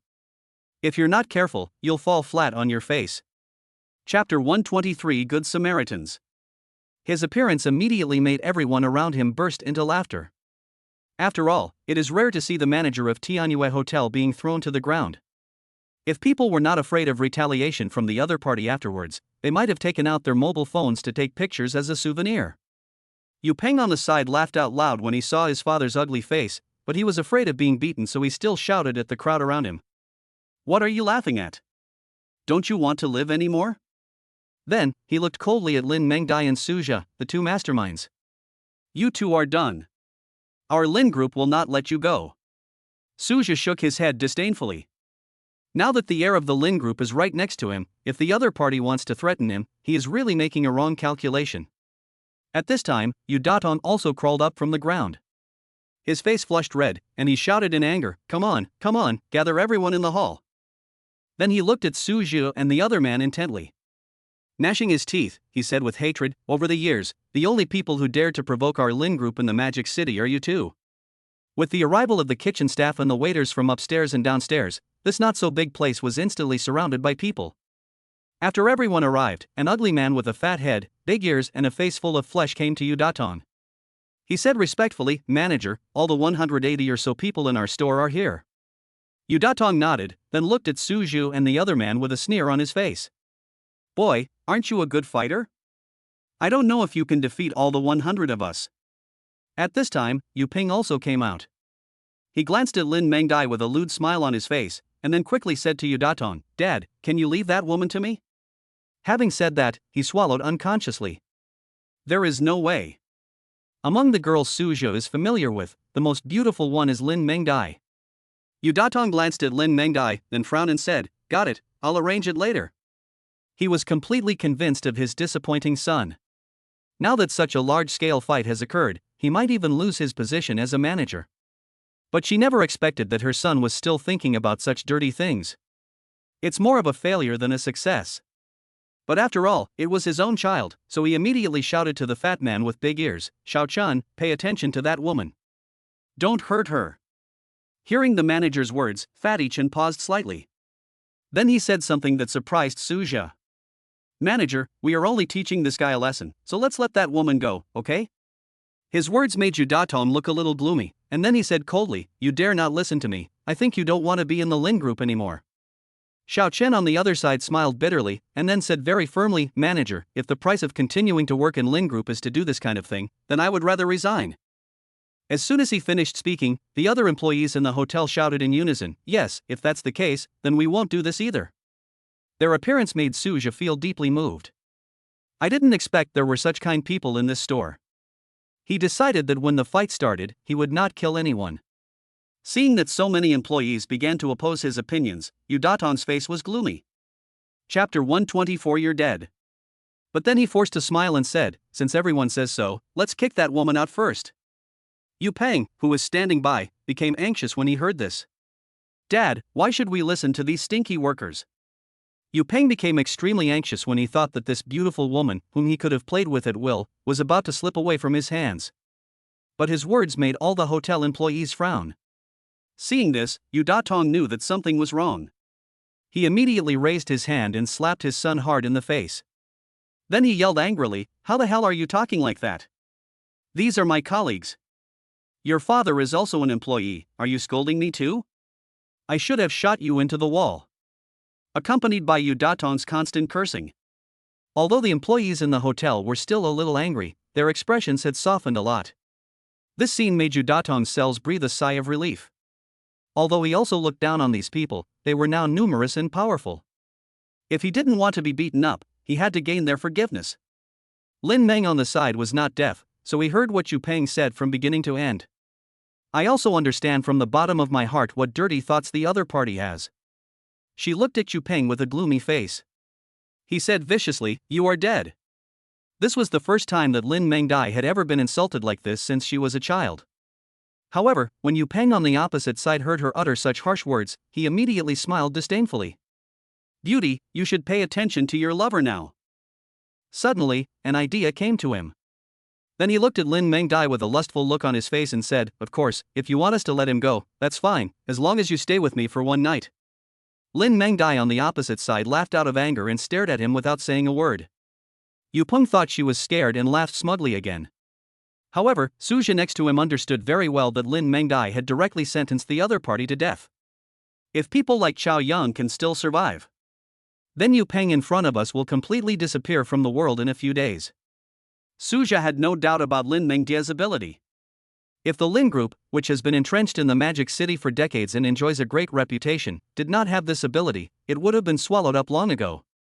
Yu Datong on the side was afraid that something might happen during a long period of time, so he first gave a cold look at his son who was causing him a lot of worry. Then he shouted to the employees around him, Brothers, this kid dared to come to our Tianyue hotel to eat a free meal. Do you think we should teach him a lesson? Originally he wanted to boost morale. But what made him feel very embarrassed was he was very passionate, but the employees around him remained silent, and some even looked sarcastic. Obviously, everyone in the store knew what kind of people Yu Datong and his son were. Yu Datong could only smile awkwardly, and then looked at Suja coldly. Since he couldn't get angry at his employees, he had to change his target. Immediately, he shouted, "Brothers, beat him up." Faced with his order, the surrounding hotel employees were reluctant but had no choice but to rush over. After all, they will still work under Yu Datong in the future. If you don't want to be bullied, you must behave in a way that leaves people speechless. At this critical moment, a sudden burst of shouting at the entrance of the hotel brought the scene back to calm. Chapter 125 The Heir of Lin Group. Stop! A loud shout brought peace back to the scene. When everyone looked over, they saw a mature woman in professional attire looking at them with anger on her face. After seeing this person, Yu Datong's eyes flickered a few times. Then he forced a smile and walked over with a flattering look on his face. Manager Lu. Unfortunately, he had just opened his mouth and hadn't finished speaking. Lu Qingying slapped him hard. Bang! The crisp sound shocked the diners around. Oh my god, who is this woman? How dare she slap Yu Datong? Who knows? Suddenly, someone rubbed his eyes in disbelief. Then he said, "I remember now, she seems to be Lu Qingying, the head of the catering department of Lin Group."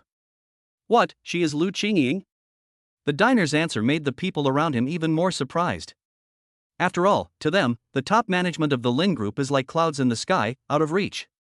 But at this moment, the most crucial question was raised. But why did she slap Yu Datong? Yu Datong, who was slapped, also had the same question. He covered his painful face and asked Lu Qingying very aggrievedly, "Manager Lu, why did you hit me?" But his look made Lu Qingying snort in disdain. "Yu Datong, today I will not only beat you, but also kick you out of the Lin Group. From now on, you are fired." After these words were spoken, Yu Datong, who was covering his face, was stunned for a moment. The diners and hotel staff around were so shocked that they were speechless. Yu Datong is the manager of Tianyue Hotel. The hotel is usually managed by him, so it is no exaggeration to say that he has absolute power. But unexpectedly, Lu Qingying fired the other party with just a few words. Yu Datong reacted quickly and asked with a sad face, "Manager Lu, why is this happening?" He couldn't understand what was going on. Why did Lu Qingying slap him without saying anything after arriving at the hotel? Now he even stated that he would expel him from the Lin Group. He doesn't want to lose his current position. Otherwise, those people he had offended would never let him go. Lu Qingying next to him was too lazy to pay attention to him. Under the puzzled eyes of everyone, she quickly came to Lin Mengdai. He assured with a respectful look on his face, "Don't worry, Mr. Lin, I will definitely take care of it." Her words immediately shocked everyone present. Mr. Lin? Which General Lin? Could it be Mr. Lin from the Lin Group? Suddenly, what happened not long ago emerged in everyone's mind. Lin Mengdai had reported her name before. It's a pity that no one thought about the Lin Group, but at this time, seeing Lu Qingying being so respectful to her and calling her President Lin. In this way, the truth of the matter is self-evident. For a moment, everyone present showed a look of shock. Yu Datong and his son were so frightened that their faces turned pale, their hands and feet trembled, and they stared at Lin Mengdai over there. They really hoped that Lu Qingying had called the wrong person. Unfortunately, Lu Qingying is not blind. How could it be possible that she doesn't even recognize the future heir of the Lin Group? Although Lu Qingying's assurance obviously made Lin Mengdai look a little better. However, after seeing Yu Datong and his son over there, her face instantly became gloomy again. He said in a cold voice, "Sister Lu, I don't want to see these two people again." As soon as Lin Mengdai finished speaking, Yu Datong and his son knelt on the ground with a thud. Because they know exactly what this sentence means. Chapter 126, Shameless. This is different from what Lu Qingying had said before, which was to fire Yu Datong. Lin Mengjia's words that she never wanted to see them again meant that they would disappear completely. Lu Qingying on the side didn't know what had just happened. So when he heard Lin Mengjia's request, he was shocked. After just a slight hesitation, she said, "Boss Lin, isn't this a bit too harsh?" She didn't do this to plead for Yu Datong and the other man. She is mainly worried about the impact. After all, Lin Mengdai is the heir to the Lin Group. If someone could be killed with just a wave of his hand, it would have a very bad impact on Lin Mengdai and the Lin Group. But her words made Lin Mengjia's face gloomy. Manager Lu, are you planning to make me, Lin Mengdai, a laughingstock in the Magic City? As soon as these words were spoken, Lu Qingying's expression changed drastically. She didn't expect things to be so serious. She immediately stopped pleading for Yu Datong and his son. After all, the two parties originally had just an ordinary superior-subordinate relationship.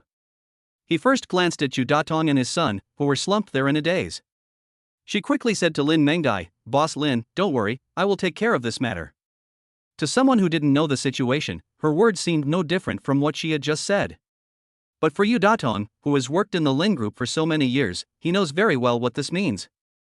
Without caring about his son beside him, he crawled directly in front of Lin Mengdai. She cried bitterly, "Boss Lin, please forgive me. I really didn't know it was you. If I knew it was you, I would never dare to do this." His words immediately made Lin Mengdai on the opposite side sneer. "Don't you know it's me? If I don't have any identity, am I really going to be in trouble now?" After hearing this, Yu Datong was speechless. Because Lin Mengdai was right. If she had no identity, she would be in trouble now. Even if it weren't for Suge's powerful military force. Maybe she had already been in trouble when the security showed up. Lu Qingying had already realized the seriousness of the matter at this time. So he looked at Yu Datong with disgust and then ordered the employees around him, kick them both out of the store. The employees around him naturally wouldn't have any objections. After all, they had long been filled with resentment under the oppression of Yu Datong and his son. Even after the order was given, a surprising scene occurred at the scene. Dozens of employees rushed to push the father and son out. If someone didn't know, they would think that money was being distributed here. Yu Peng collapsed on the ground, not knowing what to do, and was easily knocked out. But Yu Datong is different. He understands that if he wants to survive now, he must strive for forgiveness. While he was fighting against the employee who was pushing him, he howled loudly at Lin Mengdai. Boss Lin, please spare my life. I won't dare to do it again."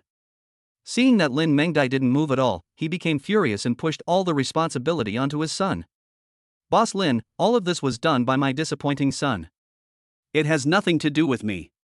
His shameless words stunned the people around him. He even used his own son to take the blame. I really don't know what shame is.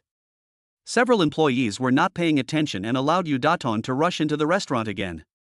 When he came in front of Lin Mengdai, he knelt down without any hesitation. He still shamelessly said, "Boss Lin, this is all Yu Peng's business. It has nothing to do with me. Please forgive me." Chapter 127 Not Qualified. Yu Datong's words immediately aroused the contempt of everyone present. That's fucking awesome. Yu Datong has lost all his face. I've only heard of people cheating their fathers before, but today I've really opened my eyes. There are actually people cheating their sons. It's just a job, is it necessary to be so shameless? The diners around did not understand what Lin Mengdai meant by what she had said before. They simply thought that the result of being kicked out was dismissal. Yu Peng, who had been kicked out, did not expect that his father would use him to take the blame. In disbelief, he shouted at Yu Datong, "Dad, are you crazy? I am your biological son." Although he, like the other diners, didn't know the inside story. But he saw his father suddenly put all the responsibility on him. No matter how dumb he was, he could guess that there must be a big problem. It didn't surprise anyone. After hearing his son's rebuttal, Yu Datong immediately became nervous. He glanced at Lin Mengdai in panic, and then was eager to distance himself from her. "Shut up. Yu Datong, don't have a son like you. Yu Datong, won't take the blame for what Yu Peng, did." Then he ignored his son and gave Lin Mengdai a humble smile. "Boss Lin, as long as you spare my life, from now on, if you tell me to go east, I will never go west." His words made Lin Mengdai shake her head with disdain. Does Yu Datong really think that he has status just because he worked as a small manager in a hotel? Still want to join her? Don't you even consider whether you are qualified enough? With a frown on her face, she ordered Lu Qingying beside her, "Sister Lu, kick him out." As soon as these words were spoken, Yu Datong, who was kneeling on the ground, suddenly looked as pale as death. He understood that he was really finished. Yu Peng, who was outside, saw that his father was also kicked out. Not only was she not sad, but she was dancing with joy. Obviously, Yu Datong's words just now made him completely resentful of his father. However, just when Yu Datong was about to be kicked out, Suja, who had been silent for a long time, finally spoke. Wait! His words surprised the people around him. Yu Datong, who was about to be driven away, had an ecstatic look on his face. He thought Suja was going to say a few good words for him. After all, Suja and Lin Mengdai came here together. If he could speak up for himself, perhaps he could survive. At this time, Lu Qingying on the side also discovered Suja's presence. Before, she had always thought that the other party was a diner here, but seeing that Lin Mengdai was not angry at his sudden words, she knew in her heart that Suju and the other person knew each other. She asked curiously, Boss Lin, who is this? When Lin Mengdai saw someone asking about Suju, her mood immediately improved a lot. She immediately smiled and said, Sister Lu, this is my classmate, Suja. Classmate? Hearing her answer, Lu Qingying, who was standing beside her, immediately began to think about many things. It is easy for old classmates to develop feelings when they meet.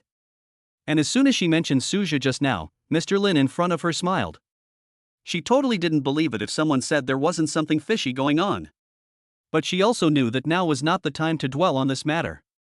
She immediately turned her head and looked at Suja beside her. Mr. Su, I wonder what you mean. Looking at everyone's puzzled eyes, Suja raised the corner of his mouth and said something that everyone almost forgot. Chapter 128 Don't think of living comfortably. Suja pointed to the bottle of red wine on the table and said with a smile. I think everyone may have forgotten one thing. This bottle of red wine is the key to everything that happened. As soon as he finished speaking, everyone present remembered the main cause of the conflict and immediately looked at the table. That bottle of Romane Conti worth $1 million. Yu Datong, who had originally shown an expression of ecstasy, became even more nervous. Lu Qingying, who was on the side, arrived the latest, so she only knew from Lin Ningtia's phone call that someone here was trying to harm her. I have no idea why the conflict between the two sides occurred. After hearing Suja's words, she immediately walked over curiously. She picked up the bottle of Romane Conti from the table, but as soon as she held it in her hand, she couldn't help but frown. He quickly took the corkscrew and opened it, then took a deep sniff of the red wine. Her eyes turned cold instantly. Looking at Yu Datong on the side, he said with anger in his eyes, Yu Datong, you have committed a serious crime. As soon as these words were spoken, Yu Datong, who was kneeling on the ground, turned pale instantly. He had no doubt that the Lin group could get him in and he would never get out. But if you want to live comfortably in it, the most indispensable thing is money. Over the years, through various means of substitution, tens of millions of dollars worth of wine alone have been stuffed into his pocket. Originally, he just didn't want to stay in there for the rest of his life, so he begged Lin Mengdai to let him go. After all, even if the Lin group put him in jail, it is unlikely that they would use economic crimes to get him in. But now the matter of red wine has been exposed. He immediately cried hoarsely to Lu Qingying, Manager Lu, please spare my life. I was just blinded by greed, just this once. He understood that if the Lin group were to investigate this matter further, not only would he have to stay in there for the rest of his life, but he would also have no chance of living comfortably. Because this time the Lin group will definitely not let down its guard again. It's a pity that in the face of his begging for mercy, Lu Qingying was too lazy to pay attention to him. She first nodded to Lin Mengdai, and then looked at Suja with gratitude. Mr. Su, this time it's really thanks to you, otherwise I wouldn't have known there would be a parasite like Yu Datong in the hotel. Although it had been decided before that Yu Datong and his son would stay in prison for the rest of their lives, this kind of thing could not be brought up. But now it's different. With the incident of this bottle of red wine, their Lin group can completely justify itself on the surface. The diners who had been kept in the dark suddenly came to their senses after hearing Lu Qingying's words. Fuck, I didn't expect that there was something wrong with the Romane Conti at the Tianyue Hotel. A real bottle costs millions, but how much does a fake one cost? Yes, Yu Datong has been the manager of this restaurant for so many years, he must have made a lot of money. I think he's going to be in jail for life this time. The discussions of the diners around him made Yu Datong, who was kneeling on the ground, break out in cold sweat. His body was shaking with fear, and he opened his mouth to beg Lin Mengdai for mercy. Unfortunately, he struggled hard for a long time, but because he was extremely nervous, he couldn't make any sound. Seeing him like this, Lin Mengdai waved her hand in annoyance. Hurry up and get him out of here, so he won't get in the way. This time, without Suja's obstruction, the hotel staff finally got what they wanted and drove Yu Datong away. Chapter 129 Being Underestimated. It's a pity that no one present had expected this. Suja pointed out the real reason for the problem with red wine. He didn't want Yu Daton to stay in there forever. It is not to remove the termites from the Lin group. His purpose is simple. I just don't want to waste extra money. Lin Mengdai on the side naturally didn't know what Suja was thinking. She thought that the other party was helping her. So after solving Yu Daton's problem, she thanked Suja with a happy face. Suja, thank you so much this time. If you weren't here, I wouldn't know what to do. Suja not only helped himself get rid of the parasites in the company. And most importantly, if he hadn't been here, I would probably be in trouble today. Suja on the opposite side felt helpless, but seeing him coming to thank him with a smile on his face, he could only put on a smile. Xiao Dai, we are friends, there's no need to be so distant. Although he said so, Suja had already decided to get out of this situation as soon as possible. Fortunately, Lin Mengdai had vomited all the food on the table before, so Suja immediately had an excuse. He immediately smiled and waved to call a waiter. Because he knew that Suja's table not only had Lu Qingying from the company's catering department, but also Lin Mengdai, the future heir. So the waiter's face was filled with very strong enthusiasm. What can I do for you, sir? Originally, the two people at the table thought that Suja wanted the waiter to clear the table. But as soon as he opened his mouth, the two people at the table were stunned. Suja smiled and said to the waiter, "Can you help me calculate the total amount for this table?" Ah. His words startled the waiter over there, and the two people at the table looked at him in disbelief. Just a moment later, Lin Mengdai hurriedly asked, "Suja, are you done eating now?" Lu Qingying on the side thought that Suja was reminding her about the meal money. He immediately smiled and said, "Mr. Su, since you are Mr. Lin's friend, this meal is free." Of course, she was being polite in her words, but all the good feelings she had towards Suja in her heart had now completely disappeared. The reason is very simple, the other party is Lin Mengdia's friend. It was impossible for her, Lu Qingying, to let the other party pay for both moral and logical reasons. But she never expected Suja would actually play such a trick and force her to ask for a free meal. If Suja knew what she was thinking, he would definitely cry out in injustice. He just received 1 billion in cash today, and this table only costs a few 100,000. How could he not be able to afford it? It's just that he hadn't expected it at all. Because of her comfortable street stall clothes and her inappropriate behavior of suddenly asking for payment. This made Lu Qingying next to him look down on him. He immediately shook his head slightly and said, "Xiao Dai, I have something urgent to go back for. As for the meal money, I have to pay. If he doesn't pay for the meal, won't Lin Mengdai have to chase him to fulfill the bet?" Therefore, in order to avoid future troubles, Suja must cut off the connection between the two now. But the more anxious he was to pay the bill, the more Lu Qingying felt that he was guilty. However, although she was somewhat disgusted with Suja's pretentious behavior, he was still Lin Mengdia's friend after all. She couldn't let the other party lose face. Therefore, Lu Qingying could only continue to smile and say, "Mr. Su, with Mr. Lin around, if you ask for the bill, isn't that a slap in my face?" What she didn't expect was that Lin Mengdai on the side suddenly said something that was a little unbelievable to her. Chapter 130, a low-key person. Seeing Suja so determined, Lin Mengdai sighed slightly. Then he could only say to Lu Qingying beside him, "Sister Lu, just let Suja pay the bill. He doesn't need this little money anyway." Her words made Lu Qingying extremely surprised. Small money? Hundreds of thousands of dollars for food is actually small money? As the manager of the Lin Group's catering department, she could tell at a glance that the meal in front of her cost no less than 600,000 yuan. But she never expected that Lin Mengdai would actually say that these were just small amounts of money to Suja. You know, she almost thought Suja was a scheming man just now. For a moment, Lu Qingying's face showed some shame. At this time, she also figured out something. Can a man who was favored by Lin Mengdai be simple? Maybe they just like to keep a low profile. And after seeing Suja casually swiping his card to pay the bill, Lu Qingying believed this even more. At this time, he looked at Suja carefully again. She found that he was not only handsome, but also had an admirable low-key personality. Even if he was wearing all these cheap clothes, it couldn't conceal Suja's extraordinary temperament.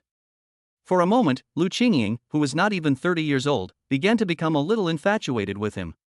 Strong contrast can best deepen people's impression. Before, Lu Qingying thought Suja was just a handsome man who wanted to marry into a wealthy family. But now, when Suja showed her proof of financial resources, she instantly felt that he was incredibly charming. Suzhou on the other side looked at Lu Qingying with some surprise. Then he said goodbye to Lin Mengdai with some confusion. What made him even more fortunate was that Lin Mengdai did not try to keep him when he left.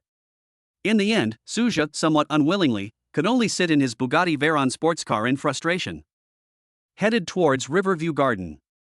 Lu Qingying on the side was even more surprised after seeing his car. You know, this car is worth more than 80 million. If you are not worth tens or hundreds of billions, there is no way you would be willing to spend that much money to buy a car. She was a little curious and asked Lin Mengdai, "Boss Lin, what is the identity of this Mr. Su?" After these words were spoken, Lin Mengdai next to him was stunned for a moment. Because she suddenly realized that she seemed to have never asked Suzhou about his true identity. It was not possible to just not answer Lu Qingying's question, so Lin Mengdai thought about it for a while and finally knew what to say. "I'm sorry, Sister Lu, Suzhou likes to keep a low profile and doesn't want to make a big fuss about his identity." Lin Mengdai felt that she was not lying. After all, Suzhou is indeed very low-key. It is obvious that hundreds of millions of cash can be withdrawn from one card. But the other person usually just rides an electric bike and wears cheap clothes. Although she had just seen Suzhou driving away in a Bugatti Veyron. But when I thought about the fact that the other party had just walked out of Qingyang building. So Lin Mengdai only thought that Suzhou was discussing business. In order to prevent people from underestimating his status, he drives a nice car. If Suzhou knew what Lin Mengdai was thinking, he would definitely give her a thumbs up. "You think more exaggeratedly than I actually do." On the other side, Lu Qingying had only been in contact with Suzhou for a short time, and considering his performance at the dinner table before, it made her feel that Suzhou was really a low-key person. Therefore, after hearing Lin Mengdia's words, she just sighed. There are not many people as low-key as Mr. Su nowadays. Suzhou, who had already left, naturally had no idea what the two women were thinking about. After he got home, he went out for a stroll a few times.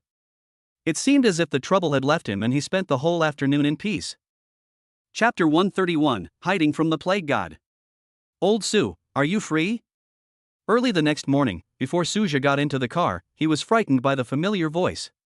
He turned his head nervously, not surprised at all, because the only person who dared to call him Lao Su was the woman Tian Xinrui.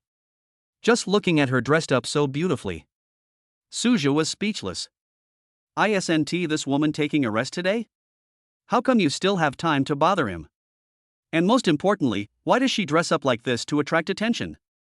Although he couldn't help but look at the woman a few more times, Suzhou was not disturbed. He immediately said coldly, "No time."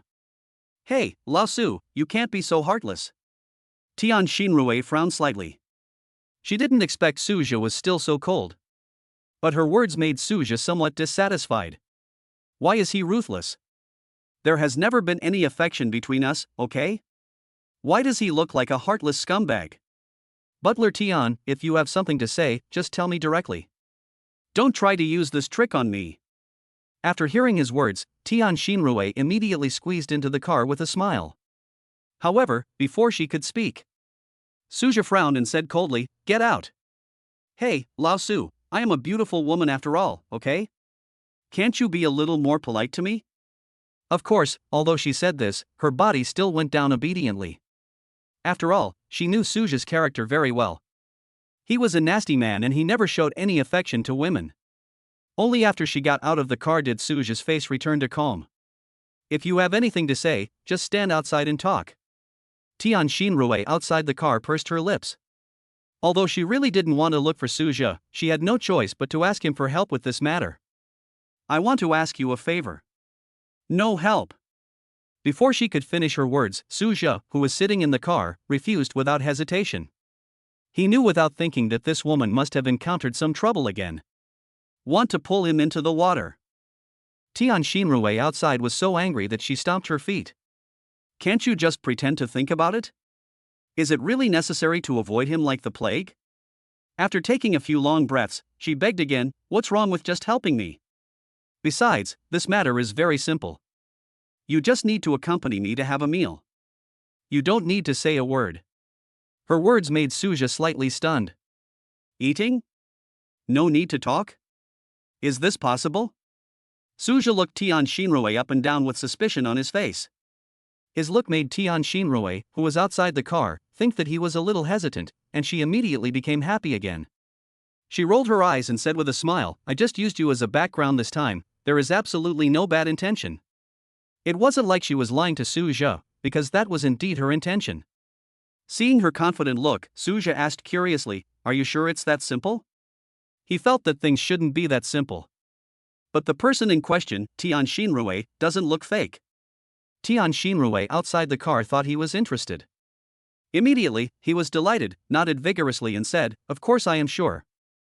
Oh. Suja nodded as if he suddenly understood something. He still didn't quite believe what the other party said, but he wasn't going to continue to pester him. That's why I nodded pretentiously. But his appearance caused Tian Shinrui, who was outside the car, to misunderstand. He immediately got into Suja's car again and said with a smile, so you agree? Chapter 132 Driving. After these words were spoken, Suja, who was sitting in the car, was completely confused. Did he say this? After a long time, Suja looked at Tian Shinrui with a strange expression and asked, Butler Tian, when did I promise you? He really couldn't understand what was going on in the other person's little head. Don't you realize that's just an excuse to leave? Unfortunately, his words made Tian Shinrui, who was sitting in the passenger seat, think he was joking. He immediately rolled his eyes and said, Old Su, stop joking with me. Didn't you just nod your head? These words almost made Suja vomit blood on the spot. What's wrong with me nodding? Can't I just nod and reject you at the same time? Suja was too lazy to explain anything, and immediately frowned and said, Get down quickly, I'm leaving. He didn't want to be cheated by this bad woman again. When Tian Shinrui saw him frowning, she finally realized that he really didn't agree to her. However, just as she was about to get out of the car feeling very aggrieved, suddenly, an idea struck him, and he sat back in the passenger seat. Then he turned to Suja with a smile on his face and said, Old Su, how about you give me a ride? Since she couldn't let Suja go with her, she had to settle for the next best thing. On the other side, seeing that she had already started fastening her seatbelt, Suja looked up at the sky in silence. Why is this woman like a dogskin plaster? Can't you just let me go? In the end, Suja sighed and agreed. Tell me, where are you going? Anyway, he has made up his mind that when he reaches his destination, he will just abandon this woman and leave. This way, we won't run into any more trouble, right? Seeing that he agreed reluctantly, Tian Shinrui on the side almost laughed out loud with joy. So what if you, Suja, are so cool? I was the one who caught him because of my shamelessness. Fortunately, she was also afraid that she would be kicked down by Suja because of her complacency. He immediately suppressed his excitement, smiled and told the destination. Jinjiang Hotel. Where? Her words made Suja open his mouth in surprise, his face full of disbelief. Tian Shinrui, who was sitting in the passenger seat, was somewhat puzzled. It's just a restaurant. Even though it's very famous and expensive, do you need to be so surprised? She immediately asked curiously, it's the Jinjiang Hotel. What's wrong with you? Suja looked at Tian Shinrui carefully and found that she was indeed just curious. He immediately understood that this bad woman didn't know that he had shares in Jinjiang Hotel. So he quickly shook his head and said, It's okay, I'm just surprised. These words left Tian Shinrui on the opposite side speechless. I was just asking you why you were surprised. However, seeing that Suja was unwilling to say more, Tian Shinrui did not ask any more questions. After all, she had finally gotten into Suja's car, and she didn't want to be kicked out cruelly. Seeing this, Suja on the side was naturally happy not to explain. The car started slowly, and with a roar like a huge wave, the Bugatti Veyron took the two people to their destination, Jinjiang Hotel. However, the sudden loud noise scared Tian Shinrui, who was sitting in the passenger seat. But she clearly remembered that this situation did not happen the last time Suja sent her here from the convention and exhibition center. She immediately shouted at Suja in anger, Old Su, what do you mean? Are you doing this on purpose? Suja, who was sitting in the driver's seat, shrugged and said with a smile on his face, You guessed it right, I did it on purpose. You? But before the angry Tian Shinrui could say anything, Suja suddenly accelerated, causing her body to lean back suddenly. She was so frustrated that she couldn't say anything. Chapter 133 Don't Say Anything. After accelerating all the way to Jinjiang Hotel, Tian Shinrui in the passenger seat finally came to her senses. What made Suja speechless was, after arriving at the destination, Tian Shinrui's first thing was not to go down, but to pick up the dressing mirror and look left and right. This procrastination made Suja very unhappy. He immediately urged, "Butler Tian, you've done that. Get down here right away." What he never expected was that Tian Shinrui on the opposite side also got angry at this time. What's wrong? I just want a ride in your car. What's wrong with that? Is it so precious? Do you believe that if I say just one word, countless people will wait for me to ride in their cars? At this moment, a bald man driving a Ferrari happened to pass by the hotel. After hearing what Tian Shinrui said, he immediately came over with a smile. Beauty, how about you take my car? I can ride in it for the rest of my life. As soon as these words were spoken, Tian Shinrui's face instantly turned gloomy. Get out of here. Don't you see how you look? The bald man originally wanted to refute. But after seeing Suja's appearance and the Bugatti Veyron they were sitting in, I could only leave cursing quietly. After all, no matter from which aspect, he is not as good as Suja. Suja on the side was already dumbfounded. He didn't expect Tian Shinrui to have such a hot temper. I didn't dare to urge him anymore, for fear of getting scolded. In fact, Tian Shinrui on the other side was still quite nervous after scolding. After all, her relationship with Suja is quite complicated. They say we are like friends, but we have only known each other for a few days. They can be said to be strangers, but she can also casually call Suja Lao Su. In short, it feels like the friendship between gentlemen is as plain as water. However, Tian Shinrui felt relieved when she saw that he was not angry. Of course, she didn't dare to delay now. After packing up quickly, he got off the car. Lao Su, thank you for today. I'll treat you to a meal when I'm free. After thanking Suja, Tian Shinrui quickly turned around and went into the restaurant. Suja also came back to his senses at this time. After hearing her words, he shook his head helplessly. As for Tian Shinrui's offer to treat him to a meal, he didn't take it seriously at all. After all, the other party's family owed millions of dollars in high-interest loans, so how could they have spare money to treat him to a meal? Suddenly Suja was stunned and looked at the entrance of Jinjian Hotel. That's not right.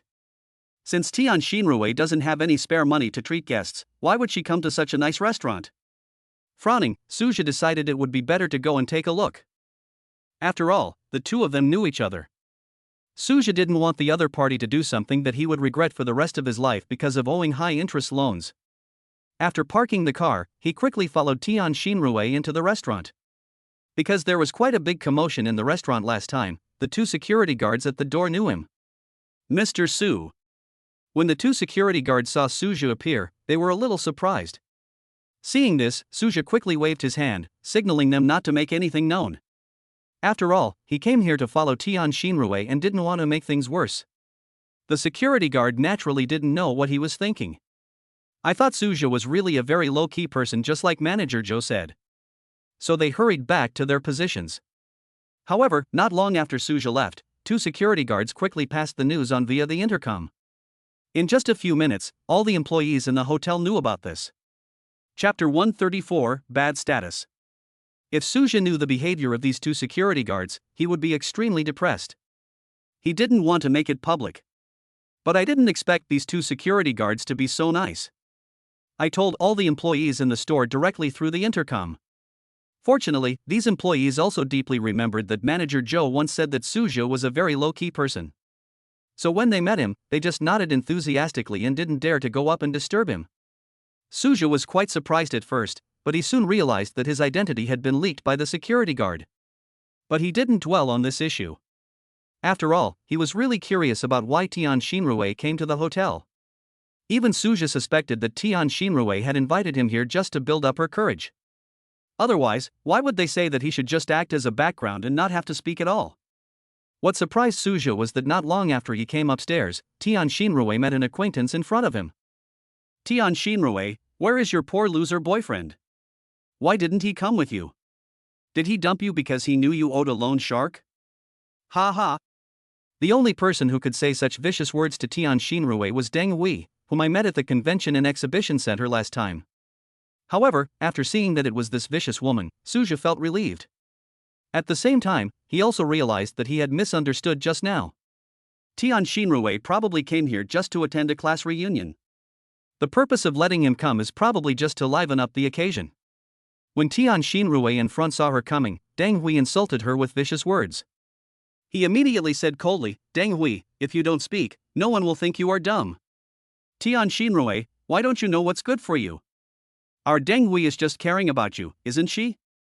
What Suja never expected was, as soon as Tian Xinrui finished speaking, another person walked out of the box over there. Still a woman. After seeing this person, Tian Xinrui's face became even colder. "Chen Fei, do you still remember who helped you chase your boyfriend? I didn't expect that you would be reduced to speaking for a bitch like Deng Hui." As soon as Tian Xinrui said this, before Deng Hui could say anything, Chen Fei on the side started shouting angrily. "Tian Xinrui, you still remember this? If it weren't for you, I would have been with my idol a long time ago. You don't have to pretend like that." Although Tian Xinrui had helped Chen Fei to pursue her male idol before, that male idol had no interest in Chen Fei at all. On the contrary, he was full of good feelings towards Tian Xinrui, so much so that Chen Fei felt that it was Tian Xinrui's interference that prevented her from getting what she wanted. Listening to her words, Tian Xinrui felt particularly depressed. Can she be blamed for this? She obviously didn't do anything well, right? In order to distance herself from him, she even never spoke to Chen Fei's boyfriend. Although Deng Hui, who was standing next to her, had just been scolded by Tian Xinrui, she immediately became happy again when she saw Chen Fei retorting. At this moment, the men and women in the box came out after hearing the noise here. "Okay, we are all classmates, let's just let the past go." "That's right." Although Tian Xinrui's family owes so much high-interest loans, she is still a classmate after all. "We can't look down on her. Everyone, let's go in and eat." It's rare for Tian Xinrui to come to such a nice place, so we have to let her eat more. "Yeah, classmate Tian Xinrui just got dumped, we have to make her happy." Hearing these increasingly inappropriate words, Suja frowned deeply. He didn't expect that Tian Xinrui's status among her classmates would be so bad. Not only girls looked down on her, but so many boys also looked down on her. Chapter 135, Free Food and Drink. Just when Suja was thinking about whether to go forward to help, finally someone made the decision for him. Deng Hui on the other side was immediately delighted when she saw Tian Xinrui being ridiculed by so many classmates. She immediately pretended to be kind and said, "Xiaorui, he's just a man, don't be afraid. I happen to know a rich boss here. Even though he's married, it's okay. With your looks, he should be able to divorce and marry you." As soon as these words were spoken, everyone around couldn't help laughing. After all, doesn't T Deng Hui's intention just to let Tian Xinrui become a mistress? However, looking at Tian Xinrui's beauty, several male classmates present immediately had impure thoughts. A half-bald male classmate immediately said with a lewd smile, "Xiaorui, why don't you come with me? Although I don't have much money, I can still give you tens of thousands of pocket money every month." Seeing how bold he was, the people present did not stop him. There was even a male classmate who was fat-headed and ugly and stood up. He also had a lewd smile on his face, with saliva dripping from the corners of his mouth from time to time. Okita Xinrui said maliciously, "Xiaorui, I think you should stop talking to Chen Tong and settle it with me. I am much richer than him." The dirty words from these classmates made Tian Xinrui's face turn blue, and her eyes were filled with anger. The reason why she came to the class reunion was simply because she missed her classmates. But I didn't expect that no one would stand up to speak for her. Tian Xinrui, filled with disappointment and anger, was about to leave. But before she turned around, Suja walked out from behind with an angry face. He sneered and glanced at Tian Xinrui and other hypocritical classmates. "I only knew the term beast in human clothing before, but today I finally opened my eyes and saw what a real beast in human clothing looks like." Seeing that it was Suja, Tian Xinrui asked in surprise, "Old Su, why are you here?" She didn't expect that Suja would always come to her first when she was most helpless. It was like this last time at the convention center, and it is like this now at the hotel as well. If she didn't know that the status difference between them was so huge, she might have been unable to repay him and could only give herself to him. Unlike Tian Xinrui, his classmates looked at him with anger on their faces after hearing Suja's words. "Boy, I think you don't want to live anymore? Fuck, you dare to scold me, are you tired of living? Believe it or not, I can have someone crush you to death with just one phone call." For a moment, everyone present angrily threatened Suja. As for Deng Hui next to her, she knew Suja, so when she saw him, he immediately said with a mocking tone, "Hey, isn't this Tian Xinrui's poor loser boyfriend? You finally decided to come out? In fact, if Suja had nothing to do with Tian Xinrui, she would never have said such a thing. After all, Suja's looks are indeed her type. Unfortunately, the other party was Tian Xinrui's boyfriend, so she could only feel disgusted. What? He is Tian Xinrui's boyfriend? Deng Hui's words shocked everyone present. But then, someone else laughed and said, so this guy is Tian Xinrui's boyfriend? I guessed right, he just looks poor. But why did this kid follow me here? Could he be here to eat and drink for free? I think your guess is right. This poor boy must be visiting a restaurant like this for the first time. Maybe he got lost because he didn't come with us just now. The constant ridicule from the crowd made Suja's face turn gloomy. Chapter 136, It's a Shame Not to Be an Actor. Glancing at the waiter not far away, he immediately shouted, "Call your manager over here." In fact, when the waiter saw Suja being ridiculed, he was thinking about whether to call the manager. But when she thought that Suja was a low-key person, she didn't dare to go looking for someone on her own initiative. However, now that Suja asked her to call the manager, she certainly did not dare to neglect it. He immediately looked panicked and ran downstairs to find Manager Zhou. And Tian Xinrui's classmates next to her had no idea of Suja's identity. So when they heard him ask someone to call the manager, they all burst into laughter. Kid, what's the point of looking for the manager?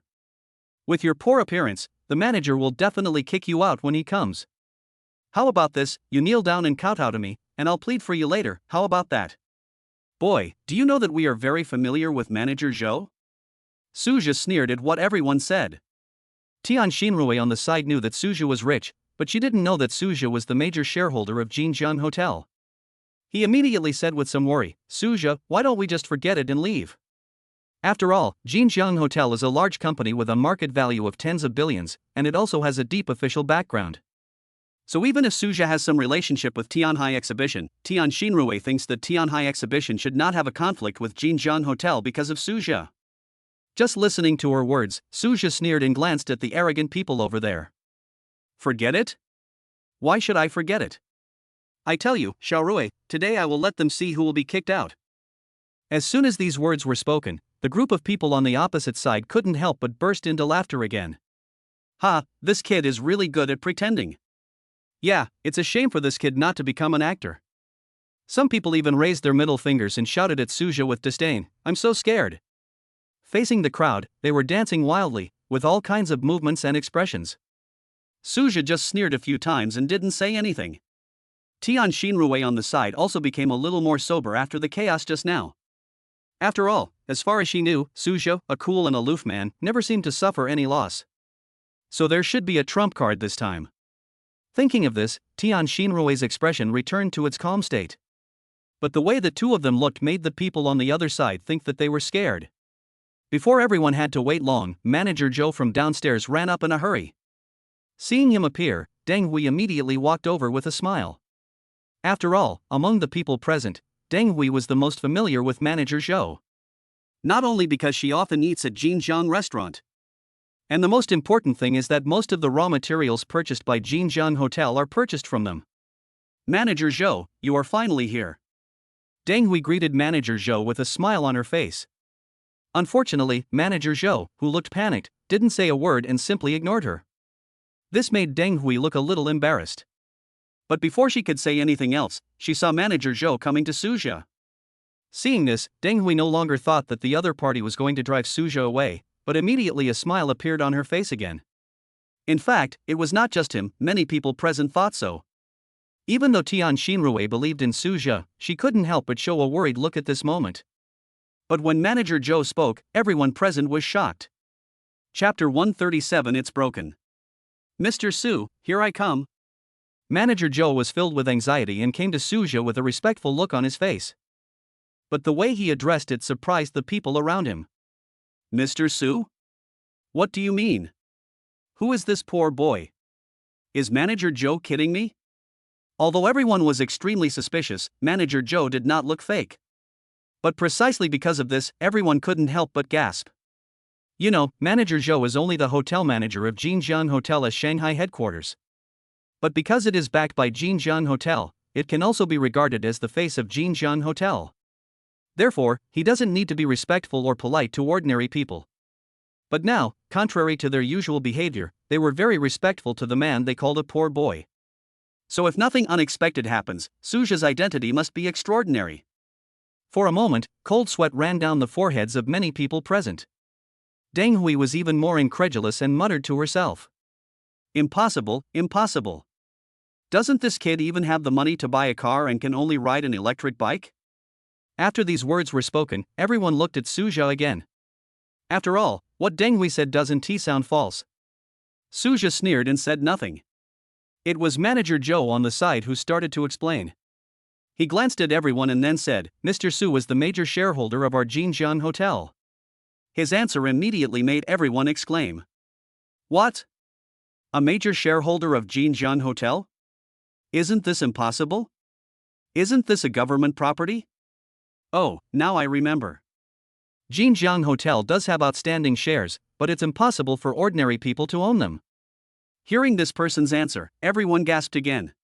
This is Jinjiang Hotel. The market value is tens of billions. Not to mention having an official background. To be the major shareholder of this hotel, can one's status be ordinary? In an instant, everyone present no longer doubted Suja's identity. As for Deng Hui at this time, after hearing the discussions of her classmates, he was so frightened that his lips turned pale and his body kept shaking. Unlike others, her family has a cooperative relationship with Jinjiang Hotel. If Suja asked Jinjiang Hotel to break off cooperation with her family, then all the status she has now and the luxurious life she enjoys will disappear. She immediately hid herself among her classmates, hoping that Suja would not notice her. Unfortunately, Suja didn't take her seriously, but Manager Zhou on the side noticed her presence. Deng Hui, it's you? Manager Zhou said with some sudden enlightenment.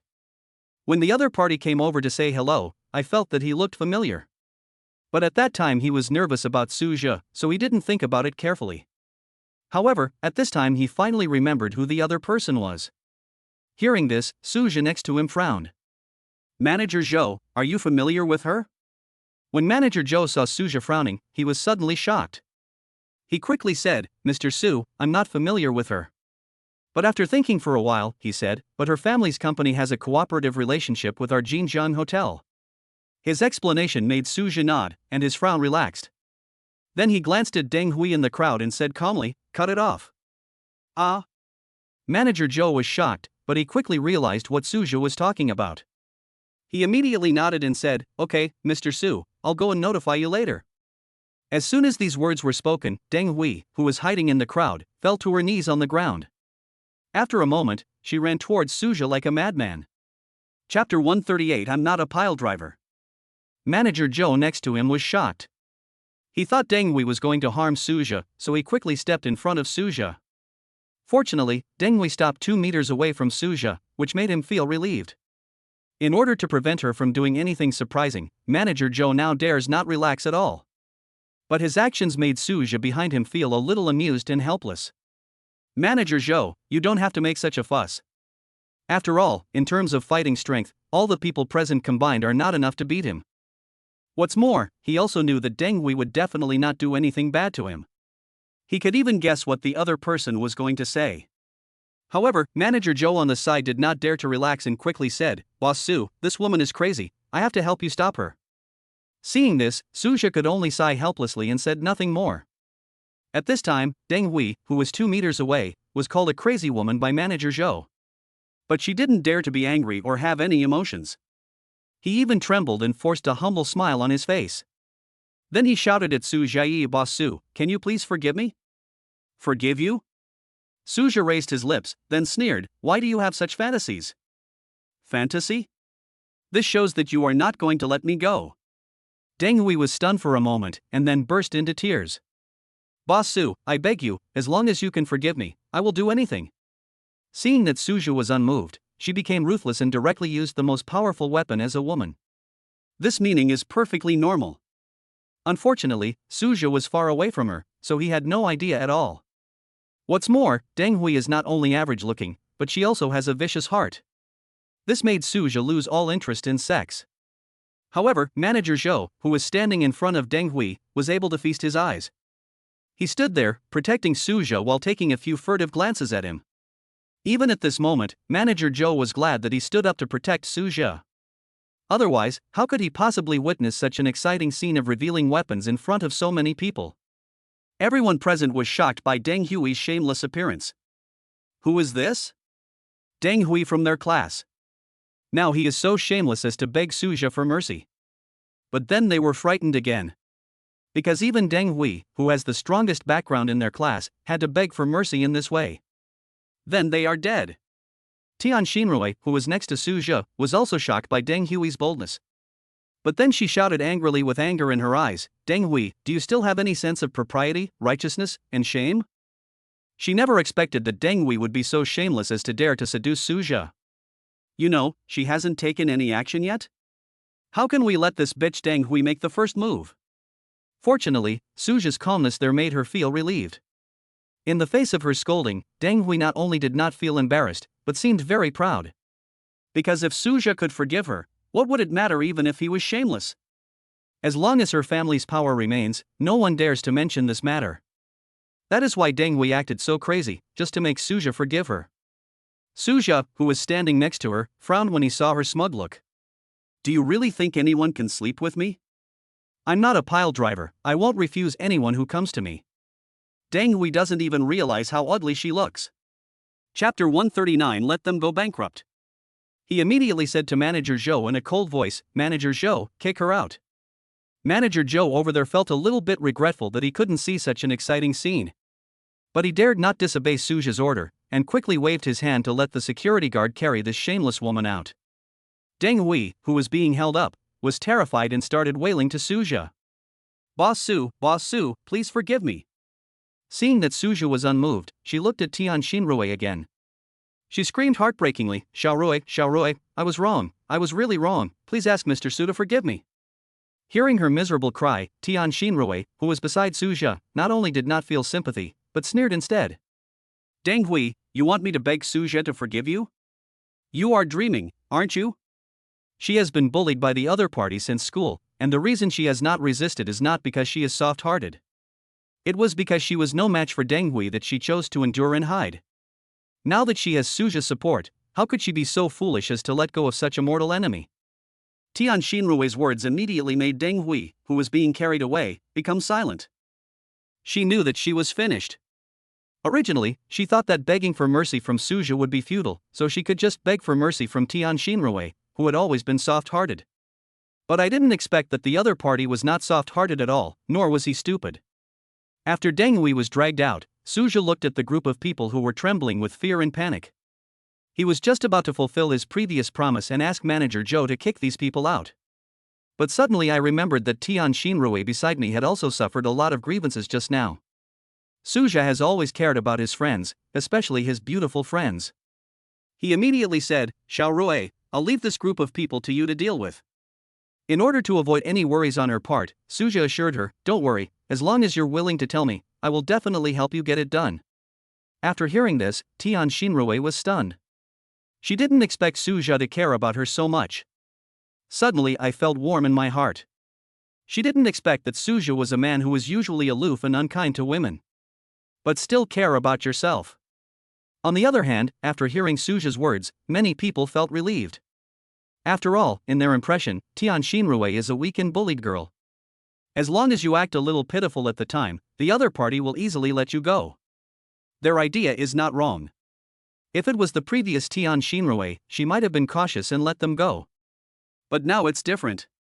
The dirty words that this group of people used against her before had wiped out all the friendship between them as classmates. She no longer had any expectations for these people. Besides, now that she has Suja's support, she naturally won't have any mercy. She looked coldly at the crowd, especially the two people who had insulted her the most. "Suja, I hope you can help me bankrupt Fatty Su and Chen Tong's families." Fatty Su and Chen Tong were the ones who wanted Tian Xinrui to be their mistress. Only these two people looked at her without restraint and spoke without restraint.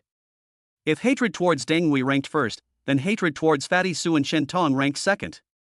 Before, facing their insults, Tian Xinrui did not dare to resist and even had to force a smile.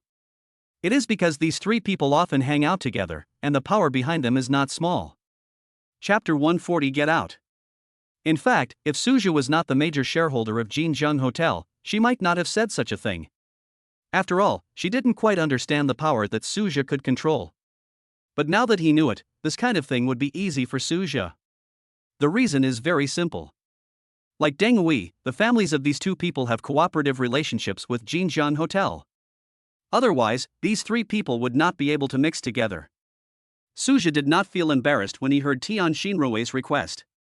Nodding, he said, "Okay, I agree, just put it down." After all, for people like these, he would still take ruthless action even if Tian Xinrui didn't say anything.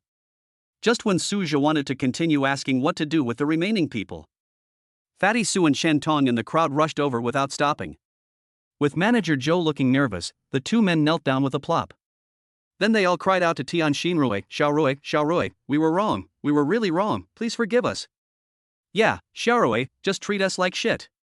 Perhaps because they were afraid that Tian Xinrui was not satisfied enough, the two men simply stretched out their hands and slapped themselves repeatedly.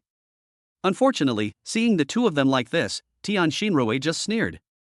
Spare you? Humph. If Suja wasn't here today, wouldn't I have been bullied by you for nothing? Her words immediately made Fatty Su and the other man cry and beg for mercy even louder, and they did not dare to stop what they were doing. Suja on the side finally understood at this time that the two people who had insulted Tian Xinrui the most were Fatty Su and Shen Tong. He immediately asked Tian Xinrui, Xiaorui, what kind of business do these two families do? Since he wanted to bankrupt the other party's family, he naturally had to understand the situation well. But what surprised him was, before Tian Xinrui could speak, Manager Zhou on the side said to Suja with an embarrassed look on his face, Boss Su, I just remembered that these two people's family businesses seem to have cooperation with our Jinjiang Hotel. Suja was slightly stunned, then he said, what a coincidence, these two have also stopped working together. After these words were spoken, Fatty Su and the other man were stunned for a moment. Then he became crazy and wanted to rush towards Suja. Unfortunately, before either of them could take any action, Manager Zhou had already asked a group of security guards to surround them and quickly force them out. Seeing this, Suja nodded to Manager Zhou with satisfaction. Then he looked at Tian Xinrui. What are you going to do with the rest? As soon as he finished speaking, before Tian Xinrui could speak, the group of people over there started crying loudly. Xiaorui, I brought you food, did you forget? Xiaorui, I bought things for you before. Watching these people go crazy again and talk about trivial matters, Suja frowned and felt very annoyed. Seeing this, Tian Xinrui, who was standing next to him, quickly said, Suja, just kick these people out. She could see Suja's impatience, and the remaining people were not as ruthless as the previous three. So, after thinking about it for a while, she decided to let it go. As soon as these words were spoken, everyone over there burst into laughter. They all expressed their gratitude to Tian Xinrui. Xiaorui, you are such a good person. In fact, I have long seen that our Xiaorui is a blessed person. Look, isn't she with Mr. Su now? Yes, when I was in school, I realized that Xiaorui would definitely be something great in the future. Hearing the nonsense of this group of people, Suja's face turned cold. Yelling, get lost. Chapter 141 Like a hamster. As soon as Suja finished speaking, the crowd that was lively just now ran away in an instant. After all, it's better to escape than to stay here feeling uneasy. Anyway, it was Suja who told them to get out. In just a few seconds, Tian Xinrui's group of classmates disappeared from the second floor. Suja was slightly stunned. In fact, the reason why he was angry just now was because he didn't want to damage Tian Xinrui's reputation. You can joke around when you two are together, but he still has to pay attention to the impact when there are many people. Tian Xinrui, who was standing by, saw that Suja was angry because of what everyone said, and a hint of disappointment suddenly flashed in her eyes. After all, even if it was a misunderstanding, it didn't matter, she would even be happy. Seeing that the matter had been resolved, Suja looked at Tian Xinrui. He said, Butler Tian, how about we have a simple lunch here at noon? As soon as these words were spoken, Tian Xinrui on the opposite side almost jumped up with joy. She didn't expect Suja would actually take the initiative to invite her to lunch. Immediately, she nodded and said, okay. I'll listen to you. Tian Xinrui, who was so happy, never thought that Suja invited her to dinner just by chance. After all, he hadn't eaten since early morning, and after encountering such a thing, he was already hungry. Besides, Suja is the major shareholder of Jinjiang Hotel after all, so he doesn't need Tian Xinrui's mouth. But during lunch, Suja was shocked. He didn't expect that Tian Xinrui's small mouth could actually fit so many things. It's actually more than what he eats. As if she saw his surprise, Tian Xinrui said embarrassedly, I'm just hungry. He. As she spoke, she quickly became more polite. It was the first time she had eaten such a sumptuous meal, so she completely forgot that Suja was still around. Suja beside him smiled and shook his head, and quickly said, Don't pretend to be polite, if you are hungry, just eat more. I won't say anything to you. Hearing this, Tian Xinrui on the opposite side smiled embarrassedly. Then he started to puff up his cheeks and pick at the food like a hamster. Although her look made Suja smile unconsciously, she did not harbor any ill intentions. After all, what Suja hates most is his friends being hypocritical in front of him. Now she only feels relieved by Tian Xinrui's appearance. After dinner, Suja originally wanted to send her back to Riverview Garden. But then he remembered that the other party was off duty today. Helplessly, he could only ask, Butler Tian, where do you live? I'll take you back. Hearing his words, Tian Xinrui's face showed some joy. But then her eyes dimmed again, and she quickly shook her head and said, No need, Lao Su, I can go back by myself. Seeing that she surprisingly refused his offer to see him off, Suja was filled with surprise. He clearly remembered that this woman had always been shameless, but why was she like a different person today? He immediately patted the car door and said to Tian Xinrui, Why are you being so polite to me? Come on up quickly. I'll take you home. But facing his look, Tian Xinrui still refused. Shaking her head, she said bitterly, Forget it, Lao Su. My house is a little shabby. It won't be embarrassing. After all, Suja is a billionaire after all. Tian Xinrui was worried that Suja would be very disgusted with the shabby neighborhood where they lived. Suja rolled his eyes, feeling speechless. What's wrong with breaking? No matter how dilapidated it is, it can't be more dilapidated than the place where the original owner lived, right? Chapter 142:06 million. Afterwards, Suja got out of the car directly and pulled Tian Xinrui into the car regardless of her objection. Seeing this, Tian Xinrui knew that if she didn't say it, she would not be able to leave today. Helplessly, she had to give out her address. After hearing the address given by Tian Xinrui, Suja was even more speechless. Is this still broken? It's much better than the place where I used to live. At least it is a community with property. The place where the original body lived before was a village in the city, with no security guarantee at all. After all, Tian Xinrui had only known Suja for a short time, so she had no idea that he had lived such a miserable life before. In her heart, the place where Suja lived before might be better than Jiangjing Garden. However, Tian Xinrui is a smart woman, so she won't ask too many questions and annoy Suja. Although Jinjiang Hotel is a bit far from Tian Xinrui's home, the Bugatti Veyron is a supercar. So amid Tian Xinrui's exclamations, the two of them quickly arrived at their destination. When we arrived at the destination, we just parked the car. Tian Xinrui, who was sitting in the passenger seat, started yelling at Suja. You messed up my hair. Suja shrugged with a playful smile, and then said, I don't have that much strength to mess up your hair.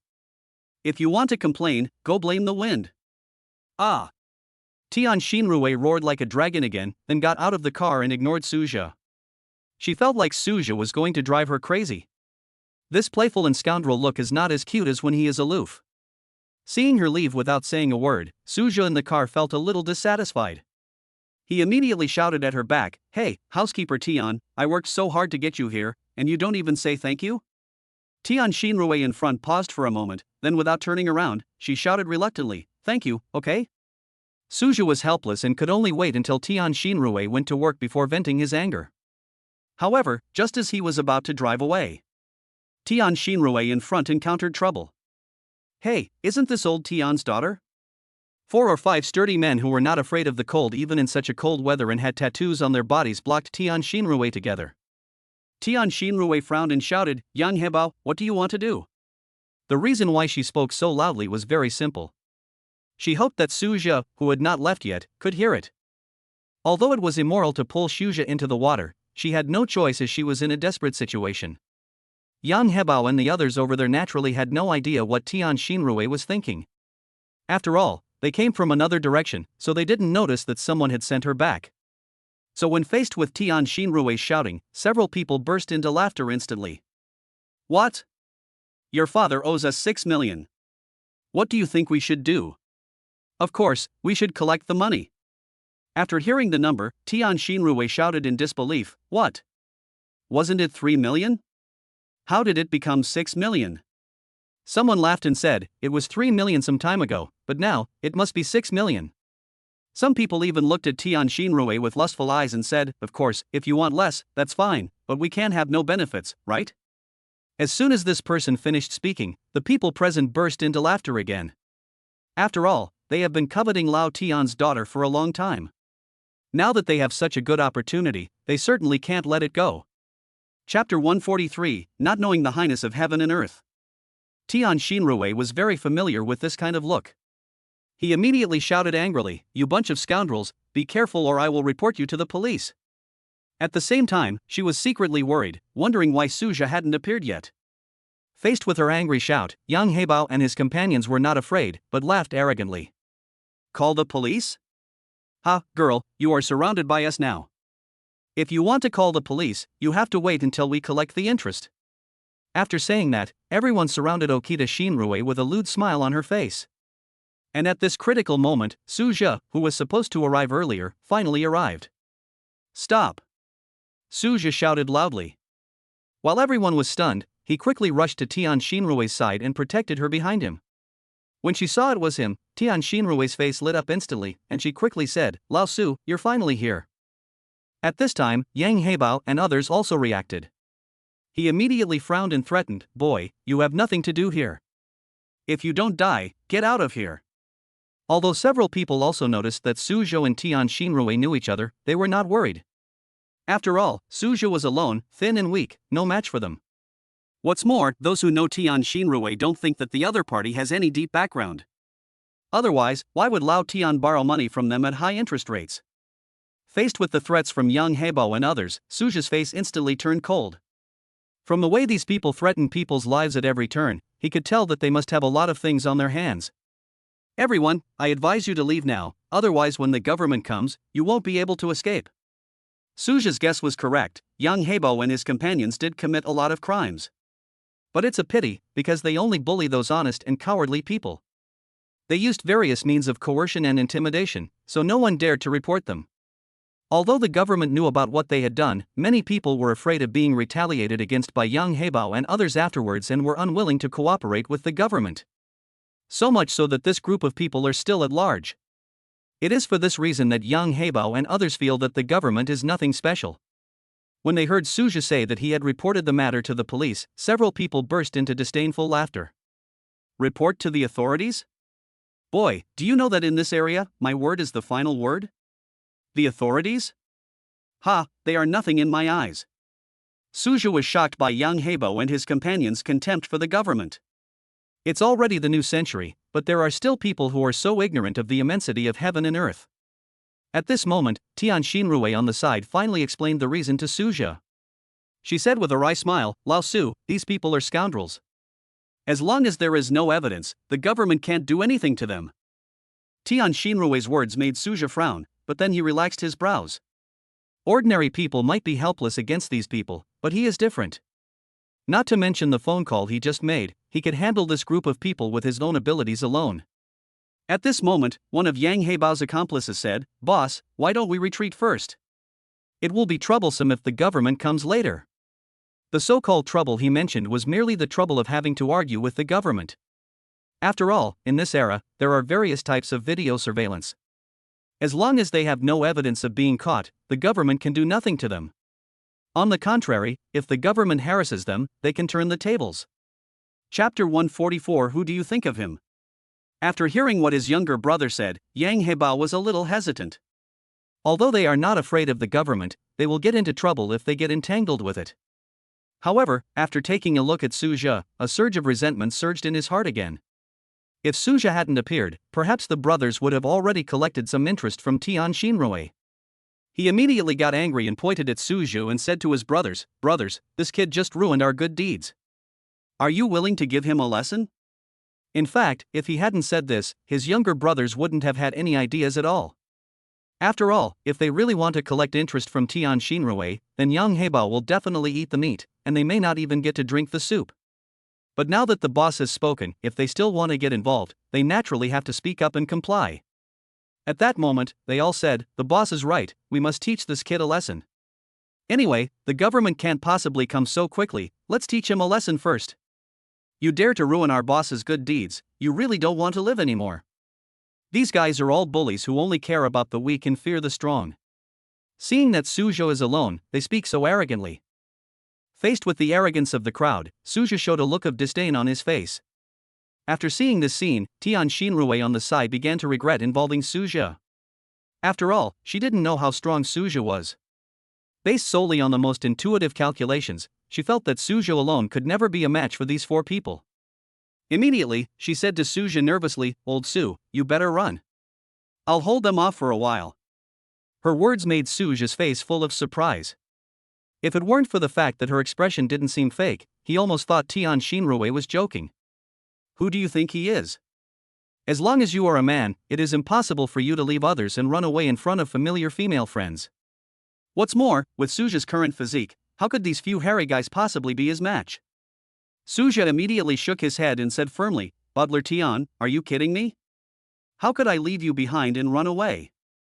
Then he looked at Yang Heibo and his companions with disdain. "Besides, I can beat these bastards down with just one hand."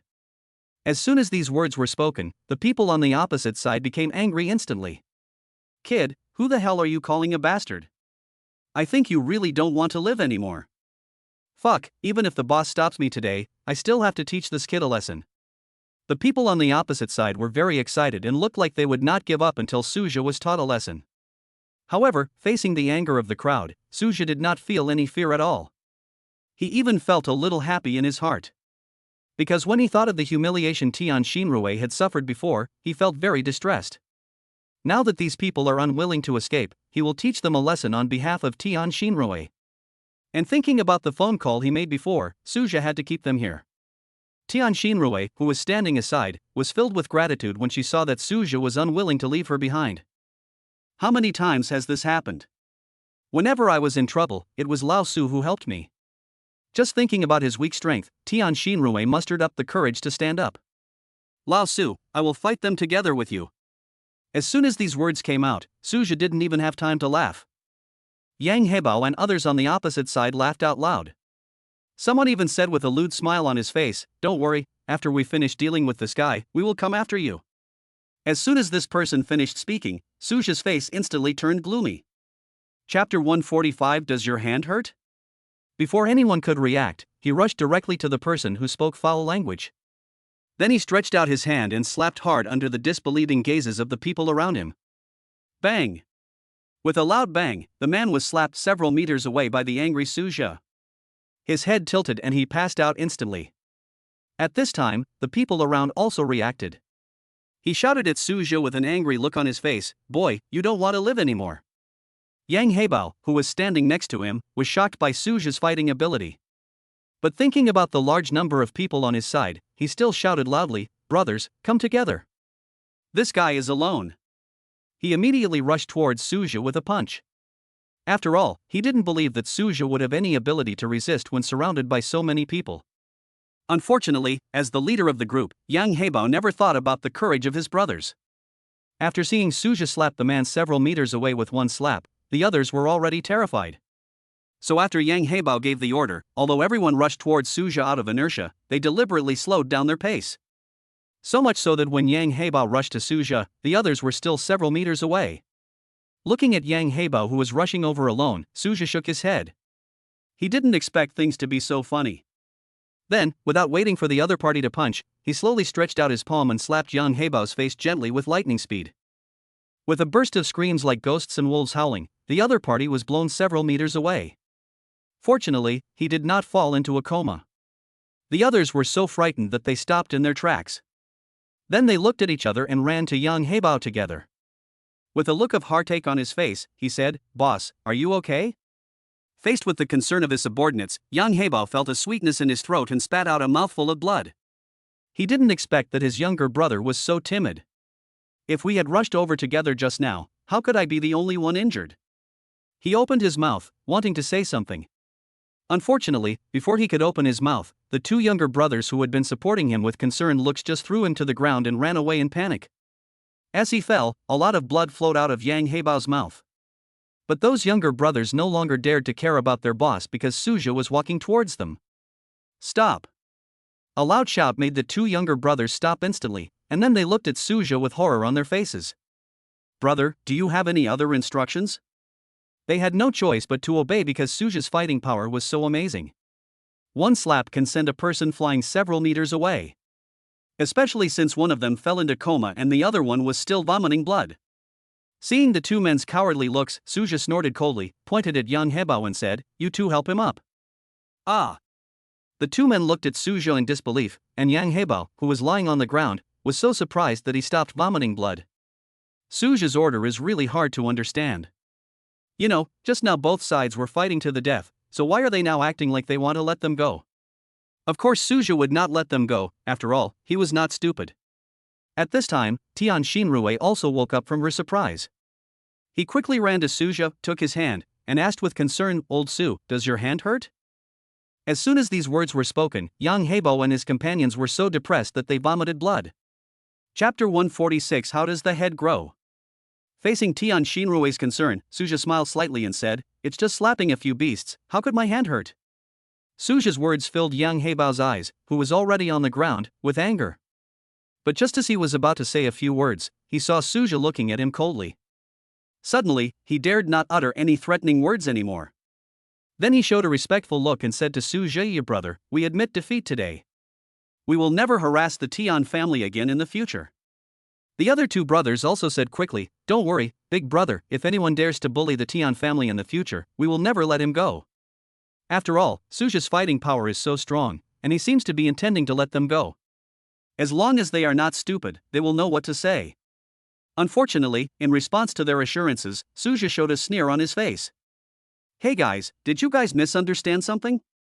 After hearing this, Yang Heibao and the others were stunned for a moment, and then quickly asked, "I wonder what you mean, big brother?" Shaking his head slightly, Suja really couldn't understand what was going on with their heads.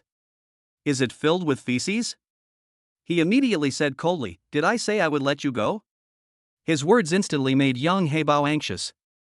He quickly said, "Brother, we have no grudges in the past, so there should be no hatred between us, right?" After all, they thought they were meeting Suja for the first time and had no idea when they had offended him. Suja looked at them with amusement. No grudge? How could there be no hatred? To Suja, if you mess with his friends, you mess with him. He was too lazy to continue paying attention to these lawless beasts. He snorted coldly and stopped talking. They saw that Suja neither let them leave nor taught them a lesson. For a moment, several people were filled with doubts and confusion. Suddenly, one of the younger brothers said to Yang Heibao, "Boss, this big brother is not going to hand us over to the government, right?" Originally, this person wanted to call Suja Kid, but when he thought of his extremely terrifying fighting power, he wholeheartedly called him Big Brother. But his words made Yang Heibao a little confused. After all, these scoundrels are not afraid of the government at all. It might even be that because of the beating they got, Suja would be in trouble. At this moment, the sound of a flute coming from not far away made everyone more certain of this idea. Yang Heibao immediately said to Suja with a smile on his face, "Big brother, how about we just say that we have reached a settlement privately? This way, you will be fine, and I won't be in trouble either." In fact, he wanted Suja to be arrested by the government, but unfortunately, he would not be imprisoned for more than a few days for just a fight. Therefore, in order to avoid being retaliated by Suja, who had terrifying fighting power, he hoped that Suja would be safe. Seeing that he had thought it through so carefully, Suja couldn't help but chuckle. Perhaps most people would agree with his approach, but Suja was different. He had decided to let this group of people in from the beginning. After all, the person he had just called was none other than the Deputy Chief Constable Lu Ming, whom he met in the restaurant last time. Accompanied by the sound of flutes, several government vehicles stopped here. Lu Ming was the first to quickly get out of the car. However, when he saw that it was Yang Heibao and others, he couldn't help but be stunned. Then, under the other party's horrified eyes, he walked up to Suja and said respectfully, "Mr. Su, I'm here." Chapter 147 The Legendary Soldier King.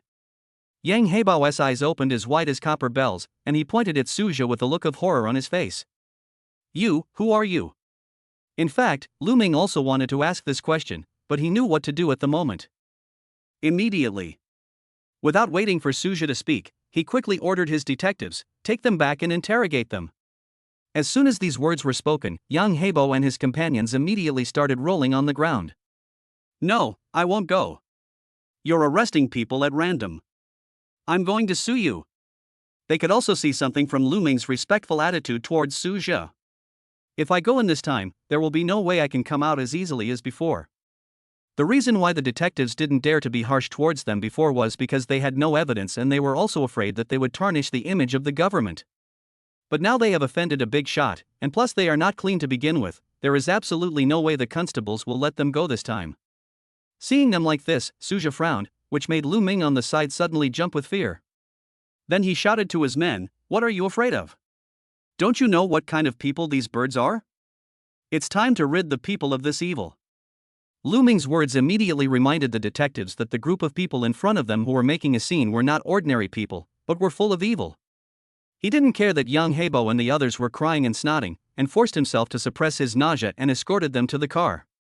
Lu Ming couldn't help but shake his head at the way they just threw a tantrum.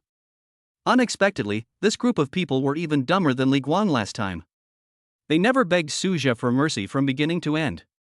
But this way he would be more at ease. After all, he has been a detective for so many years, and he doesn't want to let evil slip away from his hands. Seeing Yang Heibo and his men being escorted into the car, Suja smiled slightly and thanked Lu Ming. "Deputy Lu, thank you so much for today." Lu Ming naturally did not dare to accept Suja's thanks, and immediately shook his head and said, "Mr. Su, you are too polite. This is what we detectives are supposed to do. We should even thank you today. If you were not here, it would be difficult for us to catch these birdmen." Previously, they arrested Yang Heibo and others because there was no reason to do so. Now, they have sufficient reasons, and with Suja's background, they can interrogate them with confidence. In fact, Lu Ming was still quite shocked by Suja's fighting ability. After all, although Yang Heibo and his men cannot be described as strong and muscular, they do look like they have strong muscles. And what about Suja? At first glance, he looks like a thin and weak scholar. But even so, Suja alone beat Yang Heibo and several others, some bleeding and some unconscious. This made Lu Ming almost suspect that Suja was the legendary king of soldiers. But as a smart man, he knew that there were some things he couldn't ask. So I quickly said goodbye to Suja. After seeing Lu Ming off with a smile, Suja looked at Tian Xinrui with a depressed face. "Butler Tian, you are such a troublemaker. I helped you chase away a group of classmates at noon, and now I help you chase away these beasts." Tian Xinrui felt embarrassed after hearing this. But after a while, she smiled and said, "Lao Su, thank you for today. I will treat you to a meal when I am free in a few days." Suja didn't take her words to heart at all. Considering how heavily in debt Tian Xinrui's family is, how could they be willing to spend money to treat him to a meal? After all, although Yang Heibo and his men were dealt with, the money they owed still had to be repaid. It's just that there is no usurious interest. Chapter 148. I'm used to it. Seeing that the matter had been resolved, Suja prepared to say goodbye. But he had just taken a few steps when Tian Xinrui called him down again. "Lao Su, don't be in such a hurry to leave. Why don't you come to my house and have a seat?" Looking at the other person's smiling face, Suja couldn't help but want to complain. She was so reluctant to let me send her home before, why is she so enthusiastic now? At that moment, he shook his head and said, "Forget it, I have something else to do, I'll come back later." After all, he hasn't completed his sign-in task for today? Besides, Suja was also afraid that he would be misunderstood by Tian Xinrui's family. Even if there was no one at home, he wouldn't dare to go over. Because this is more likely to cause misunderstanding. But his words made Tian Xinrui on the opposite side a little dissatisfied. "What's up? I'm such a beautiful lady, and you're not happy to invite me to my home?" However, although she was very dissatisfied in her heart, she did not dare to show it on her face. She even hugged Suja's arm and said in a coquettish tone, "Old Su, what's wrong with you just coming home with me?" This tone made Suja shudder, and he quickly pulled away the other person's hand that was around his arm. "Butler Tian, let's talk about it next time." But the more he did this, the more excited Tian Xinrui became. She hugged Suja tightly again, and in order to avoid being pulled apart again, she almost hung on him. "No, you have to go today." Suja was helpless. Is it necessary to be so exaggerated? He immediately wanted to open it again. Unfortunately, Tian Xinrui hugged him too tightly this time, and Suja didn't dare to use too much force for fear that she would get hurt. Finally, he could only sigh and say, "Okay, I promise." I wonder when Suja has ever bowed his head to a woman. I didn't expect that today would be an exception. Seeing him nod in agreement, Tian Xinrui almost jumped for joy. This is her second win today. Tian Xinrui's home was not far away, and the two arrived at her home in just a few moments. But surprisingly, when Tian Xinrui opened the door, she saw a large group of people in the living room. Just as Suja was looking at Tian Xinrui in confusion, he saw that the other person's face suddenly turned gloomy. This made him feel very uneasy. A middle-aged woman smiled and walked over when she saw the two of them. "Xiao Rui, you're back." Originally Suja thought this was Tian Xinrui's mother. But when he saw that the other person still had a gloomy face, he immediately realized that this might be someone who didn't get along with Tian Xinrui. Sure enough, it was just as he expected. Tian Xinrui didn't enter the house either. She stood outside the door and said gloomily, "Aunt Lu, just give up on this idea. It's impossible for me and your son to be together."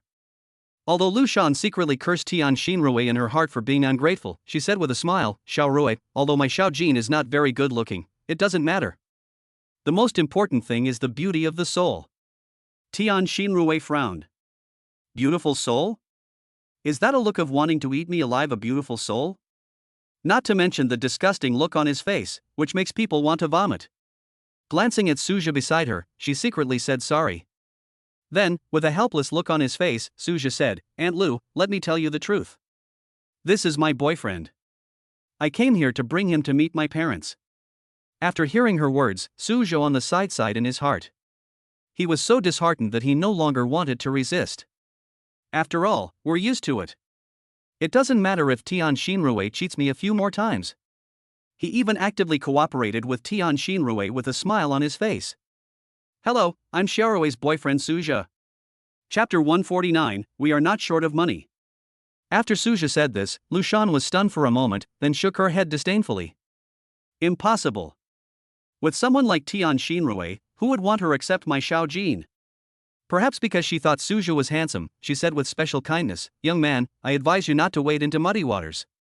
The Tian family may very well drag you into the abyss." Lu Shan's words not only made Tian Xinrui furious, but also made Suja feel very surprised. After all, this was the first time in his life that he had seen someone so mean in front of him. Not to mention that Lu Shan was also planning to make Tian Xinrui her daughter-in-law. They haven't even gotten married yet, but he's already so vicious, and he even looks down on Tian Xinrui in his words. If Tian Xinrui really becomes her daughter-in-law, who knows how miserable her life will be? Immediately, without waiting for Tian Xinrui to speak, Suja stood up. He said coldly, "Auntie, there is no need for outsiders to interfere between Xiao Rui and me." Since Lu Shan is so vicious, Suja naturally won't give her any face. Lu Shan was slightly stunned. She didn't expect that her kindness would be taken as an injustice by Suja. Suddenly, an unknown fire rose in his heart, and he looked Suja up and down. Especially after seeing that he was wearing cheap clothes, he immediately said with contempt, "Young man, don't blame me for not reminding you, a poor country boy like you will regret it one day." Her words made Suja's face turn cold. However, before he could lose his temper, Tian Xinrui next to him yelled, "Lu Shan, don't be so shameless. I call you aunt because you know my dad. Otherwise, believe it or not, I will kick you out right now." She really didn't expect that Lu Shan would actually point the finger at Suja and even call him a poor boy from the country. Tian Xinrui simply couldn't stand others bullying Suja. After all, she was the one who implicated the other party. Lu Shan on the other side was stunned. She never expected that Tian Xinrui, who was usually weak and vulnerable, would actually get angry.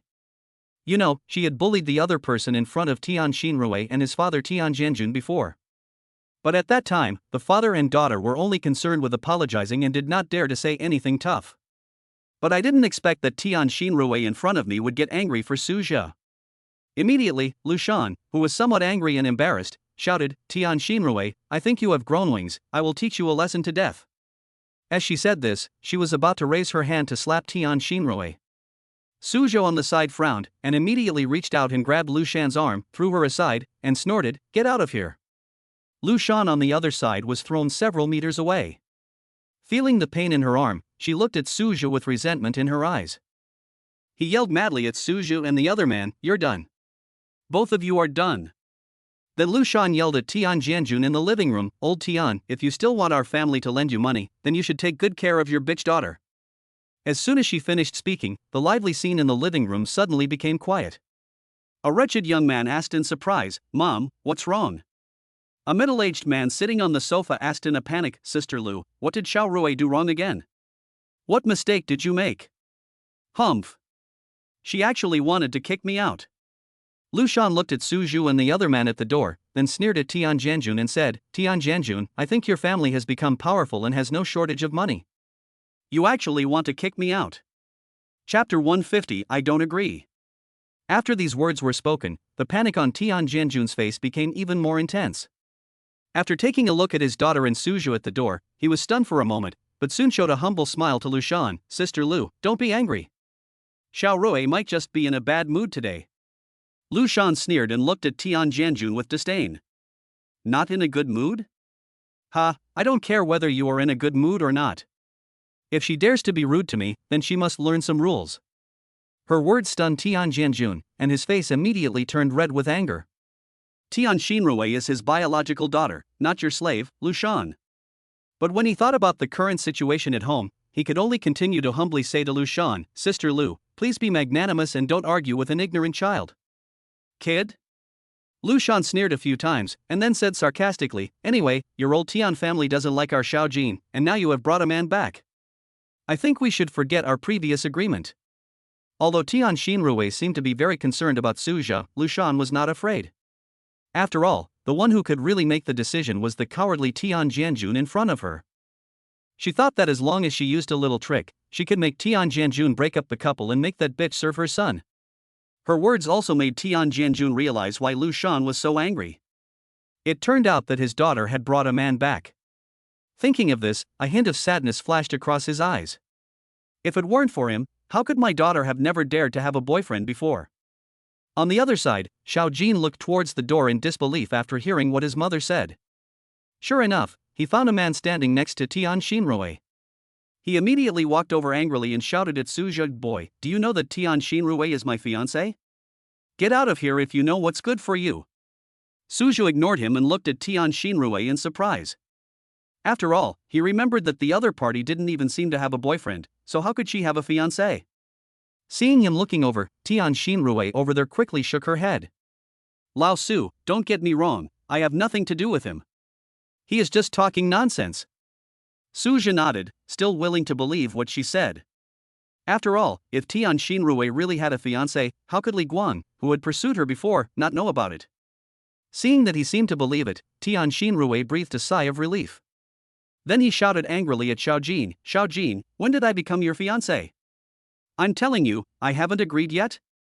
Xiao Jin on the other side was not angry, but just smiled and said, "Xiao Rui, don't you know my feelings? Besides, it's the parents' order and the matchmaker's words, didn't Uncle Tian agree? Why are you still hesitating?" After these words were spoken, Tian Xinrui's face turned pale and she glanced at Suja nervously. Then he shouted guiltily, "Xiao Jin, just forget about it. I don't care whether my dad agrees or not, I will never agree to it anyway." In fact, she also noticed her father Tian Jianjun's thoughts, and she didn't even doubt that her father would agree. But the problem is that she is really not interested in Xiao Jin, a despicable and dirty-minded man. What's more, now that Suja is by her side, it is even less likely that she will agree with what he says. Xiao Jin on the other side saw that she had rejected his face several times, and suddenly felt angry. But he didn't want to vent his anger on Tian Xinrui, so he directed his anger directly at Suja. Chapter 151, Hard. He shouted at Suja with a face full of resentment, "Boy, I advise you to get away from Xiao Rui as soon as possible, otherwise you will die." Although Tian Xinrui had rejected him before, she had never been as tough as she is today. Therefore, Xiao Jin felt that all this was due to the instigation of this kid Suja. Suja frowned and said calmly, "Okay. I'll wait." He really couldn't understand where Xiao Jin got the courage to challenge him. "I really don't know how to write the word death." On the other side, Xiao Jin almost vomited blood due to depression when he heard Suja's nonchalant tone. Normally speaking, shouldn't Suja be scared to death by his threats?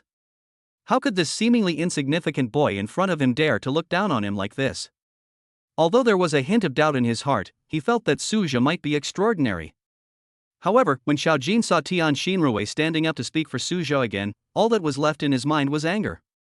Xiao Jin, I advise you to apologize to Suzhou quickly, otherwise you will regret it. Although she disliked Xiao Jin, they knew each other after all, so Tian Xinrui wanted to persuade him. Unfortunately, her words made Xiao Jin on the opposite side go crazy instantly. With a face full of arrogance and disdain, he said, I regret it? Would I regret it towards this kid? Ha ha ha. This is such a joke. At this time, Lu Shan on the other side also came over to cheer for her son. She said to Suzhou with disdain in a condescending tone, Boy, do you know that we can kill you with just one word? Suzhou's silence made some people feel uneasy and they dared not speak. After hearing her words, Tian Jianjun also ran over and said to Lu Shan humbly, Sister Lu, this young man is not very sensible, why don't you let him go? Tian Jianjun was well aware of Sister Lu's power, so he was afraid that the man his daughter liked would get hurt, so he ran over to plead for him. After all, he also realized that Suzhou didn't seem to be a powerful person. Although from his behavior, we can see that his future is definitely limitless. But the problem is, if I become an enemy of Lu Shan now, I might die early. When facing Tian Jianjun, it seems that Lu Shan has always looked down on him. He snorted coldly and said, Tian Jianjun, do you have the right to speak here? Her words made Tian Jianjun next to her blush. If it were any other time, he wouldn't care, but the problem was that Suzhou was in front of him. He didn't want the man his daughter cared about to think he was a coward. He immediately looked uneasy, and said with a hint of toughness, Sister Lu, this guy is my daughter's friend. Tian Jianjun's sudden toughness surprised Lu Shan who was standing next to him, but then she became angry. It would be fine if Suzhou didn't give her face. But who are you, Tian Jianjun? How dare you refute what I said? She immediately shouted, Tian Jianjun, it seems that I really need to think carefully about whether I should lend you the money. Hearing this, Tian Jianjun, who had just mustered up his courage, instantly lost his momentum and began to become humble. Seeing this, Lu Shan raised the corner of her mouth and sneered, I remember that the day when Yang Heibao and the others collect interest is coming soon, right? As soon as she finished speaking, Tian Jianjun next to her suddenly looked terrified. I quickly apologized to Lu Shan, Sister Lu, I'm sorry, it's my fault. Seeing that she had been bullying her father, Tian Xinrui instantly became angry. Chapter 152 It's true. Immediately, she yelled at Lu Shan, I'm telling you, our family is not your slaves. You don't need to boss my dad around. Then she quickly said to her father Tian Jianjun, Dad, please don't be so spineless, okay? There's nothing to be afraid of about Lu Shan. Lu Shan on the opposite side looked at Tian Xinrui with anger in her eyes. She didn't expect that such a bastard would dare to refute her. Making you a slave is a sign of respect for you. Tian Jianjun on the side was even more frightened. While Lu Shan was still angry, he quickly said to Tian Xinrui, Daughter, your Aunt Lu is a good person. She has helped us so much. It's no big deal if she speaks harshly. The truth is that their family now needs to repay the high-interest loans owed to Yang Heibao and others, otherwise that group of desperate criminals will never let them, father and daughter, go. If not for this, how could Tian Jianjun be so servile to Lu Shan and even lose face? Tian Jianjun's words made Lu Shan nod in satisfaction. Just as she was about to say a few words, the words that came out of Tian Xinrui's mouth instantly stunned her. Dad, Yang Heibao and the others have been captured. When these words were spoken, everyone present was shocked. Afterwards, Lu Shan reacted and said in disbelief, Impossible, Yang Heibao and his men are so powerful, how could they be caught? After all, the reason why she dared to threaten Tian Jianjun was because of Yang Heibao's threat. If the other party was caught, wouldn't all her plans be ruined? So, she least wanted this news to be true. Tian Xinrui at the side naturally understood what she was thinking, and immediately said disdainfully, How is it impossible? Yang Heibao and his gang have been lawless for so long, they should have been arrested long ago. In fact, she still felt a little regretful. I regretted not saying it earlier, otherwise Suzhou and my father would not have been humiliated. But as soon as she entered the door, she was constantly ridiculed by Lu Shan and her son. She was so angry that she didn't even think about this matter. However, when Lu Shan started to threaten Tian Jianjun with Yang Heibao, she finally remembered this matter. On the other hand, Tian Jianjun was very confident that his daughter would not lie about this issue. But this matter was too important, so he asked again, Daughter, is what you said true? Yang Heibao and the others were arrested? Faced with her father's questioning, Tian Xinrui's attitude softened. He quickly said happily, "Dad, it's true, just now we were there." In fact, she originally wanted to say that they were the ones who reported the case to the authorities, and the authorities arrested Yang Hebo and others for Suja's sake. But when the words came to her lips, she suddenly remembered that Suja was a low-key person, so in order not to upset him, Tian Xinrui did not tell the truth. Suja on the side didn't think so much. After all, Yang Hebo and his men were just a group of ants that he could easily crush to death. On the other hand, seeing his daughter admit it again, Tian Jianjun finally believed it and immediately burst into laughter. However, before he could be happy for long, Lu Shan said with disdain, "So what if Yang Hebo was arrested? Don't you still owe the principal of 3 million? This sentence instantly calmed down Tian Jianjun, who was laughing happily over there. After all, even though there is no usury, the principal must still be repaid. At this moment, Suja, who was standing aside as a background, finally spoke. Chapter 153 I can handle it myself. Suja smiled slightly and said to Tian Jianjun over there, "Uncle, I can help you pay back the 3 million. His words shocked everyone present. 3 million. This is 3 million. Tian Xinrui on the side knew that Suja was worth a lot of money. But she knew that they had only known each other for a few days, so she never thought of asking Suja for help. But she didn't expect Suja to offer to help today. After all, Tian Xinrui, who knew him very well, knew that the other party would not bother to lie about such matters. So this thing is naturally true. Lu Shan and her son next to them didn't know Suja's identity, so after being shocked, they burst into laughter. After all, they thought from the bottom of their hearts that Suja was just a poor boy from the countryside, so they just thought he was bragging. Lu Shan immediately mocked him, "Boy, do you know how much money this is? 3 million. You can never earn that much in your entire life. As the saying goes, like mother, like son." Xiao Jin next to him also looked at Suja with contempt. "Boy, I don't look down on you, but if you can come up with 3 million today, I will call you daddy." Hearing his words, Suja looked at Lu Shan beside him with a strange expression. "Let me be your dad? Then you have to find a good-looking mother. Even if this scary middle-aged woman dares to climb into his bed, he will kick her off." However, after hearing what her son said, Lu Shan was not angry. He said with the same disdain, "If you can come up with 3 million, I will let you be Xiao Jin's father, so what?" While saying this, she even had an urge to let Suja win. After all, it's worth it for her to have such a young and handsome guy accompany her for a day.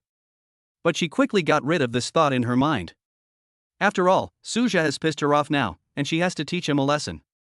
But her answer made Suju on the opposite side almost vomit blood.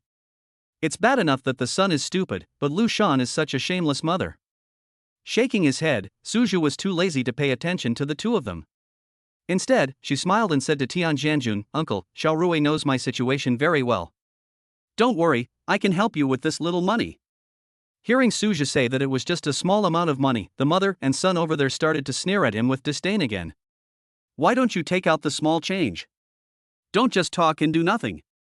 Although Suja did not show any expression at all due to the words of these two clowns, they angered Tian Jianjun on the side. He showed his toughness and shouted at the mother and son, "Get out of here right now, you two. You are not welcome in our home." Hearing his shout, Lu Shan looked over with anger on her face as usual.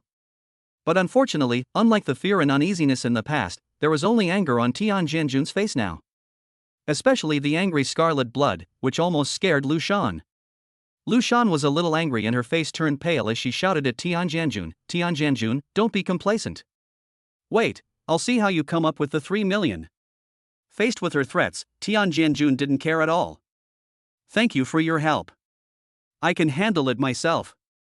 After all, after the usury was eliminated, that depressing atmosphere no longer existed. So he seemed somewhat contented. Lu Shan on the side snorted angrily at Suju and the others, and was about to pull her son, who was reluctant to leave, away. But at this moment, a person suddenly appeared at the door, making her face instantly happy. Chapter 154 Good Citizens. Because the person who showed up was none other than the Deputy Chief of Police Lu Ming. After seeing him, Lu Shan on the side immediately understood that Tian Jianjun was about to get into trouble. After all, when the government comes to your house, it is definitely not a simple matter. Considering what that bitch Tian Xinrui said before, that Yang Heba was arrested, Lu Shan felt that there was only one possibility for the arrival of the government. That is, more evidence is needed in Yang Heibao's case, so Tian Jianjun's cooperation is needed. But Lu Shan, who knew him well, understood that there was absolutely no way the other party would produce any evidence. After all, if he had the courage, he would have reported it to the police long ago. In this way, maybe Yang Black Panther will return again. And she can also teach Tian Jianjun and Tian Xinrui a lesson again. Thinking of this, a smile immediately appeared on Lu Shan's face. At that moment, she, who was originally in a hurry to leave, decided to stay and watch the show. After taking a look at Suzhou and Tian Jianjun, she shouted very arrogantly, "Tian Jianjun, as long as you admit your mistake to me and drive this guy away, I will let you go." Her words surprised Lu Ming, who had just walked in. Who is this? How dare you let someone kick Mr. Su out? He immediately asked Suzhou curiously, "Mr. Su, who are these two?" Mr. Su? Lu Ming's words left Lu Shan and her son puzzled.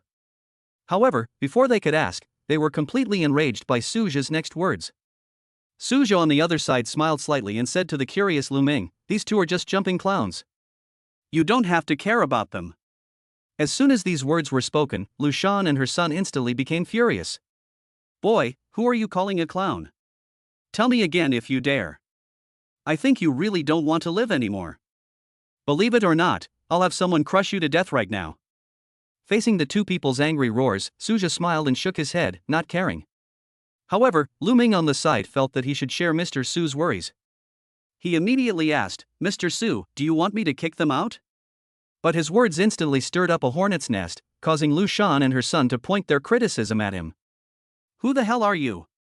You're meddling in other people's business, aren't you?" Lu Ming frowned and a hint of anger flashed across his face. After all, he was a deputy chief of police in the government. He might not be a big shot, but no one dared to scold him on weekdays. But he didn't expect that the two people in front of him, whom Mr. Su called clowns, would dare to scold him for the first time. He immediately said with a gloomy face, "I am Lu Ming, the deputy chief of police in Dongqing district." "I wonder who you two are." "What?" "The deputy chief of police in Dongqing district." Lu Ming's words stunned everyone present instantly, even Tian Xinrui, who had previously thought that he had an extraordinary identity. Before, she thought Lu Ming was a deputy chief constable of the street, but she never expected that he was actually a deputy chief constable of the district. You know, the entire Magic City is divided into only 4 districts. As the deputy chief of police in Dongqing district, Lu Ming is a very powerful figure to them.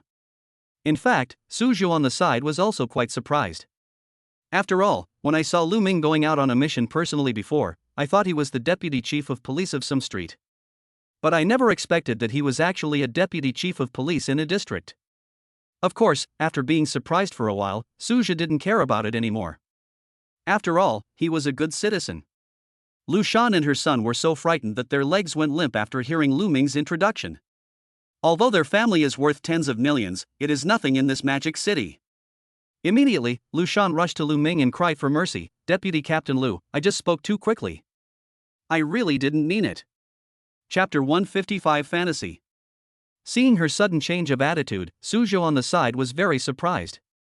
After all, Lu Shan had been so arrogant just now, as if she was not afraid of anything.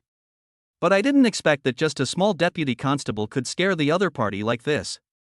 In fact, it was Suzhou himself who did not change his identity to think about it. Of course he was not afraid of the deputy chief constable Lu Ming.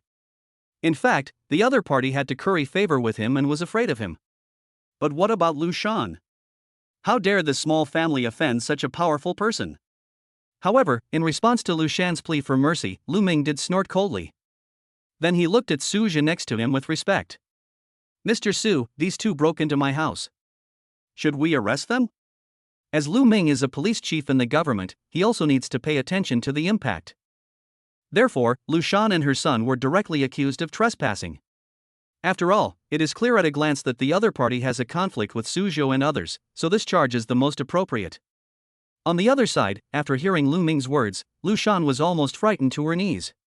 If it was just an ordinary constable who said this, she would not be so frightened. But the person who said this was the deputy chief of police in Dongqing district, a man who held a complete list. And seeing how familiar he was with Suzhou, she had no doubt that she would be doomed once she went in. Immediately, her face turned pale, and she shouted at Lu Ming unwillingly, Deputy Chief Lu, we are not trespassing, really not." We are just visiting. Unfortunately, Lu Ming on the other side was too lazy to pay attention to her and still looked at Suja with respect. Seeing this scene, Lu Shan and her son finally came to their senses. Suja's identity must be extraordinary. Immediately, she cried and shouted at Suja, little brother, please help me, beg for mercy. I really didn't break into a private house. At this time, Suja finally came to his senses from Lu Ming's words. He never expected that the other party would be so cruel. Thinking of this, he glanced at Lu Shan and said nothing. To be honest, although Suja hated this mother and son, their crime did not deserve the death penalty. However, after taking a look at Tian Xinrui beside him, he thought about it for a moment and decided to let her decide. After all, from the arrogance and lawlessness of Lu Shan and her son, it was not difficult for him to see that Tian Xinrui's family was often bullied by them. Now that the victim is present, Suja still wants to hear her thoughts. With a slight smile, Suja asked Tian Xinrui beside him, Xiaorui, what are you going to do with these two people? When these words were spoken, everyone present except Tian Xinrui was shocked. After all, Lu Ming is also a deputy chief of police in Dongqing district. When people ask you this, it means they respect you. I didn't expect you to ask for other people's opinions without saying a word. Seeing Suja's unwise behavior, Lu Shan next to him almost laughed out loud with excitement. If Suja was scolded by Lu Minga, wouldn't they be able to escape? Unfortunately, Lu Shan completely forgot one thing. Why did Lu Ming greet Suja respectfully as soon as he arrived here? So, the scene she imagined never happened. Even Lu Ming, who was standing next to him, didn't show any emotion at all. After all, in his opinion, it was normal for Suja to do this. Seeing him coming to ask her, Tian Xinrui's heart was suddenly filled with gratitude. After all, Suja doesn't need to care about himself at all, because Lu Ming is asking him, not himself. Chapter 156, Not So Good in the Brain. But when she saw Lu Shan and her son at the door, her heart was suddenly filled with resentment. After all, their family had been bullied by these two people before. Thinking of this, she became ruthless and said, Suja, these two people broke into our house without permission. Fortunately, you showed up and prevented her conspiracy from succeeding. Since Lu Ming has already found a reason, she naturally won't let it go. After all, to be honest, she is not a soft-hearted person. I had been bullied before and didn't dare to resist, just because I was worried that my family would be persecuted. But now that she has someone backing her up and can push the enemy into the abyss, how could she let go of this good opportunity? When Tian Xinrui said this, everyone present was surprised. I didn't expect her to be so ruthless.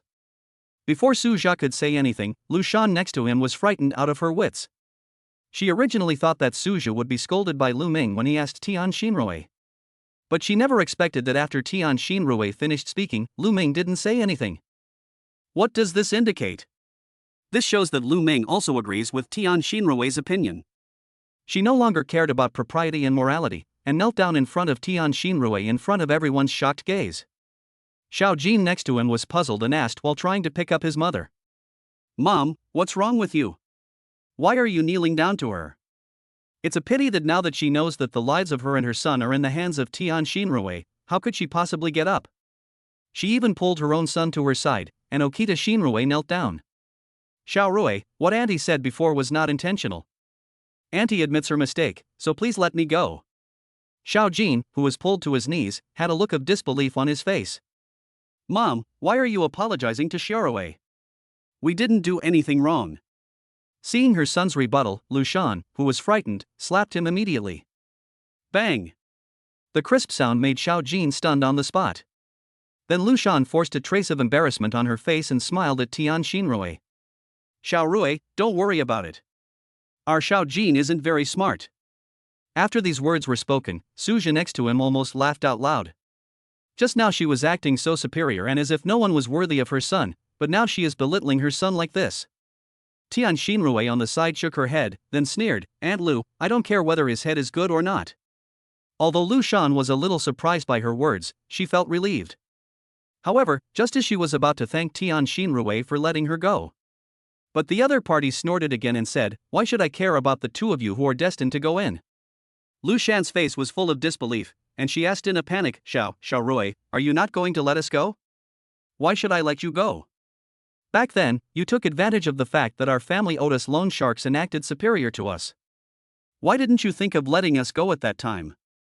Now that the situation has changed, you want me to forgive you? Oh, you are thinking too well, aren't you? Tian Xinrui's words completely broke Lu Shan down. Regardless of her tears and snot, she went forward and grabbed Tian Xinrui's feet, crying, Xiao Rui, please spare us. Xiao Jin is still young, he can't go in. Please be kind. Chapter 157 You are so shameless. Unfortunately, no matter how she begged for mercy, Tian Xinrui remained unmoved. At this moment, Lu Shan saw Tian Jianjun, who had been silent not far away. He was delighted and quickly crawled over again. Old Tian, please talk to Xiao Rui and let us go. In Lu Shan's eyes, Tian Jianjun is a soft-hearted and unsteady person. She hadn't shown anything before, but she was able to control the other party with just a few words. But she never expected that Tian Jianjun was not undecided, but because he only saw Lu Shan as his life-saving straw at that time. Otherwise, how could he, having lived for so many years, be manipulated by just a few words from a woman? So, under Lu Shan's stunned expression, Tian Jianjun straightened his back and said coldly, Lu Shan, are you kidding me? Why should I plead for you? Or do you, Lu Shan, think that I, Tian Jianjun, am a fool who would do such a stupid thing? If he hadn't noticed that Suja's identity was not ordinary, he might not have been so confident. But when he saw Lu Ming, the deputy chief of police from the East District, come in, he greeted Suja respectfully. He guessed in his heart that the man brought back by his daughter must be an extraordinary person. Sure enough, when he saw that Lu Shan and the other person had offended Lu Ming, and the other party asked Suja what to do, he realized even more that Suja had a powerful background. Therefore, he felt that his daughter's husband was so awesome, and he, as the future father-in-law, could not bring shame to his daughter, right? Therefore, facing Lu Shan's plea for mercy, Tian Jianjun seemed both disdainful and felt as if he had gotten rid of his anger. After all, it has been such a long time since I was able to ask Lu Shan to help my family. He worked like a slave, pretended to be a grandson and put on a smile. It can be said that he did all kinds of shameless things. But what about in the end? Lu Shan had been teasing him about borrowing money but never fulfilled her promise. Even now he has to use his only daughter as a condition. How could he not feel aggrieved and annoyed? On the other side, Lu Shan was dumbfounded when she saw that Tian Jianjun dared to yell at her. Hasn't Tian Jianjun always been a coward? How come he has become a different person now? She wanted to get angry, but before she could show her anger on her face, she immediately forced a smile. After all, now she only asks Tian Jianjun for help. Old Tian, you can't be so conscienceless. Our family has helped you a lot before. Since the other party disagrees, she can only take a roundabout approach and make Tian Jianjun soften his heart and speak for her. Unfortunately, she completely forgot that although she had always said that she would help Tian Jianjun, she had never fulfilled her promise. So when faced with her shameless words, Tian Jianjun simply snorted coldly. He cursed angrily, Lu Shan, you are so shameless. After he finished speaking, he simply turned his head away, too lazy to even look at this shameless woman anymore. But now Lu Shan had already thrown away her face, so she begged for mercy to Tian Jianjun again, Old Tian, I was wrong, I was really wrong, please forgive me this time. I promise, I will do what I promised you. After these words came out, Tian Jianjun frowned and asked, really? After all, although Suja's social status was not ordinary, Tian Jianjun felt that his family might not have much money from the cheap clothes he was wearing. Chapter 158 You are crazy. In order not to cause trouble to his future son-in-law, Tian Jianjun is now a little hesitant. Lu Shan, who was kneeling on the ground, heard his tone soften and suddenly felt proud again. What can happen if you, Tian Jianjun, have the support of Lu Ming, the deputy chief of police in the East District? You have to pay back the 3 million you owe, right? Unfortunately, before she could be proud for long, Tian Xinrui at the side snorted coldly and stood up. Dad, don't worry about the money. As soon as these words came out, Tian Jianjun on the other side frowned slightly and said, my daughter. This is 3 million. Tian Xinrui sighed. It's just 3 million, which is nothing to Suja. But thinking that the other party didn't like to be high profile, she could only persuade him again, Dad, can you trust me this time? Seeing that his daughter seemed a little angry, Tian Jianjun felt a little guilty. After all, he owed his daughter a lot over the years. Besides, now that the loan sharks are gone, he can pay back the remaining 3 million bit by bit without having to call the money together. At that moment, he firmly said to Okita Xinrui, Daughter, I will listen to you. But just because of this, Lu Shan became anxious and uneasy. She didn't want both herself and her son to go in. He immediately said to Tian Xinrui, Xiao Rui, this is 3 million. How long will it take you to pay it back? Her words almost made Tian Xinrui laugh. With a curled mouth, she said calmly, Aunt Lu, do we not have to pay you back after using your money? Her words startled Lu Shan on the ground, and also made Tian Jianjun over there come to his senses. The money has to be repaid eventually, so why should he go through another hand? Lu Shan gritted her teeth and said quickly, how about this? As long as Xiao Rui can marry our Xiao Jin, we will consider the 3 million as her dowry. I have to say that she had a very beautiful idea. Not only could she get a daughter-in-law, but she could also continue to bully the mother and daughter by using money in the future. The most important thing is that she and her son can survive today. Unfortunately, she had just finished speaking. Before Tian Xinrui could say anything, Tian Jianjun shouted angrily, Lu Shan, just give up on this idea. I won't tell you how you have treated us for so long. Do you want us to let you go? That's impossible. After all, the reason why their family can be proud today is because of Suja's existence. With such a rich son-in-law, how could he possibly look down on Xiao Jin, a rotten watermelon? Hearing his words, Lu Shan thought that he didn't want people to say that he was relying on selling his daughter to pay off his debts. So he smiled slightly and said, how about this, old Tian, this 3 million does not count as a dowry, we will give you a dowry separately. But as soon as she said this, Tian Jianjun on the side kicked her without hesitation. After Lu Shan was kicked to the side, he came straight to Lu Ming without even looking at her. Deputy Captain Lu, I want to report a case. Lu Shan and her son broke into our home with bad intentions. His words immediately made Lu Shan forget about the pain in her body and shouted at Tian Jianjun in disbelief, Old Tian, are you crazy? She couldn't understand why the other party didn't agree to her generous conditions, and she became even more angry. Tian Jianjun over there looked at her with disdain. Lu Shan, if anyone is crazy, it's you, right? I wouldn't even want your son, a rotten watermelon, even if you give it to me. Chapter 159 It's not your fault, it's mine. Who are you calling a rotten watermelon? Before Lu Shan could speak, Xiao Jin on the side started shouting angrily at Tian Jianjun. Tian Jianjun glanced at Suja beside him with satisfaction, then shouted at Xiao Jin with disdain, of course it's you, rotten watermelon. He was very satisfied with Suja. Not only was the other party's behavior satisfactory from beginning to end, but also the other party's background could protect his daughter for life. Compared to Xiao Jin, who behaves in a vulgar manner and whose family has only a little money. It can be said that one is a beautiful jade and the other is a rotten watermelon. Tian Jianjun's words completely angered Xiao Jin over there. His face turned pale and he pointed at Tian Jianjun, shouting angrily, Tian Jianjun, don't think you're lucky just because I'm a little nice to you. If it weren't for Xiaorui, do you think I would care about you? As soon as these words were spoken, Tian Xinrui next to her became angry. But before he could open his mouth, Lu Shan stood up and slapped her son hard. Bang! The crisp sound of the slap left Xiao Jin stunned. The second time. This is the second time he was beaten by his mother today. His nose felt sore, and he cried to Lu Shan, Mom, why did you hit me? This is the second time. Lu Shan, who was standing next to him, ignored her stupid son and continued to force a humble smile on her face. She said to Tian Jianjun, Old Tian, I only ask one thing of you now. Just let my son go. Her words shocked everyone present. I didn't expect that this cruel-hearted woman actually had family affection. However, although he was quite surprised, Tian Jianjun did not intend to let the tiger go back to the mountains. With a cold snort, he said to Lu Shan, if my son-in-law hadn't come today, would you have bowed your heads and admitted your mistakes? Son-in-law? When Tian Jianjun said this, Lu Shan was stunned. She suddenly remembered something. If the Tian family had Lu Ming's background, how could Yang Hebao and others bully him? Think about it again. When Lu Ming first arrived at the Tian family, he greeted Suja respectfully. He didn't think much about it at the time and just thought that the other person was being polite. Later, when Lu Ming revealed his identity, she was only concerned with begging for mercy and also did not remember Suja's identity. But now, listening to what Tian Jianjun said, she finally figured it all out. No wonder Lu Ming asked Suja for instructions, and no wonder Tian Jianjun was so angry when he heard that he wanted to use 3 million as a betrothal gift for his son to marry Tian Xinrui.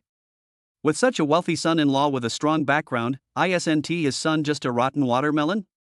At this moment, I don't care about whether it is embarrassing or not.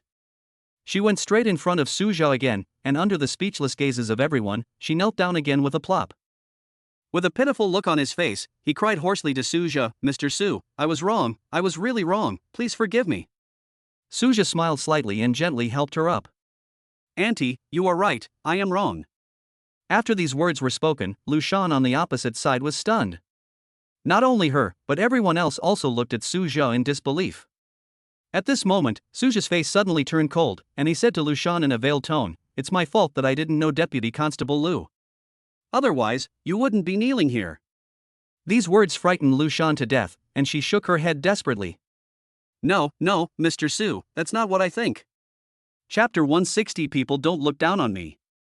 Suja raised the corner of his mouth. "I don't care if you think so. That's what I think." Immediately, he didn't even look at Lu Shan, who was trembling with nervousness in front of him. He said to Lu Ming, "Deputy Captain Lu, today I'd like to trouble you to arrest these two people who broke into the house." As soon as Suja finished speaking, Lu Shan in front of him was so frightened that she collapsed to the ground, constantly throwing tantrums and rolling around. "No, I won't go." Xiao Jin, who was standing next to him, was already terrified when he saw his mother begging Suja for mercy. After all, he also realized that Suja's identity was not ordinary. Especially since I had just insulted the other person. After hearing Suja's instructions, Lu Ming, who was standing next to him, quickly shouted into the intercom, "Everyone, come in quickly." In fact, after interrogating Yang Hebao and others, Lu Ming, who had already learned of Tian Xinrui's identity, came over with a few people. He was just worried that Suja would think too much, so he walked in alone. Now that someone has offended Suja, he will of course call the person outside in without hesitation. Just a few seconds later, 3 or 4 people rushed in. Under Lu Ming's command, Lu Shan and her son were immediately arrested. Before the two men could even come to their senses and beg for mercy, several constables had already escorted them away. Seeing this, Suja nodded to Lu Ming with satisfaction. After all, if Lu Shan and the other two were left here, it went without saying that they would definitely beg him for mercy. But what he didn't expect was that Lu Ming solved the problem for him right from the beginning. After the people were pulled out, Lu Ming next to them quickly said with a smile on his face, "Mr. Su, if there is nothing else, then I will go back first." In fact, his purpose of coming here was just to say hello to Suja. Let the other party understand that Yang Hebao and others have completed the interrogation. So, now that the matter has been settled, it would be inappropriate for him to stay here any longer. Seeing that he was about to leave, Suja naturally couldn't continue to try to keep him. So he smiled and sent him to the door, and then returned to the Tian family. But as soon as he came back, Tian Xinrui hurried over to thank him. "Lao Su, thank you so much today. If it weren't for you, I don't know what I would do." Suja rolled his eyes, feeling speechless. Because as far as he knew, Tian Xinrui had said this sentence no less than 3 times today. But he was too lazy to complain and said directly, "Butler Tian, no need, we are friends after all, and besides, helping you is just a piece of cake. It's nothing." However, the conversation between the two made Tian Jianjun on the side somewhat confused. "Aren't my daughter and Suzhou in a boyfriend-girlfriend relationship? Why do I need to thank you?" And he calls him Butler Tian.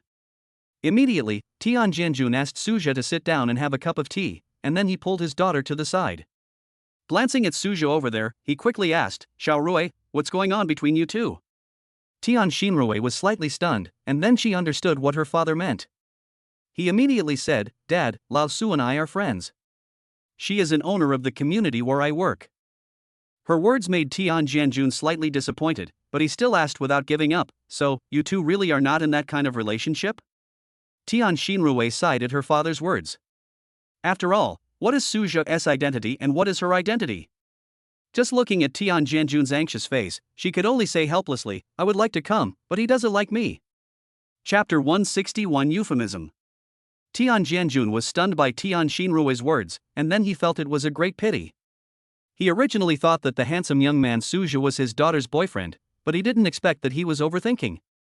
Especially Suzhou's look of being a responsible person made Tian Jianjun even feel that his daughter was not worthy of him.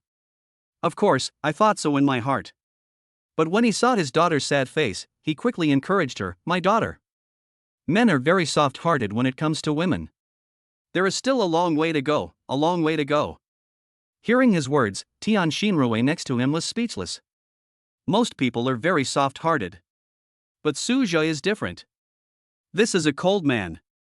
If I can't do what he wants, he will definitely not be nice to me.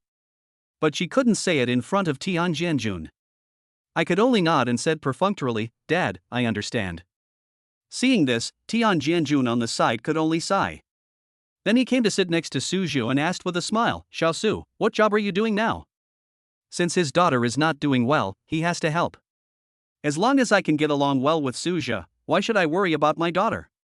I have to say that Tian Jianjun's idea is good. It just depends on whether Suzhou accepts it. On the other side, I suddenly saw him asking about my job. Suzhou almost spit out the tea after taking a sip of it before he could swallow it. How can he have a job? Does it count as just eating and waiting to die all day? It's okay to say this in front of his peers, but in front of an elder like Tian Jianjun, he still needs to think about it. Finally, after thinking for a while, he said very tactfully, "Uncle, my daily job is to establish long-term and stable cooperation with two well-known domestic companies. After all, Jinjiang Hotel and Tianhai Convention and Exhibition Center are well-known companies in the country. Suzhou is the major shareholder of these two companies, and he would not sell his shares at will unless something unexpected happens. Doesn't this just show that he wants to have long-term and stable cooperation with these two companies?" But his words made Tian Jianjun on the opposite side think that he was very optimistic and liked to joke. So he said with a smile, "Xiaosu, don't think that I don't surf the internet. I am very familiar with the jokes of you young people." Afterwards, he drank a cup of tea and asked Suzhou with a smile, "You mentioned cooperating with two well-known domestic companies. You should be referring to the 40 Thieves Group and a certain Dong, right?" After all, in his opinion, Suzhou was wearing only cheap clothes, and he could make Lu Ming look respectful. Therefore, he only has a background in the government and it is impossible for him to have any power in business. However, his words made Suzhou feel a little helpless. Before he could figure out what to say, Tian Xinrui came to his father. He said speechlessly, "Dad, Lao Su is not kidding you. He is the major shareholder of Jinjiang Hotel." After hearing this, Tian Jianjun was stunned. However, after looking Suzhou up and down, he smiled and shook his head. "No way, stop kidding." Although Suzhou didn't want to reveal his identity, he could only nod and say, "Uncle, Butler Tian is right. I am indeed the major shareholder of Jinjiang Hotel." Seeing that he admitted it, Tian Jianjun over there was even more surprised. However, he then looked at Suzhou curiously. Chapter 162, Just one day's pocket money. "Xiaosu, are you sure you're not kidding?" After all, from Suzhou's cheap clothes, he really couldn't tell that the other party was the major shareholder of Jinjiang Hotel. Although he didn't really know about Jinjiang Hotel, he had heard of its reputation. Not to mention that it is a state-owned enterprise, its market value alone has reached billions. If Suzhou is a shareholder of Jinjiang Hotel, there is no way he would wear such cheap goods, right? That is why Tian Jianjun was very surprised and shocked. Seeing that he looked unconvinced, Suzhou felt helpless. I could only nod again and said, "Uncle, I am indeed the major shareholder of Jinjiang Hotel. Besides, why would I use this to deceive you?" After these words were spoken, Tian Jianjun on the opposite side suddenly came to his senses. There was really no need for Suzhou to deceive him. After all, if he said that his daughter was in a boyfriend-girlfriend relationship with his boyfriend, he might make up a lie to make her feel at ease handing her daughter over to him. But the problem was that he had just learned from his daughter that Suzhou had no interest in his daughter at all. That's why there was no need for the other party to lie to him. At that moment, he immediately showed an embarrassed expression and said to Suzhou, "Xiaosu, don't be angry, I was just too surprised just now." Facing the apology from the elders, it's not a big deal. Of course, Suzhou didn't dare to hold on to it.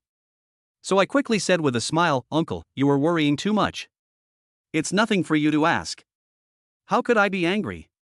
Seeing this, Tian Jianjun on the side also felt relieved. After all, his purpose in talking to Suzhou was to get closer to him, not to arouse his disgust. At the same time, he originally wanted to ask why Suzhou was wearing cheap goods, but now he didn't dare to say it. After all, maybe the other person is someone who likes to keep a low profile. Besides, the two of them are not close at the moment, so it is not appropriate to ask too many questions. So then Tian Jianjun just chatted with Suzhou about some trivial matters. At this moment, Suzhou suddenly looked at Tian Xinrui next to him. "Xiaorui, tell me your bank card number, and I'll transfer 3 million to you later." These words surprised the two people present. Then Tian Xinrui asked happily, "Lao Su, are you really going to help our family?" Although she knew that Suzhou was not a person who talked nonsense, she still couldn't believe that he would casually take out millions to lend to others. Suja nodded helplessly and said, "Yes, we are friends after all, isn't it normal for me to help you?" After all, it was only 3 million. Now the profit share he received from the two companies every day was more than that. At worst, it's just like working for a day for nothing. Tian Jianjun on the side heard Suja's words and did not refuse. After all, since they have a financial relationship, they will be able to visit each other more frequently in the future. In this way, his daughter will have a better chance of winning over Suja. He immediately said with a smile, "Xiaosu, your money has solved our family's urgent needs. Don't worry, we will definitely pay you back as soon as possible."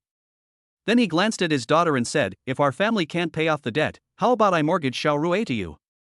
Hearing Tian Jianjun's bold words, Suja refused repeatedly. "Uncle, you don't have to pay it back, it's only 3 million, which is just my daily pocket money." Chapter 163 I took him down alone. Suja doesn't want this bad woman who always brings him trouble. Even if Tian Jianjun gave it to him for free, it wouldn't work. On the other side, Tian Xinrui felt incredible that her father directly sent her away. She is a girl, but she was given away like an object. Isn't this too unreasonable? She immediately said dissatisfiedly, "Dad, what are you talking about? I am a human being, not a commodity." It's a pity that Tian Jianjun on the opposite side simply ignored his daughter's dissatisfaction. After all, he knew what his daughter was thinking, and he didn't really want to give his daughter to Suja. He did this just to give the two of them a reason to get in touch again. He immediately said to Suja, "Xiaosu, it is only natural to pay back debts. I don't want to be pointed at behind my back." Hearing him speak so seriously, Suja seemed a little helpless. All I could say was, "Okay, uncle, let's do whatever you say." Faced with the helplessness and reluctance on his face, Tian Jianjun ignored it. He just smiled and said, "That's right." Then he looked at Tian Xinrui on the side and said, "Xiaorui, I have something to do over there. You can chat with Xiaosu and the other two young people." After saying that, he was ready to get up and leave. Unfortunately, just as he stood up, Suja beside him also stood up. "Uncle, Xiaorui, I actually have something to do, so I won't bother you today." After all, he hasn't completed his sign-in task for today. However, as soon as he moved, Tian Jianjun, who had already stood up, pushed him down. "Xiaosu, don't be anxious. Let's chat here for a while." Then he looked at Tian Xinrui over there and said, "Xiaorui, don't just stand there, come over and talk." Tian Jianjun was really angry that his daughter was so unable to seize the opportunity. "In order to create opportunities for you, I'm even willing to sacrifice my dignity. How come you don't understand, you damn girl?" Tian Xinrui's face turned red with embarrassment at Tian Jianjun's words. In the end, he could only come to Suja reluctantly. Suja on the side finally realized that something was wrong, and immediately stood up and said, "Sorry, uncle, I really have something to do. Let's talk again when we have time." After saying that, he stood up regardless of Tian Jianjun holding his hand. After all, Suja is younger than Tian Jianjun, and his physique is the strongest on earth, so the opponent can't hold him down at all. Seeing the shocked expressions on Tian Jianjun and his daughter's faces, Suja ran away. It took a long time for Tian Jianjun to react. She said to her daughter in a disappointed tone, "You usually act fast and decisively, why are you so slow today?" His words left Tian Xinrui speechless. "Dad, who do you think I am? Besides, how can you force someone into doing something like this?" Her words immediately made Tian Jianjun over there dissatisfied. He said directly, "Okay, you go first and I'll force you to do it, right? Fine, from now on I'll just watch from the side and wait and see how you take down Xiaosu." After hearing this, Tian Xinrui felt overwhelmed. She regretted telling her father that she had a crush on Suja. But thinking of Suja, this cold man, it would be difficult for her to win him over by herself. But she wanted to ask her father for help, but she was reluctant. With a ruthless heart, she said to Tian Jianjun, "Just watch how I take him down by myself." Chapter 164 Nickname. The harsh words she uttered surprised Tian Jianjun, who was standing next to her. Then he asked with a look of doubt on his face, "Can you really do it alone?" If he hadn't asked this, Tian Xinrui's tone might have softened. But seeing his doubtful look, Tian Xinrui, who refused to admit defeat, gritted her teeth and said, "Don't worry, I can definitely do it alone." Hearing this, Tian Jianjun didn't quite agree. But since his daughter said so, he didn't want to undermine her confidence. "At worst, I can help secretly in the future." On the other hand, Suja naturally didn't know that Tian Xinrui had bad intentions towards him, otherwise he might not have planned to meet her again in the future. At this moment, he was driving his Bugatti Veyron, speeding to the system's check-in location amid the envy of the crowds on both sides of the street. Lanting Square.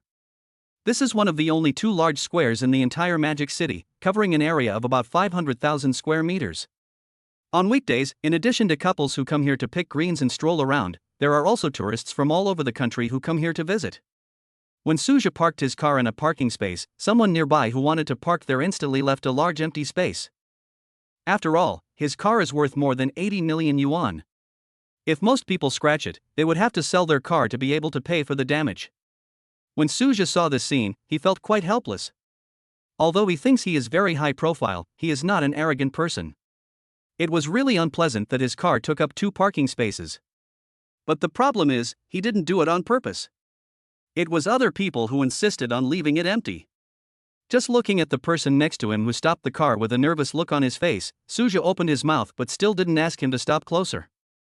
Judging from the other person's appearance, Suja might be able to scare him away with just one word. In the end, Suja could only sigh, feeling that this was the trouble of rich people. Then he got out of the car and prepared to go to the center of the square to sign in. Arrogant man? Is it really you? Before Suja could take a few steps, a familiar voice came over. But the other party's address made him somewhat dissatisfied. How is he arrogant? However, when he saw the short legs in front of him, he finally realized why the other party called him that. It turned out to be the short-legged anchor whom I met outside the shopping mall last time. Shorty. What do you want from me? Although Suja couldn't say he hated this anchor, he didn't have a good temper towards him either. Seeing him calling her short and fat, Yang Rong was so angry that she wanted to bite Suja. But thinking that she was alone today, she was afraid of being picked up by the other party with one hand. She could only fiercely say to Suja, "Arrogant man, remember this, my name is Yang Rong. Next time you give me a nickname, I will be rude to you." After saying that, she stretched out her little fist and gestured to Suja twice. Her appearance made Suja's mouth curl up and he laughed out loud. Yang Rong suppressed the urge to beat up Suja and shouted angrily again, "What are you laughing at?" Suja shook his head and said without hesitation, "I am laughing at you for overestimating your own abilities. With your weak arms and legs, believe it or not, I can knock you down with just one hand." Faced with his disdain, Yang Rong was so angry that her teeth were itching. He said directly and viciously, "Arrogant man, don't be so arrogant, just wait for me to find someone to deal with you." Suja found it very funny that this short-legged guy didn't know his place.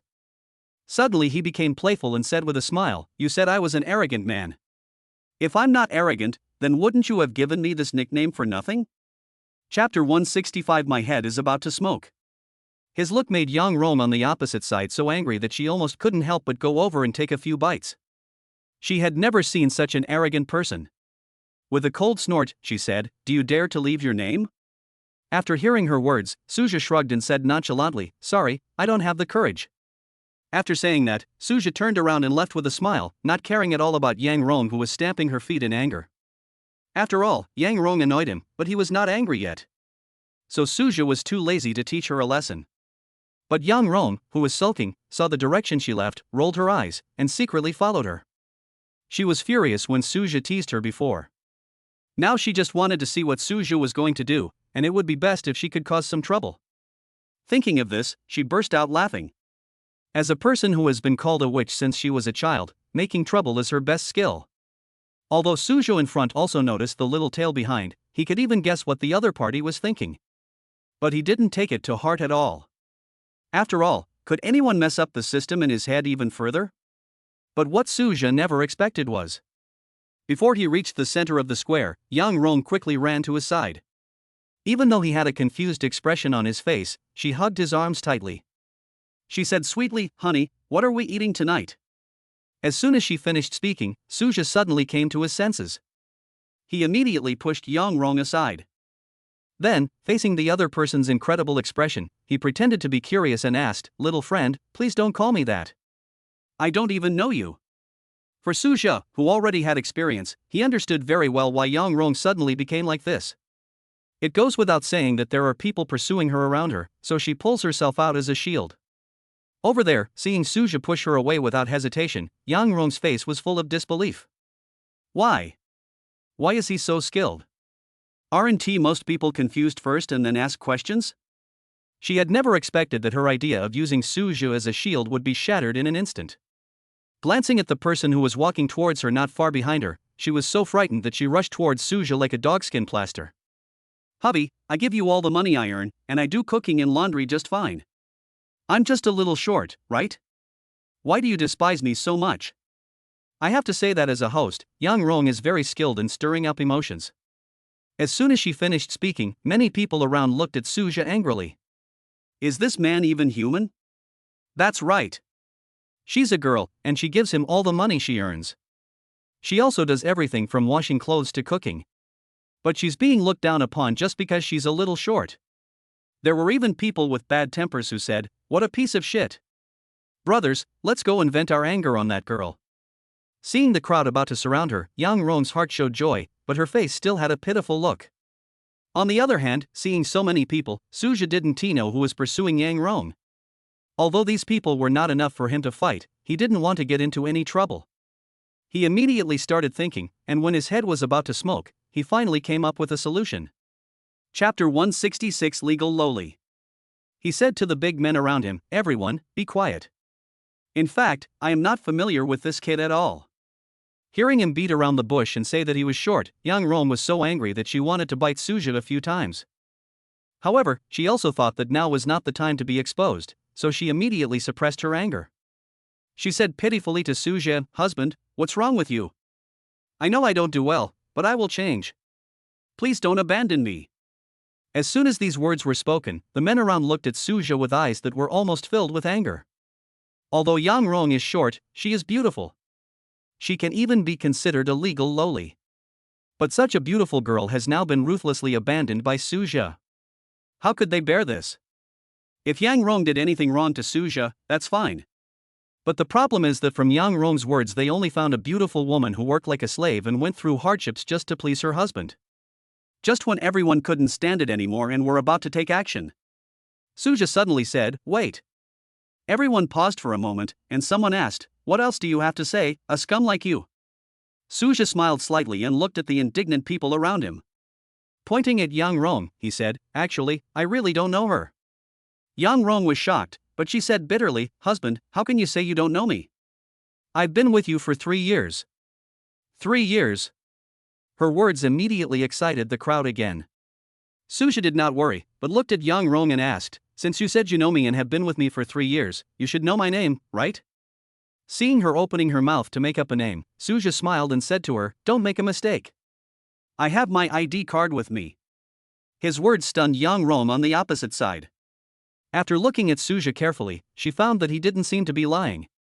For a moment, I kept cursing Suju in my heart for being so cunning. He actually carried his ID card with him.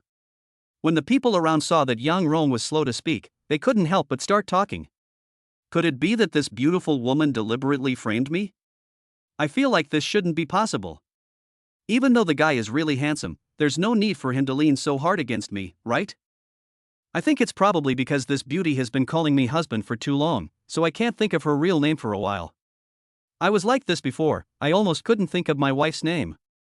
Yang Rong, who was listening to everyone's discussions, felt a little chill in her heart. But when I heard the last sentence, my eyes suddenly lit up and I had an idea.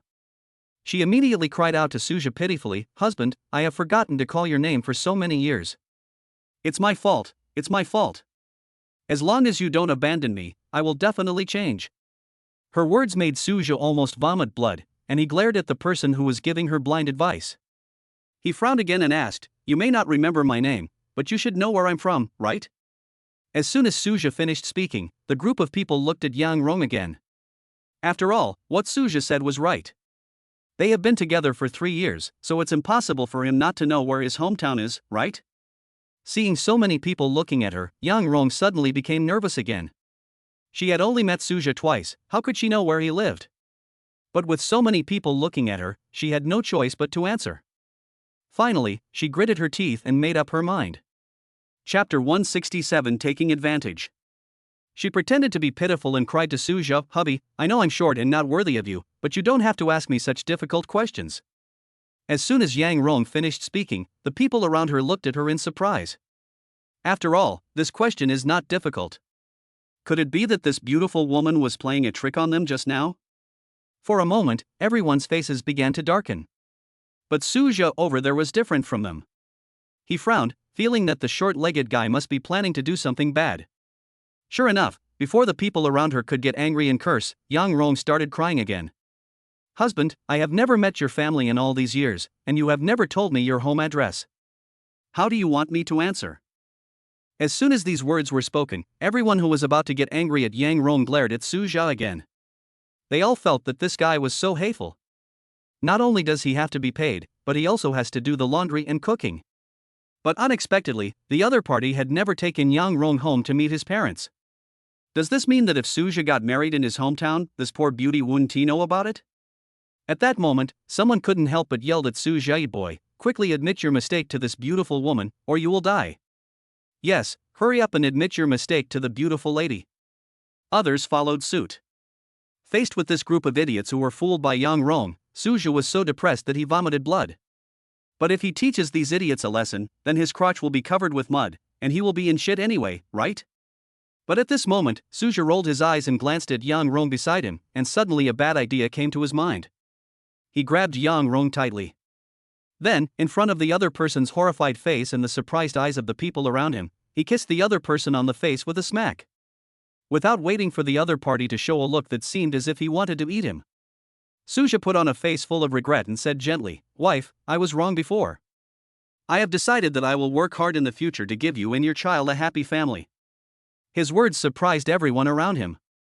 "Children? So you already have children?"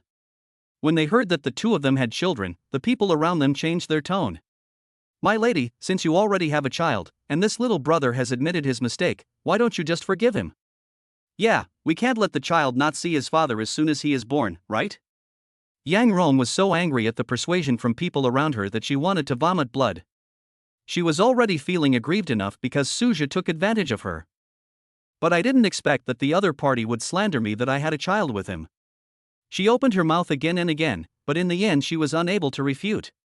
After all, who made her say Suja was her husband from the beginning? At this moment, some people in the crowd seemed to be unconvinced that Suja would change his mind.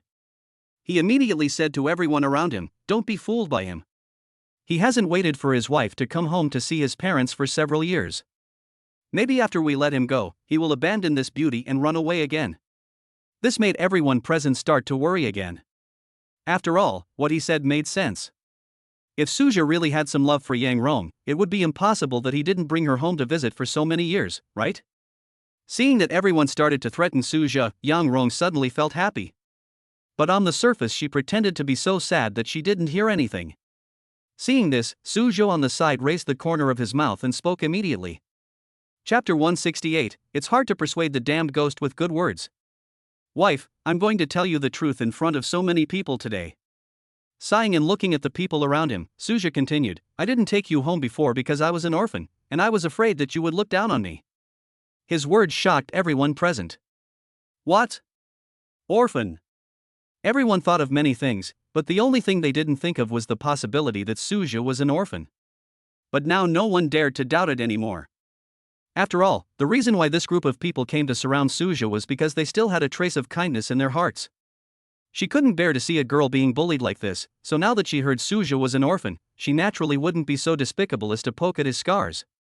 What's more, unless one is a truly inhuman person, he would not make fun of his parents. Not only the people around, but even Yang Rong, who was trying to use Suja as a shield, was stunned for a moment. However, when she saw a person in the crowd, she became ruthless and grabbed Suja again. But this time he was not instigating everyone to attack Suja. She just said to Suja gently, "Husband, I didn't expect you to be so miserable. I promise that I will treat you well in the future." Hearing her sudden change of subject, Suja then remembered the other party's real purpose. Unfortunately, after looking around at everyone, he still couldn't figure out who the other party's target was. Besides, it was impossible to regret at this moment, so he could only feel bitter in his heart but nodded gently on his face. "Wife, I listen to you." In order not to suffer any loss, Suja kissed Yang Rong again. Seeing the other person seemingly gentle but actually with anger in his eyes, Suja felt very comfortable. When the people around saw that the misunderstanding between the couple was resolved, they immediately felt that they had done a good thing and became happy. There was even an older man looking at the two people who were in love, and he said enthusiastically, "You two haven't gotten married yet, right? Today is an auspicious day, and I have a car, so how about I take you to get the marriage certificate?" As soon as these words came out, everyone around them echoed in unison, saying, "Yes, today is such a good day, you two should hurry up and get the certificate." Suja and Yang Rong were shocked by what they heard, and then they all shook their heads and said, "No, no." Yang Rong's purpose was just to use Suja as a shield, not to get herself involved. And it would be even more impossible for Suja over there to let Yang Rong have such a good thing. He didn't want his offspring to be affected by a woman whose legs were so short that she looked like a child. What's more, although this woman is pretty, she is too mean and not his type. Seeing the two of them refuse together, everyone present sighed. Someone said with a look of regret on his face, "Beauty, if you don't go get the marriage certificate with him now, you will definitely regret it in the future." His words filled Yang Rong's heart with disdain. How could she regret it? As for this bad rascal, she doesn't want to have anything to do with him even if he beats her to death. But even though she thought so in her heart, she still said happily on her face, "It's okay, I believe my husband will not change his mind." Her tone gave Suja a chill. On the other side, seeing that she was still so determined, the onlookers could only shake their heads and disperse. After all, it is difficult to persuade a damned ghost with kind words. He insists on doing what he wants. What else can they say? After almost everyone around had left, there was still one person left at the scene. Chapter 169 Blackmail. The man glanced at the people who had dispersed, then puffed out his chest and said to Suja, "Boy, I advise you to stay away from Rongrong, otherwise you will die." Suja almost laughed when he saw that this man glanced at the person who was leaving before threatening him. With such a cowardly look, he really didn't know why Yang Rong was afraid of him. But before Suja could say anything, Yang Rong hugged him tightly again. Then she shouted at the young man, "Zhuhao, I know you are rich, but I already have a husband, please don't harass me again." Her words made Zhuhao's face change, and he shouted angrily at Suja, "Boy, do you know where your money has come from in the past 3 years? That's all the money I gave to Rongrong. If you know what's good for you, leave now." At this time, Suja finally understood why Yang Rong was afraid of Zhuhao. It turns out this guy is her financial sponsor.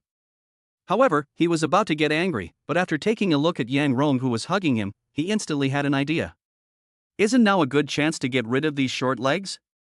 Immediately, Suja happily said to Zhuhao standing opposite him, "Okay, I'll get out of here right now. You can take this woman with you." After hearing these words, Yang Rong and Zhuhao were stunned. Suja didn't care what they thought and tried to break free from Yang Rong immediately. Originally Suja thought that since he had taken the initiative to give in, it would have nothing to do with him anymore. But the only thing he didn't expect was that anyone who could reward Yang Rong for 3 consecutive years must be considered a bootlicker. So, when he saw Suja slandering his goddess like that, he instantly became angry. "Boy, do you want to die? How dare you treat Rongrong like this?" His words not only stunned Suja, but even Yang Rong beside him did not expect that he would stand up for herself. For a moment, she even wondered if her move of using Suja as a shield was too unnecessary. Because the big money sponsor in front of him named Zhuhao is obviously his bootlicker. Suja's face next to him suddenly darkened. "Damn it! You still don't want to let me go, right? I'll let you do as you wish." After taking a look at Yang Rong beside him, he became ruthless and hugged her and gave her a big kiss.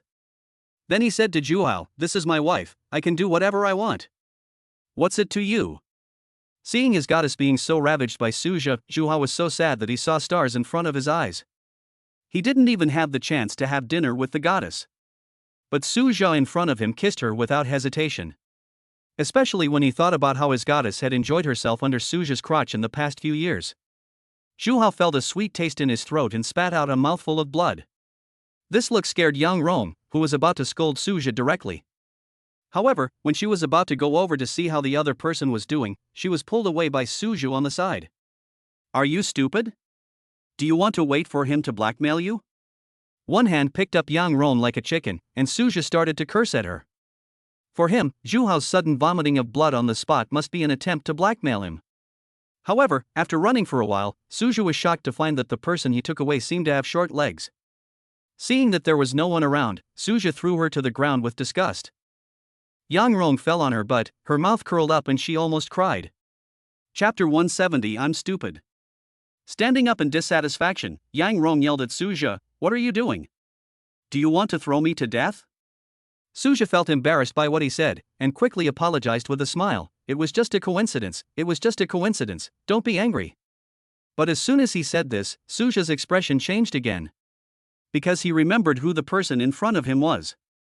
It's someone who wants to frame him. Suja immediately said coldly, "Who told you to run into my hands? If not you, who should I throw?" After all, he thought the one hugging him was that bad woman Tian Xinrui, but he didn't expect it was this short-legged guy.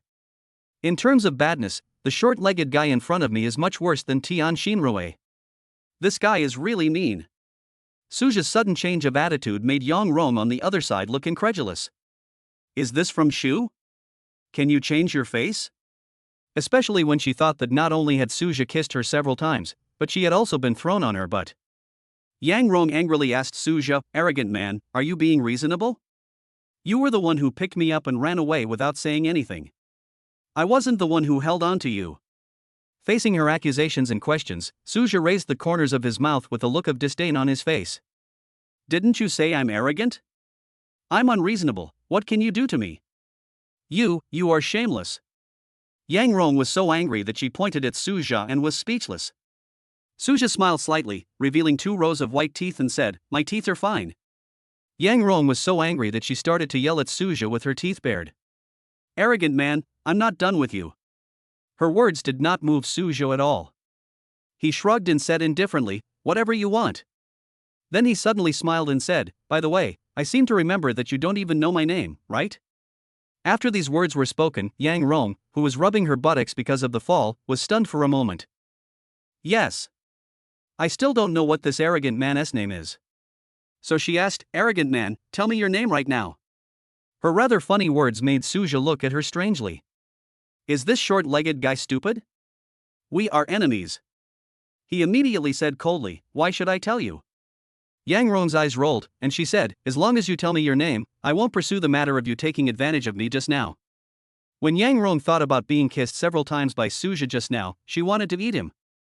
From childhood to adulthood, she has never been kissed by anyone except her mother and best friend. Not to mention he's a man. However, in order to deal with Suja now, he must ask the other party's name clearly. So, even though she hated Suja to death in her heart, she did not show it at all on the surface. I have to say that as a host, although not as good as an actor, he was able to deceive Suja. However, no matter how sincere she was, it was useless. Because Suja thinks about problems according to normal logic, it is impossible for him to be deceived by her words or expressions. After taking a look at Yang Rong's sincere face, Suja shook his head slightly. But just as he was about to refuse, an idea suddenly came to his mind. So he quickly said to Yang Rong with a smile, "You can ask me to tell you my name, but you have to agree to one condition."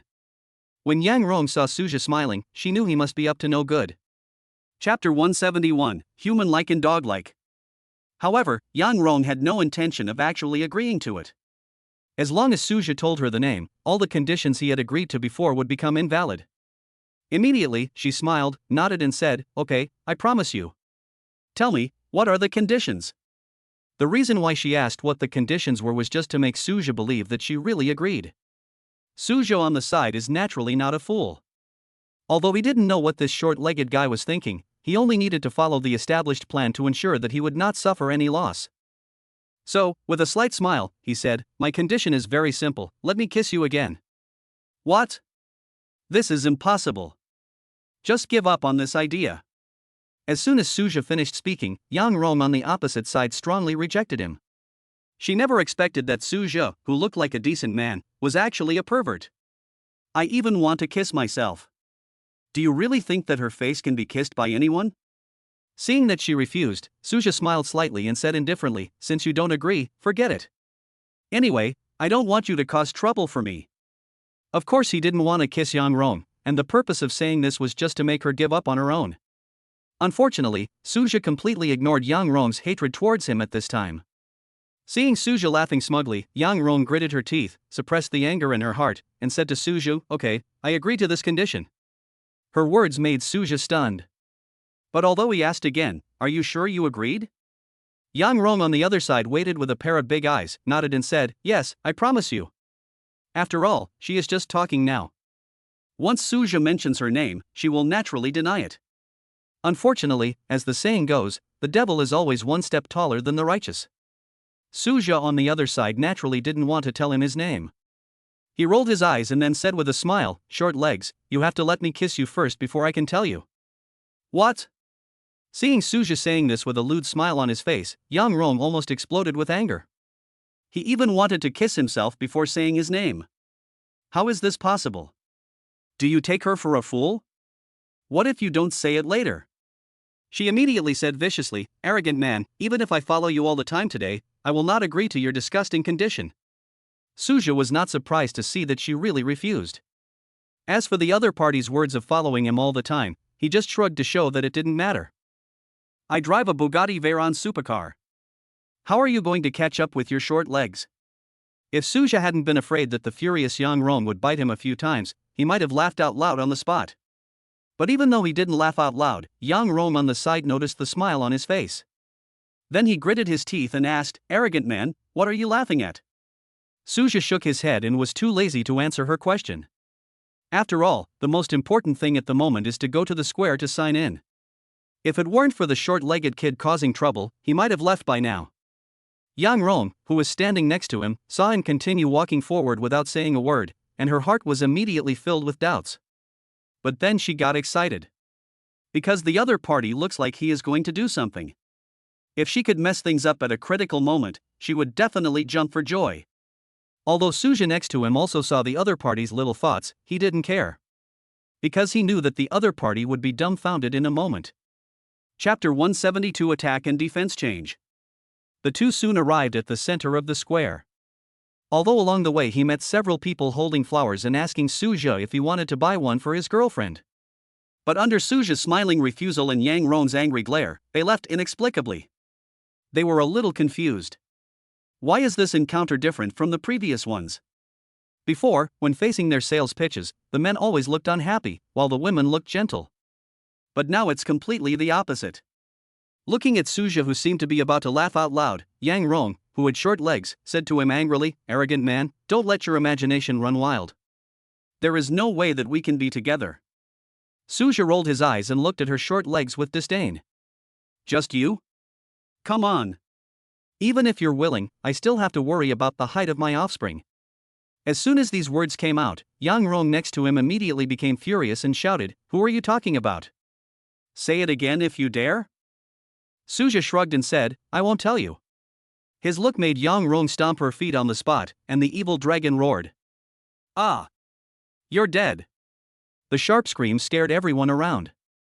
However, after seeing Suju and the other man being so close to each other, he didn't care much about it.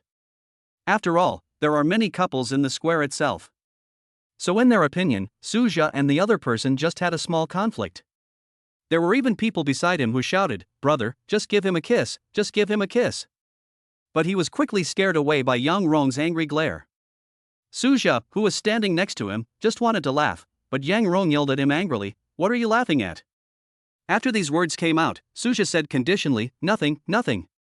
However, after he came to his senses, he remembered who was next to him and burst into laughter. "I want to laugh, so what? What's it to you?" After saying that, he snorted coldly and quickly came to the middle position. Because he has reached his destination. Seeing his look, Yang Rong beside him no longer cared about being angry, and quickly ran after him happily with her short legs. What she couldn't understand was that Suja just stood there for a while and then left. She was a little curious and asked quickly, "Hey, arrogant man, what were you doing just now?" Suja glanced at him and said nothing. But after walking a few steps, he suddenly stopped again. In an instant, Yang Rong, who was following him hurriedly, pounced on him. Before she could get angry, Suja on the side took the lead in attacking. He said coldly, "What are you doing? Don't you have eyes when you walk?" This made Yang Rong so angry that she almost vomited blood. "It was you who stopped suddenly, okay? I haven't said anything yet, but you're already blaming me?" However, thinking that she was the one chasing Suja just now, she could only snort in frustration and keep silent. After laughing inwardly for a few times, Suja looked at Yang Rong seriously again. This constant gaze made the other party suddenly nervous. What is he going to do? You're not going to kiss me again? And just as she was filled with anxiety, Suja finally spoke slowly. short legs, which live streaming platform did you sign with? His question instantly confused Yang Rong on the opposite side. Then her heart tightened, and she quickly asked, "Arrogant man, why are you asking this? I tell you, I will not give in to you." Only then did Yang Rong remember that Suja seemed to be a wealthy man. "If the other party knew the platform you signed the contract with, what should I do if I want revenge?" For a moment, offense and defense changed. Chapter 173 Doyu's 40% shares. Suja raised the corner of his mouth and smiled. "Are you scared now? What did you do just now?" His smile made Yang Rong feel frightened. "You, what bad things are you thinking about?" After being kissed several times in a row by Suja, she already had a trauma in her heart. No matter what Suja's expression was, she always felt that he looked lewd. Her words made Suja so depressed that he wanted to vomit blood. After a while, he spoke up, "Short legs, don't slander me out of thin air. I just want to ask which platform you are broadcasting on, and I want to support you." But his answer made Yang Rong on the other side even more unconvinced. He immediately said with disdain on his face, You still support me? Are you trying to hurt me in a roundabout way?" Seeing her look of disbelief, Suja pursed his lips. "If you don't believe me, forget it. I don't want to bother with you." After saying that, Suja really ignored her and continued walking forward. Seeing him like this, Yang Rong behind him became a little unsure. After all, Suja is also a rich man, and most importantly, the conflict between the two is not very deep. Besides, even if the conflict is really deep, I haven't asked him to settle the score after being kissed a few times. At worst, I won't bother him anymore. Maybe this rich man just wants to promote himself? Once this thought popped up in Yang Rong's mind, she could no longer get rid of it. So he hurried over to Suja's side and asked with a smile, "Hey, arrogant man, is what you just said true?" Suja's mouth curled up. Of course he knew what the other party was talking about. But on the surface, he still pretended to be puzzled and looked at the other party. What is true or false? Yang Rong was so angry that she wanted to beat Suja up, but she just thought about the other party's power. He quickly put on a flattering look on his face. He said with a grin, "Of course you have to support me." Her words made Suja laugh secretly in his heart. I originally thought this short-legged guy was a very difficult person to deal with. I didn't expect that just a few uncertain words would make the other party come over to me. After a brief pause, Suja said, "Then you have to tell me the platform you signed with, right? Otherwise, how can I support you?" Hearing his words, Yang Rong on the opposite side jumped up with joy instantly. He quickly said, "I'm live streaming on the Douyu platform, you can just search for the word Ronger." But as soon as she finished speaking, her face suddenly turned gloomy again. Because Suja on the opposite side was already smiling, she felt like she was being fooled. A wealthy man like this should not go back on his word, right? For a moment, Yang Rong began to feel a little nervous. In fact, she completely misunderstood Suja's expression. The reason why Suja smiled was that the reward he signed in for before was related to the live broadcast platform that Yang Rong signed with. Ding, congratulations to the host for obtaining 40% of the shares of Douyu live broadcasting platform. As the largest live streaming platform in the industry, Douyu's market value is around 14 billion. In addition to the 40% circulating in the stock market, the remaining 60% is in the hands of natural persons. Since Suja owns these shares, he can be regarded as the undisputed largest shareholder of Douyu Company. And most importantly, the live streaming platform has passed the stage of burning money. In other words, he only needs to wait to receive dividends in the future and does not need to invest any money at all. If Yang Rong had signed a contract with another platform, Suja might have taken back his previous words. Chapter 174 starts. But since the other party signed under the name of my own company, then Suja felt that he could support her a little. After all, although he had taken advantage of the other party in anger just now, it also concerned the girl's reputation. So Suja wanted to compensate the other party. It's just like going to a brothel, you have to pay for it. Thinking of this, Suja smiled again. Yang Rong on the other side naturally didn't know that Suja was going to pay her for the prostitution, but Suja's smile also scared Yang Rong. She said to Suja with a trembling voice, "Well, arrogant man, if you don't want to support me, that's fine. I don't mind." After saying this, he smiled very humbly. There's no way, Suja's smile makes people think too much. She didn't want another arrogant man to come after Zhu Hao left. After all, anyone with a discerning eye can see that Suja is much more difficult to deal with than Zhu Hao. Her frightened look left Suja a little confused. Didn't you come here happily just now? Why has it changed now? He immediately asked in surprise, are you sure you don't need my support? If Yang Rong keeps refusing, Suja would be happy not to spend the money. But his question made Yang Rong on the opposite side stunned. Am I overthinking it? Does the arrogant man really just want to support himself? Hey, are you talking? Her indecisive look made Suja frown, and he couldn't help but pat her little head. He really couldn't understand, was this matter so difficult to decide? Is there any harm in supporting her? The sudden pain in her head brought Yang Rong back to reality. She couldn't help but glare at Suja. Then she said, my show starts at 7 o'clock tonight. Don't forget to come. I'm telling you, arrogant man, if you don't support me enough, I'll never let you go. After threatening Suja, Yang Rong, fearing that she would be beaten, quickly ran away. Seeing this, Suja was a little confused. In the end, I could only shake my head and drive home. It was not until 8 o'clock in the evening that Suja remembered what he had promised Yang Rong that afternoon. So he hurriedly registered a Douyu account. When setting the nickname, Suja thought about it for a moment and changed it to Arrogant Man. Although this name is indeed a bit arrogant, there is no other way. Since I want to compensate Yang Rong today, I must let the other party know who I am. On the other hand, before 7 o'clock, Yang Rong couldn't wait to start the live broadcast and wait for Suja. After all, she could tell from the fact that he could afford a limited edition sports car that he was obviously a wealthy man. If he could become the boss of his own live broadcast room, it would definitely be of great benefit to increasing his popularity. Although Yang Rong has signed a contract with Douyu for nearly 3 years, due to the lack of support from a big boss, her current popularity is only a few 100,000. Compared with the big anchors with millions of fans on the platform, there is still a long way to go. It's a pity that she was so excited that the show had just started for a short time. Then I discovered a very important problem. She didn't know Suja's name, and she didn't have his contact information. As time passed, all the hope she had in her heart disappeared. After all, if Suja tried to trick her, she would have no way to deal with him.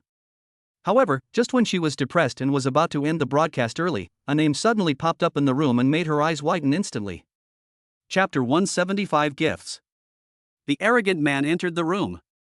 Now Yang Rong, who originally had a bitter face, instantly smiled. Then he shouted happily, "Welcome to the arrogant male boss." Her sudden surprise surprised everyone in the live broadcast room. You know, even when Mr. Zhu, who was ranked number 1 on the list, came to the live broadcast room, Yang Rong would not bother to say anything unless he sent a plane. But I didn't expect that a person who didn't have any opening special effects and didn't even give any gifts would make Yang Rong so happy. Some bored people also flipped through the information in Suja's account. But this is even more confusing. An account that was just registered today and has no membership level. Many people couldn't understand why Yang Rong was so surprised. Is it just a casual remark? Actually, I don't care much. Looking at Yang Rong in the live broadcast room, who was even more radiant than in real life, Suja was slightly surprised. After all, in real life, the other party was already a rare beauty. I didn't expect that it would be even more attractive after adding beauty and filters. This made him sigh in his heart. No wonder so many people like to give gifts to the anchor. Who wouldn't be extremely vain when being thanked in person by such a beautiful woman? Suja immediately revealed his identity. After thinking for a while, he posted a message on the public screen, "Short legs, here I come." After all, when they were in the square today, the person Suja called out the most was Short Legs. Although everyone in the live broadcast room knows that Yang Rong is short. But the problem is that she is pretty, so everyone just treats her as a legal lowly. But I didn't expect that as soon as Suja, who had an empty number, came in, he started calling people short-legged. So when he sent this message, the public screen in the live broadcast room instantly became lively. Where did this kid come from? How dare he bully our Rongrong? Housekeeper, kick him out immediately. This man is really tired of living. What was unbelievable to everyone in the live broadcast room was that Yang Rong, who was broadcasting live, was not angry at all. Instead, she took Suja, who had an empty account, to the position of room manager. After all, Yang Rong knew that only Suja dared to call her that. On the other hand, Suja was a little confused when he saw the message from Douyu informing him that he had been promoted to property manager. He had also heard that in order to become a property manager, one seemed to need to give gifts.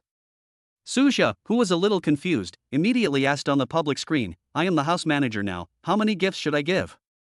After seeing Suja's question, Yang Rong was also stunned, but then she smiled and said, Boss, just swipe it casually. She is a smart person and understands the principle of long-term success. What's more, unlike other people on the internet, she had met Suja, so she knew that the arrogant man in front of her was very financially strong. That's why she didn't act greedy right away. However, unlike Yang Rong, when the people in the live broadcast room saw Suja calling Yang Rong short legs, she not only did not receive any punishment, but was directly promoted to room manager. Therefore, the jealousy in my heart exploded. Now seeing Suja foolishly asking how many gifts were needed, someone immediately started to instigate him on the public screen. The property manager needs to swipe 100 planes. Of course, you can just fire 10 rockets. Yes, if you want to become the room manager of our Ronger live broadcast room, you must have some financial resources. Chapter 176 Housing Management. Seeing people in the live broadcast room making a fuss, Yang Rong on the other side of the camera felt a little embarrassed. He immediately said to Suja, No, boss, please don't spend money. Seeing Yang Rong defending Suja so much, the people in the live broadcast room became even more confused. It would have been fine if Suja had not been punished for calling Yang Rong short-legged and was promoted to property manager, but what was unexpected was that Yang Rong did not want Suja to spend too much money. For a moment, everyone in the live broadcast room started talking. Oh my god, this arrogant guy couldn't be Rong's man, right? Impossible, Rong can't have a man. Her man can only be me. Look, Master Zhu is here, it's time to watch something interesting. At this moment, a barrage of special effects floated across the live broadcast room. Suddenly, the discussion on the public screen became lively again. After all, Suja looks very much like Yang Rong's man, but the problem is that everyone in the live broadcast room knows what Mr. Zhu thinks of Yang Rong. That is why everyone knows that a fierce battle is about to begin. Sure enough, and to no one's surprise, young Master Zhu directly launched a rocket worth 2,000 yuan.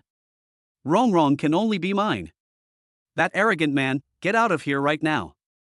Seeing the rockets sent by Mr. Zhu, Yang Rong said with a fake smile, Thank you, Boss Zhu, for the rockets, but can everyone be more friendly?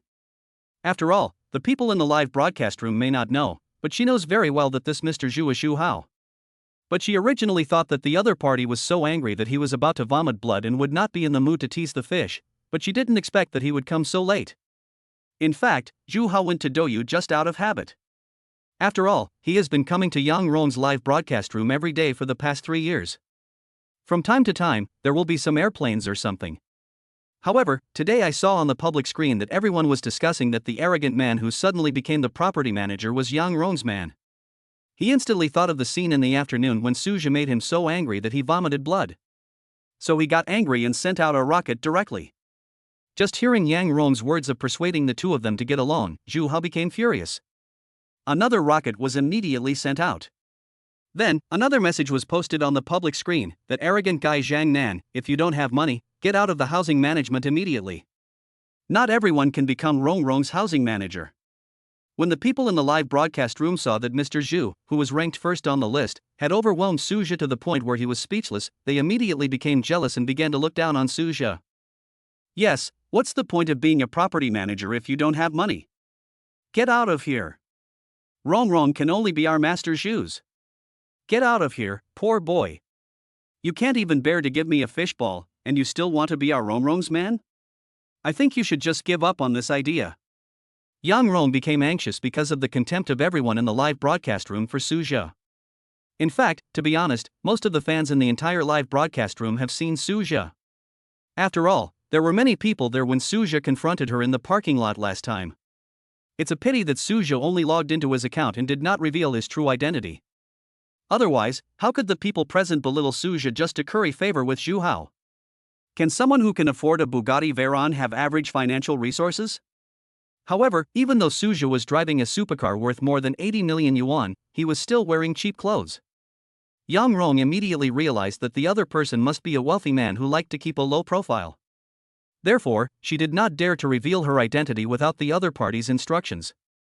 But just when she was feeling conflicted, Suja, who had been silent for a long time, finally spoke. Chapter 177 Sending Rockets. Who said I have no money? Suja, who was sitting in front of the phone, was filled with anger. He didn't expect to be misunderstood like this in real life, but he was also called a poor boy on the internet. Just sending out this sentence with his empty account made the live broadcast room even more lively. Ha, this kid still isn't convinced. With Master Zhu here, this kid is quite arrogant. Of course he's arrogant. Didn't you see his name is called Arrogant Man? For a moment, the entire public screen was filled with all kinds of disdain and contempt for Su Zhe. This scene made Su Zhe, who was originally planning to give Yang Rong only a few free fish balls, immediately angry. He immediately topped up 10,000 yuan on his phone and then sent out 5 rockets. The explosion that filled the entire screen stunned everyone in the live broadcast room for a moment. They didn't expect Su Zhe to directly send 5 rockets. That's a full $10,000. He just gave it away without hesitation. Isn't that too generous? For a moment, everyone in the live broadcast room was not sure whether Su Zhe was really rich or just sent out 5 rockets to show off. Unlike them, Yang Rong in the live broadcast room knew Su Zhe's identity clearly. This $10,000 can't even buy the hair off the other person's Bugatti Veyron sports car. Immediately, she thanks Su Zhe enthusiastically. "Thank you, arrogant brother, for the 5 rockets. I love you. Give me a kiss." The last 2 sentences were simply shouted out by her unconsciously. Therefore, she was stunned after she said it. Especially when she thought about how Su Zhe touched her several times yesterday, her face suddenly turned red. Fortunately, thanks to the beauty and filters, her changes were not noticed. However, everyone in the live broadcast room was also shocked by her next 2 sentences. This is a treatment that even Master Zhu, who has always given gifts to Yang Rong, has never enjoyed. Why can they be so intimate just because I sent 5 rockets today? As for Zhu Hao, he was filled with jealousy at this time, and he also opened his account and topped up 20,000 yuan. Then 10 rockets were sent out directly.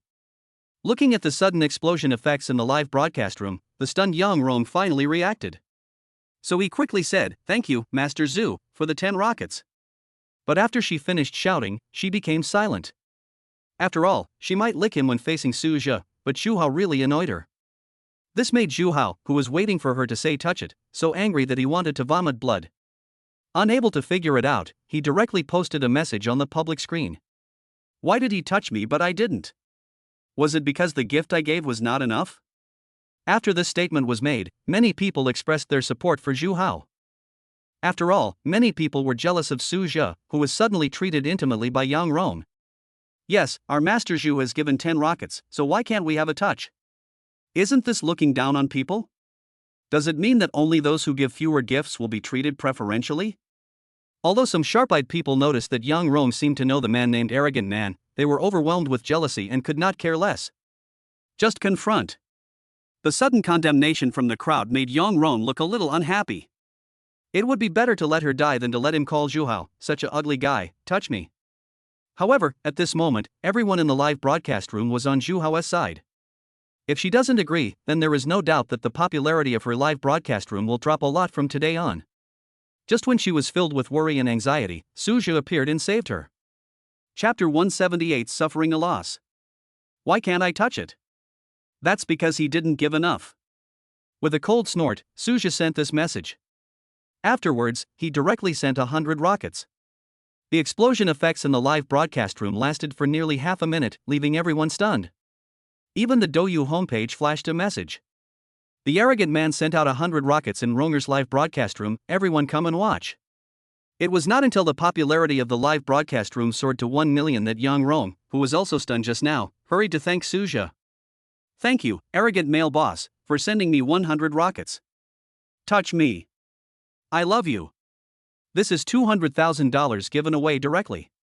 With the contract Yang Rong signed with Douyu, she can get 100,000 yuan. Although she earns tens of thousands of yuan every month due to her popularity, she earned 100,000 yuan in just a few minutes on this day.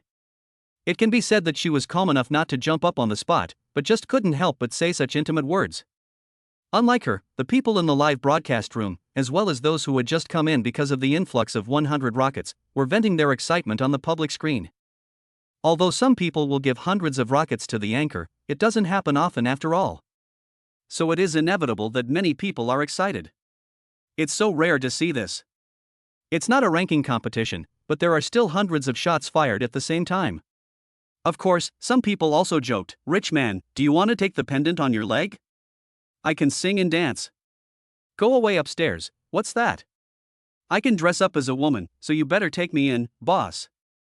Suja didn't pay attention to these people who were livening up the atmosphere, but asked Zhu Hao. Mr. Zhu, who did you just say had no money?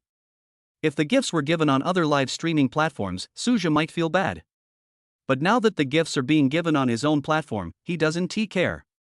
On the other hand, after Suja sent out this message, the entire public screen instantly went blank. Everyone is waiting for Zhu Hao's answer. In a room in an ordinary community somewhere in Shanghai, Zhu Hao was so angry that he started yelling when he saw the message sent by Suja. Then, in a rage, he took out all his savings and directly invested 400,000 yuan, and then 200 rockets flew out, accompanied by nearly a minute of explosion special effects and a message on the homepage. Zhu Hao, who was filled with anger, also sent out a message. I told you you have no money. So what? The appearance of 200 rockets instantly filled up the public screen that had been empty just now. Oh my god, what a rich guy. 400,000 was given away in the blink of an eye? What do you think? Mr. Zhu has given millions of dollars worth of gifts in the past 3 years. What is this 400,000 yuan? Yang Rong in front of the camera was shocked by Zhu Hao's 200 rockets. But soon she thanked him calmly. Thank you, Master Zhu, for the 200 rockets. There was no way, she really had no interest in Zhu Hao. She even returned all the gifts the other party had given her, just hoping that he would stop harassing her. Unfortunately, every time she returned all the gifts the other party had given her, the other party would continue to give her gifts. As a result, over the years, Yang Rong not only did not make any money, but lost a lot. After all, she signed a contract with the platform to split the profits in half, and she returned the full amount to Zhu Hao. She suffered a loss in silence, but ended up making the other party famous as a local tycoon. Chapter 179 Don't Regret. That is why Yang Rong really hopes that someone can help him get rid of Zhu Hao.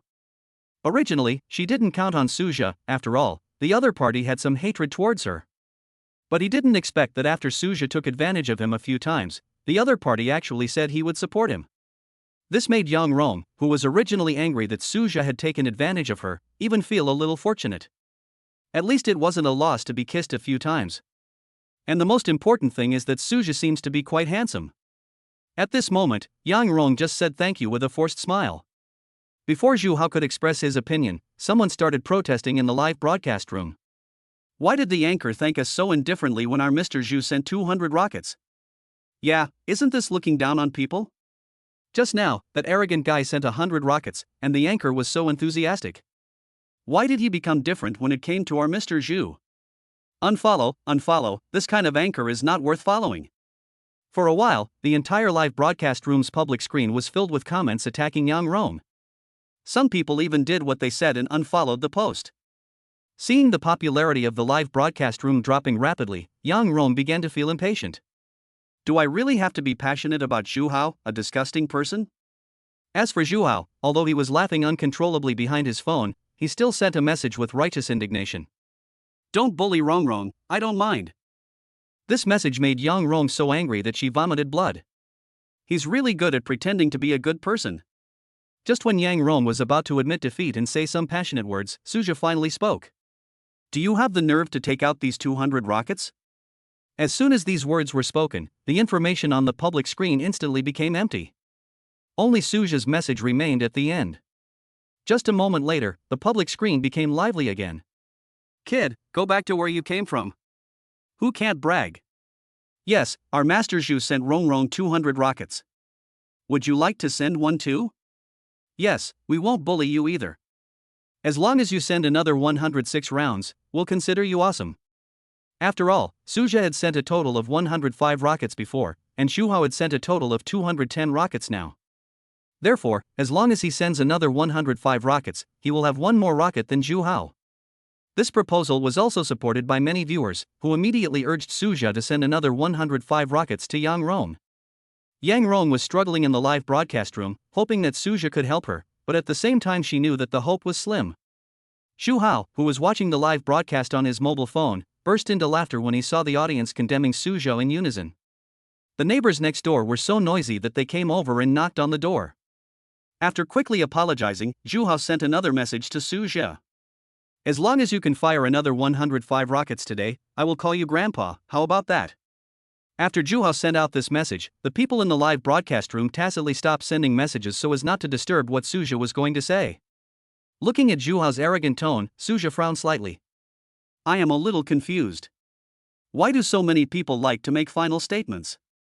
Only 105 rockets. Isn't it just 210,000? It's like no one else is like that. With a cold snort, Suja immediately sent a message. Don't regret it. Chapter 18500 shots. Seeing the message sent by Suja, it was not only Zhuhao who laughed disdainfully. Many onlookers also laughed behind their phones. They were laughing at Suja for overestimating his own abilities. Now most of the people in the live broadcast room were attracted by Zhuhao's 200 rockets. So, except for the people before, no one knew that Suja also sent 100 rockets. What's more, even if he knew, Suja still sent out 100 rockets. But compared with Mr. Zhu, the tycoon who has been giving out gifts for several years, it seems nothing. It is precisely for this reason that almost everyone is not optimistic about Suja. Some people even mocked him directly on the public screen. If you want to make our master Zhu not regret it, let's see if you have the capital to do so. Yeah, if you have the guts, just launch a rocket. Why waste so much time talking? I think this guy named Arrogant Man must be scared. Maybe he is hiding in his rental house crying in front of his phone right now. The ridicule from the crowd made Suja frown, and even Yang Rong in front of the camera personally came out to plead for Suja. My friends, please stop causing trouble for the arrogant male boss. After all, she knew Suja's assets very well, and she didn't want the audience in the live broadcast room to anger him away with words. Unfortunately, the situation is now one-sided, with most people condemning Suja. No one listened to Yang Rong at all, and even other property managers wanted to add fuel to the fire. After all, they have always been keeping an eye on Yang Rong, but unfortunately, she has never had any intimate behavior with anyone. Now, Suja, who came suddenly, unexpectedly received Yang Rong's warm hospitality, which made them feel jealous. Therefore, no one stepped forward to help manage the live broadcast room environment at this time. But this time Suja didn't say any nonsense and directly opened the account. After all, Zhuhao, the rebellious son, wanted his father to slap him a few times, so he had to accept it reluctantly. Then, under the stunned gaze of everyone, Suja directly exchanged all the money he had just recharged into rockets and sent them out. 500 rockets. 500 rounds. The rocket special effects lasted for 2.5 minutes, and everyone was stunned on the spot. Not only that, the Douyu homepage also had special effects that lasted for dozens of seconds. At one time, hundreds of thousands of people flocked into Yang Rong's live broadcast room. The popularity, which had already risen to 1 million, now directly climbed towards 7 million. Even the super moderator of Douyu was alarmed. Go check it out quickly, what's going on? A responsible person immediately asked technical personnel to investigate the reasons why a certain live broadcast room's popularity soared rapidly. As the largest live streaming platform in China, Douyu also has many enemies. Countless small and medium-sized live streaming platforms are watching when they will collapse. Therefore, they attach great importance to this situation, which is likely to be a technical failure. After a while, the technician came over immediately to report the situation in surprise. Boss, we have found out the reason why the popularity of that little anchor in his live broadcast room has soared. The person in charge frowned and asked quickly, what's the reason? The technician quickly said, boss, someone just gave us 500 rockets as a reward. Even in the previous live broadcast room, we had already received 300 rockets as a reward. In fact, when he found out the reason, he was also very shocked. Chapter 181 The Strongest Anchor Contest. After all, this adds up to a total of 1 or 2 million. But I didn't expect that the reward would be given to a small anchor so easily. This made him sigh in his heart that there are so many rich people. Even at that moment, he had the urge to become a host. But he quickly came to his senses and dismissed this impossible thought. After all, as a technical staff of the live broadcast platform, he had already signed a contract that he could not work as a host in the next few years. Moreover, he could tell from the appearance of the young anchor that even if he went live, no one would give him tips. Wouldn't it be nice to have so much money to give to beautiful women? Why send him a grown man? After listening to the technician's words, the person in charge was shocked. He asked again, somewhat unbelievingly. Did someone really give you 500 rockets as a reward? After all, now is not the time for activities or competitions, so it would be great to have 1 or 200 rockets on a normal basis.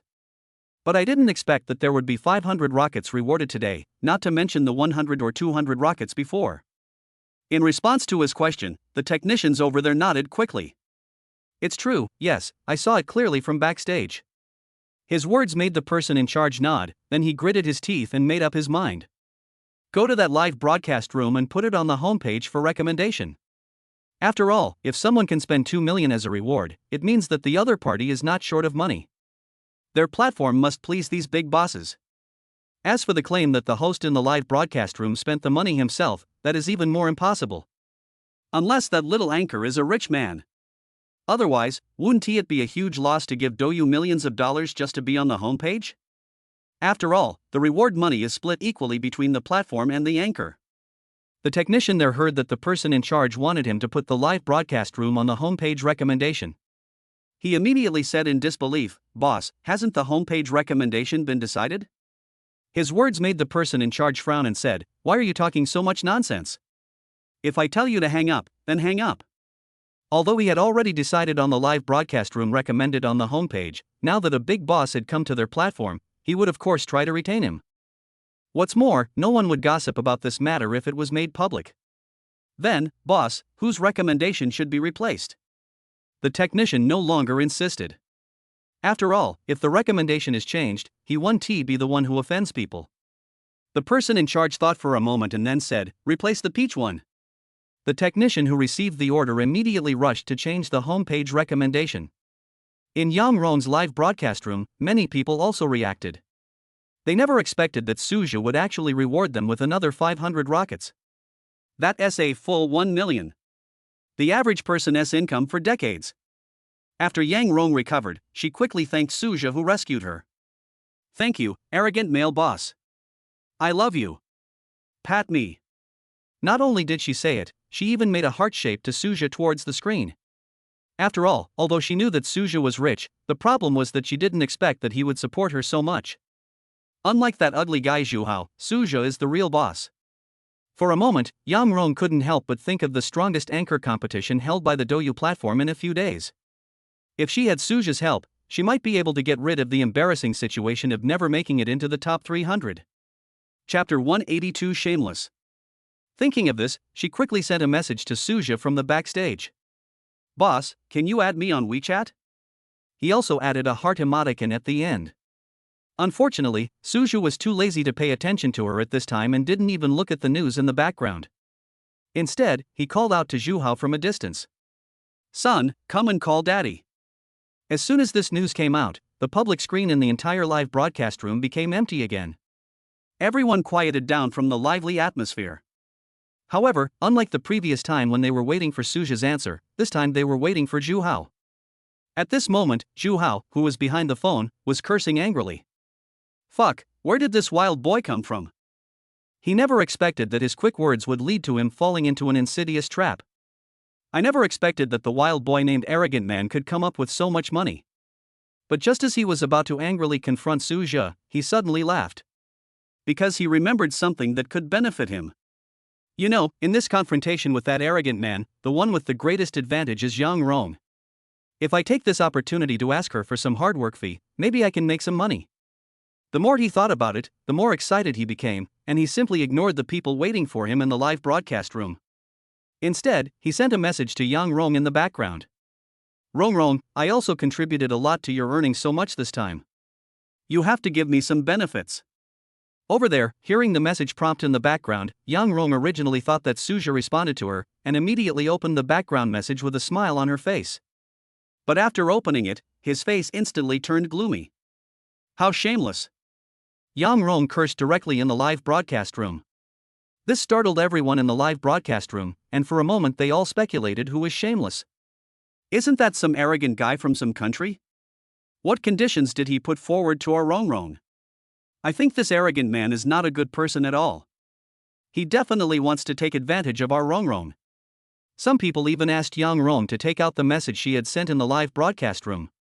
On the other side, Zhuhao saw Yang Rong suddenly swearing and immediately realized that he was too impatient. Another message was sent immediately. "Rong, I don't want that share anymore. Just return all the rewards I gave you like before." This message he sent made Yang Rong start cursing again. Shameless. Now, including Suja, everyone was a little curious. What kind of information did Yang Rong see that made her curse in the live broadcast room? On the other side, Zhu Hao became even more panicked. What if Yang Rong showed the message he had just sent to the people in the live broadcast room? Then his identity as a fake rich man will be exposed. For a moment, Zhu Hao not only prayed in his heart that Yang Rong would not send the message, but he was also begging for mercy from the other party through the backstage. It's a pity that Yang Rong had long been impatient with him as a vampire. My heart is filled with endless resentment. Give out your own money and let Zhu Hao become a rich man. Why? So she ignored the other party's pleas for mercy and took out her mobile phone to show the chat history between her and the other party to the people in the live broadcast room. Seeing this, Zhu Hao, who had originally begged for mercy, became angry and started cursing. Originally, everyone's attention was attracted by the conversation between the two people, and even many people were a little skeptical after reading the chat records. However, when Zhu Hao's subsequent curse was transmitted to Yang Rong's mobile phone, almost everyone believed the message and the conversation between the two. For a moment, Zhu Hao's audience, who had been licking his ass, started to curse angrily. Chapter 183 Call Dad. Damn it, this kid dared to scold our Rong. I thought this Mr. Zhu was a wealthy man, but I didn't expect that he has been relying on sucking blood from Rong to survive all these years. What a piece of shit. The person who gave money on the platform actually has the nerve to ask for it back. Isn't this just freeloading? For a time, not only Yang Rong's previous fans began to curse Zhu Hao. Even some of the onlookers who were attracted by the battle between Su Zhu and the other man began to curse Zhu Hao indignantly. They never imagined that there would be such shameless people in the world. Not only do they ask the anchor to take back the full amount of their tips, but now that they see that the anchor has a big boss giving him tips, they even have the nerve to ask for a share of the profits. Suja also didn't expect that this Mr. Zhu was just a show-off. However, he didn't care about any conflict between him and Yang Rong. What he cared about was the bet he had made with the other party before. Without any hesitation, he directly posted a message on the public screen. Mr. Zhu, don't forget to complete our previous bet. After Suja sent this message, the public screen suddenly became empty again. After just a moment, the condemnation of Zhu Hao began again. Yes, quickly call our arrogant brother Dad. You Zhu, don't think you can go offline just because you don't say anything. Come out here right now. There was even a computer expert in the audience who threatened directly, if you don't come out and call me daddy, I will reveal your home address. After seeing Yang Rong expose the chat information, Zhu Hao knew that he was finished. But he never expected that those who had nothing to do with the matter would also come to denounce him. Not only that, the culprit of all this, the arrogant man, did not miss this opportunity to target him. For a moment, Zhu Hao's heart was filled with anger towards Su Zhe. Why? On what basis? Doesn't that arrogant guy just have a few cents? This is the gift that Yang Rong has been buying for 3 years. Although he didn't really spend any money, he did help increase Yang Rong's popularity. It's a pity that Zhu Hao didn't think about it. If it weren't for his bloodsucking, with the money lost over the years, Yang Rong might have already become a big anchor on the Douyu platform. But now, facing the threat of others leaking his address, he could only type 2 words on the public screen in frustration. Dad. After these 2 words were typed out, everyone in the live broadcast room instantly cheered. This has never happened in the live broadcast industry. Many people took screenshots of this moment as a souvenir. Even many people with quick eyes and hands posted what happened today on various forum platforms. It can be said that Zhu Hao, the nickname of Mr. Zhu, is completely infamous on the internet. If it weren't for the privacy of the internet, Zhu Hao might not be able to face people in the future. After sending the 2 words, Zhu Hao, filled with anger, threw his phone to the ground. Bang! The phone, which was not in very good condition to begin with, was instantly shattered into pieces. After seeing this scene, he began to pick up the broken pieces of the phone with heartache. Just when he was hesitating whether to buy another mobile phone, he suddenly sat down on the ground and started crying loudly. Because he had just angered Yang Rong. In other words, not a single cent of the 400,000 yuan that was given as a reward can be recovered.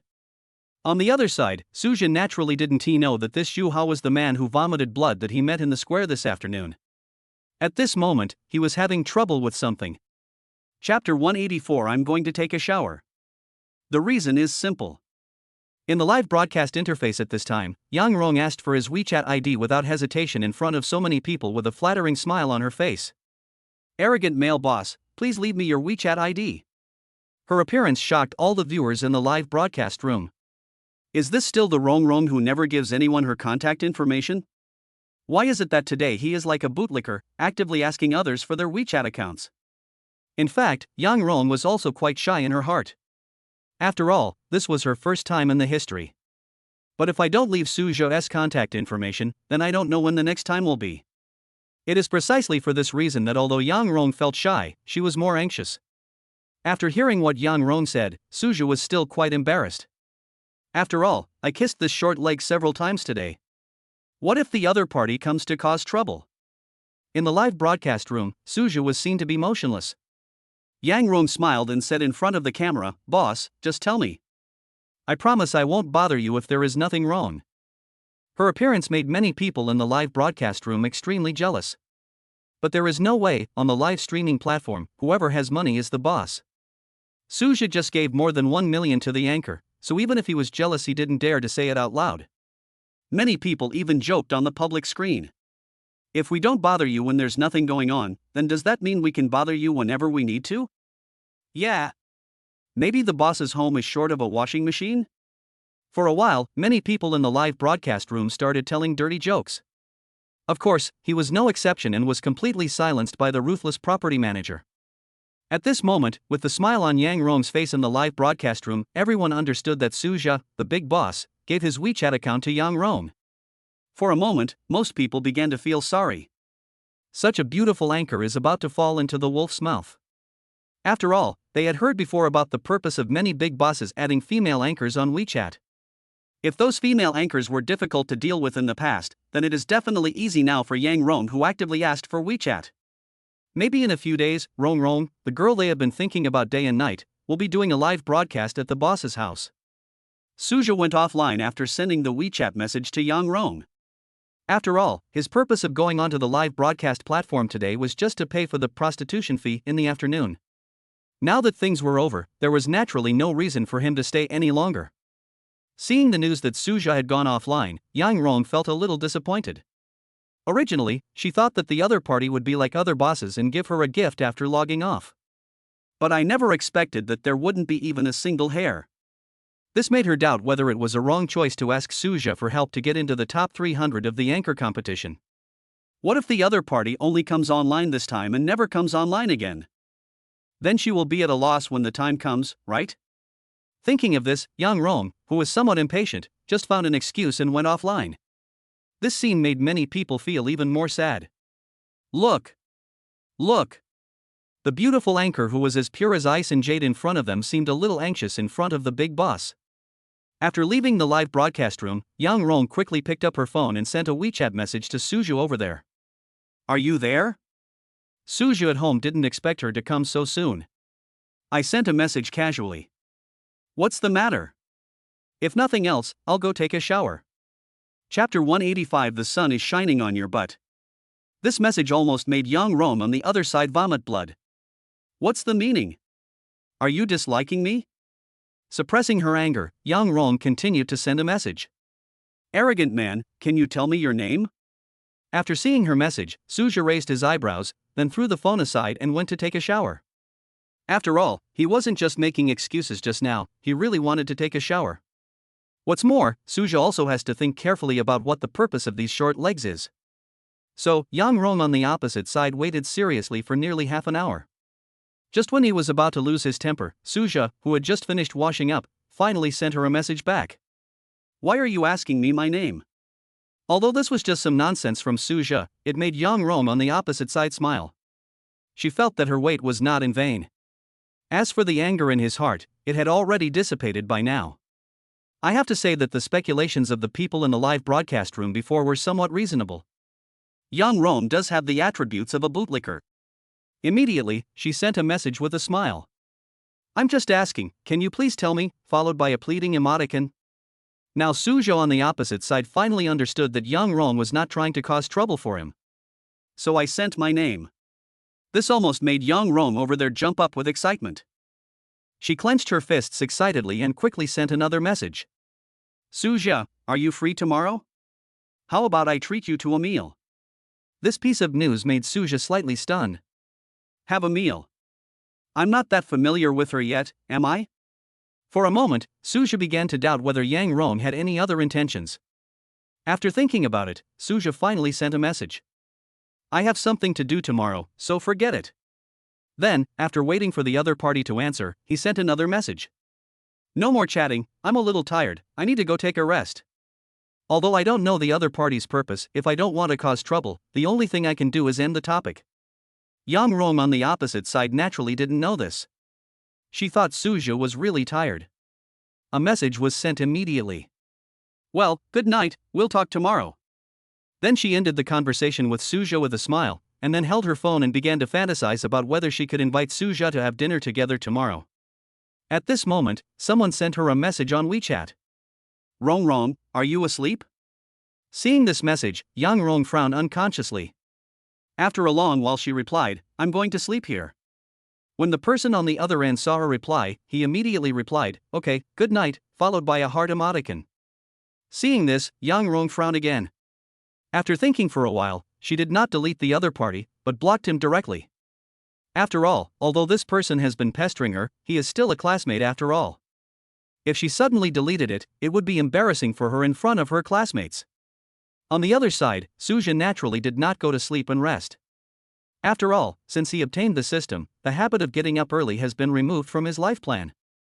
Therefore, he got up very late every day, or was woken up from bed by the annoying Tian Xinrui. Early the next morning, listening to the noises outside the villa, Suja felt a little annoyed. Lao Su, the sun is shining on your butt, hurry up and get up. Chapter 186 Afraid of going to the hospital.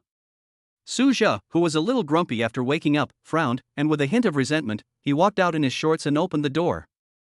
Sure enough, as he expected, the person outside the door was Tian Xinrui. Tian Xinrui is different today than usual. She put on light makeup, which was rare, so that even an ordinary professional suit could show her infinite charm. Fortunately, Suja was not stunned. After just a few glances, he asked helplessly, Butler Tian, what do you mean? What's wrong with me sleeping next to you? This sentence made Tian Xinrui on the opposite side blush. But perhaps because she was too shy, she did not answer Suja's question at all. Instead, she pulled him into the room, saying, Aren't you cold? Hurry and put on your clothes. Because Tian Xinrui had been here many times before, she was very familiar with the place this time and even pulled Suja directly into the bedroom. This made Suja a little confused. This is my home. How do you act like a master? Immediately, Suja, who was very dissatisfied, shouted, Butler Tian, this seems to be my home, right? Tian Xinrui, who was helping Suja get his clothes, was stunned for a moment, then said dissatisfiedly, I am the manager of this area. What's wrong with helping you, the owner? Are you unhappy? If it were anyone else, facing a beautiful woman saying this, they would not say it out loud even if they were unhappy in their hearts. But Suja is different. So after he took the clothes, he said directly, You are right, I just don't like it. Tian Xinrui, who had just handed him the clothes, was stunned for a moment, then she said with a sly smile, Even if you don't like it, you have to hold it in. Suja was speechless. He really couldn't understand why Tian Xinrui would pick a fight with him. And he also transferred 3 million to Tian Xinrui yesterday. Logically speaking, as a creditor, even if he doesn't show off his power, he should at least have some status, right? But unexpectedly, Tian Xinrui became addicted to being a housekeeper. They even want to control his private life. Thinking of this, Suja became furious and was about to teach the other party a lesson to let him know who was the boss. But before he could say anything, Tian Xinrui, who had helped him tidy up his room, walked out. Seeing this, Suja nodded with satisfaction. I thought this bad woman had some vision. But the other party's next move left Suja completely dumbfounded. After leaving the bedroom, Tian Xinrui not only did not leave, but ran to the kitchen. What are you doing? Suja was shocked. Hearing his shout, Tian Xinrui, who was about to rush to the kitchen, stopped, then turned to him and said, What else can I do? Of course, I'll cook for you. After saying this, Suja's face was full of greetings. Cook? Made of air? Since moving into Riverview Garden, Suja has never purchased any food. They always ordered takeout when eating, and Suja felt that Tian Xinrui, who often monitored him, should be aware of this. Immediately, Suja smiled helplessly and said, Stop tinkering around. There's nothing left at home for you to waste. Hearing his words, Tian Xinrui was stunned, and then shouted at Suja with a hint of anger, "Who are you calling wasteful? I tell you, the food I cook is not edible for most people." Suja shook his head. He didn't believe what Tian Xinrui said at all. Because he thought that other people couldn't eat the food she cooked. Maybe he was afraid of going to the hospital, so he filled his stomach in advance. Chapter 187 Pancakes. Tian Xinrui over there was sharp-eyed and immediately noticed where Suja was shaking his head. He immediately said dissatisfiedly, "Don't you believe it?" Although Suja really didn't believe what she said in his heart, he wouldn't say it out loud. After all, he knew very well that if he denied the other party would definitely produce evidence to give him a taste of his guilt. Suja, who didn't want to suffer, naturally had to nip the source in the bud. So he smiled and said, "Of course I believe you." After saying this, he gave the other person an affirmative look. Although Tian Xinrui was somewhat happy, she still felt that she should let Suja taste her cooking skills. She immediately said, "You want to wait a moment? I'm going to buy some food. I'll be back soon." After saying that, the other party ran out before Suja could react. This made him feel helpless, and he even felt that Tian Xinrui was cute because of her stupidity. I had not prepared any ingredients beforehand, so naturally there was no natural gas, pots, pans, or other cooking utensils in the villa. Unfortunately, Tian Xinrui ran very fast and disappeared before Suja could even say anything. In fact, the reason why Tian Xinrui wore makeup and dressed up contrary to her usual style and interfered in Suja's private life today was because of this. The purpose is also simple. All the emergency debts her family had incurred had been paid off, so she felt much better. Besides, she also wanted to repay Suja. After all, Suja transferred the 3 million without hesitation yesterday afternoon. Although Tian Xinrui knew that this amount of money was nothing to Suja, it was like a life-saving straw to their family. Therefore, in addition to having to return the 3 million to Suja in the future, she also wanted to do what she could. That's why she acted so abnormally today. Suja didn't have to wait long before Tian Xinrui ran back panting. However, what surprised Suja a little was that the other party was actually much smarter today. "Instead of buying any groceries, I brought back 2 sets of pancakes." In fact, Tian Xinrui was not stupid. When she was halfway through running, she also thought of the situation at Suja's home. "But since they were already out, I just bought 2 sets of pancakes." When she came to Suja, Tian Xinrui asked shyly, "Old Su, are you used to eating this pancake?" After all, when she bought it and was halfway there, she discovered that Suja was worth over 100 million yuan, and it was very likely that he would not be used to eating this pancake. But seeing that it was almost time to go to work, she couldn't go anywhere else to buy any expensive breakfast. "So I came back feeling very anxious." Suja on the other side naturally had no idea what she had just done. He simply thought that the other party was smart and knew that he had no cooking utensils at home, so he brought back 2 sets of pancakes. Hearing her ask this, he quickly said with a smile, "Butler Tian, I don't have any rich disease. Besides, I used to eat pancakes often." After saying that, he snatched the pancake from the other person without hesitation, and then started eating it without any hesitation. Since the other party invited him, of course he wouldn't be polite. But Tian Xinrui sitting opposite him didn't think so. She thought that Suja said this to comfort her. After all, how could a wealthy man with a net worth of hundreds of millions eat pancakes that cost only a few dollars often? In fact, Suja was not lying. Whether in his past life or this life, he often ate jianbing. In fact, because of the abundant food and fish he had eaten during this period, he actually enjoyed the food even more. Chapter 188 Run. Seeing Suja's expression of deliberately pretending to enjoy the food, Tian Xinrui felt a little distressed. She now regretted why she had not thought earlier that Suja's family had no cooking utensils. Otherwise, the other person would not pretend to enjoy the food so much just to make himself happy. Suja, who was enjoying his meal, naturally had no idea about Tian Xinrui's narcissistic behavior. However, when he saw that the other party was still not leaving, he asked with a little surprise, "Butler Tian, it's time for you to go to work, right?" After hearing this, Tian Xinrui on the opposite side quickly took out her mobile phone to check the time. Then he quickly said to Suja embarrassedly, "Old Su, take your time to eat, I'm going to work." Immediately, she ran out in a hurry again without caring about Suja's reaction. Seeing her like this, Suja really felt pity for her future husband. With such an irritable look, there might be some domestic violence. However, Tian Xinrui's going to work also reminded Suja. He has to go to work too. But unlike others, Suja only needs to sign in at the destination given by the system every day. Today's check-in location made Suja feel a little excited. After all, this place is extremely special. If the system really rewards something related to the location, he will give it to him. The reason is very simple. Today's check-in location is China Construction Bank in Shanghai. Suja was also very familiar with this place. It was the bank where Qin Shuyao worked. Of course, as a low-key rich man who doesn't want to get into trouble, Suja only planned to sneak into the bank to sign in and come out, and not have any interaction with Qin Shuyao. Suja parked the Bugatti Veyron far away from the bank in a cunning manner, and then he rushed to the bank while eating a pancake. Originally Suja thought that there wouldn't be many people today, but what he didn't expect was that this construction bank was almost crowded. But he was not curious. He just wanted to sign in and go home quickly. Standing in the middle of the bank lobby, secretly commanding the system to sign in. But after successfully signing in, a hint of disappointment flashed across Suja's face. Ding, congratulations to the host for signing in successfully and receiving 1 billion in cash. Cash again. Suja was speechless. Why couldn't the reward be higher, such as giving him shares in the bank? Although the bank is owned by the government, it is listed on the stock market, so 40% of its shares are scattered in the stock market.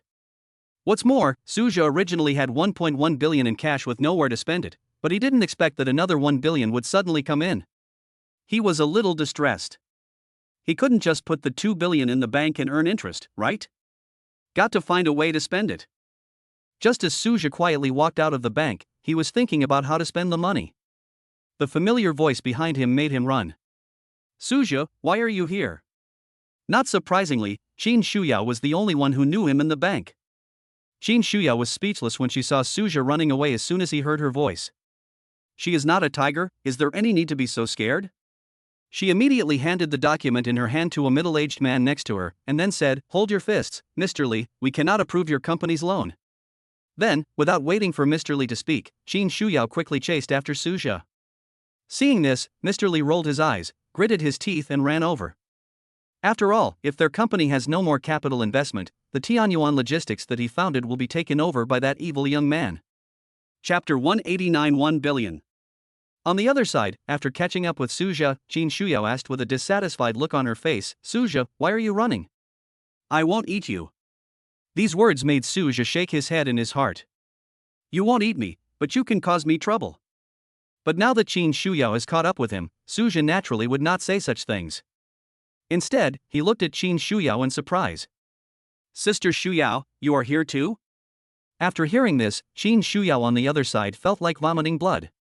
How could she not see that Suja was playing dumb, but the problem was that she couldn't see through him at all. After all, the other party refused to admit it, so she had no choice. She forced a smile on her face and then stopped talking about the previous topic. He just said, "Suja, you happen to be here today, how about we go have a cup of coffee first?" After hearing this, Suja was speechless.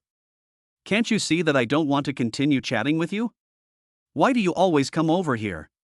But after all, the two of them were acquaintances, and if Suja refused, the other party would not look good. But when he saw the person following behind Qin Shuyao, he smiled in his heart, and then said, "Sister Shuyao, you should hurry up and do your work. Look, someone is looking for you." As soon as Suja finished speaking, Li Mingliang, who had already run over, quickly nodded at him. Then he looked at Qin Shuyao with a flattering face. "Manager Qin, your bank is also aware of our company's previous profitability. As long as we get through this difficult time, I guarantee that we will be able to pay off the debt soon."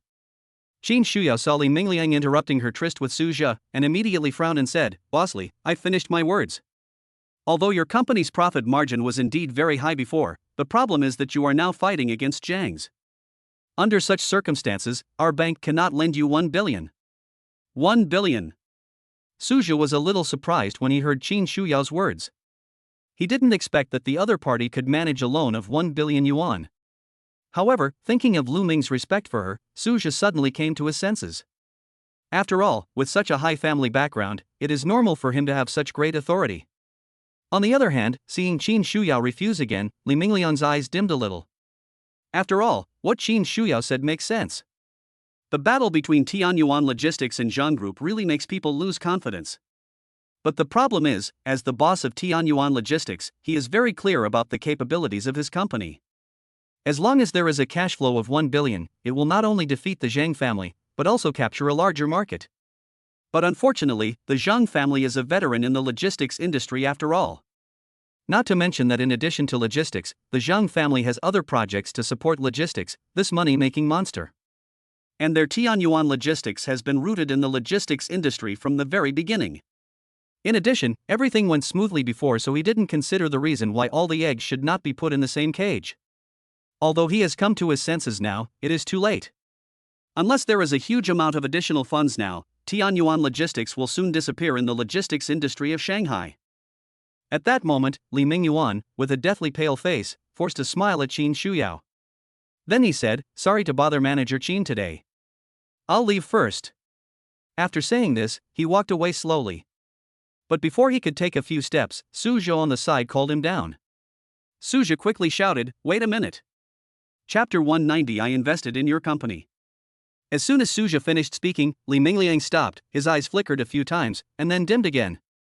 If Qin Shuyao had called him down, then he might still have some hope. But now it was Su Zhou, who was holding a pancake and looked not to be a rich man, who called him down, and he suddenly felt that there was no hope. But unlike him, Qin Shuyao on the side asked Su Zhou in great surprise, "Old Su, you are not going to take action, are you?" Her words rekindled hope in Li Mingliang, who was about to leave. He slowed down his pace and pricked up his ears to secretly listen to the conversation between the two. Su Zhou on the other side naturally noticed his abnormality, but did not care. After all, he had originally intended to spend the 2 billion yuan in his hand, and now that this person happened to be short of money, his mind became active. If the other party's company can actually make a profit, then of course he will invest. On the contrary, Su Zhou is not a sucker and naturally would not do business at a loss. He immediately said to Qin Shuyao with a smile, "Sister Shuyao, I just want to ask about the situation of Tianyuan Logistics, nothing else." As soon as these words were spoken, Li Mingyuan, who had just seen a glimmer of hope, became depressed again. Qin Shuyao next to him did not hesitate and said directly to Su Zhou, "Su Zhou, Tianyuan Logistics is actually not bad, but now with the hostility of Zhang's, unless a large amount of capital is invested, it is impossible to survive." Hearing that Qin Shuyao would actually speak up for him, Li Mingyuan, who was about to leave, felt a little better, and Su Zhou's next words rekindled his hope. Su Zhou asked, "So that means we can do the Tianyuan Logistics deal?" After all, given how much Qin Shuyao is obsessed with him, there is no way she would lie to him unless there are major benefits. Obviously, the other party did not take Tianyuan Logistics seriously, so he doubted whether this deal could be done. His words stunned Qin Shuyao. "You don't really want to get involved in this deal, do you?" She ignored the fact that Li Mingliang was right beside her and said to Su Zhou, "Su Zhou, I advise you not to get involved. With your few 100 million yuan, you can't afford it." Qin Shuyao's reckless words made Su Zhou a little stunned. However, before he could open his mouth, Li Mingliang, who had already walked a long way, came running over happily. "Boss, do you really have hundreds of millions in cash?" Seeing this, Su Zhou smiled and nodded. Li Mingliang on the other side was even happier now, and he immediately said to Qin Shuyao, "Manager Qin, if we have this boss's funds, then our company will not need to borrow 1 billion from your bank." I have to say that Li Mingyuan's idea was a little too good. Even if he only borrowed a few 100 million, Qin Shuyao would never lend him the money. After all, Tianyuan Logistics' enemy is the Zhang Group. And the other party is also a partner of their bank. Not to mention that Zhang's bank was on the verge of defeating Tianyuan Logistics. How could she possibly lend money to a company that was doomed to never get the money back? Qin Shuyao immediately shook her head and refused. "Boss Li, just give up. You can't beat Zhang's at all." These words made Li Mingyuan sad instantly. However, at this moment, Su Zhou said softly, "Mr. Li, don't give up. I have invested in your company." Chapter 191, No Shortage of Money. After these words were spoken, Li Mingliang on the other side was stunned. With Qin Shuyao's testimony, he had no doubt whether Su Zhou had money or not. But the problem is that he is now going against the Zhang Group. Isn't the other party afraid of suffering heavy losses after failure? "Sir, are you sure you want to invest in my company?" At this time, Li Mingliang simply lowered his posture and addressed Su Zhou with the honorific you. He didn't care whether what the other party said was true or false, but now that he could stand up and speak for him, he deserved to be treated with respect. Su Zhou also noticed that Li Mingliang was a little bit unconvinced, so he immediately nodded with a smile. "That's right, but I think I'll have to wait until I finish reading your company's information before I can tell you the exact amount." His words made Qin Shuyao a little worried, and she quickly said, Suja, this is not a small matter, this is a project worth hundreds of millions. Faced with her persuasion, Suja shook his head slightly. Sister Shuyao, don't worry, I know what's going on. After all, the current gap of Tianyuan Logistics is at most tens of billions, but now he has more than 2 billion in his hands. What's more, given the system's capabilities, the money doesn't seem to be much. Seeing how determined he was, Qin Shuyao sighed in her heart. She really couldn't bear to let Suja fall into this bottomless abyss, but there was nothing she could do as the other party insisted on getting involved in this muddy water. Helplessly, she could only say, okay, if you fail, come to me. Although I don't have much money, I will definitely not let you starve to death. In her opinion, it is impossible for Suja to succeed. But Qin Shuyao's words made Suja a little confused. It's just a few billion. What if I lose it all? Just as he was about to retort, Suja remembered that Qin Shuyao didn't seem to know his background. After thinking about it for a while, he didn't intend to explain. After all, he really didn't want to be too deeply involved with Qin Shuyao. Qin Shuyao, who was standing by, saw that he didn't say anything and seemed to have really thought it over. She felt so happy that she almost laughed. Fortunately, she also knew that she couldn't get carried away and destroy Suja's good impression of her. So he continued to look at Suja with a worried look on his face. At this time, Li Mingliang on the side also completely understood that Suja really wanted to invest in his company. He immediately came to Suja with excitement on his face and said very sincerely, Mr. Su, thank you so much. I will never forget your kindness.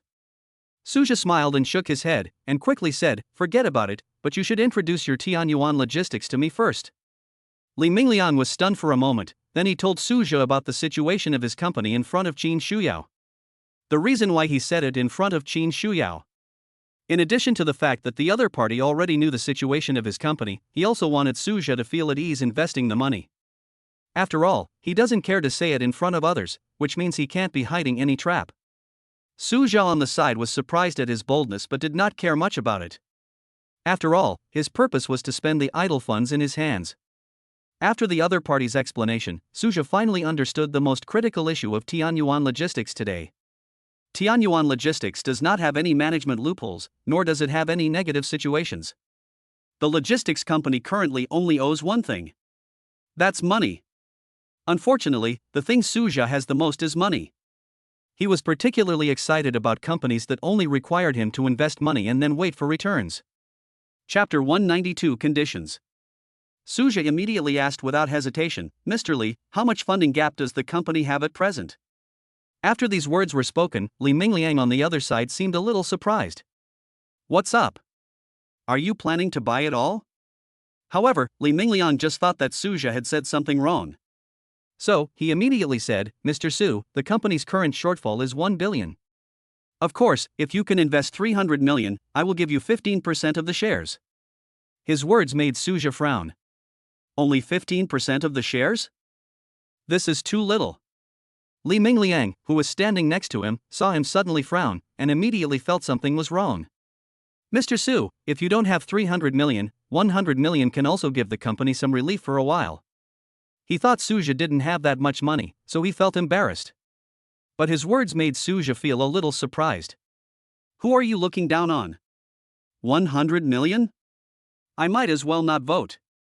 Suja immediately said without hesitation, I want all the 1 billion. What? Qin Shuyao next to him and Li Mingliang opposite Suja both showed shocked expressions. Just a moment later, Li Mingliang, who had come to his senses, quickly asked again, Mr. Su, are you sure it is 1 billion? It really made him feel like he was dreaming.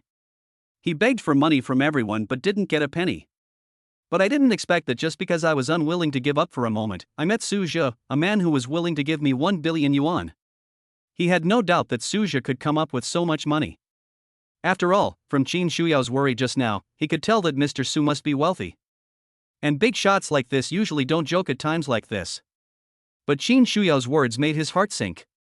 Suja, where did you get so much money? In her impression, Suja seemed to have only about 100 million yuan in his card. Even if there is money in other places, it can't reach 1 billion. 100 million in cash might be normal, but 1 billion in cash is extremely terrifying. So, she was very curious about where Suja got the money. If it were an ordinary person, he might not be able to answer it. But Suja is different, he won't answer at all.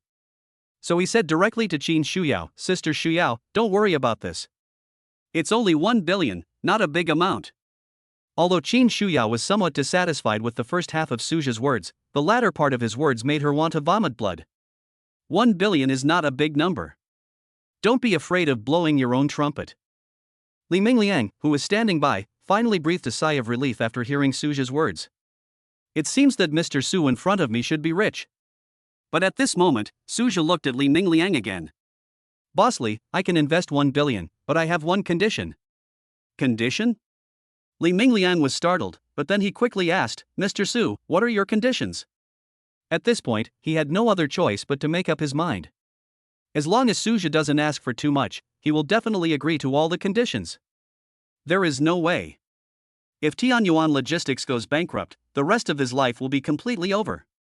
Qin Shuyao on the side was also very curious about what conditions Suja would propose to Li Mingliang, and immediately looked over with curiosity. Seeing this, Suja smiled slightly and finally spoke. Chapter 193 Management Rights. My conditions are very simple. Invest 1 billion yuan and I want 50% of the shares. As soon as Suja finished speaking, Li Mingliang frowned. After all, if Suja owned 50% of the shares, the company would be completely divided into two halves. Although Suja's conditions are very reasonable and cannot be considered as taking advantage of someone's misfortune. But the problem is, what if Suja, who owns half of the company's shares, conflicts with himself in business philosophy? What should we do then? Qin Shuyao on the side did not expect that Suja would directly ask for half of the shares. However, after thinking about it for a while, she felt that this calculation was very reasonable. After all, the market value of Tianyuan Logistics is less than 3 billion yuan, and it is now facing the threat of the Zhang Group. Therefore, it seems quite conscientious for Suja to take out 1 billion to acquire half of the shares. Suja next to him didn't care at all what Qin Shuyao thought. After all, he didn't want to have anything to do with the other party. Looking at Li Mingyuan, who was a little worried in front of him, Suja immediately smiled and gave him a reassurance. Mr. Li, I know what you are worried about. Don't worry, I will not interfere with the management of the company. But when something major happens, I must have the right to know. After these words were spoken, Li Mingyuan next to him was a little unbelievable for a moment, but then his face was filled with excitement. Mr. Su, no, Mr. Su, don't worry, I will definitely lead Tianyuan Logistics back to its peak. He really didn't expect that Suja would not want management rights. You have to know that the reason why he was looking for a bank to apply for a loan was that he hoped that the established strategy he had set could be successfully completed. Originally, he looked for Suja only because he had no other choice. But now he feels that this is the best choice he made. Unlike his excitement, Qin Shuyao, who was standing next to Suja, became a little worried. Suja, aren't you giving away too much power? After all, she had seen many cases of internal fighting within the company and swallowing up other parties' shares, so Qin Shuyao was also worried that Suja would be framed by Li Mingliang. Seeing this, Suja shook his head slightly. Sister Shuyao, don't worry. Besides, Mr. Li doesn't look like someone who would cheat you. In fact, Suja is not a fool. He naturally knows that we cannot judge things by appearances alone. Of course, he had his own reasons for daring to delegate power. He who possesses the system is already a cheat. Before Tianyuan Logistics could rise again, Suja had already become someone that the other party could only look up to. Of course, he couldn't say all this. Therefore, Suja just said something that could win people's hearts. If it were under normal circumstances, Li Mingliang would naturally not be moved, but now it is different, he is in a desperate situation. Therefore, facing Suja's trust in him, Li Mingliang's heart was filled with endless gratitude. Mr. Su, don't worry, I will definitely not let you down. Hearing his words, Suja on the opposite side nodded with satisfaction. Then he said to Qin Shuyao beside him, Sister Shuyao, let's go to the bank to handle the transfer first. These words finally brought Qin Shuyao, who was standing next to him, back to her senses. Suja is really prepared to invest 1 billion yuan, and he is not prepared to ask for management rights. I wanted to persuade him a few more times, but gave up when the words came to my lips. After all, through her brother's advice, she also understood that the most important thing now was to leave a good impression on Suja.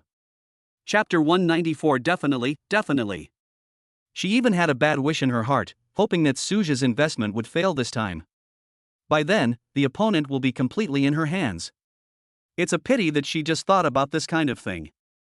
So, when she saw that Suja had 2.1 billion in cash in his card, she realized that her dream was shattered. With a hint of shock and confusion, Jin Shuyao asked again, Suja, how do you have so much money? Because she was concerned about Li Mingliang's presence, she did not reveal the entire amount. It's just that Suja was too lazy to pay attention to her questions before, let alone now. So he turned his head and looked at Li Mingliang on the side. Mr. Li, can we sign the contract now? As soon as these words were spoken, Li Mingliang on the opposite side also came back to his senses. He quickly nodded and said, Okay, Mr. Su, I'll print the contract over right away.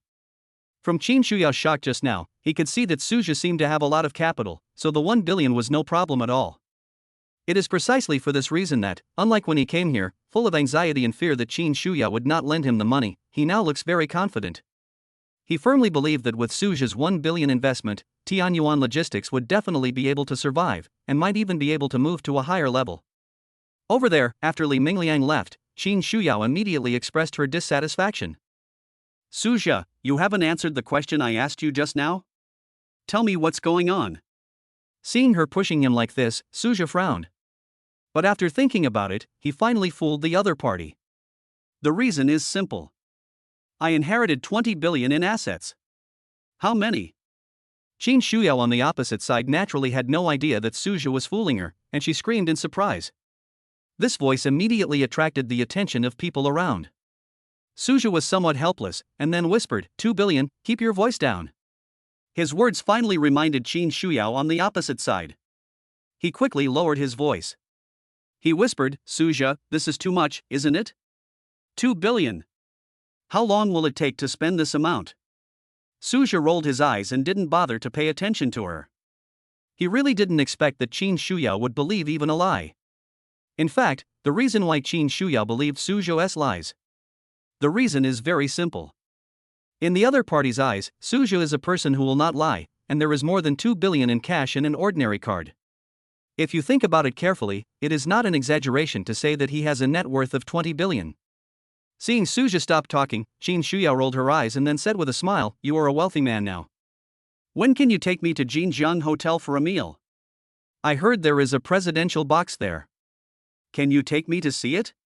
Her words left Suja speechless. Why do so many people want to get into Jinjiang Hotel? There doesn't seem to be anything remarkable there, right? However, considering that Qin Shuyao beside him was also a friend, Suja nodded and said, Okay, I'll take you to see it when I'm free. As for when he will be free, Suja said the final right of interpretation is in his hands. If nothing unexpected happens, he will be busy every day unless he meets Qin Shuyao again next time. Qin Shuyao on the side was somewhat aware of it, but she didn't know Suja would be so shameless. So he quickly nodded and said with a smile, Okay, you must take me to see the presidential box. Of course, of course. Suja nodded quickly. Chapter 195 Crazy. Of course, although he was very good at talking, Suja didn't think so at all. The two didn't chat for long before Li Mingliang came back panting with 2 contracts. After all, he had never done business before, so Suja didn't know where the loopholes might be. Fortunately, Qin Shuyao on the side was very attentive. She immediately took the contract and helped Suja look at it carefully for a long time. Then he nodded at him and said, Suja, there is no problem with the contract. He still believed what Qin Shuyao said. So he just picked up the pen and signed his name. Seeing this, Qin Shuyao next to her almost jumped up with excitement. In her opinion, Suja's doing this means that he believes in himself.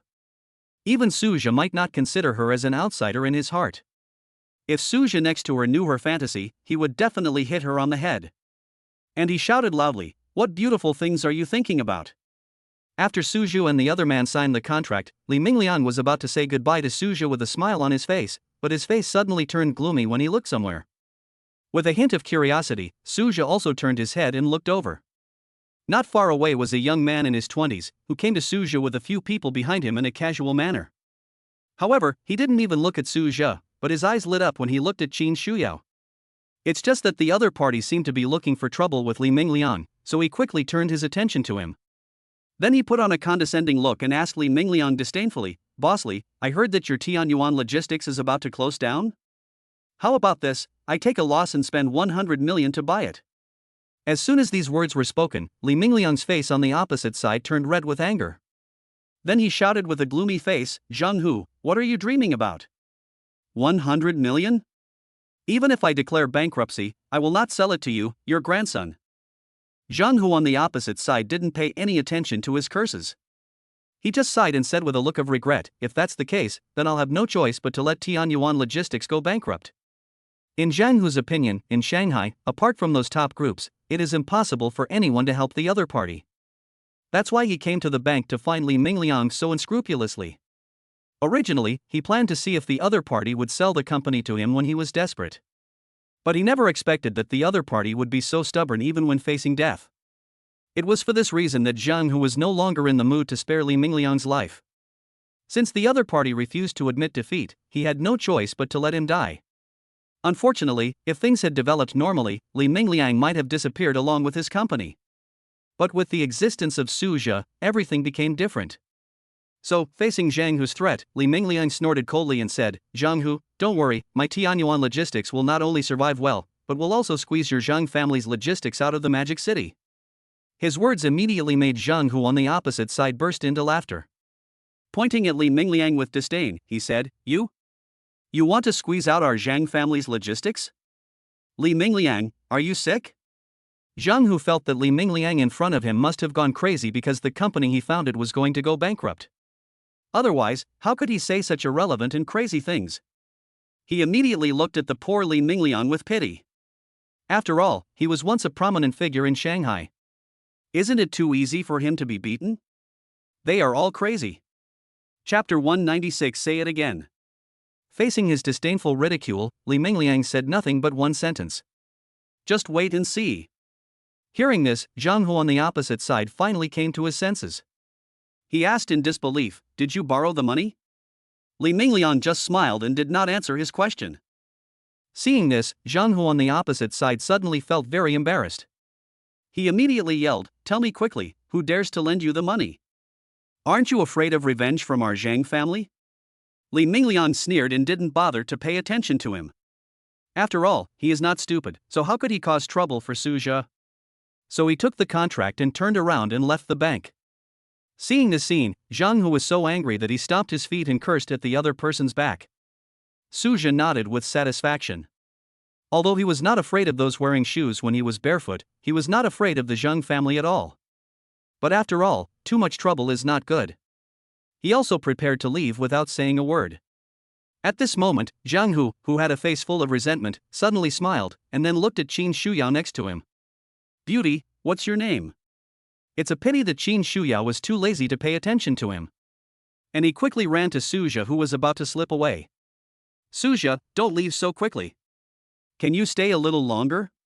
Looking at Zhang Hu, who was gradually approaching, Su Jia quickly forced a smile and said, No need, Sister Shuyao, I have something else to do. Qin Shuyao was a little dissatisfied with his eagerness to leave, and immediately said, Why are you in such a hurry?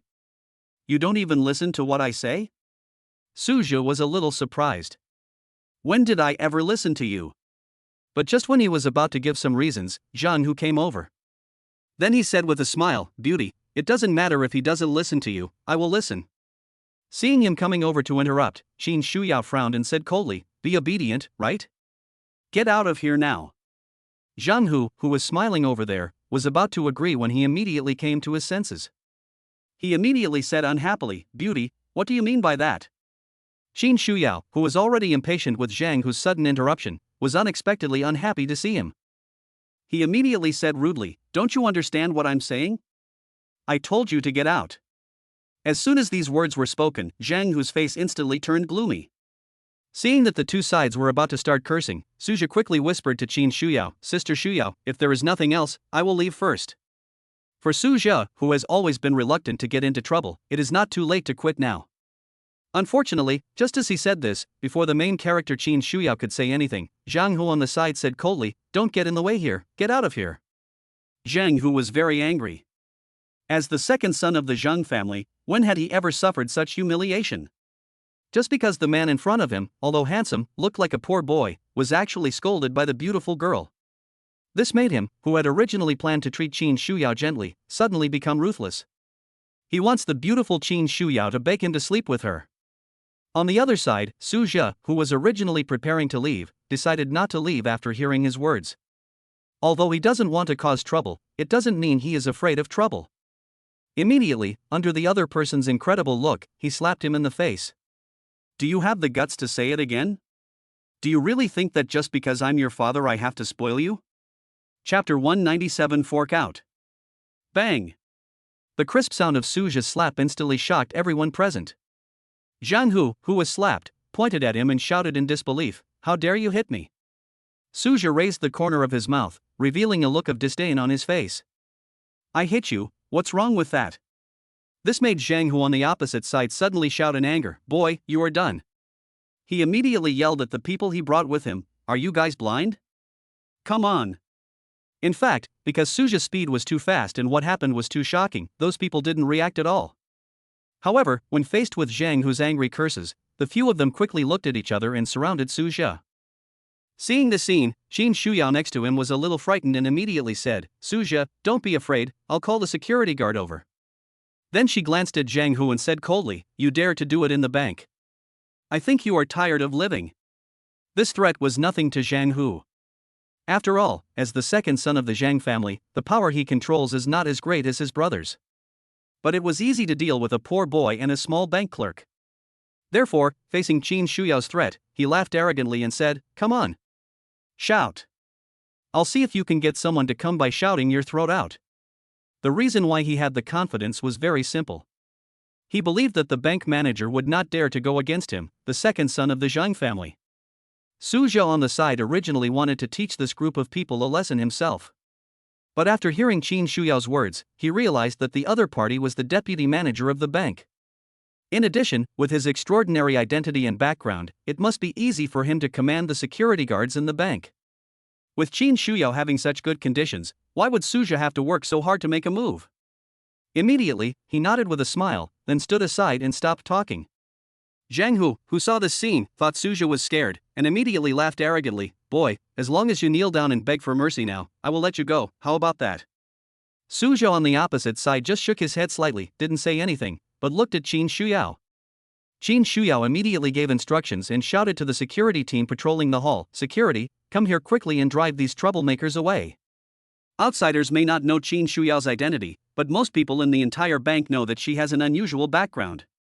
Not to mention that Qin Shuyao was also the deputy manager of a bank, so the security guards had no complaints about her orders. They immediately ran over and surrounded Zhang Hu and his men. The leading captain even said to Zhang Hu directly and rudely, "Sir, our bank does not welcome you, please leave." Zhang Hu was a little dumbfounded, and then he shouted angrily, "Do you know who I am?" The security captain shook his head in disdain, and then immediately shouted to his men, "Get them all out." For him, even if Zhang Hu is the boss, he has to abide by the bank's rules. If you make trouble, get out. Faced with the orders from their captain, the others naturally would not refute. The steel fork that was originally intended to be used against the robbers was immediately used on Zhang Hu and his gang. Looking at the densely packed iron nails on the steel fork, especially a few that had rusted due to poor storage. If this thing got on your body, you would be half crippled even if you didn't die. Chapter 198 Discipline. Faced with the prospect of being kicked out by the security guards, Zhang Hu was completely furious. He shouted desperately, "Do you know who you have offended today?" After these words were spoken, several security guards paused for a moment with their steel forks in their hands. Seeing this, Zhang Hu, thinking it was effective, pointed at himself and shouted, "I, Zhang Hu, the second son of the Zhang group." Unfortunately, as soon as he finished speaking, the security guards who had just hesitated ruthlessly kicked Zhang Hu and his companions out. Although the Zhang group is indeed very famous, they don't even know the chairman of the Zhang group, let alone Zhang Hu in front of them. Therefore, no matter who the other party was, they acted under the order of Deputy Manager Qin. By then, even if you want to cause trouble, you won't be able to find them. What's more, they also believed that with Qin Shuyao's background, she was not afraid of the person in front of her at all. Seeing that his identity was exposed, several security guards on the opposite side still tried to fork him out. Zhang Hu had an urge to vomit blood. When had he ever suffered such injustice? It was Su Jia just now, but now even the security guards don't give him face. Standing at the door of the bank, feeling the passers-by looking at them with strange eyes, Zhang Hu felt a little angry and embarrassed, and wished he could find a hole in the ground to crawl into.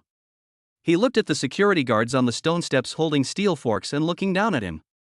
Zhang Hu's face turned fierce, and he shouted at them, "Just wait, I'll get your manager to come out and teach you a lesson." Faced with his threat, the security guards on the stone steps showed no fear at all. Some people even felt a little sad for him. The person you just offended is our manager, and he is the one whose words carry the most weight. It's useless to call anyone now. On the other hand, seeing that they were unmoved, Zhang Hu became ruthless and directly picked up his phone and dialed a number. Not long after, a half-bald middle-aged man came from the bank office area.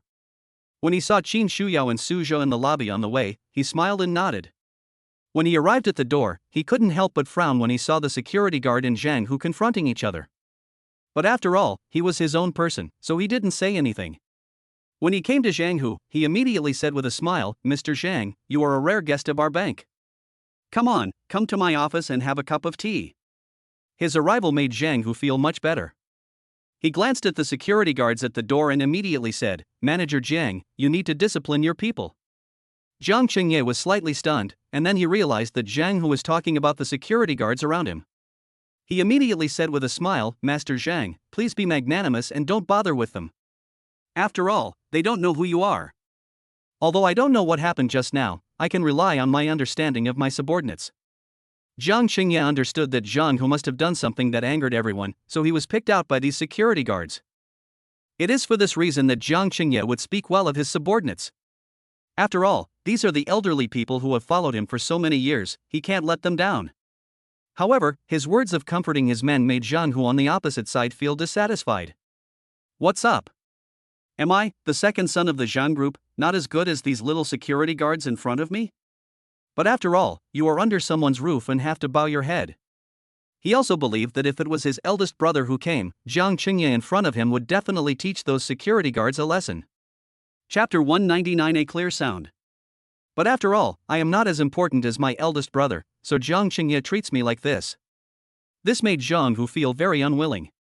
However, when he thought about Tianyuan logistics that was about to fall into his hands, he felt much better. As long as he could take over this company, even if he couldn't compare to his elder brother, Jiang Qingye in front of him would not treat him the way he did now. So, Zhang Hu, who was originally about to get angry, felt much better now. But he suddenly remembered Su Zhou and Qin Shuyao who were still in the hall. He thought, since several security guards couldn't move, should they just deal with the two in the hall? After all, one of them is a poor boy with little money, and the other is just an ordinary employee. With the support of Zhang Group, I believe Jiang Qingye should give him this face. Immediately, he smiled and said to Jiang Qingye, "Since Manager Jiang has invited me, if I don't go, wouldn't that be giving you no face?" Jiang Qingye was slightly surprised to see that he could keep the grievance he had just felt to himself. Originally, he thought that the eldest son of the Zhang family was a great man who had brought the Zhang Group to great success. But I didn't expect that the second son of the Zhang family seemed to be quite good too. He was able to swallow his grievances and even laugh as if nothing had happened. However, Jiang Qingye was not afraid that the other party would retaliate against him later. After all, as a manager of CCB, although his monthly salary is only tens of thousands, the power he controls is no less than that of the Zhang family. Not to mention that the eldest princess of the Qin family is working here, it won't be long before he is promoted to another place. That's why he had no worries at all. He immediately walked into the bank lobby with Zhang Hu, smiling. When passing by Qin Shuyao and Su Zhou, Jiang Qingye still smiled and nodded at Qin Shuyao as usual. In fact, he had also heard of Su Zhou and knew that he was a rich man. Unlike others, the other party seemed very low-key, with 100 million in cash placed in an ordinary card. However, Zhang Hu, who was standing next to him, did not notice his gaze, so he stopped when he walked past Su Zhou and the other man.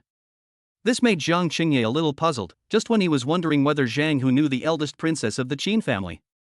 The other party's words almost frightened his legs. "Beautiful lady, do you see this?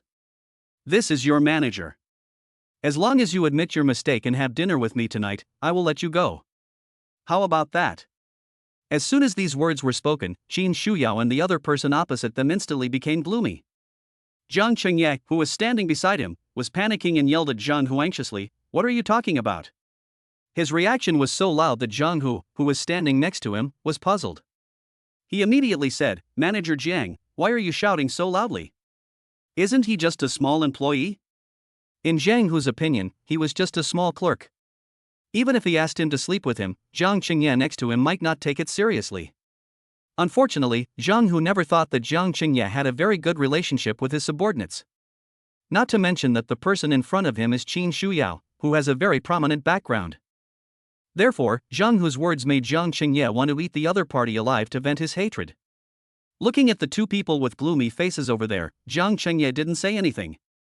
He raised his hand and slapped Zhang Hu hard. Bang! The crisp sound stunned Zhang Hu.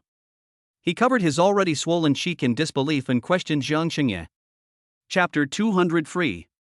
Manager Jiang, what do you mean? Zhang Hu never thought that Jiang Qingye in front of him would dare to slap him. Facing his questioning, Jiang Qingye was too lazy to respond, and said to Qin Shuyao with a nervous face, Manager Qin, don't worry, I will get him out right away. After all, he was not stupid, so he understood from Zhang Hu's words what the other party had done wrong and why he was kicked out by the security guard. He actually dared to provoke the eldest princess of the Qin family. He must be tired of living. Zhang Hu next to him was a little confused. Manager Qin? Isn't this just a small clerk? How did you become a manager?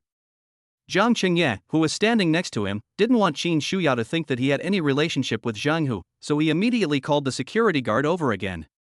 Pointing at Zhang Hu, he shouted, Get him out of here. Fork it out again? Several security guards almost laughed when they heard their manager's order. After all, Zhang Hu was kicked out just now, and the other party came in again because he knew Jiang Qingye. Unexpectedly, Manager Jiang also asked them to kick the person out. Fortunately, several security guards did not forget their business and immediately drove Zhang Hu out waving steel forks.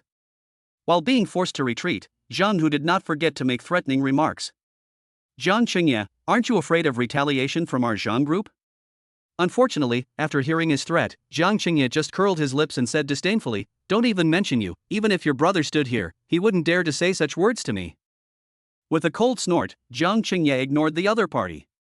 He quickly showed Qin Shuyao a very apologetic expression. Manager Qin, please don't be angry. I really didn't expect this grandson to offend you.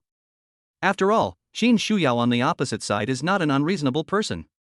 Moreover, she was also relieved that he slapped Zhang Hu without hesitation and had the other person kicked out without any nonsense. So, she was not angry with Jiang Qingye.